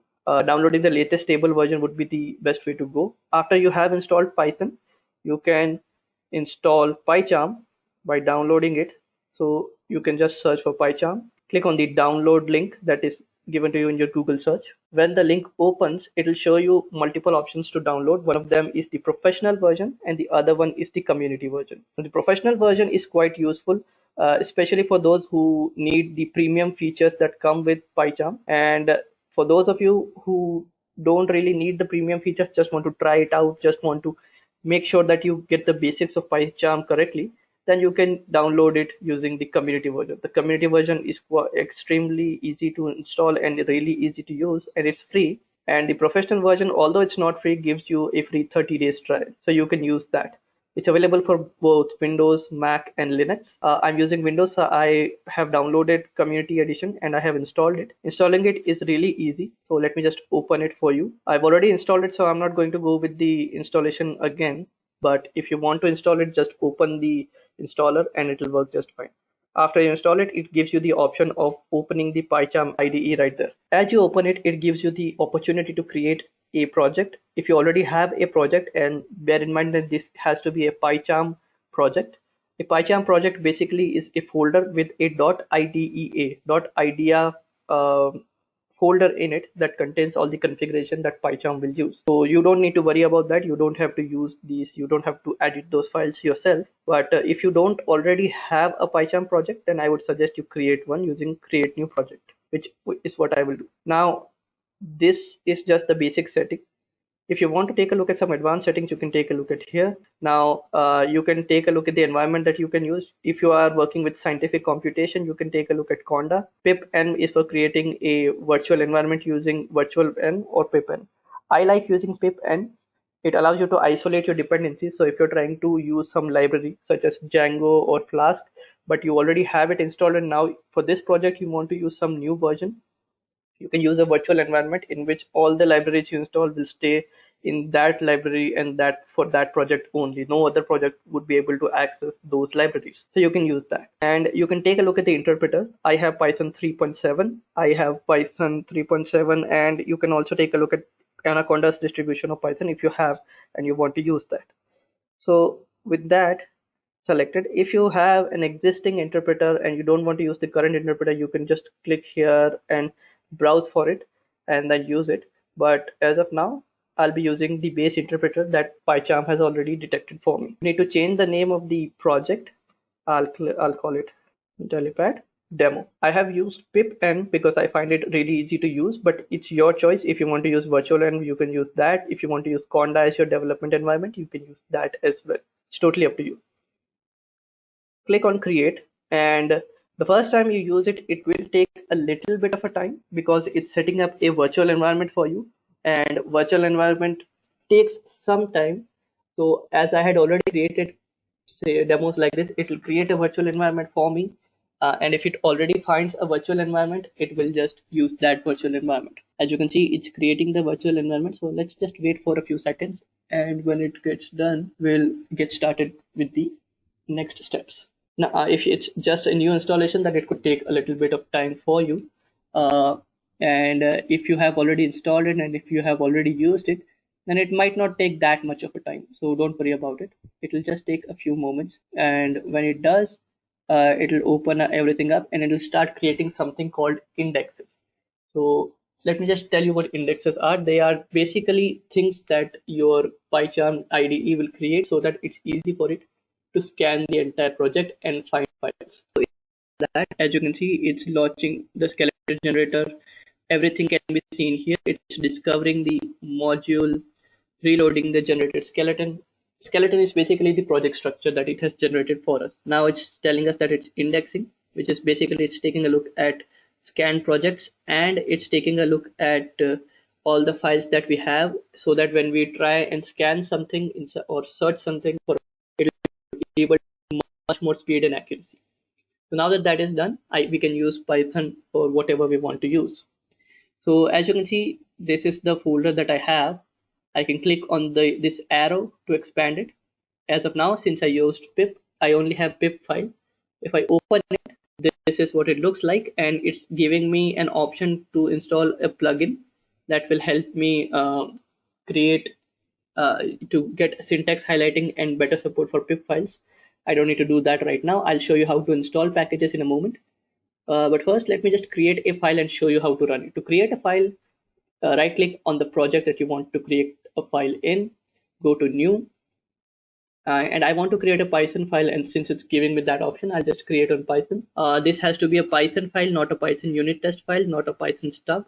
So I'll just create a Python file. I'll name it main, and I'll press enter after giving it the name. If I don't give it the name, then I won't be able to create any files. It'll create one for me. Now, as you can see, this is fine, but the code editor looks fine. It's working fine. If I type something, as you can see, it's working fine. The problem that I have as of now is that the text is really, really small. So let me show you how to customize Python to your own taste. So go to settings by clicking on file. Once this appears, you can take a look at a lot of things. It opens with the editor setting, but you can take a look at a lot of things. If you want to search for some setting, like let's say font, click here and it'll show you all the things that you care about. I need to change the editor font, so I have that here. Now it is by default using the JetBrains mono font, but I want to use Fira code, and I want to increase the font size, let's say to 18. Let's say to 16, and for line spacing I can take a look at this as well, and as you can see, I get this nice preview right underneath it. So after doing that, I can also enable ligatures. So enabling ligatures basically means that it will allow the code to dictate how it wants certain symbols to look. So if I disable the ligatures, as you can see that not equal to will look like an exclamation point and then an equal to symbol, but if I enable the ligatures, then it looks something like this. So the font will now dictate how certain combinations of symbols should look like. I click on apply and then I click on OK, and now as you can see, the font has been changed. Now you can play around with it a bit, but it works fine. Now let me just write some Python code and then execute it so you can see that it works. So the first thing I'll do, and as you can see, I have syntax highlighting. So if I type in name and I get the suggestion that I want, and I want it to be equal to main. Now if you don't understand this, don't worry, this is just some simple Python code, and I'll even show you some resources through which you can learn Python if you want to get started with Python, and you can already see how we can use PyCharm. So I'll just create a function named main, and here I'll just move the code. For those of you who are wondering, I'm using the shift key and then moving things around. So if I use shift and then press down key, the PyCharm will automatically insert the pass keyword, but I don't want that, so I'll just do it here. So now what will happen is my script will get executed. It'll take a look at the file name, and it'll take a look at an internal variable called name, which automatically gets set. So if I use this file to execute every other file, then I'll get main, and then it'll execute this function, and it will print hello. So to do that, there are many ways I can do it. I can just click here and run it, or I can go to run, click on run, which is here. I click here, I want to run main, and it will run it for me. And as you can see, it's printed hello, and the process exited with the code of 0, which means everything went successful. Now let me show you what else you can do. Let's say that this is not just one file and you use multiple files. So I create another file in which I'll create a configuration class. Let's say configuration helper. Okay, this will be the name of a Python file. I click insert. I'll type in some code, configuration helper. Firstly, I'll define a constructor, and in a moment I'll tell you how I'm doing this. So just type in, as you can see, let me just show you again. I type 2 underscores. It shows me all the things that I can do. I press the tab key. It automatically does everything for me. And now I'll just print constructor. Okay. So now, if I want to go back to this file, let's say I have multiple files and I've closed this file, first thing you can do is press the shift key twice. So shift 1, shift 2, and you need to do it really fast. And then as you can see, recently opened files are showing here, but if I want to open a file, just type main. It will show me the main method as well as the main file. So let's say that I want to go to the method wherever it's declared. It's showing me the file name right beside the function name as well. I press enter and it automatically takes me to that function. Now that that is done, let me just import it. So I need from configuration helper, import configuration helper. I'm using the control and space key together. So hold down control and press space to get automatic completion. And after doing that, all I have to do is create, let's say, an object out of it. This gets done. So now what will happen is if I run this, I can run it from here, and you can take a look at some of the shortcuts as well, which is Control Shift F10 if you want to run it. So the constructor gets run first and hello gets put second. Now, as you can see, I have made a spelling mistake, which is deliberate because I want to show you some of the other features of PyCharm. But first, if I want to go to that file again, hold down Control key and then hover over that class name. I click on that class and I am immediately taken to this file in which I have declared this. Now, as you can see, I have mistyped the name. So as you can see, it's already giving me an option to do something about it. But another thing I can do, and I want to show you this, is select the class name, right click. There's something called refactor. So if you can see, it's here. And then it also gives a shortcut key with Shift F10. Click on rename. And I want to rename it wherever I can, and in the project files you can click on all places as well, so that it can take a look at all the places available to PyCharm and rename anything that's named like this to configuration helper. So as you can see, configuration helper. Now I can click on preview and it will show me all the changes that it will make. So these are the files in which the changes will be made. Click on do refactor. Now it has changed it here, but it has also found out that I'm referencing configuration helper in the main.py file, and it has changed it here, here, and here as well. So these are the kind of facilities that you don't get when you're trying to code it out in a simple notepad or simple text editors. And these are the really powerful benefits that you get when you're using an IDE. Now that that is done, let me just show you another thing, which is the debugging capabilities. So I'll just create another function, print with hello, and all I'll have to do here is I have to print, and I'll do some Python code here. I'll format the string, and inside the format all I have to do is pass in name. So what it will do, it will take a look at the string, print hello, comma, and then takes a look at a variable. I can remove this as well, and takes a look at the variable named name and prints that for us. Replaces this empty brackets into name. This is what's known as Python string interpolation also. So you can do that as well. And now, just to make it a little more complicated, I'll just create another function, def get config name. And as you can see, as soon as I type this character, which is an opening parenthesis, PyCharm automatically types self, closes the parenthesis, and types a colon for me. And all I have to do is return default config. Save this, go here, and now if I run this, it works fine. We get constructor, we get hello, and instead of doing this, now what I will do is I will print with hello, but I will use the config get default name.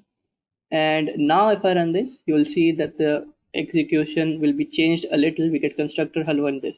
Now if I want to debug this, debugging basically means stepping through the code line by line to see what has changed. Now this is really easy to do, especially in Python. I want to debug from this line, right? So I can, instead of running it, click on debug main, or I can click on debug as well and choose main. As you can see here, if we do that, and that happens, starts debugging, and we get here. As you can see right now, no variables have been declared in memory, so we get nothing. And we get options to step over some code, step into the code, step into to see your code. If it's a library code and you don't want to step into it, then you use this function, which I will do in a moment. And you get to step out. So I want to step into my code and see what happens when this configuration helper gets instantiated. Click here, it opens the file, it gives us the name of the value of the self variable. If I open it, it's giving me the memory location as well. And as you can see, nothing's been initialized as of now. I step in, it prints constructor. If you want to take a look at this, you can take a look at console simultaneously, and you can see constructor has been printed. Now you go ahead, print hello world, take a look at the console. It gets done. Only the config variable has been created. As you can see, there are no variables associated with the config object. And I then step into the function. It returns default config. After that, it steps into the function that we have declared with the print with hello function. Prints everything and then exits, because that was the last line. Everything has been printed and we have come to the end of our code. So that's how you can debug things. Now that that is done, let me show you something interesting. Let's say that you want to, after going to that, click on settings. There are many settings available for you. You can install some plugins to make changes to the way things work. If you are using Vim as the code editor, then you can install the Idea Vim plugin. You can change the look at the material themes as well. There are a lot of things that you can install, and these things either upgrade the functionality of some existing feature, or they introduce new features as well. For version control, you can take a look at many other version control systems like Git. If you want to add a GitHub repository, you can do here as well. Mercurial, Subversion. And finally, for our project, we can take a look at Project Interpreter. Right now, we have not installed any package, so we don't have to do anything. If you want to install a package, click on the Add button. And as you can see, it's getting the list of available packages. Let's say that I want to install Flask. This is what the current version is. If I want to install Flask, I can just click on Install Flask. If I want to specify a version, here are the list of available versions. So you can see it's very graphical, very useful. I'm not going to install Flask right now because I'm not going to be using it in this demo, but you can do it if you want. So with that in mind, this is what it looks like. This is what a breakpoint is. So when we were debugging, I put a breakpoint here so that I can just debug my code and the execution will stop here. And from that point on, I can just step into the code. So it's very easy to do if you want to do it.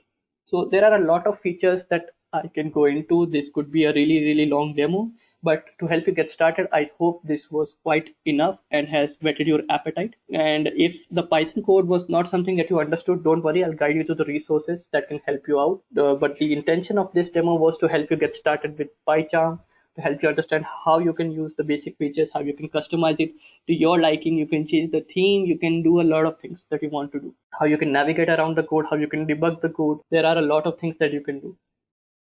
So at Intellipaat, the company we work for is basically a training and an e-learning company. So we go through hundreds of job descriptions If it is Python, we go through job descriptions which require Python and gather all the skills which are expected by an employer so that you can easily land that job. Also, as a training company, we do not use trainers, we rather use working professionals who are working in this particular industry and also gather details and information from them and what was asked to them by their own employer, and also what should be taught to our trainees so that we can make them a better programmer, and also how to make them basically get a job really easily. So with all that details put together, we have formed this Python certification training course where we'll give you live training projects, we'll give you hands-on, we'll give you all the support to make you the perfect candidate to get into a company, into a Python role. So that's what we are doing here. And when we take you on board for this course, we will make sure that you learn all of these skills.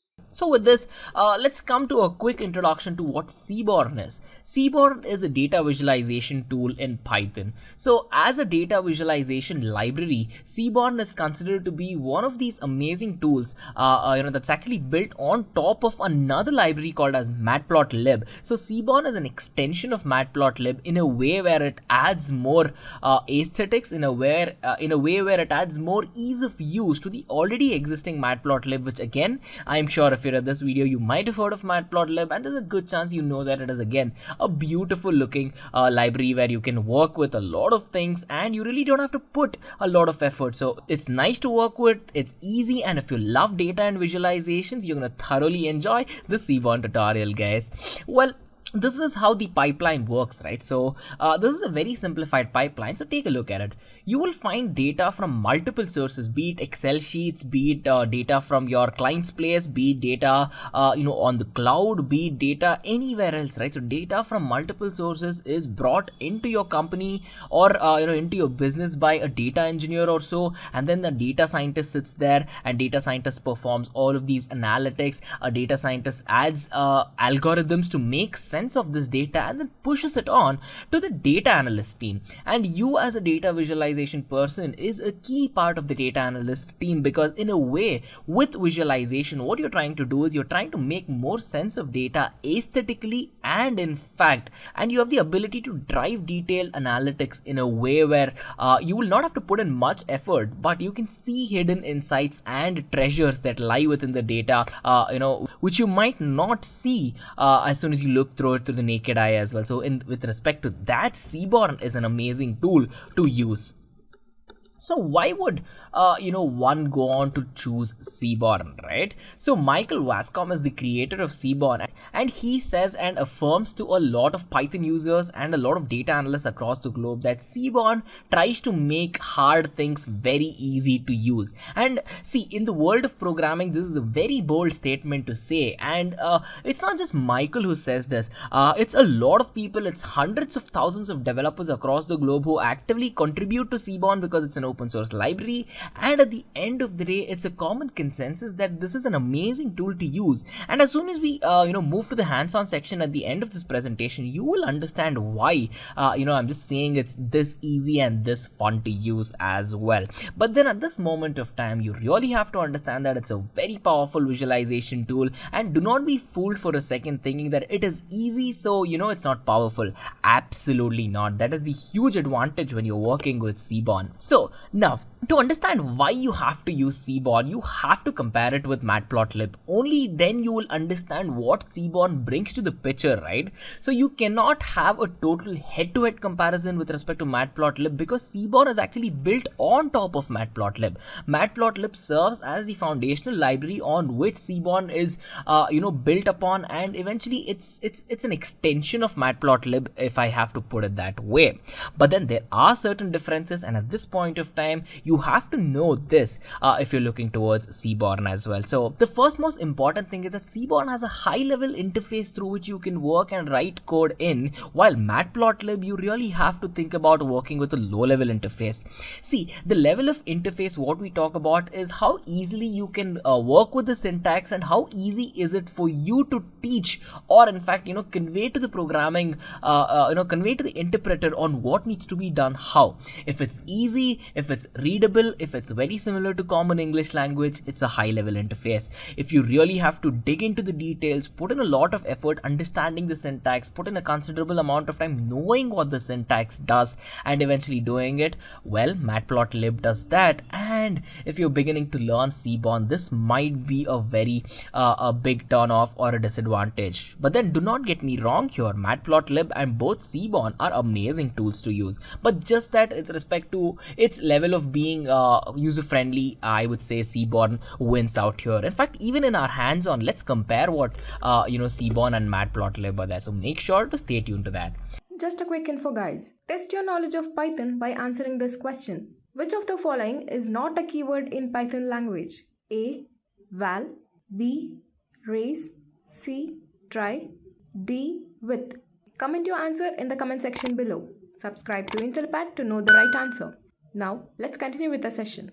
And then think about the theming, think about the beautification, think about the aesthetics, think about the control you have over your graphs and visualizations. See, Matplotlib and Seaborn, both of these are data visualization tools. It's going to take in certain numbers, it's going to crunch these numbers, and it's going to give you a beautiful looking graph. It's going to give you an entire sheet full of graphs, or it's going to give you a lot of plots, hence the name Matplotlib. Having the ability to theme it, having the ability to customize it, and having the ability to do this easily, this is where Seaborn wins. Matplotlib, of course, can do it to an extent, but then it takes a lot of work, and it's not just a lot of work to just have a basic graph or a plot, but then it takes a lot of work to make those plots look aesthetic as well, right? So in today's world, when you're in a business meeting, when you have to pitch the productivity, when you have to pitch the analytics aspect of things to a person who is not into programming, who doesn't like to see numbers, right? So let's say you're in a meeting, rather than showing them an Excel sheet, you would rather present them with beautiful looking graphs to tell them this is where we are, this is where we should go, and all of that, right? Think about it for a second. And this is where Seaborn wins, in my opinion. And then when you think about it, right, a very important thing, if you've used Python and if you've used pandas, if you've used all of these other libraries that are dependent, especially to provide data for these data visualizations tools, you will understand how important it is that these tools can understand data from a variety of sources, right? For example, think about data frames. You might have used data frames in the past, but then if you've tried to use it with the Matplotlib functions, there's a good chance you cannot use it at all. But then even if you do, it's very complex to work with, especially huge data sets and data frames as well. So in that aspect, again, Seaborn has the capability to handle all your data frames very well and cope up with all of that as well. So in terms of developer productivity, and in terms of the basic ability to support another library hand in hand, Seaborn wins, in my opinion. Now, after you have understood what Seaborn is, how does it compare with Matplotlib and more, you will have a question saying, okay, I'm on this video and I want to understand how to learn Seaborn. Well, guys, I'll not let you wait any further, because you really have to know how to learn Seaborn in a structured way. Well, let me tell you this. It is very similar to learning any of the other libraries in Python, or in fact any other library of any programming language as well. Firstly, you have to take a practical approach, guys. So you cannot sit and read theory and say, you know what, I'm going to implement all of these later after I finish the theory. That really will not work, because I'll tell you why. See, the first thing you'll have to do to become an expert in any of these libraries, which might get complex along the way, is to have a strong foundation. And you can build your strong foundation by learning in context. Like you're learning a concept, you're implementing it, you're learning it, implementing it, and on.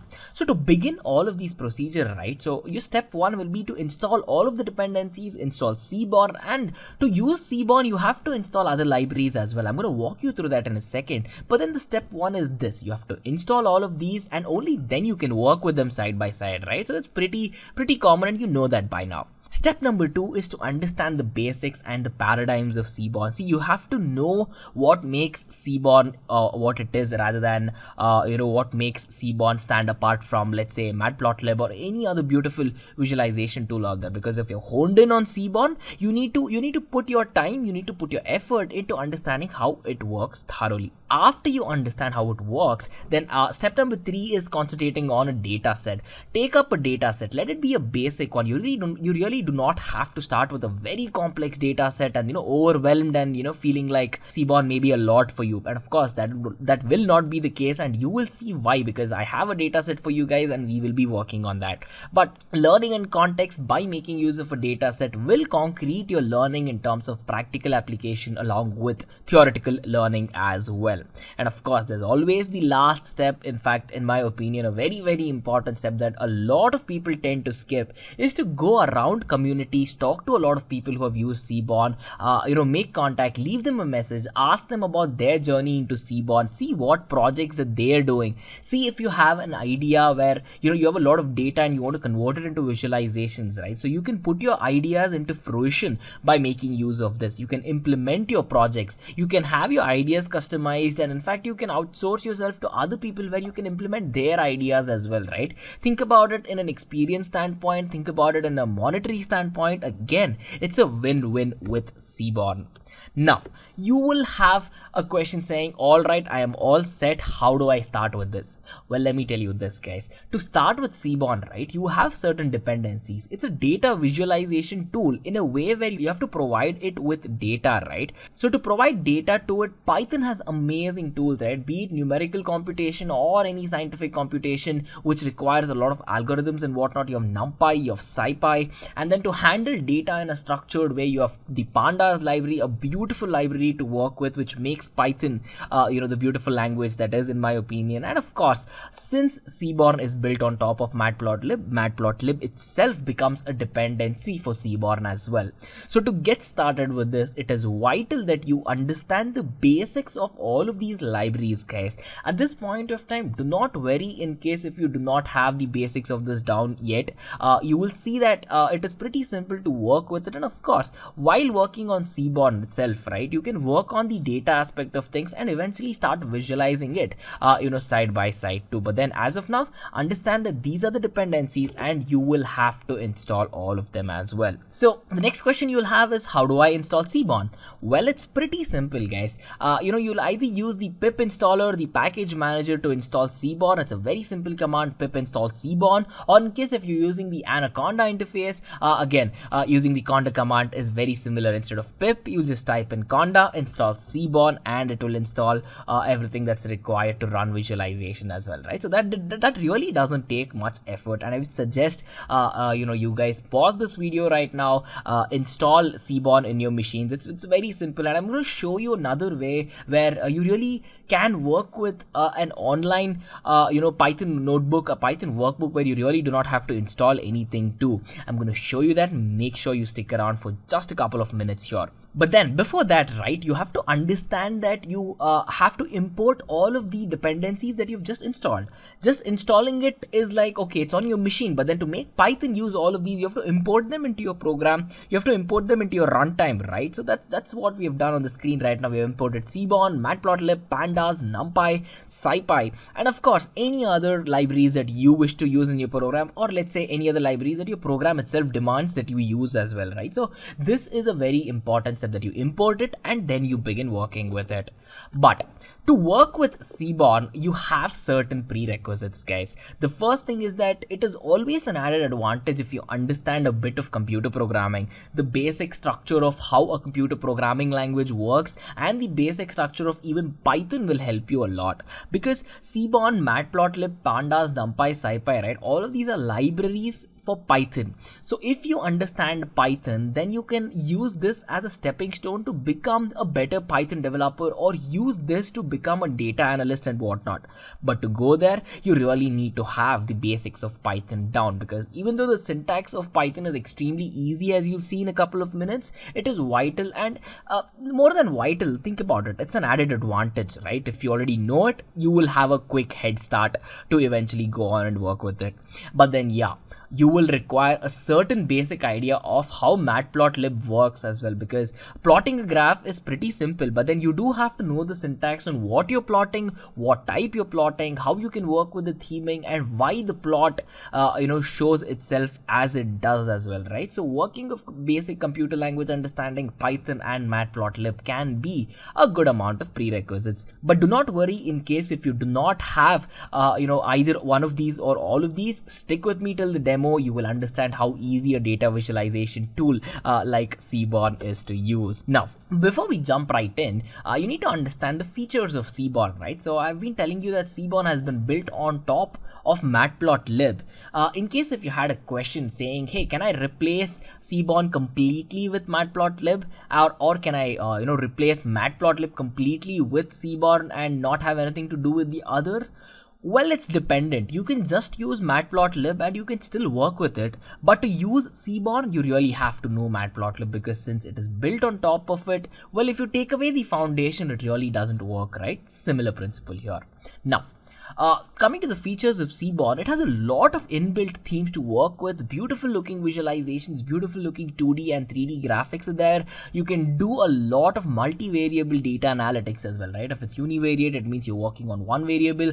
Bivariate is you'll be working on two variables and tracking them actively and driving analytics based on that. And of course, you can visualize all of the linear regression models without having to put a lot of effort as well, guys. Plotting time series data, statistical analytics, and all of the other types of plots is very, very easy in the case of Seaborn.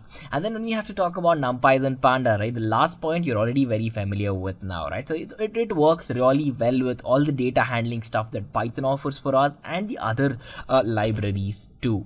So after all of these, in case if you have not had an introduction to Python, you will have this question saying, you know what, even R is a beautiful language to use for data analytics and data visualization, and R has a beautiful data visualization library called as ggplot2, in case if you have used that, right? So you'll have a question saying, why do I have to pick Python? Why is Python amazing for data extraction and visualization? One is that it's very easy to use. You really do not have to put in much effort. The syntax is very easily understandable, even if you're a beginner, or let's say if you're a person moving from another domain. You might be an MBA person, a person in business who loves doing this, who has a requirement to do this. You might be a marketing person. You might be a person who's coming from another programming domain as well, right? So switching to Python is very easy. And after you switch to Python, data extraction and visualization will become very easy as well, guys. And then point number 2 is very simple. It's just that it has a lot of libraries that you can do a lot of things with, right? See, for numerical computation, as I mentioned, you have Pandas, you have NumPy. For data visualization, you have Seaborn, Matplotlib, and it has hundreds of libraries. So I literally can go on for hours and hours talking about the libraries of Python, what it does and how you can use it. And you know what, we can actually have a video on that as well, guys. So if you have any video requests, right, head to the comment section and let us know on what topics you want videos about. So this way we can customize it and we can provide you the best content possible.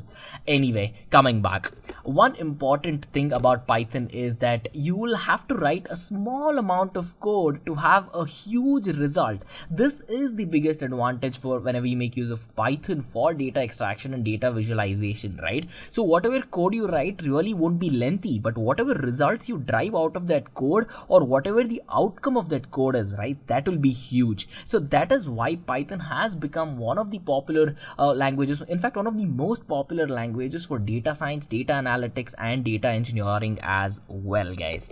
And one last point I have to talk about is Python is a beautiful community. It's an open source language. Most of the libraries, in fact 99.9% of the libraries are open source. So there's a huge community. There's hundreds of thousands of developers across the globe. Interact with them, talk to them, find out about their journey, find out about their tips on how to get started as well, right? Of course, we strive to give you the best content possible, and with the community you can share all of these and tell others about it too, right? So it's all about seeing each and every one of us grow together, guys. And in fact, we have an Intellipaat community as well. So just go to Google after this video, type in Intellipaat community, and you will see that we have experts across the globe and people asking a lot of questions, and people answering these questions and helping each other out. It's a beautiful place to be. I spend a lot of time in the Intellipaat community, so make sure you check that out as well. And now, to the most important aspect of this video, right? Let's take a quick hands-on session on how to use Seaborn. And if you're wondering what I'm using here, it's actually Google's Collaboratory. So Google Collaboratory is like a Jupyter notebook, Python Jupyter notebook, but that's completely hosted on the Google Cloud platform, guys. So, when you think about it, you really do not have to install Python. You really do not have to install 100 dependencies to work even with the most complex programs. Even the most complex projects that I work on, there's a 90% chance that most of it I can work with Jupyter Notebook. You can take your code wherever you want. Let's say you're working, from your home on your PC. Perfect. You want to take it over to your phone and do something over there. You want to monkey around with your phone and, write a little bit of code like you choose. Of course you can do that. That's the biggest advantage, right? And there's an unspoken advantage here. You're using the thorough power of the world's most powerful cloud platform, right? The Google Cloud platform is extremely powerful. They have a lot of manpower behind the technology, and it just makes things easier, guys. I'll just show you how. So coming to the usage of Seaborn, right? So I told you the first step is to install it. The advantage of Google Collaboratory is that it already comes installed and all you have to really do is import them. So let's begin. All I have to do is click this play button, and what it does is it imports all of the packages for us. We're importing Seaborn, we're importing Pandas, and we're importing Matplotlib at this point of time. Secondly, as I told you, it's always vital to take a dataset approach, right? Take a basic dataset and work with it. Now, we'll be considering a dataset which is the we'll be considering the iris dataset, and I just uploaded the data file for that. So this way, as soon as I click play here, the dataset gets completely loaded. sns.load_dataset is probably the most used command for me, especially with respect to Seaborn. So this one command will load your entire dataset. Now, to talk a little bit about the iris dataset, right? So it is actually a dataset which consists of 150 samples of flowers. 3 species of flowers to be very precise. One is the Sentosa, and we have the Virginica, and we have versicolor as well. So what we're trying to do is we're trying to compare a lot of things such as the sepal length, sepal width, length, petal width, and a lot of other things too. So what does this data set looks like? Typing iris.head will reveal just this, guys. Iris is the name of my data set. .head is basically used to print it out. So as you can see, I have 150 rows of data and 5 columns out here, right? So you can see the type of petals here. There's Setosa, there's Virginica, and of course once you go on to print everything, you're going to see the entire thing as well. But then sometimes, okay, this is a very simple data set. Looking at it will make a lot of sense, and it will be very easy. But then what happens is that if you have a complex data set, right, you really cannot print thousands of rows and hundreds of columns. So there is a very simple command to use that iris.describe. Iris again being the name of the data set. Iris.describe will give you an overall high level presentation of what your data is. You will get a lot of mathematical insight from this. What is the maximum value? You will get the deviations out of it. What is the standard deviation? You get the mean value. You get count as in how many values for each of these columns you have, and so much more, right? So iris.describe, or in fact dataset.describe, is a beautiful command to use in all of Python, guys. Now the fun part starts when we go on to start visualizing some things, right? So let's have a visualization. It's called as a swarm plot. It's pretty common, but then it's very easy to use. All it takes is literally one line of code to create a very good looking plot, guys. So basically sns.swarmplot, x equal to species, y equal to petal length, and we're picking up the data from the iris data set, right? So x equal to species, we're trying to say on the x-axis plot the species for us, on the y-axis use the petal length to describe on the graph, right? As soon as I hit this, you can see this very beautiful looking swarm plot. It's a basic plot, but at the end of the day you will get an idea, right?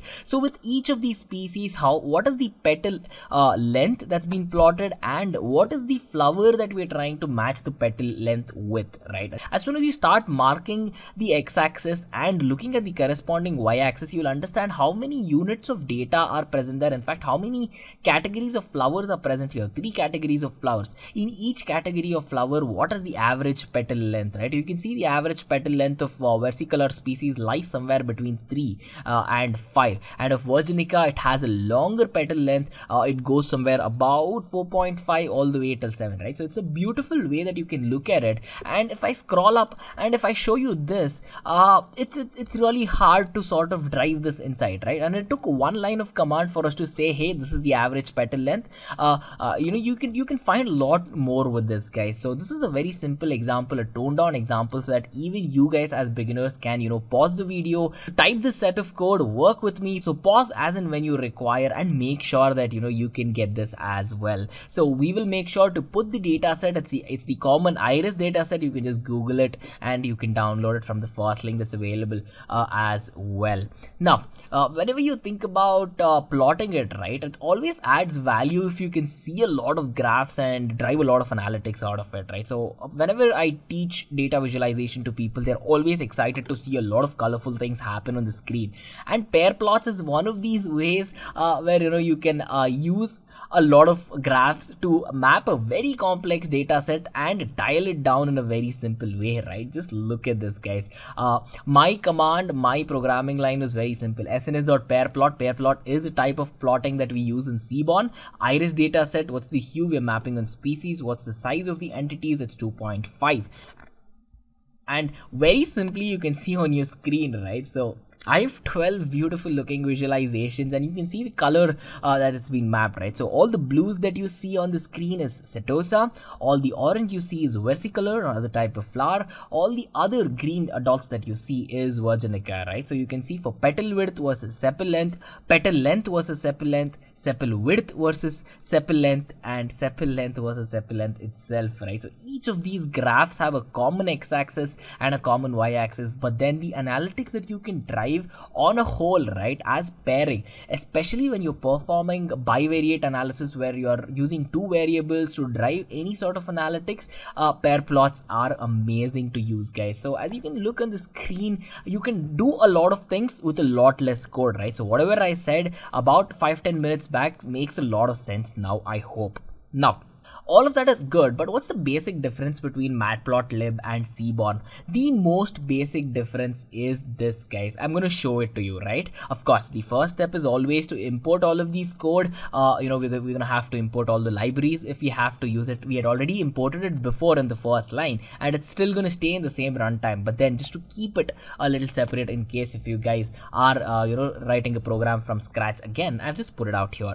And secondly, we have to create some data, right? So let's create some random data and try to see if we can use this random data to create a Matplotlib plot for us.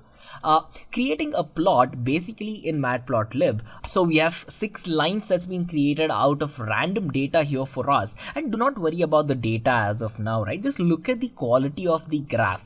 Now let me start using Seaborn. So with Seaborn, the syntax, as you can see, is pretty similar to Matplotlib, but at the end of the day, a direct comparison, even in the most simple looking visualization, you can check out that with respect to Seaborn, it looks a lot more aesthetical than a very shabby looking presentation. Of course, I am a huge fan of Matplotlib, do not get me wrong, but at the end of the day, when it comes to making use of aesthetics, why not go that extra step to make it look beautiful, right? You can make Matplotlib look as beautiful as Seaborn, but it's going to take a lot of effort and a lot of time. So why put in all of that when you can just use Seaborn, which is meant for that, right? I hope you guys got my point here.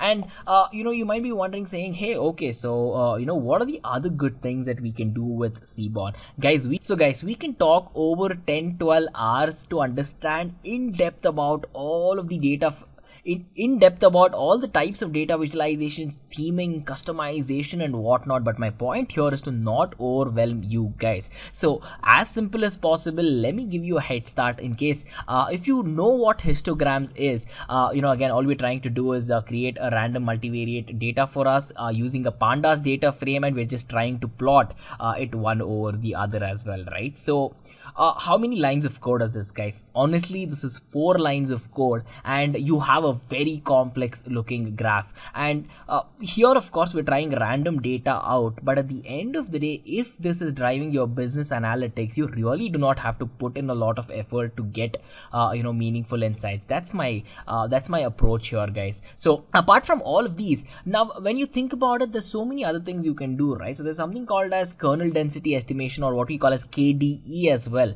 So you can have smooth estimations based on that. Now with you can see a direct comparison in between a histogram and a smooth comparison, right? A smooth estimation or a kernel density, or KDE, what we call as, is used to perform a lot of statistical analytics. As you can see, it can be standard deviation, it can be deviations, or any statistical concept usually takes smooth estimations as its output figure as well. So when you think about it, a histogram stands out very much. So if you have a requirement for histograms, yes, it's available. If you want to make use of a beautiful looking smooth curvy if you want to make use of a smooth curvy looking graph where this curve in fact adds a lot of meaning and it's not just aesthetics, then yes, you can use that as well.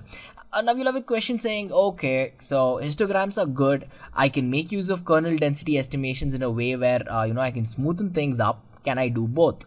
The answer is yes. And no, it does not take in 10 lines of code or 12 lines of code. It just takes in 2 lines of code, guys. With 2 lines of code, as you can see, you will understand how kernel density estimation works when it's mapped over a histogram as well, right? So it's a pretty simple thing, pretty beautiful to look at. And trust me, in an actual production environment, right, this can have so much meaning. And you will understand once you're serious about Seaborn, right? So I'm sure you'll be looking into more depth about it. You'll be looking to become a serious data analyst or a Python developer or a data visualization professional as well. So when you think about it that way, once you start monkeying around, once you start understanding the in-depth concepts and the offerings that Seaborn offers, right, on the beginner level, on the intermediate level, and even on the expert level, you will thoroughly appreciate the beautiful data visualization tool that it is, guys. So let's say if you want any two-dimensional plotting as well, again, all it takes is 1 line of code. You're going to be using KDE plot.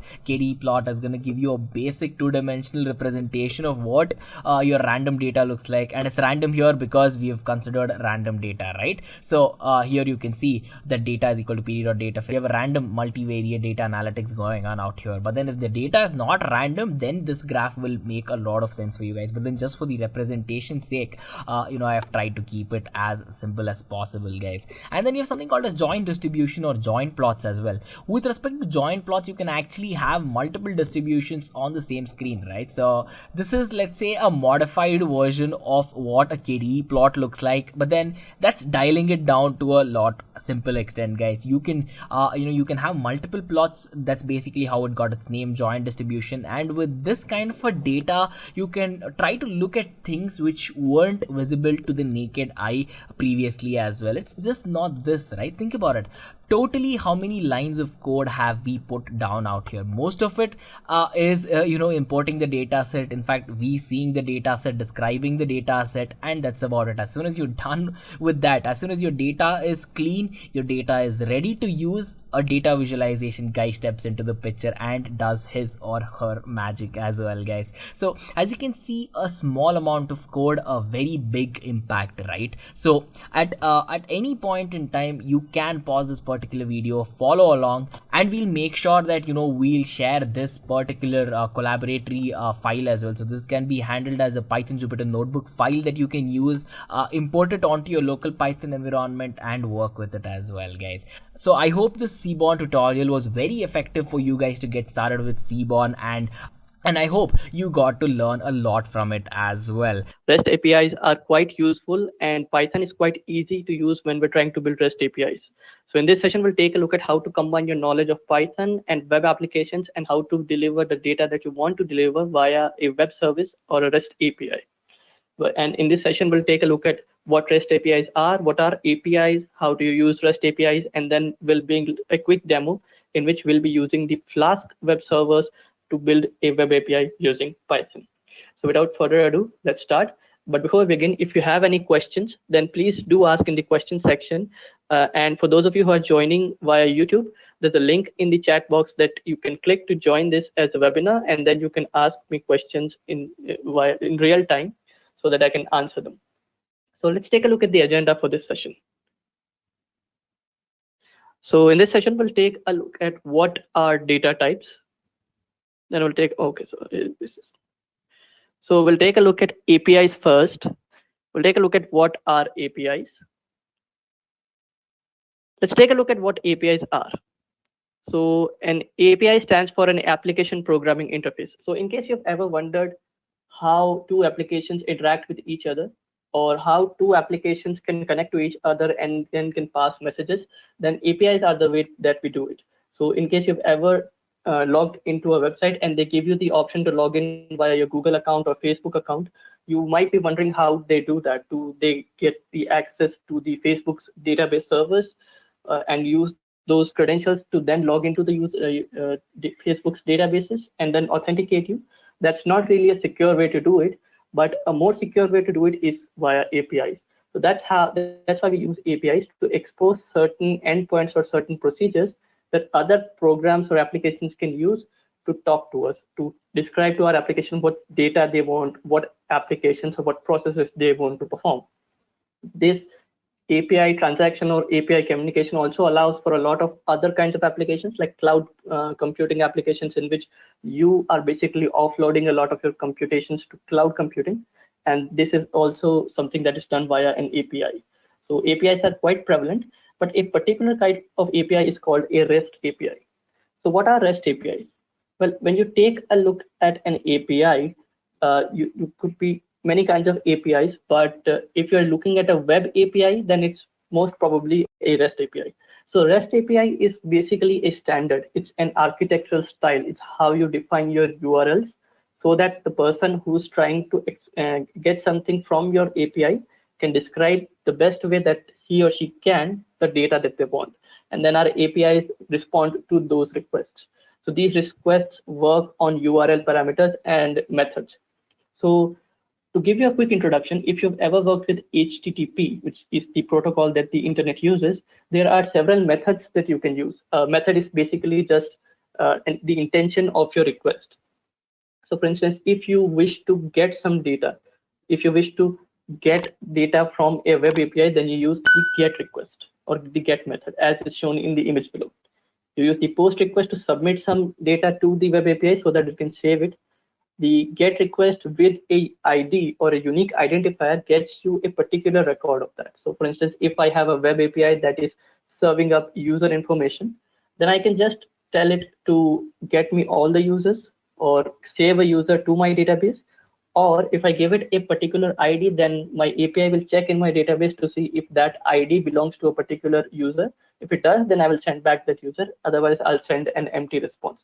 Similarly, if you want to update the information that the person has given, you can use a put or patch request. Now, a put request is basically a request in which you tell it to update the entire row. So all the columns are rewritten.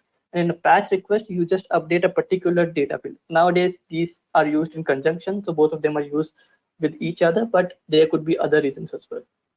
And then finally, if you want to delete a particular user or a particular record from a database using our REST APIs, then you can basically send a delete request to a user URL by providing a particular ID.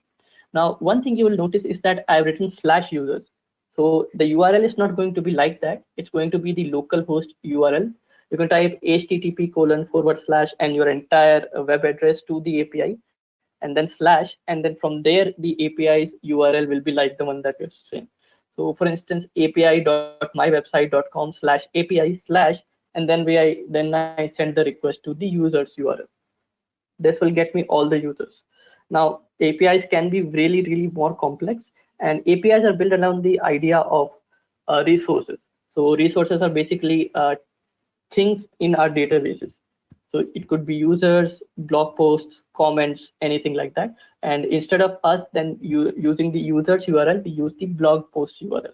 So instead of going api.mywebsite.com/users, I'll go api.mywebsite.com/ and then blogs or comments. And then I can use the same request pattern that I'm using here by providing an ID, get a particular ID, so on and so forth. So that's how that works. Now let's take a look at REST APIs in Python. So Python is quite easy to use when it comes to building REST APIs. In Python, you can use many of the available frameworks or libraries or any other kind of software package that you can to build a REST API. Now, Python is quite versatile, so you have a lot of options when it comes to building a web API in Python. You have Django as a framework. Now, it's a full-blown framework. It's not a micro framework like Flask and Web2Py, mainly because in Django, you get a lot of functionalities out of the box. You don't need to configure a lot of things. You get a web server, you get database interactions, you get validations, you get template rendering. There's a lot of things that you get out of the box for free. Or on the other hand, frameworks like Flask and Web2Py, they provide the basic functionalities that they think is required for a web API. And the other tasks, such as interacting with the database, caching the data, other things, you can build on your own, or if you want, you can probably use a plugin that has been built to integrate with the framework. So there are a lot of things that you can mix and match when it comes to Flask. So when it comes to using micro frameworks over full-blown frameworks, it really comes down to your choice. You could use a full-blown framework if you choose to. The problem there is that then you lose a lot of flexibility. You would have to, if you want to use your own caching mechanism, you need to figure out a way to integrate it with the framework. On the other hand, if you use micro frameworks like Flask, you get to choose your own ways of doing things. You get to decide how you want to cache data. You get to decide how you want to validate your data and how you want to parse the requests and responses. So you can do it that way as well. Depends on the application, depends on the team size, depends on a lot of factors when building a REST API. Now let's take a look at a demo. So before we take a look at the demo, you should have an application called Postman. It looks like this. You need to have this installed on your system because we'll be firstly taking a look at how to send request and get response back. So this is a client that allows us to send HTTP requests and analyze the response that we get back. Now, I have already created the code for API and we'll walk through it. And mainly what I've done is I have created a folder called user API. Inside it, I have installed Flask, and that's the only thing I've done, and I'll show you how I did that. So I go into the user API folder. Now I am using something called pip env to do that. Now pip env is quite useful. In case you want to know what pip env is and how you use it, we have other sessions on that as well. But to give you basic understanding, a pip env or a pip environment is basically something that allows us to create a virtual environment for our application. So any software package that I install for this application will be confined to this application. On other folders, other applications, I won't be able to use the same frameworks and the same libraries. So in case tomorrow I decide to build another web API, but not using the Flask current version of Flask, but an older version of Flask, let's say Flask 0.8, I won't have to uninstall the current version and then reinstall version 0.8 for that particular application. I can just use a pip environment and do that. So after doing that, I can just install using pip env install Flask. Now I already have it installed, so I think it's going to not work, or it's going to say the requirement is already satisfied. But in case you are going to install it on your system, then you can, as you can see, the installation succeeded quite fast because it's already installed. But just a quick info, guys. Test your knowledge of Python by answering this question. What do we use to define a block of code in Python language? A. Key. B. Brackets. C. Indentation. D. None of these. Comment your answer in the comment section below. Subscribe to Intellipaat to know the right answer. Now, let's continue with the session. In case you're doing on your system, then you will get a much longer description of the steps that have happened. Now, that's the only thing that I need you to install, Flask. Other than that, we are going to be using in pure Python. So you go to the folder and you create an api.py. And then you create two other folders, a user model and a user service. So let's wait for it to open. So our goal with this API is to build an API in which a user can access users in our database. So if someone sends a request to our web API, then they can access our users in the databases, and they can store and they can do a lot of other things as well. So I'll just reconfigure my IDE. Now it works. So to give you a brief understanding of what I'm doing, I have firstly imported Flask, request, and JSONify from our application. I'll explain why we're using that in a moment. And we have imported from user service, we have imported the user service module. So when we go to this folder, we have imported user service from here. Now, what's going on here is that I have created a Flask application and I have instantiated my service, and I'll explain why we have separated these things out. And this is the piece of code that you need to write if you want requests from other origins. So when you're building a REST API, then this is something that you need to add. This is something that we use to allow requests from other origins. This is to allow us to get away from an error called course error or cross-origin request error. Basically, what we're doing here is we're telling any other website that tries to access data from our website, it's going to be fine because we allow them to do that. So with that, now we'll go to the routes. So these are the URLs that we had already discussed. If I want to get all the users, I want to respond to my web address /users. So it'll go here and it will get all the users using the user service and then JSONify it. Now we'll take a look at what these things are doing. We go to the user service, and in the service, all we're doing is we are taking the model and then we are getting data from the model. The reason why I am just forwarding the request here is because in services you can do a lot of things. So if I had a caching service, then I could probably cache the data that I get from the user and then use that there as well. But I don't need to do that. So in the model, all I'm doing is this. Let me just open up the model for you. Here's the model. I'm importing SQLite 3, and then I'm creating a model. Inside it, all I'm doing is connecting to a database named todo.db, which exists already here because I've already run it. Then I create user table. So what this function is doing is that it's taking a look at whether or not user table exists or not. If it does not exist, then it creates it. And if it exists, then the query doesn't get executed.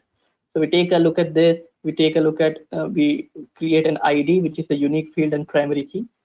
Take a look at the email and password. All of these are not null. And then finally, after doing that, I just create a row factory. If you work with SQLite 3, you'll understand why we do this. But basically, we want data to be given to us in the form of rows. And finally, when the user model is deleted, I want to commit the changes that I made to the database, and I want to close the connection so that there's no memory leak. Then for get all users, I use the select ID, email, password query from user table. I execute the query, and then I return the result in form of a dictionary. If this code looks a bit difficult for you to understand, that means that you need to understand this dictionary and list comprehension. And if you want to learn all of these things, then stick around with me till the end of the session, and I'll show you a resource for you to learn these things. So all you have to do here is after converting it to a dictionary, we return it back. And then when we return it, our user service will return the data that we have fetched and converted into a dictionary. And that data, it then gets returned in the form of JSON. So JSON is basically something that's called JavaScript object notation. It's a format in which we exchange data from one service to another service. Earlier, we used to use XML, but XML was not very easy to use and very difficult to parse, took a lot of computation, the size of the our request would or response would get really large because XML requires a lot of closing tags and opening tags. So with that, we come to the other route that we have described. But before that, let me just show you how to check whether or not it's working. I've already created the requests for you. So I open the request. And by the way, if you want to create a request, just click on new request. After that, put in the address. I've not started my web server, which I will do now. Just type Python space, and my file name is api.py. Press enter, and this starts. So it's showing me that it's starting on localhost :8001, which is the web address. And if I open it here, as you can see, we have opened /users on our base URL. If I send a GET request here,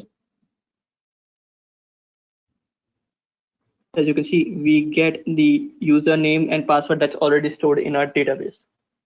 Now let's take a look at what else we have. We have a way of getting a particular user in the database. We'll take a look at that in a moment. And we also have a way to save user on our database. We do the same thing. We go to our service, and the service is basically delegating the task to a model. And in the model, we're just creating the user. So in the user model, I go and create user. I get the data from the parameters. I get email, I get password, and then I just save it using the insert command. And then you just return back the last row ID, which is basically the last thing that you inserted, and you get it by user ID. So let me just show you how this is working. Firstly, let's try and add a user. So suppose you are trying to create a form that submits user data. So go to body, and let's say instead of I create james@example.com and password is abcd@1abc@123. Now I send the form data with the request using a post request, and it sends me back the data that I got. So this is the one that I have. And now if I want to get a particular user ID, I can get the data associated with the first user ID, which is john@example.com, and I can get the second one as well. And I've gotten that as well. Now, another thing we can do is we can update the users. So to update a user, all you have to do is, again, use, as I've already told you, we can use the put and the patch requests. So for the put and the patch request, we update user by ID. We take the user ID from our URL, which Flask does for us. So the benefit of using a framework is that it does a lot of request parsing and things for you. So you don't have to go look at the entire URL and then find out what are the parameters that are passed to me. Flask will do it for you. It passes in the user ID, and all we do is we call the service.update method. We go to the service, and again, update is doing the same thing. It's delegating to the user model. And we go to the user model and we take a look at update user by ID. By the way, for getting user by ID, we're doing the same thing, just checking if user ID is there. Then we connect to the database, we fetch the result, and then we send it back as a JSON. And finally, we get the update user function, in which we basically use the update query. We set the username, we set the email, we set the password, we execute the query, and then we get the updated user using the last updated ID or the current ID that was passed to us. ID will never get updated, so we just update email and password, and using the ID that we have. And then if we take a look at whether or not it's working, we go to update user and go to body. As you can see, I've written the ID as 1 and the method is put. So instead of Jane, let's say johnny@example.com and password is this. Now if I send this request, I've updated the ID.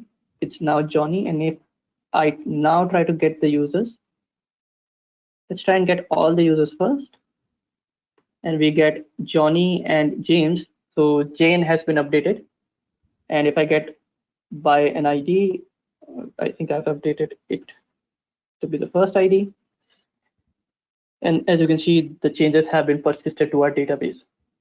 And finally, if you want to delete a user, basically send a delete request to one of the users. Now, deleting is a special case, mainly because if I open the api.py file, as you can see, I use the delete method. It's the same thing that I've done before, delete user by ID. I send the request to services. In my user service, I use the delete method, and inside it, I just pass it to the model. And inside the model, all I'm doing is I'm deleting it. But the thing is, I'm taking a look at how many rows were affected by the last query. So if it was affected and 1 row was affected, then the status is 200. Now let's understand HTTP status codes. 200 basically means in HTTP protocol, 200 means that everything went okay and as expected. 404 means that the thing that you were trying to access was not found on the server. So we send the status as well as the affected rows back to the user. The service returns the same thing back to the API, and the API converts it into JSON and then send it back to us. So I go to the web API, and in the delete users part, if I send in an ID that does not exist,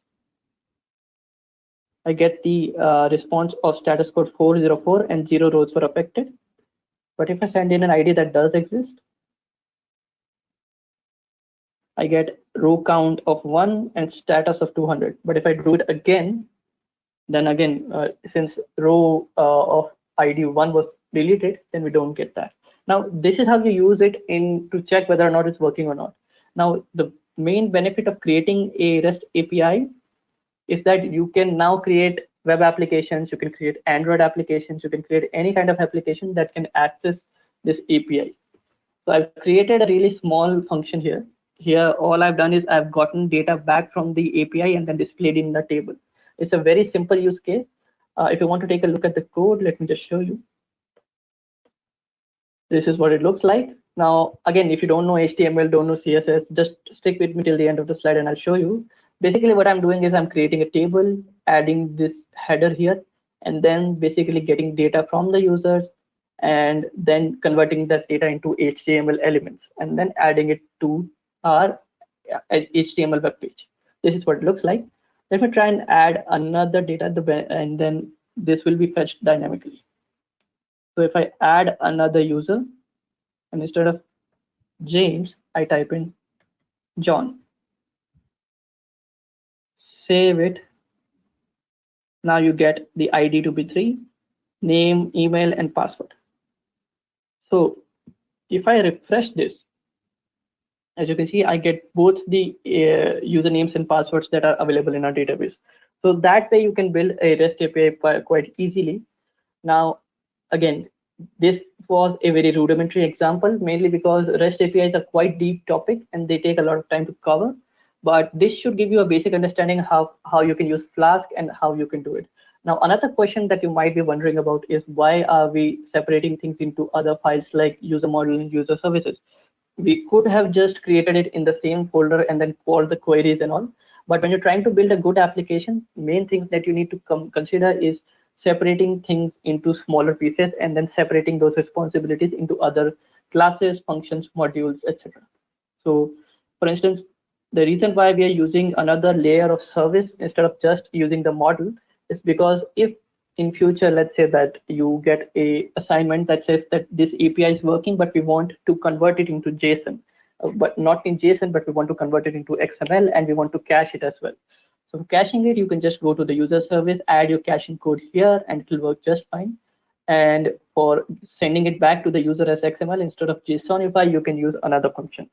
So instead of you having to then dive deep into the code and then figure out which line or which file of the particular project do I need to change, you already know how to do it.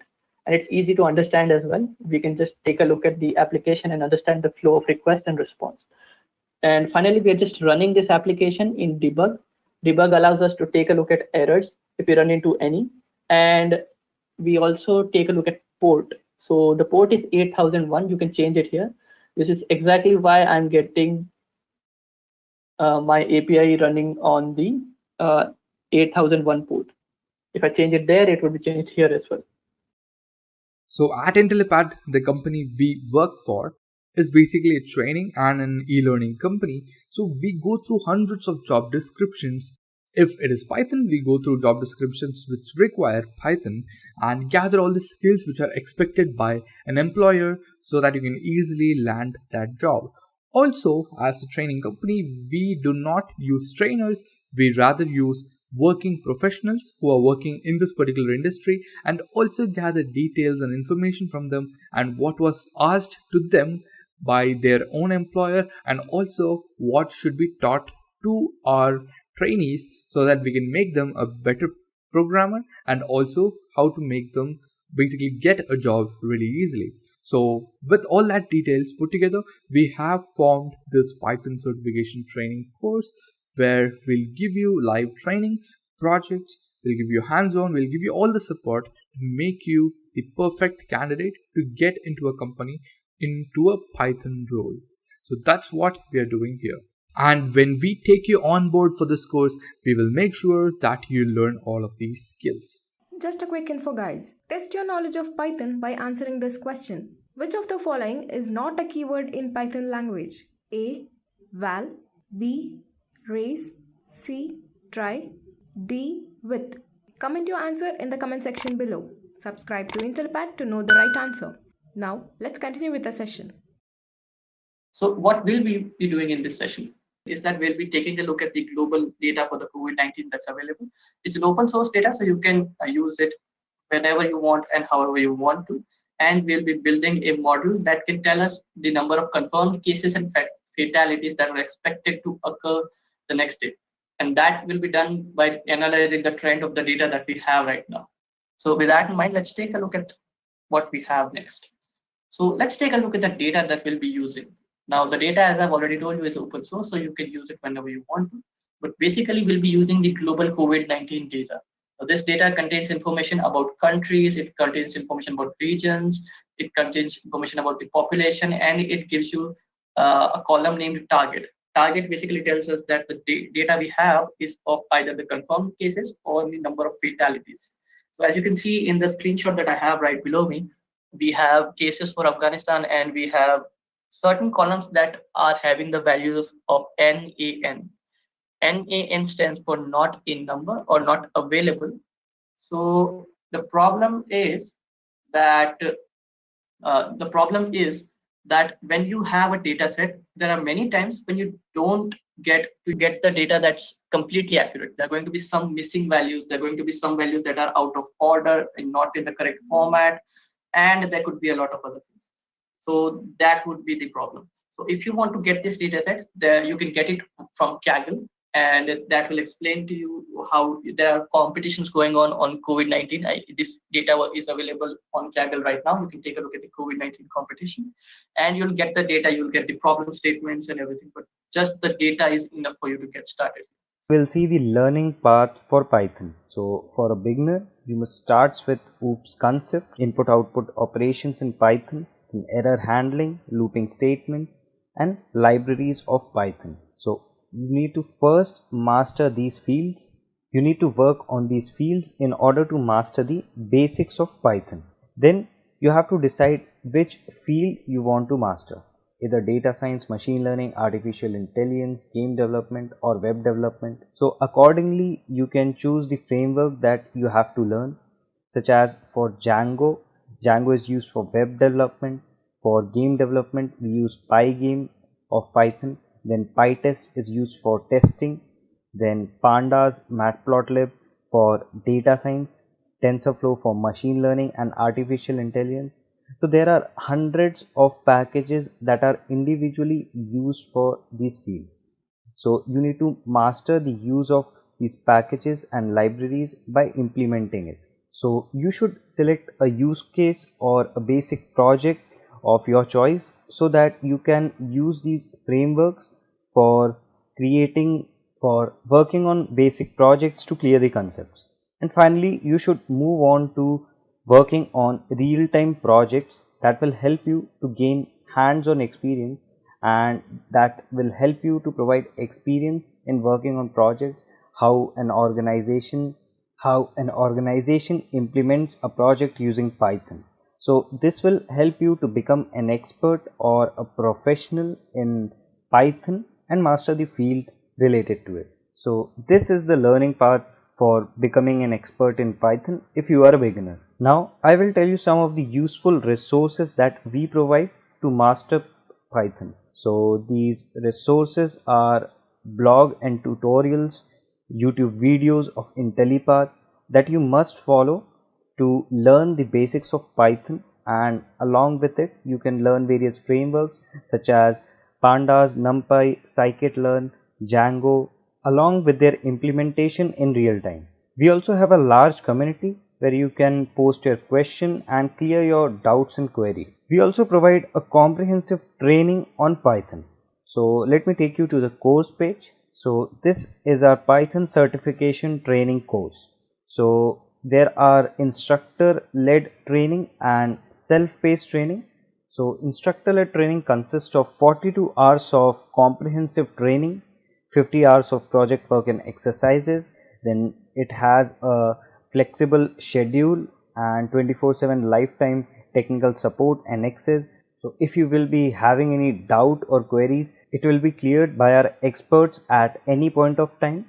So it has 24/7 lifetime support and access. After the completion of the course, you will get a certificate and you will be assisted for the job. Also, we have 24 hours of self-paced training videos that you can enroll for, and in this instructor-led training, you will be guided by an industry expert on the subject. So let us check the course content. So the trainer will be starting with the basics of Python and then OOPS concepts in Python, database connections, Numpy for mathematical computing, that is again a framework of Python, then SciPy, Matplotlib for data visualization, Pandas for data analysis, exception handling, multi-threading, packages and functions, then finally web scraping with Python. So this is the course curriculum. Now you can also check out other courses.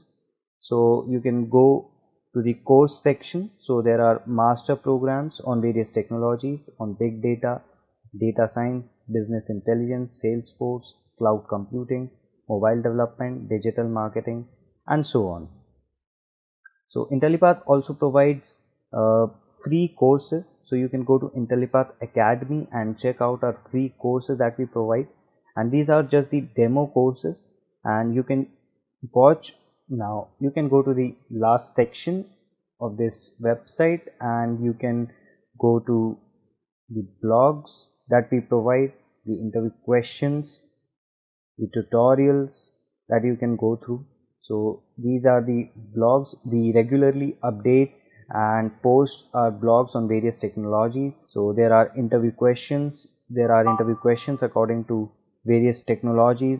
So if you want to learn Python, then there are top Python interview questions. Then going to tutorials, you can go to, so there are tutorials for various technologies that you can go through. And for programming, so here is Python tutorial that you can go through for learning the basics of programming. So now that we know how popular Python is, let's head on to our interview questions. Right, so this is our first question. What are keywords in Python? So you can consider these keywords to be special reserved words which exist for a specific purpose. Now you cannot use a keyword name as a variable name or an identifier. So these are some of the keywords which exist in Python, such as true, false, not, continue, and so on. And in total, there are 33 keywords in Python 3.7. Now you also need to keep in mind that these keywords are case sensitive. That is, if you look at the keyword true over here, then you see that T needs to be capital. So our next question is, what are literals in Python? And then we'll have to explain about the different types of literals. So literals are the constants used in Python. Or in other words, this is the data which is stored in a variable. And there are 4 types of literals in Python. So we have string literals, numeric literals, boolean literals, and special literals. So let's look at string literals.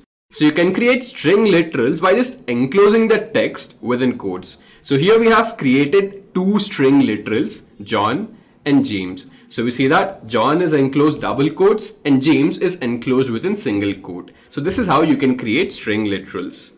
Next up, we have numeric literals. So numeric literals comprise of all of your digits. Now if your numeric literal doesn't contain any decimal, then it is of the integer type. And if your integer is too long, then it would be of the long type. And if your literal consists of a decimal point, then it would be a float. And finally, we have a complex number which consists of a real part and an imaginary part. Going ahead, we have Boolean literals. So these Boolean literals comprise of just true and false values. They are generally used when we are dealing with some condition whose output is either true or false. Now we'll head on to special literal. So Python consists of this special literal called as none, and it is used to specify a field that is not created. Here in this example, I have assigned none to the variable val2. So this variable would basically be empty. So this is our third question. What is a dictionary in Python? And we'd also have to create a dictionary where the key is fruit name and there are 4 fruit names as values. So a dictionary is an unordered collection of elements, and these elements in a dictionary are stored as key value pairs. For example, here we have a dictionary with the name My Dictionary, and we have 3 key value pairs. So here our first key is 1 and the value for this key is John. Second key is 2 and the value for this key is Bob. And then we have the final key, which is 3, and the value for this is Alice. Right, now let's head on to Jupyter Notebook and create our own dictionary where the key is fruit name and the values would be 4 fruit names. So I'll name the dictionary as My Dictionary, and we can create a dictionary with the help of these curly braces over here. So I'll give in the key name, which would be fruit name, and after this I'd have to give in values of 4 fruit names. So let's say my first fruit is apple, and then the second fruit is mango, third fruit would be orange, and the fourth fruit would be guava. Now all I have to do is hit on run, and then let me print this out. So I'll just type in My Dictionary over here. Right, so we have created a dictionary with the name My Dictionary where the key is fruit name and the values are apple, mango, orange, and guava. And if you want to extract the individual key and individual values, this is how we can do it. Now I'll type in the name of the dictionary, which is My Dictionary. I'll put in dot, and then I'll just type in keys. I'll click on run, and we see that the key for this dictionary is fruit name. Similarly, if I want all of the values, I just have to type in values over here. Now let me click on run. So for this dictionary, the values are apple, mango, orange, and guava. So our next question, what are classes and objects in Python? So simply put, you can consider a class to be a blueprint and objects to be real world entities which are defined and created from classes. For example, over here you can see the actual blueprint of a house. Now, this blueprint can be used for the rapid creation of unlimited number of copies. So these copies of the blueprint are nothing but your objects. And here we have created 3 houses, or in other words, 3 objects from the original blueprint, which is our class. So I'm repeating it. So our class is nothing but a blueprint, and from this blueprint, we'll be creating a set of objects which are our real world entities. So over here, this house number 1, house number 2, and house number 3 are our real world entities, which are nothing but objects created from this class. Next, we'd have to create a simple class with the name human, which would give out the name and age of the person. So let's do this. Right, so to create a class, I'd have to use the keyword class, and then I will give in the name of the class, which would be human. Now inside this, I will create 2 variables. So the first variable would be name, and initially I'll just assign none to it. And my second variable would be age. Again, I'll assign none to it. So we have created our variables. Now we'd have to get the value of name and the value of age from the user. So for this, I'd have to create some definitions or methods. And to create a definition, I'll use def. After this, I will give in the name of the method, which would be getName. And inside this, I will pass in self. Alright. So now over here, I'll just use the print function and type in enter your name, and after this I will get the name and the self.name. So basically self.name basically means that whatever value the user enters, it would be stored in this name variable of the object, right? And I'll just type in input over here. So this input function is used so that we can get a value from the keyboard, right? So this is how we can get the name of the person. Now similarly, let's go ahead and get the age of the person. So I'll type in def and I'll name this method to be getAge. Again, I'll pass in self inside this. Right. This time I'll use print and I'd have to enter the age. So enter your age, and then I'll store this in self.age equals input again. Right. So we have created 2 get methods where we'll be getting the name and the age of the user. Now after this, we'd have to print out the name and the age.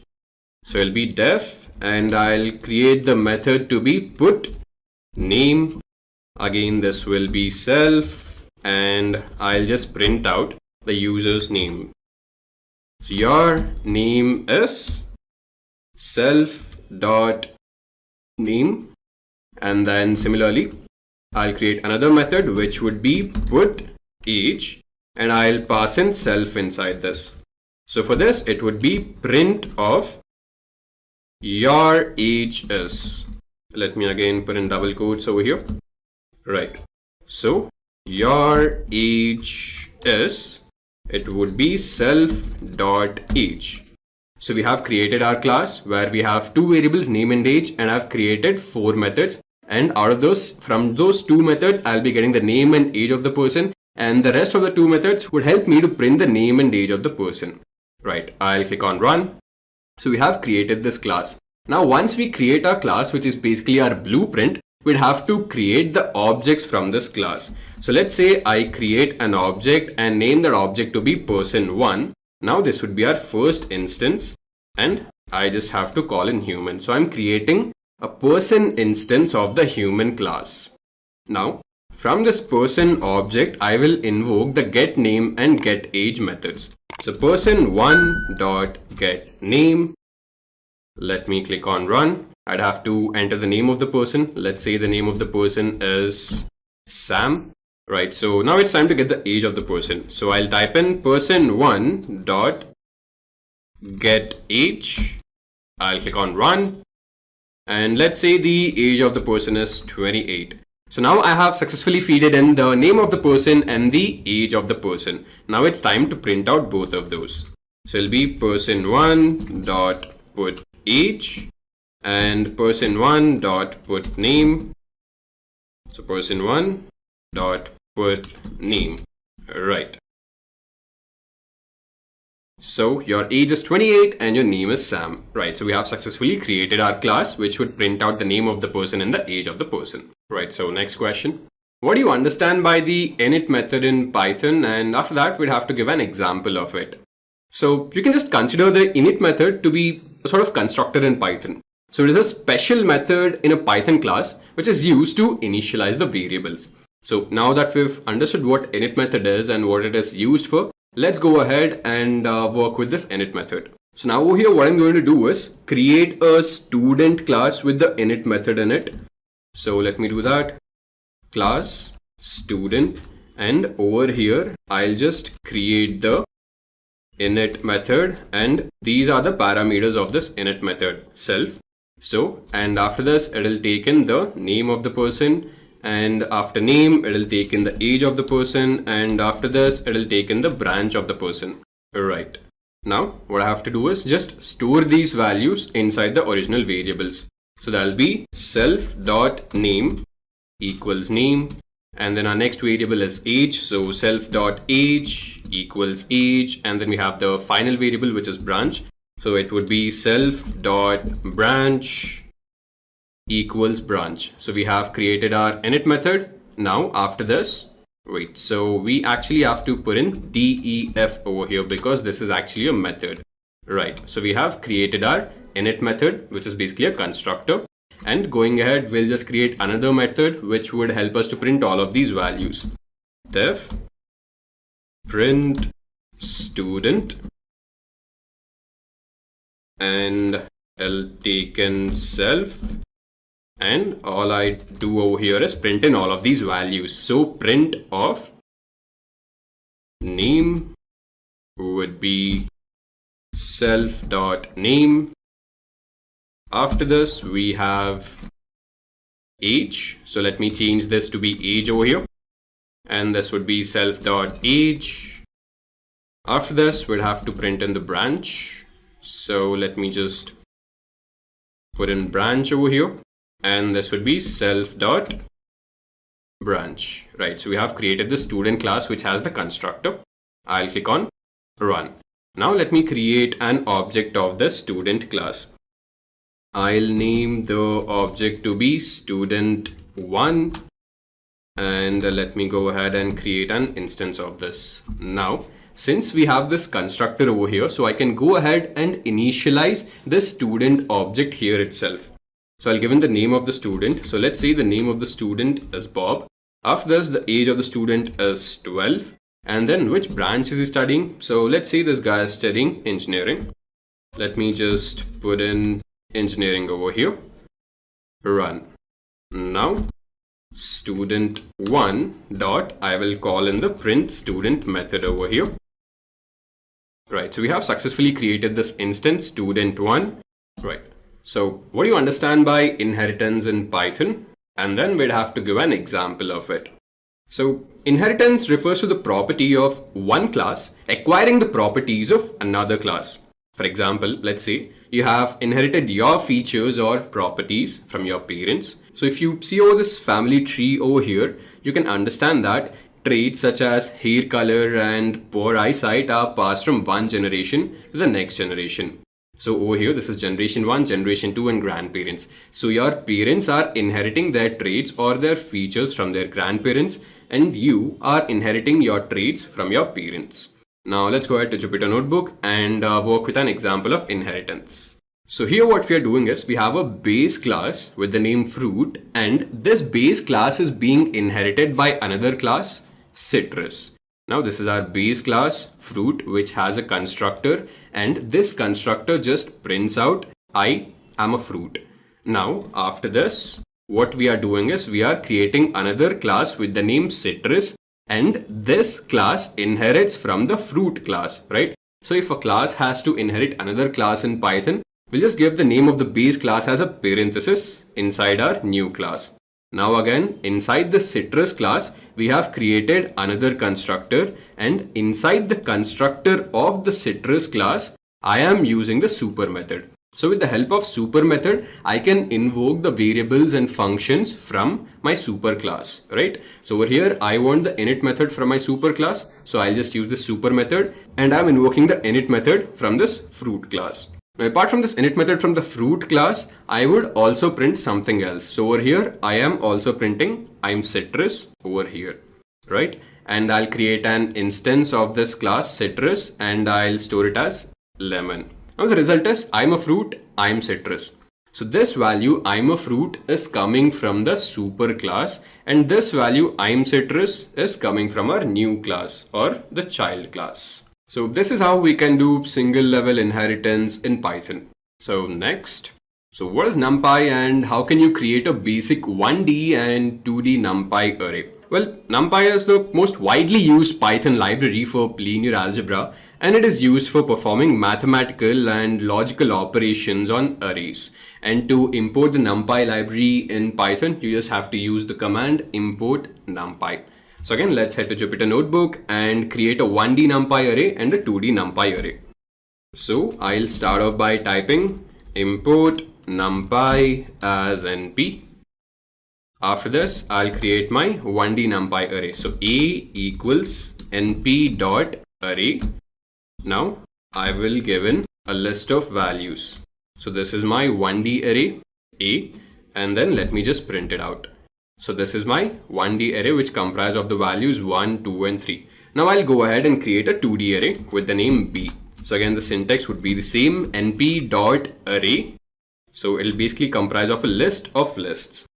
So the first list would comprise of 1, 2 and 3. And the second list would comprise of 4, 5 and 6. Let me print this out. Right, so this is our 2D array which comprises of 1, 2, 3, 4, 5 and 6. So this time we'd have to initialize a 5 cross 5 NumPy array comprising of all the zeros. So it's a 5 cross 5 NumPy array, that is there need to be 5 rows, 5 columns and all of the values need to be 0. And to initialize an array with all zeros, we can just use np.zeros method from the NumPy library. Let me just type in import NumPy as np, and inside A, I'll just state np.zeros, and I'd have to give in the dimensions of this array. So the dimensions of this array are 5 cross 5. Let me just print out A. So we have successfully created our 5 cross 5 NumPy array where all of the values are just zeros. Now let's say we have two NumPy arrays like this. So this is our first NumPy array, this is our second NumPy array. First NumPy array comprises of 1, 2 and 3. Second NumPy array comprises of 4, 5 and 6. Now I'd have to add the individual elements. So 4 plus 1 needs to become 5, 5 plus 2 needs to become 7, and 6 plus 3 needs to become 9. Again, our first step would be very simple. I'd have to load the NumPy library, import NumPy as NP. I will go ahead and create my first NumPy array, A equals np.array. And the values are 1, 2, and 3. Similarly, I'll create my second NumPy array, which is B. I'll change this variable to be equal to B, and the values are 4, 5, and 6. Now, to add the individual elements, I'd have to use the np.sum method. Now, inside this, I'd have to give in my first parameter. So my first parameter would be the NumPy arrays, which I'd have to add. So I want to add A and B, and I will set the axis to be equal to 0. So when I set the axis value to be equal to 0, this would individually add the elements. So this will do 4 plus 1, 5 plus 2, and 6 plus 3. Right? And this is what we have. 4 plus 1 is 5, 5 plus 2 is 7, and 6 plus 3 is 9. Now let me actually change the axis value to be 1, and let's see what do we get. Right? So when I change the axis value to be 1, then the addition happens across the row. So when you do 3 plus 2 plus 1, you get 6, and when you do 6 plus 4 plus 5, you get 15. So now we'd have to get the n largest values from a NumPy array. So this is our NumPy array over here, and this comprises of 1, 2, 3, 4, 5, 6, 7 elements, 12, 43, 200, 54, 5, and 68. And I'd have to get the first two largest values, which over here are 100 and 68. Now let's go to Jupyter Notebook and let's see how can we do this. Right, so again, we'll start off by importing the NumPy array, import NumPy as NP, and I'll create this array. X is equal to np.array, and I'll give in all of these values. Now to get the indices of values which are arranged in ascending order, we can use the np.argsort function. Now, what I'll do is I'll actually insert a cell below, and I'll go ahead, I'll do Control X, I'll do Control V. So we have successfully created our NumPy array. Let me just print in X over here. So this is our NumPy array. Now what I'll do is I'll just copy this np.argsort of X, and I will print it over here, and let's see what do we get.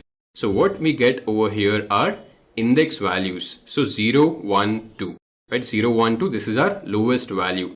And then we have 5, so element at index number 5. 0, 1, 2, 3, 4, 5, right? 2, 5, and then we have 0, which is 12, and then we have 43, right? So we basically have the indices of the values arranged in ascending order. So 2, 5, 12, 43, 54, 68, and 100. So this is how it goes. Now if I want the indices of the first two highest values, then I'll just put in -2 colon over here, and I have 6 and 3, right? 0, 1, 2, 3, 4, 5, 6. So 68 is the second highest value, and then we have 3, 0, 1, 2, 3, right? So 100 is the first highest value. Now what I want to do is I want to arrange this in descending order. So to arrange this in descending order, again, I'll put in braces over here, I'll put double colon, and I'll put in -1 over here, and I have sorted the indices in descending order. Now if I take all of this, I'll cut this, and I will paste this inside of X. I'll click on run, and this is how I get the first two highest values from this NumPy array. So 168 are the two highest values from this NumPy array. So now we'd have to give some examples for creating a data frame from list and dictionary. So this is a very common and easy question which is asked in most of the Python interviews, right? So first we'd have to go ahead and create a list, and we'd have to convert that list into a data frame. Similarly, we'd have to create a simple dictionary and convert that dictionary into a data frame. So I'll type in import pandas as PD. So I'd have to start off by importing the pandas library. Now I will go ahead and create a list. So I'll name this list to be equal to L1. So L1 equals 1, 2, 3, 4, 5. So we have created our list. Now to convert this list into a data frame, all I have to do is use pd.dataframe function. So over here we need to keep in mind that D is capital, right? pd.dataframe, and I will pass in L1 inside this, and I will store this in, let's say, data1, and I'll just print out data1 over here. So we have successfully created a data frame from a list where the list values are 1, 2, 3, 4, and 5. Now similarly, we'll create a dictionary and create a data frame out of that dictionary. So I will name this dictionary to be DT1, and the key is fruit name, and the values are apple, mango, and let's say orange. After this, we'd have to create our second key value pair. So our second key value pair would be count, and the values would be, let's say, 12, 24, and 36. Right. So we have created this dictionary. Now again, to convert this dictionary into a data frame, we'd have to use pd dot data frame, and I will pass in dt1 inside this. Right, so we have created this data frame where our first column is fruit name and the second column is count, and fruit name comprises of apple, mango, and orange, and the count of the fruits is 12, 24, and 36. So now we have this iris dataset which comprises of all of these columns. So we have sepal length, sepal width, and species. Now out of this, we'd have to extract some specified rows based on a condition. So we'd have to extract only those records where the sepal length value is greater than 5 and the sepal width value is greater than 3. So I'll start off by loading the pandas library, import pandas as pd, and after this, to load a CSV file, I'd have to use the pd.read CSV function, and I'll give in the name of the file. So the name of the file would be iris.csv, and I'll just store this in a new object and name that object to be equal to iris. Now let me have a glance at the head of this dataset, iris.head. So this will give me a list of the first few records, right? Sepal length, sepal width, petal width, and species. Now let's see how can we extract only those records where sepal length is greater than 5 and sepal width is greater than 3. Right. So I'll start off by giving the name of the data frame, and I'll put in these braces over here, and I'll give in the first condition. So the first condition is again iris, and from this I'd have to select only those sepal length columns where it is greater than 5. So sepal dot length, this value needs to be greater than 5. So I've given my first condition. After this, I'll go ahead and give my second condition. And this time I'd have to extract only those records where sepal dot width. Let me type this out. And this needs to be greater than 3. Now let me also put this inside these braces over here. Let me cut this and let me paste it over here. I'll click on run. Right, so this is our list of values where sepal length is greater than 5 and sepal width is greater than 3.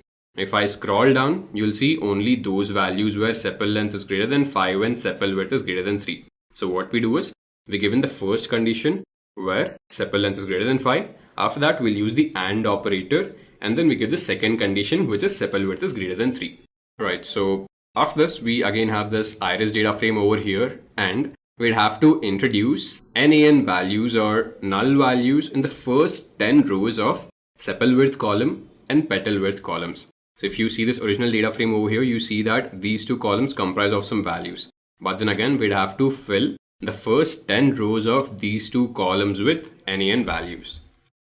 So I'll start off by loading the required packages, which would be pandas and numpy. So import pandas as pd and import numpy as np. After this, I'll load the iris dataset. So iris equal to pd dot read csv, and I will pass in the name of the dataset, which is iris.csv. Let me again have a glance at the head of this dataset. So iris.head. Right. So now to introduce NaN values, I can use the np.nan method.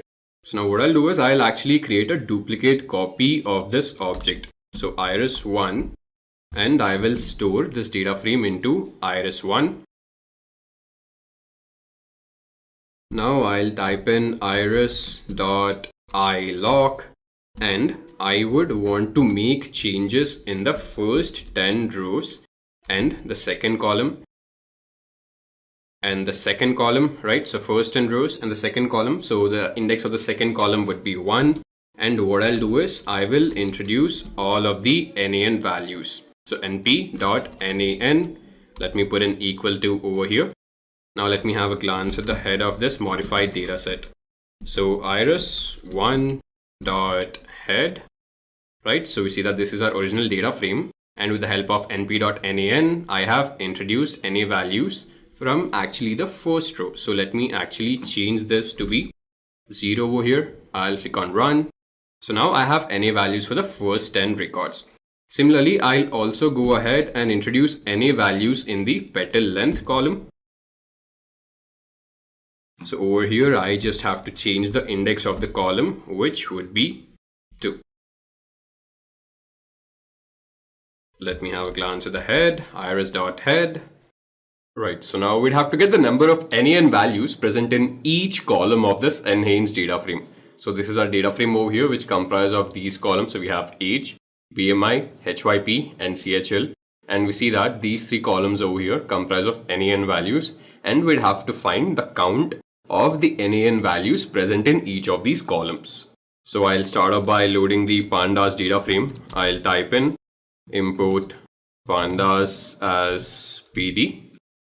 Let me just wait till the package is loaded. Right, so now that we've loaded the package, I'd have to load the CSV file, which is enhance.csv. And for this, I'll be using pd.readCSV function.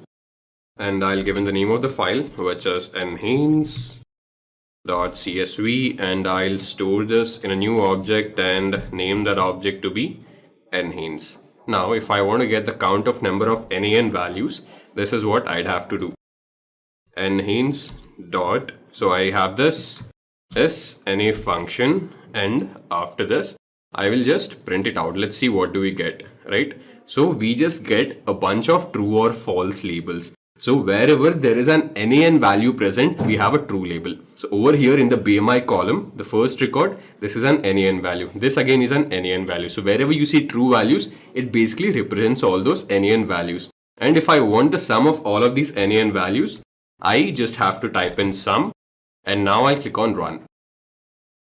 Right, so we see that age column has no NaN values, BMI column has 9 NaN values, HYP column has 8 NaN values, and CHL column has 10 NaN values. Now we'd have to open and read a file in Python. So let's see how can we do that. So I actually have this file with the name Sparta, and it is present in my D drive. So let me actually copy the path over here, right? So this is just the path which I have to copy. So first, to open a file in Python, I'd have to use the open function. So I'll just type in f equals open, and this takes in 2 parameters. The first parameter is just the path. And after the path, I'll give in the name of the file, which would be sparta.txt. And the second parameter is the mode which I want to open this file. So I want to open this file in the read mode. So again, I'll just give in double quotes and I'll type in R. So R basically means that I am opening this file in the read mode and I'm storing this in this object F. Now let me go ahead and read this. So F dot read. Right. So this is the sentence which was stored in this file. This is Sparta, and we have successfully read the sentence. So let's head to the next question. So what is a Lambda function? And we'd have to create a simple Lambda function to add 10 to a given number. Well, a Lambda function is an anonymous function, and it can take any number of arguments, but it should have only one expression. And this is the syntax of a Lambda function. So you'll type in Lambda, and then you'll give in all of your arguments. After that, you'll put in a colon, and then you'll give the expression. So let's go ahead to Jupyter Notebook and create a simple Lambda function to add 10 to a given number. Right, so let me just type in Lambda, and I'll give the name of the variable to be A. I'll give a colon, and all I have to do is add 10 to whatever variable is sent into this. And I am naming the function to be, let's say, X. Just a quick info, guys. Test your knowledge of Python by answering this question. What do we use to define a block of code in Python language? A. Key. B. Brackets. C. Indentation. D. None of these. Comment your answer in the comment section below. Subscribe to Intellipaat to know the right answer. Now, let's continue with the session. So at Intellipaat, the company we work for is basically a training and an e-learning company. So we go through hundreds of job descriptions. If it is Python, we go through job descriptions which require Python and gather all the skills which are expected by an employer so that you can easily land that job. Also, as a training company, we do not use trainers, we rather use working professionals who are working in this particular industry and also gather details and information from them and what was asked to them by their own employer and also what should be taught to our trainees so that we can make them a better programmer and also how to make them basically get a job really easily. So with all that details put together, we have formed this Python certification training course where we'll give you live training, projects, we'll give you hands-on, we'll give you all the support to make you the perfect candidate to get into a company into a Python role. So that's what we are doing here. And when we take you on board for this course, we will make sure that you learn all of these skills. So this is how we can create a simple Lambda function. Now, I'll call the function and pass in a number. So let's say I'll pass in 8. Now, this is returning 18. So all I'm doing is adding 10 to the number which I'm passing into this. Now again, let's say if I pass 5 into this, I'll get 15. Similarly, let's say if I pass 100, I'll get 110. So we have successfully created a Lambda function which takes in a parameter and adds 10 to the given parameter. So now we'd have to create a simple line plot like this, where x and y axis values range from 0 to 10, and the title of the plot is y versus x label is x-axis, y label is y-axis. So a simple line plot, and we can create this line plot with the help of the Matplotlib package. So let's quickly head on to Jupyter Notebook. I'll start off by loading the required packages. So I would need the Numpy package. So I'll type in import Numpy as np, and I would also need the Matplotlib package. So I'll type in from Matplotlib import pyplot as plt. Alright, so now that we've loaded the required packages, let's go ahead and create our data. So our x-axis and y-axis values range from 0 to 10. So I will name x and I'll get the values with the help of a range.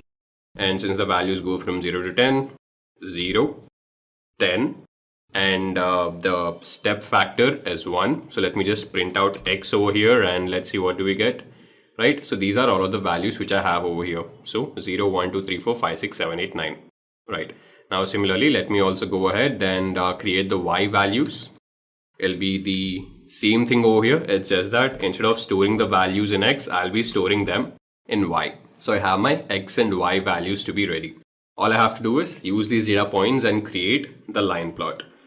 So plt dot plot, and I'll pass in x, comma y, and this is my plot over here. Now I'll also go ahead and add the labels for x-axis, y-axis, and I'll also give in the title. Plt dot x label. So the label would be x-axis. Similarly, plt dot y label, and the label would be y-axis for this. After this, I'd have to give in the title. So the title would be plt dot title and x versus y.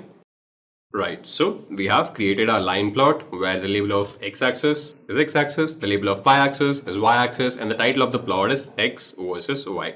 So it's as simple as that, guys. So this is how you can create a simple line plot with the help of the Matplotlib package. So now we'd have to create a simple bar plot. And we have these fruits over here represented on the x-axis. So we've got apple, banana, and orange. And we've got the cost of the fruits on the y-axis. So let me start off by loading the required library. From Matplotlib, I'll be importing pyplot as plt. After this, I just have to create my data. So I'll be creating a simple dictionary over here, and I'll name this dictionary as data. I'll put in braces over here, and it consists of 3 fruits, which are apple, banana, and orange. So apple, and cost of apple would be, let's say, $50. After that, we have banana, and the cost of banana is 20. After that, we have orange, and the cost of orange is 30. Right. So now I'll separate the keys and values from this. So let me get the keys first, data.keys, and I'll get the list of this. I'll paste this inside this, and let's say I'll store this in an object named as names. Now let me get all of the values similarly.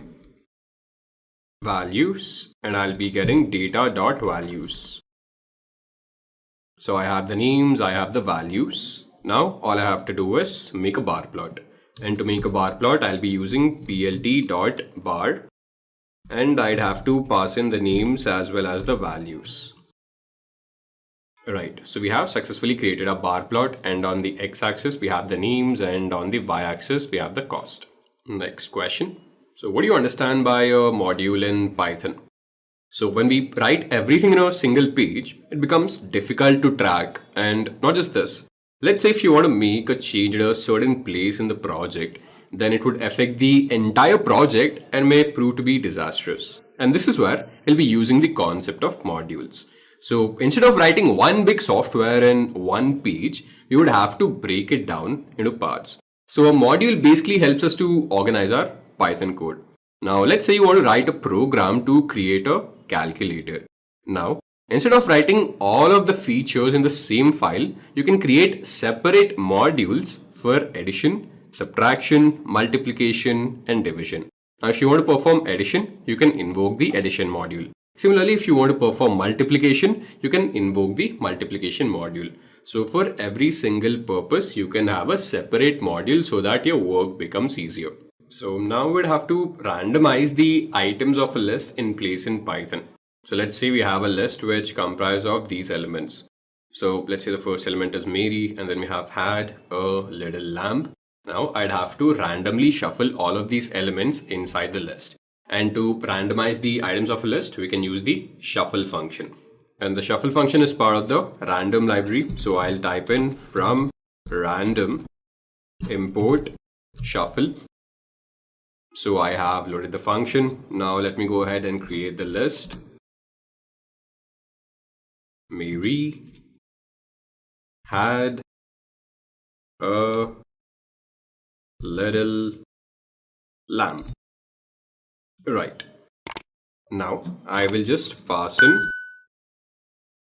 this inside the shuffle function. Now let me print in X. Right. So this is in place shuffling inside the list, right? So initially the list was Mary had a little lamb, or the sequence of the elements inside this list was Mary had a little lamb. And after passing this list inside the shuffle function, the elements changed and the sequence now is a lamb Mary had little.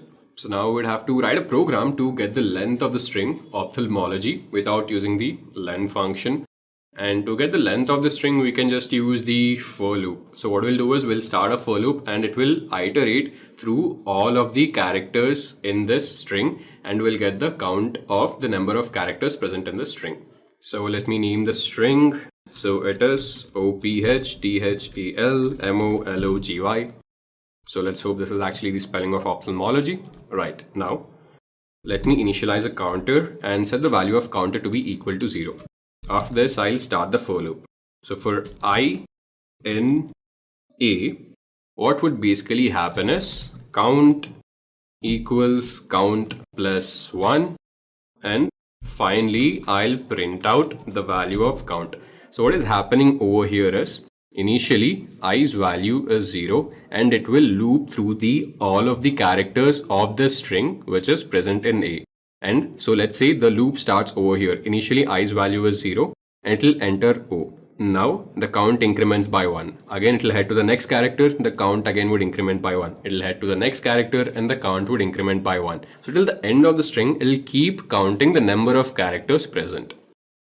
Right, and we get the result. So the number of characters present in the string is 13. So now we'd have to replace all the odd numbers in this numpy array to -1, right? So this is our numpy array, which comprise of the numbers from 0 to 9, and we'd have to replace all of the odd numbers. So 1 would become -1, 3 would become -1, 5 would become -1. So wherever odd numbers are present, all of those odd numbers would become -1. Let me load the numpy library, import numpy as np. After this, what I have to do is create my numpy array. So arr equals np.arange, and it will go from 0 to 10. Let me just print out this numpy array over here. This is my numpy array. Now let me go ahead and replace all of the odd values with -1. So what I'll do is I will basically divide each element with 2 and see what is the remainder. So arr percentage 2, and if it is equal to 1. So what I'll do is I will divide 0 with 2, I'll check the remainder. Similarly, I'll divide 1 with 2 and I'll check the remainder. I'll divide 2 with 2 and I'll check the remainder. So wherever the remainder is equal to 1, those elements I'll be changing it to equal to -1, right? So first I'll divide 0 with 2 and I'll check what is the remainder. And since the remainder is not equal to 1, nothing will happen. After this, I'll divide 1 with 2 and I'll check the remainder. So if the remainder is equal to 1, I'll replace this with -1. Similarly, over here, if I divide 3 with 2, the remainder which I'll be getting is 1. And again, this value would be replaced with -1. Right? So the changes have been done. Now let me print this. This was my original array. After performing this step over here, all of the odd values have been replaced with -1. 1 has been replaced with -1, 3 with -1, 5 with -1, 7 with -1, and 9 with -1. Now we'd have to perform an operation so that we get the common items between two numpy arrays. This is our first numpy array. This is our second numpy array. Now let's actually check the common items. So if we look closely at these two arrays, we see that 2 and 4 are the only two common items present among these two arrays, and I'd want to extract these two. Right, so we have created our arrays over here. This is the first numpy array and I'm storing it in A. This is my second numpy array and I'm storing it in B. Now to get the common elements, I have the np.intersect1d method. So np.intersect1d, and I just have to pass in the two numpy arrays inside this as the parameters. So A, comma B, I'll pass in these two, I'll click on run. Right, so I've got the common elements present in these two arrays. Right, so we have a pandas series over here, and we'd have to convert each of these elements into title case. So Mary had a little lamb, so we see that all of this are in small cases. Now I'd have to convert all of these elements into title case. So let me start off by loading the pandas library. Import pandas as pd. Now I'll create the series pd.series, and I'll pass in the values, which are basically Mary had little lamb. Right, so this is done, and I'll store this in, let's say, ser. So I have created my series. I'll just print it out now. Right, so this is my pandas series. Now I'd have to convert all of these elements into title case. That is, M needs to be capital, H needs to be capital, A, L and L needs to be capital. Right. And as I've already told you, we'll be using the map method, which helps us to replace or substitute values or all of the values inside a pandas series. So ser.map. Now inside this, I'll use a lambda function to convert all of these elements into title case. So let me type in lambda over here, x, colon, and I just have to convert this into title case. So let me just put in title over here. Now let me click on run. Right, so we have successfully converted all of these elements into title case. Now let me store it back to ser. Now let me print ser over here. Right, so all of these elements have been converted into title case. So now we have the same pandas series. So Mary had a little lamb. Now I'd have to calculate the number of characters in each word of the series. So this is 1, 2, 3, and 4. So there are 4 characters present in the word Mary. There are 3 characters present in the word had. This is a single character, right? So we'd have to find out the total number of characters present in each words or each of these elements inside this pandas series. Import pandas as PD. Let me again create the series. Ser equals pd dot series, and I'll give in all of the elements. Mary had a little lamb. So now to get the length of each of these words present in this pandas series, I'll have to use the map method. So ser dot map, and inside this I'll again create a new lambda function, lam bda a colon, and since I have to get the length, I'll use the length function, and I have to get the length of each of these elements inside a.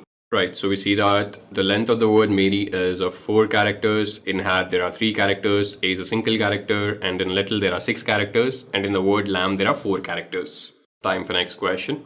So again we have this iris data frame, and we'd have to change the column name sepal length to s underscore length.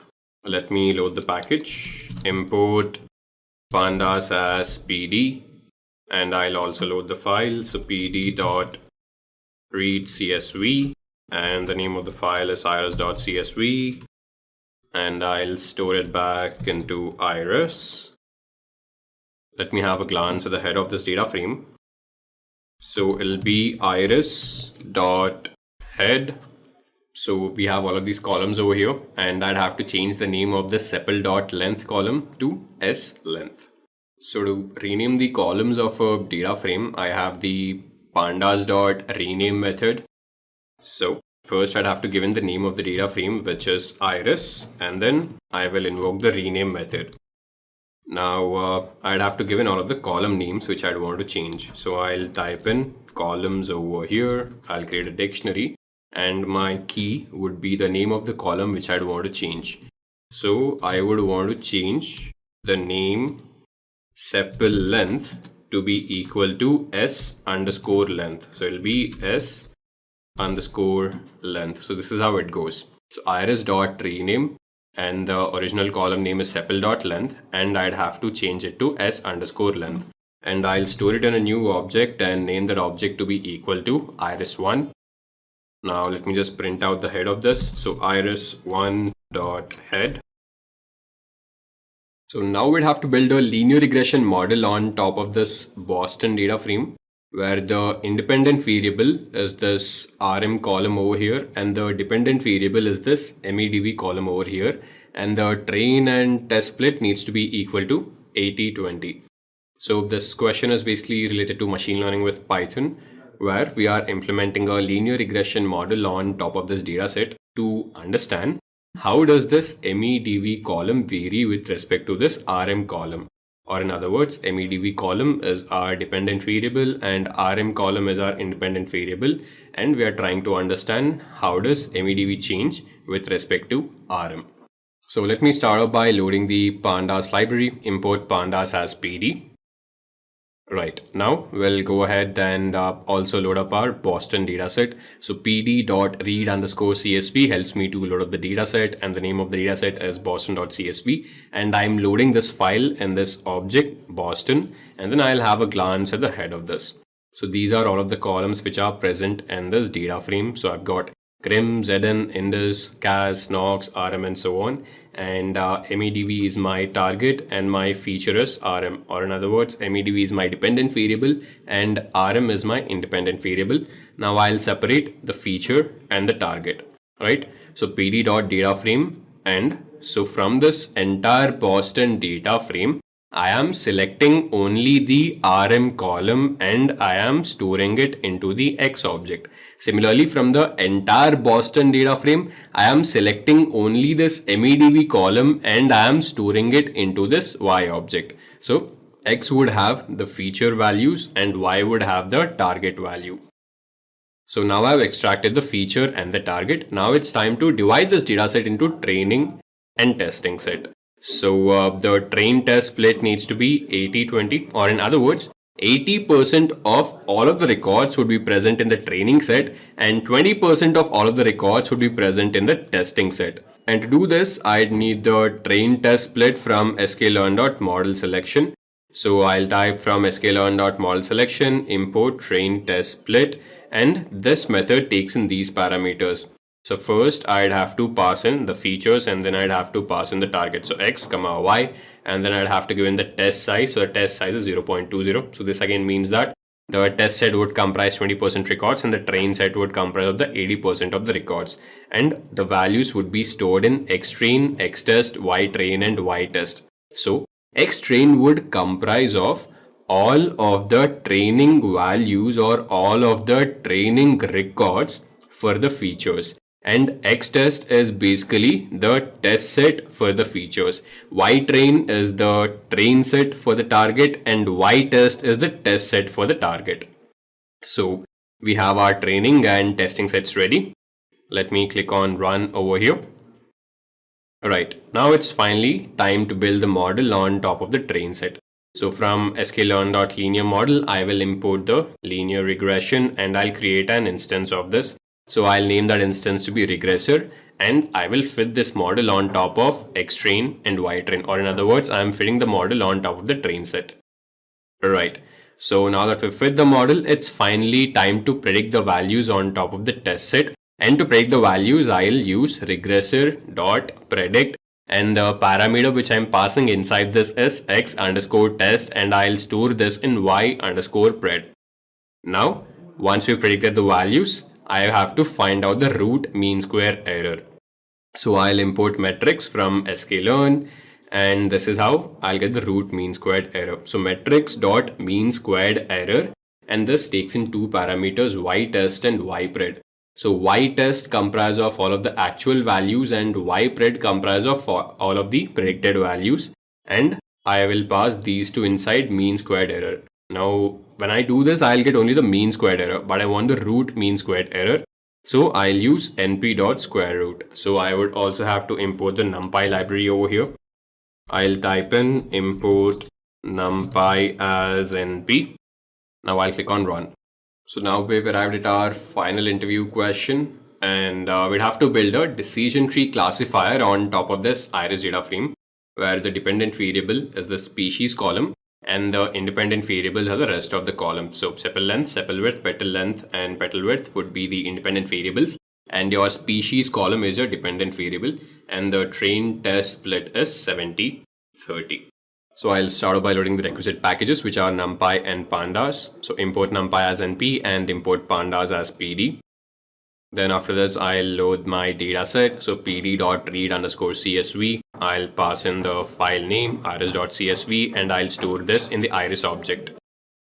And we have a glance at the head of this data set. So these are all of the columns present in this data frame. We've got sepal length, sepal width, petal width, and the species column. Now out of this, the species column is our dependent variable, and these four columns, the numerical columns, are our independent variables. So now I'll go ahead and separate the features and the target variable. So these are all of my features, these first four columns. So I'll just extract sepal length, sepal width, petal length and petal width from this iris data frame, and I'll store that into this X object. Similarly, I'll extract only the species column from the entire iris data frame and I'll store it into Y object. So I have my features and the target ready. Now it's time to divide this entire data frame into train and test split. So I'd have to import train test split from sklearn.model selection, and this takes in these parameters. First parameter are the features, second parameter is the object which comprises of the target label, and the test size is 0.30. So 30% of the records would go into the test set and the rest 70% of the records would go into the training set, and I am storing the results into xtrain, xtest, ytrain and ytest. So xtrain is the training set for the features, xtest is a test set for the features, ytrain is the training set for the target, and ytest is the test set for the target. Now we'll import decision tree classifier from sklearn.tree. So I will go ahead and create an instance of this decision tree classifier, and I'll name that instance to be classifier, and I will fit this classifier on top of the training set. So classifier.fit, and I'll pass in xtrain and ytrain inside this. So we have successfully fit the model on top of the train set. Now we'll go ahead and predict the values on top of the test set. So classifier dot predict. So I'll store the result into ypred. After this, we'll calculate some metrics. So we'll get the confusion metrics and we'll also get the accuracy score. Right. So this is my confusion metrics and this is the accuracy. So the left diagonal which you see in this confusion metrics, all of these are the values which have been predicted or classified correctly. So this first row represents the species of Setosa, second row the species of versicolor, and the third row the species of virginica. Right? So you see that all of the species of Setosa have been classified correctly. When it comes to versicolor, 16 of them have been classified correctly and 2 of them have been classified incorrectly. And when it comes to virginica, 13 of them have been classified correctly and 2 of them have been classified incorrectly. So to get the accuracy, we'll have to add 12 plus 16 plus 13 by all of the values. So let me just do that. 12 plus 16 plus 13 divided by 12 plus 16 plus 13 plus 2 plus 2. So the accuracy is the same and it comes out to be 91.11. So at Intellipaat, the company we work for is basically a training and an e-learning company. So we go through hundreds of job descriptions. If it is Python, we go through job descriptions which require Python and gather all the skills which are expected by an employer so that you can easily land that job. Also, as a training company, we do not use trainers, we rather use working professionals who are working in this particular industry and also gather details and information from them and what was asked to them by their own employer and also what should be taught to our trainees so that we can make them a better programmer and also how to make them basically get a job really easily. So with all that details put together, we have formed this Python certification training course where we'll give you live training projects, we'll give you hands-on, we'll give you all the support to make you the perfect candidate to get into a company, into a Python role. So that's what we are doing here. And when we take you on board for this course, we will make sure that you learn all of these skills. So guys, we have come to the end of the session. Hope you all enjoyed it. If you have any doubts, please put down in the comment section below. We will try to answer it as soon as possible. Thanks for watching.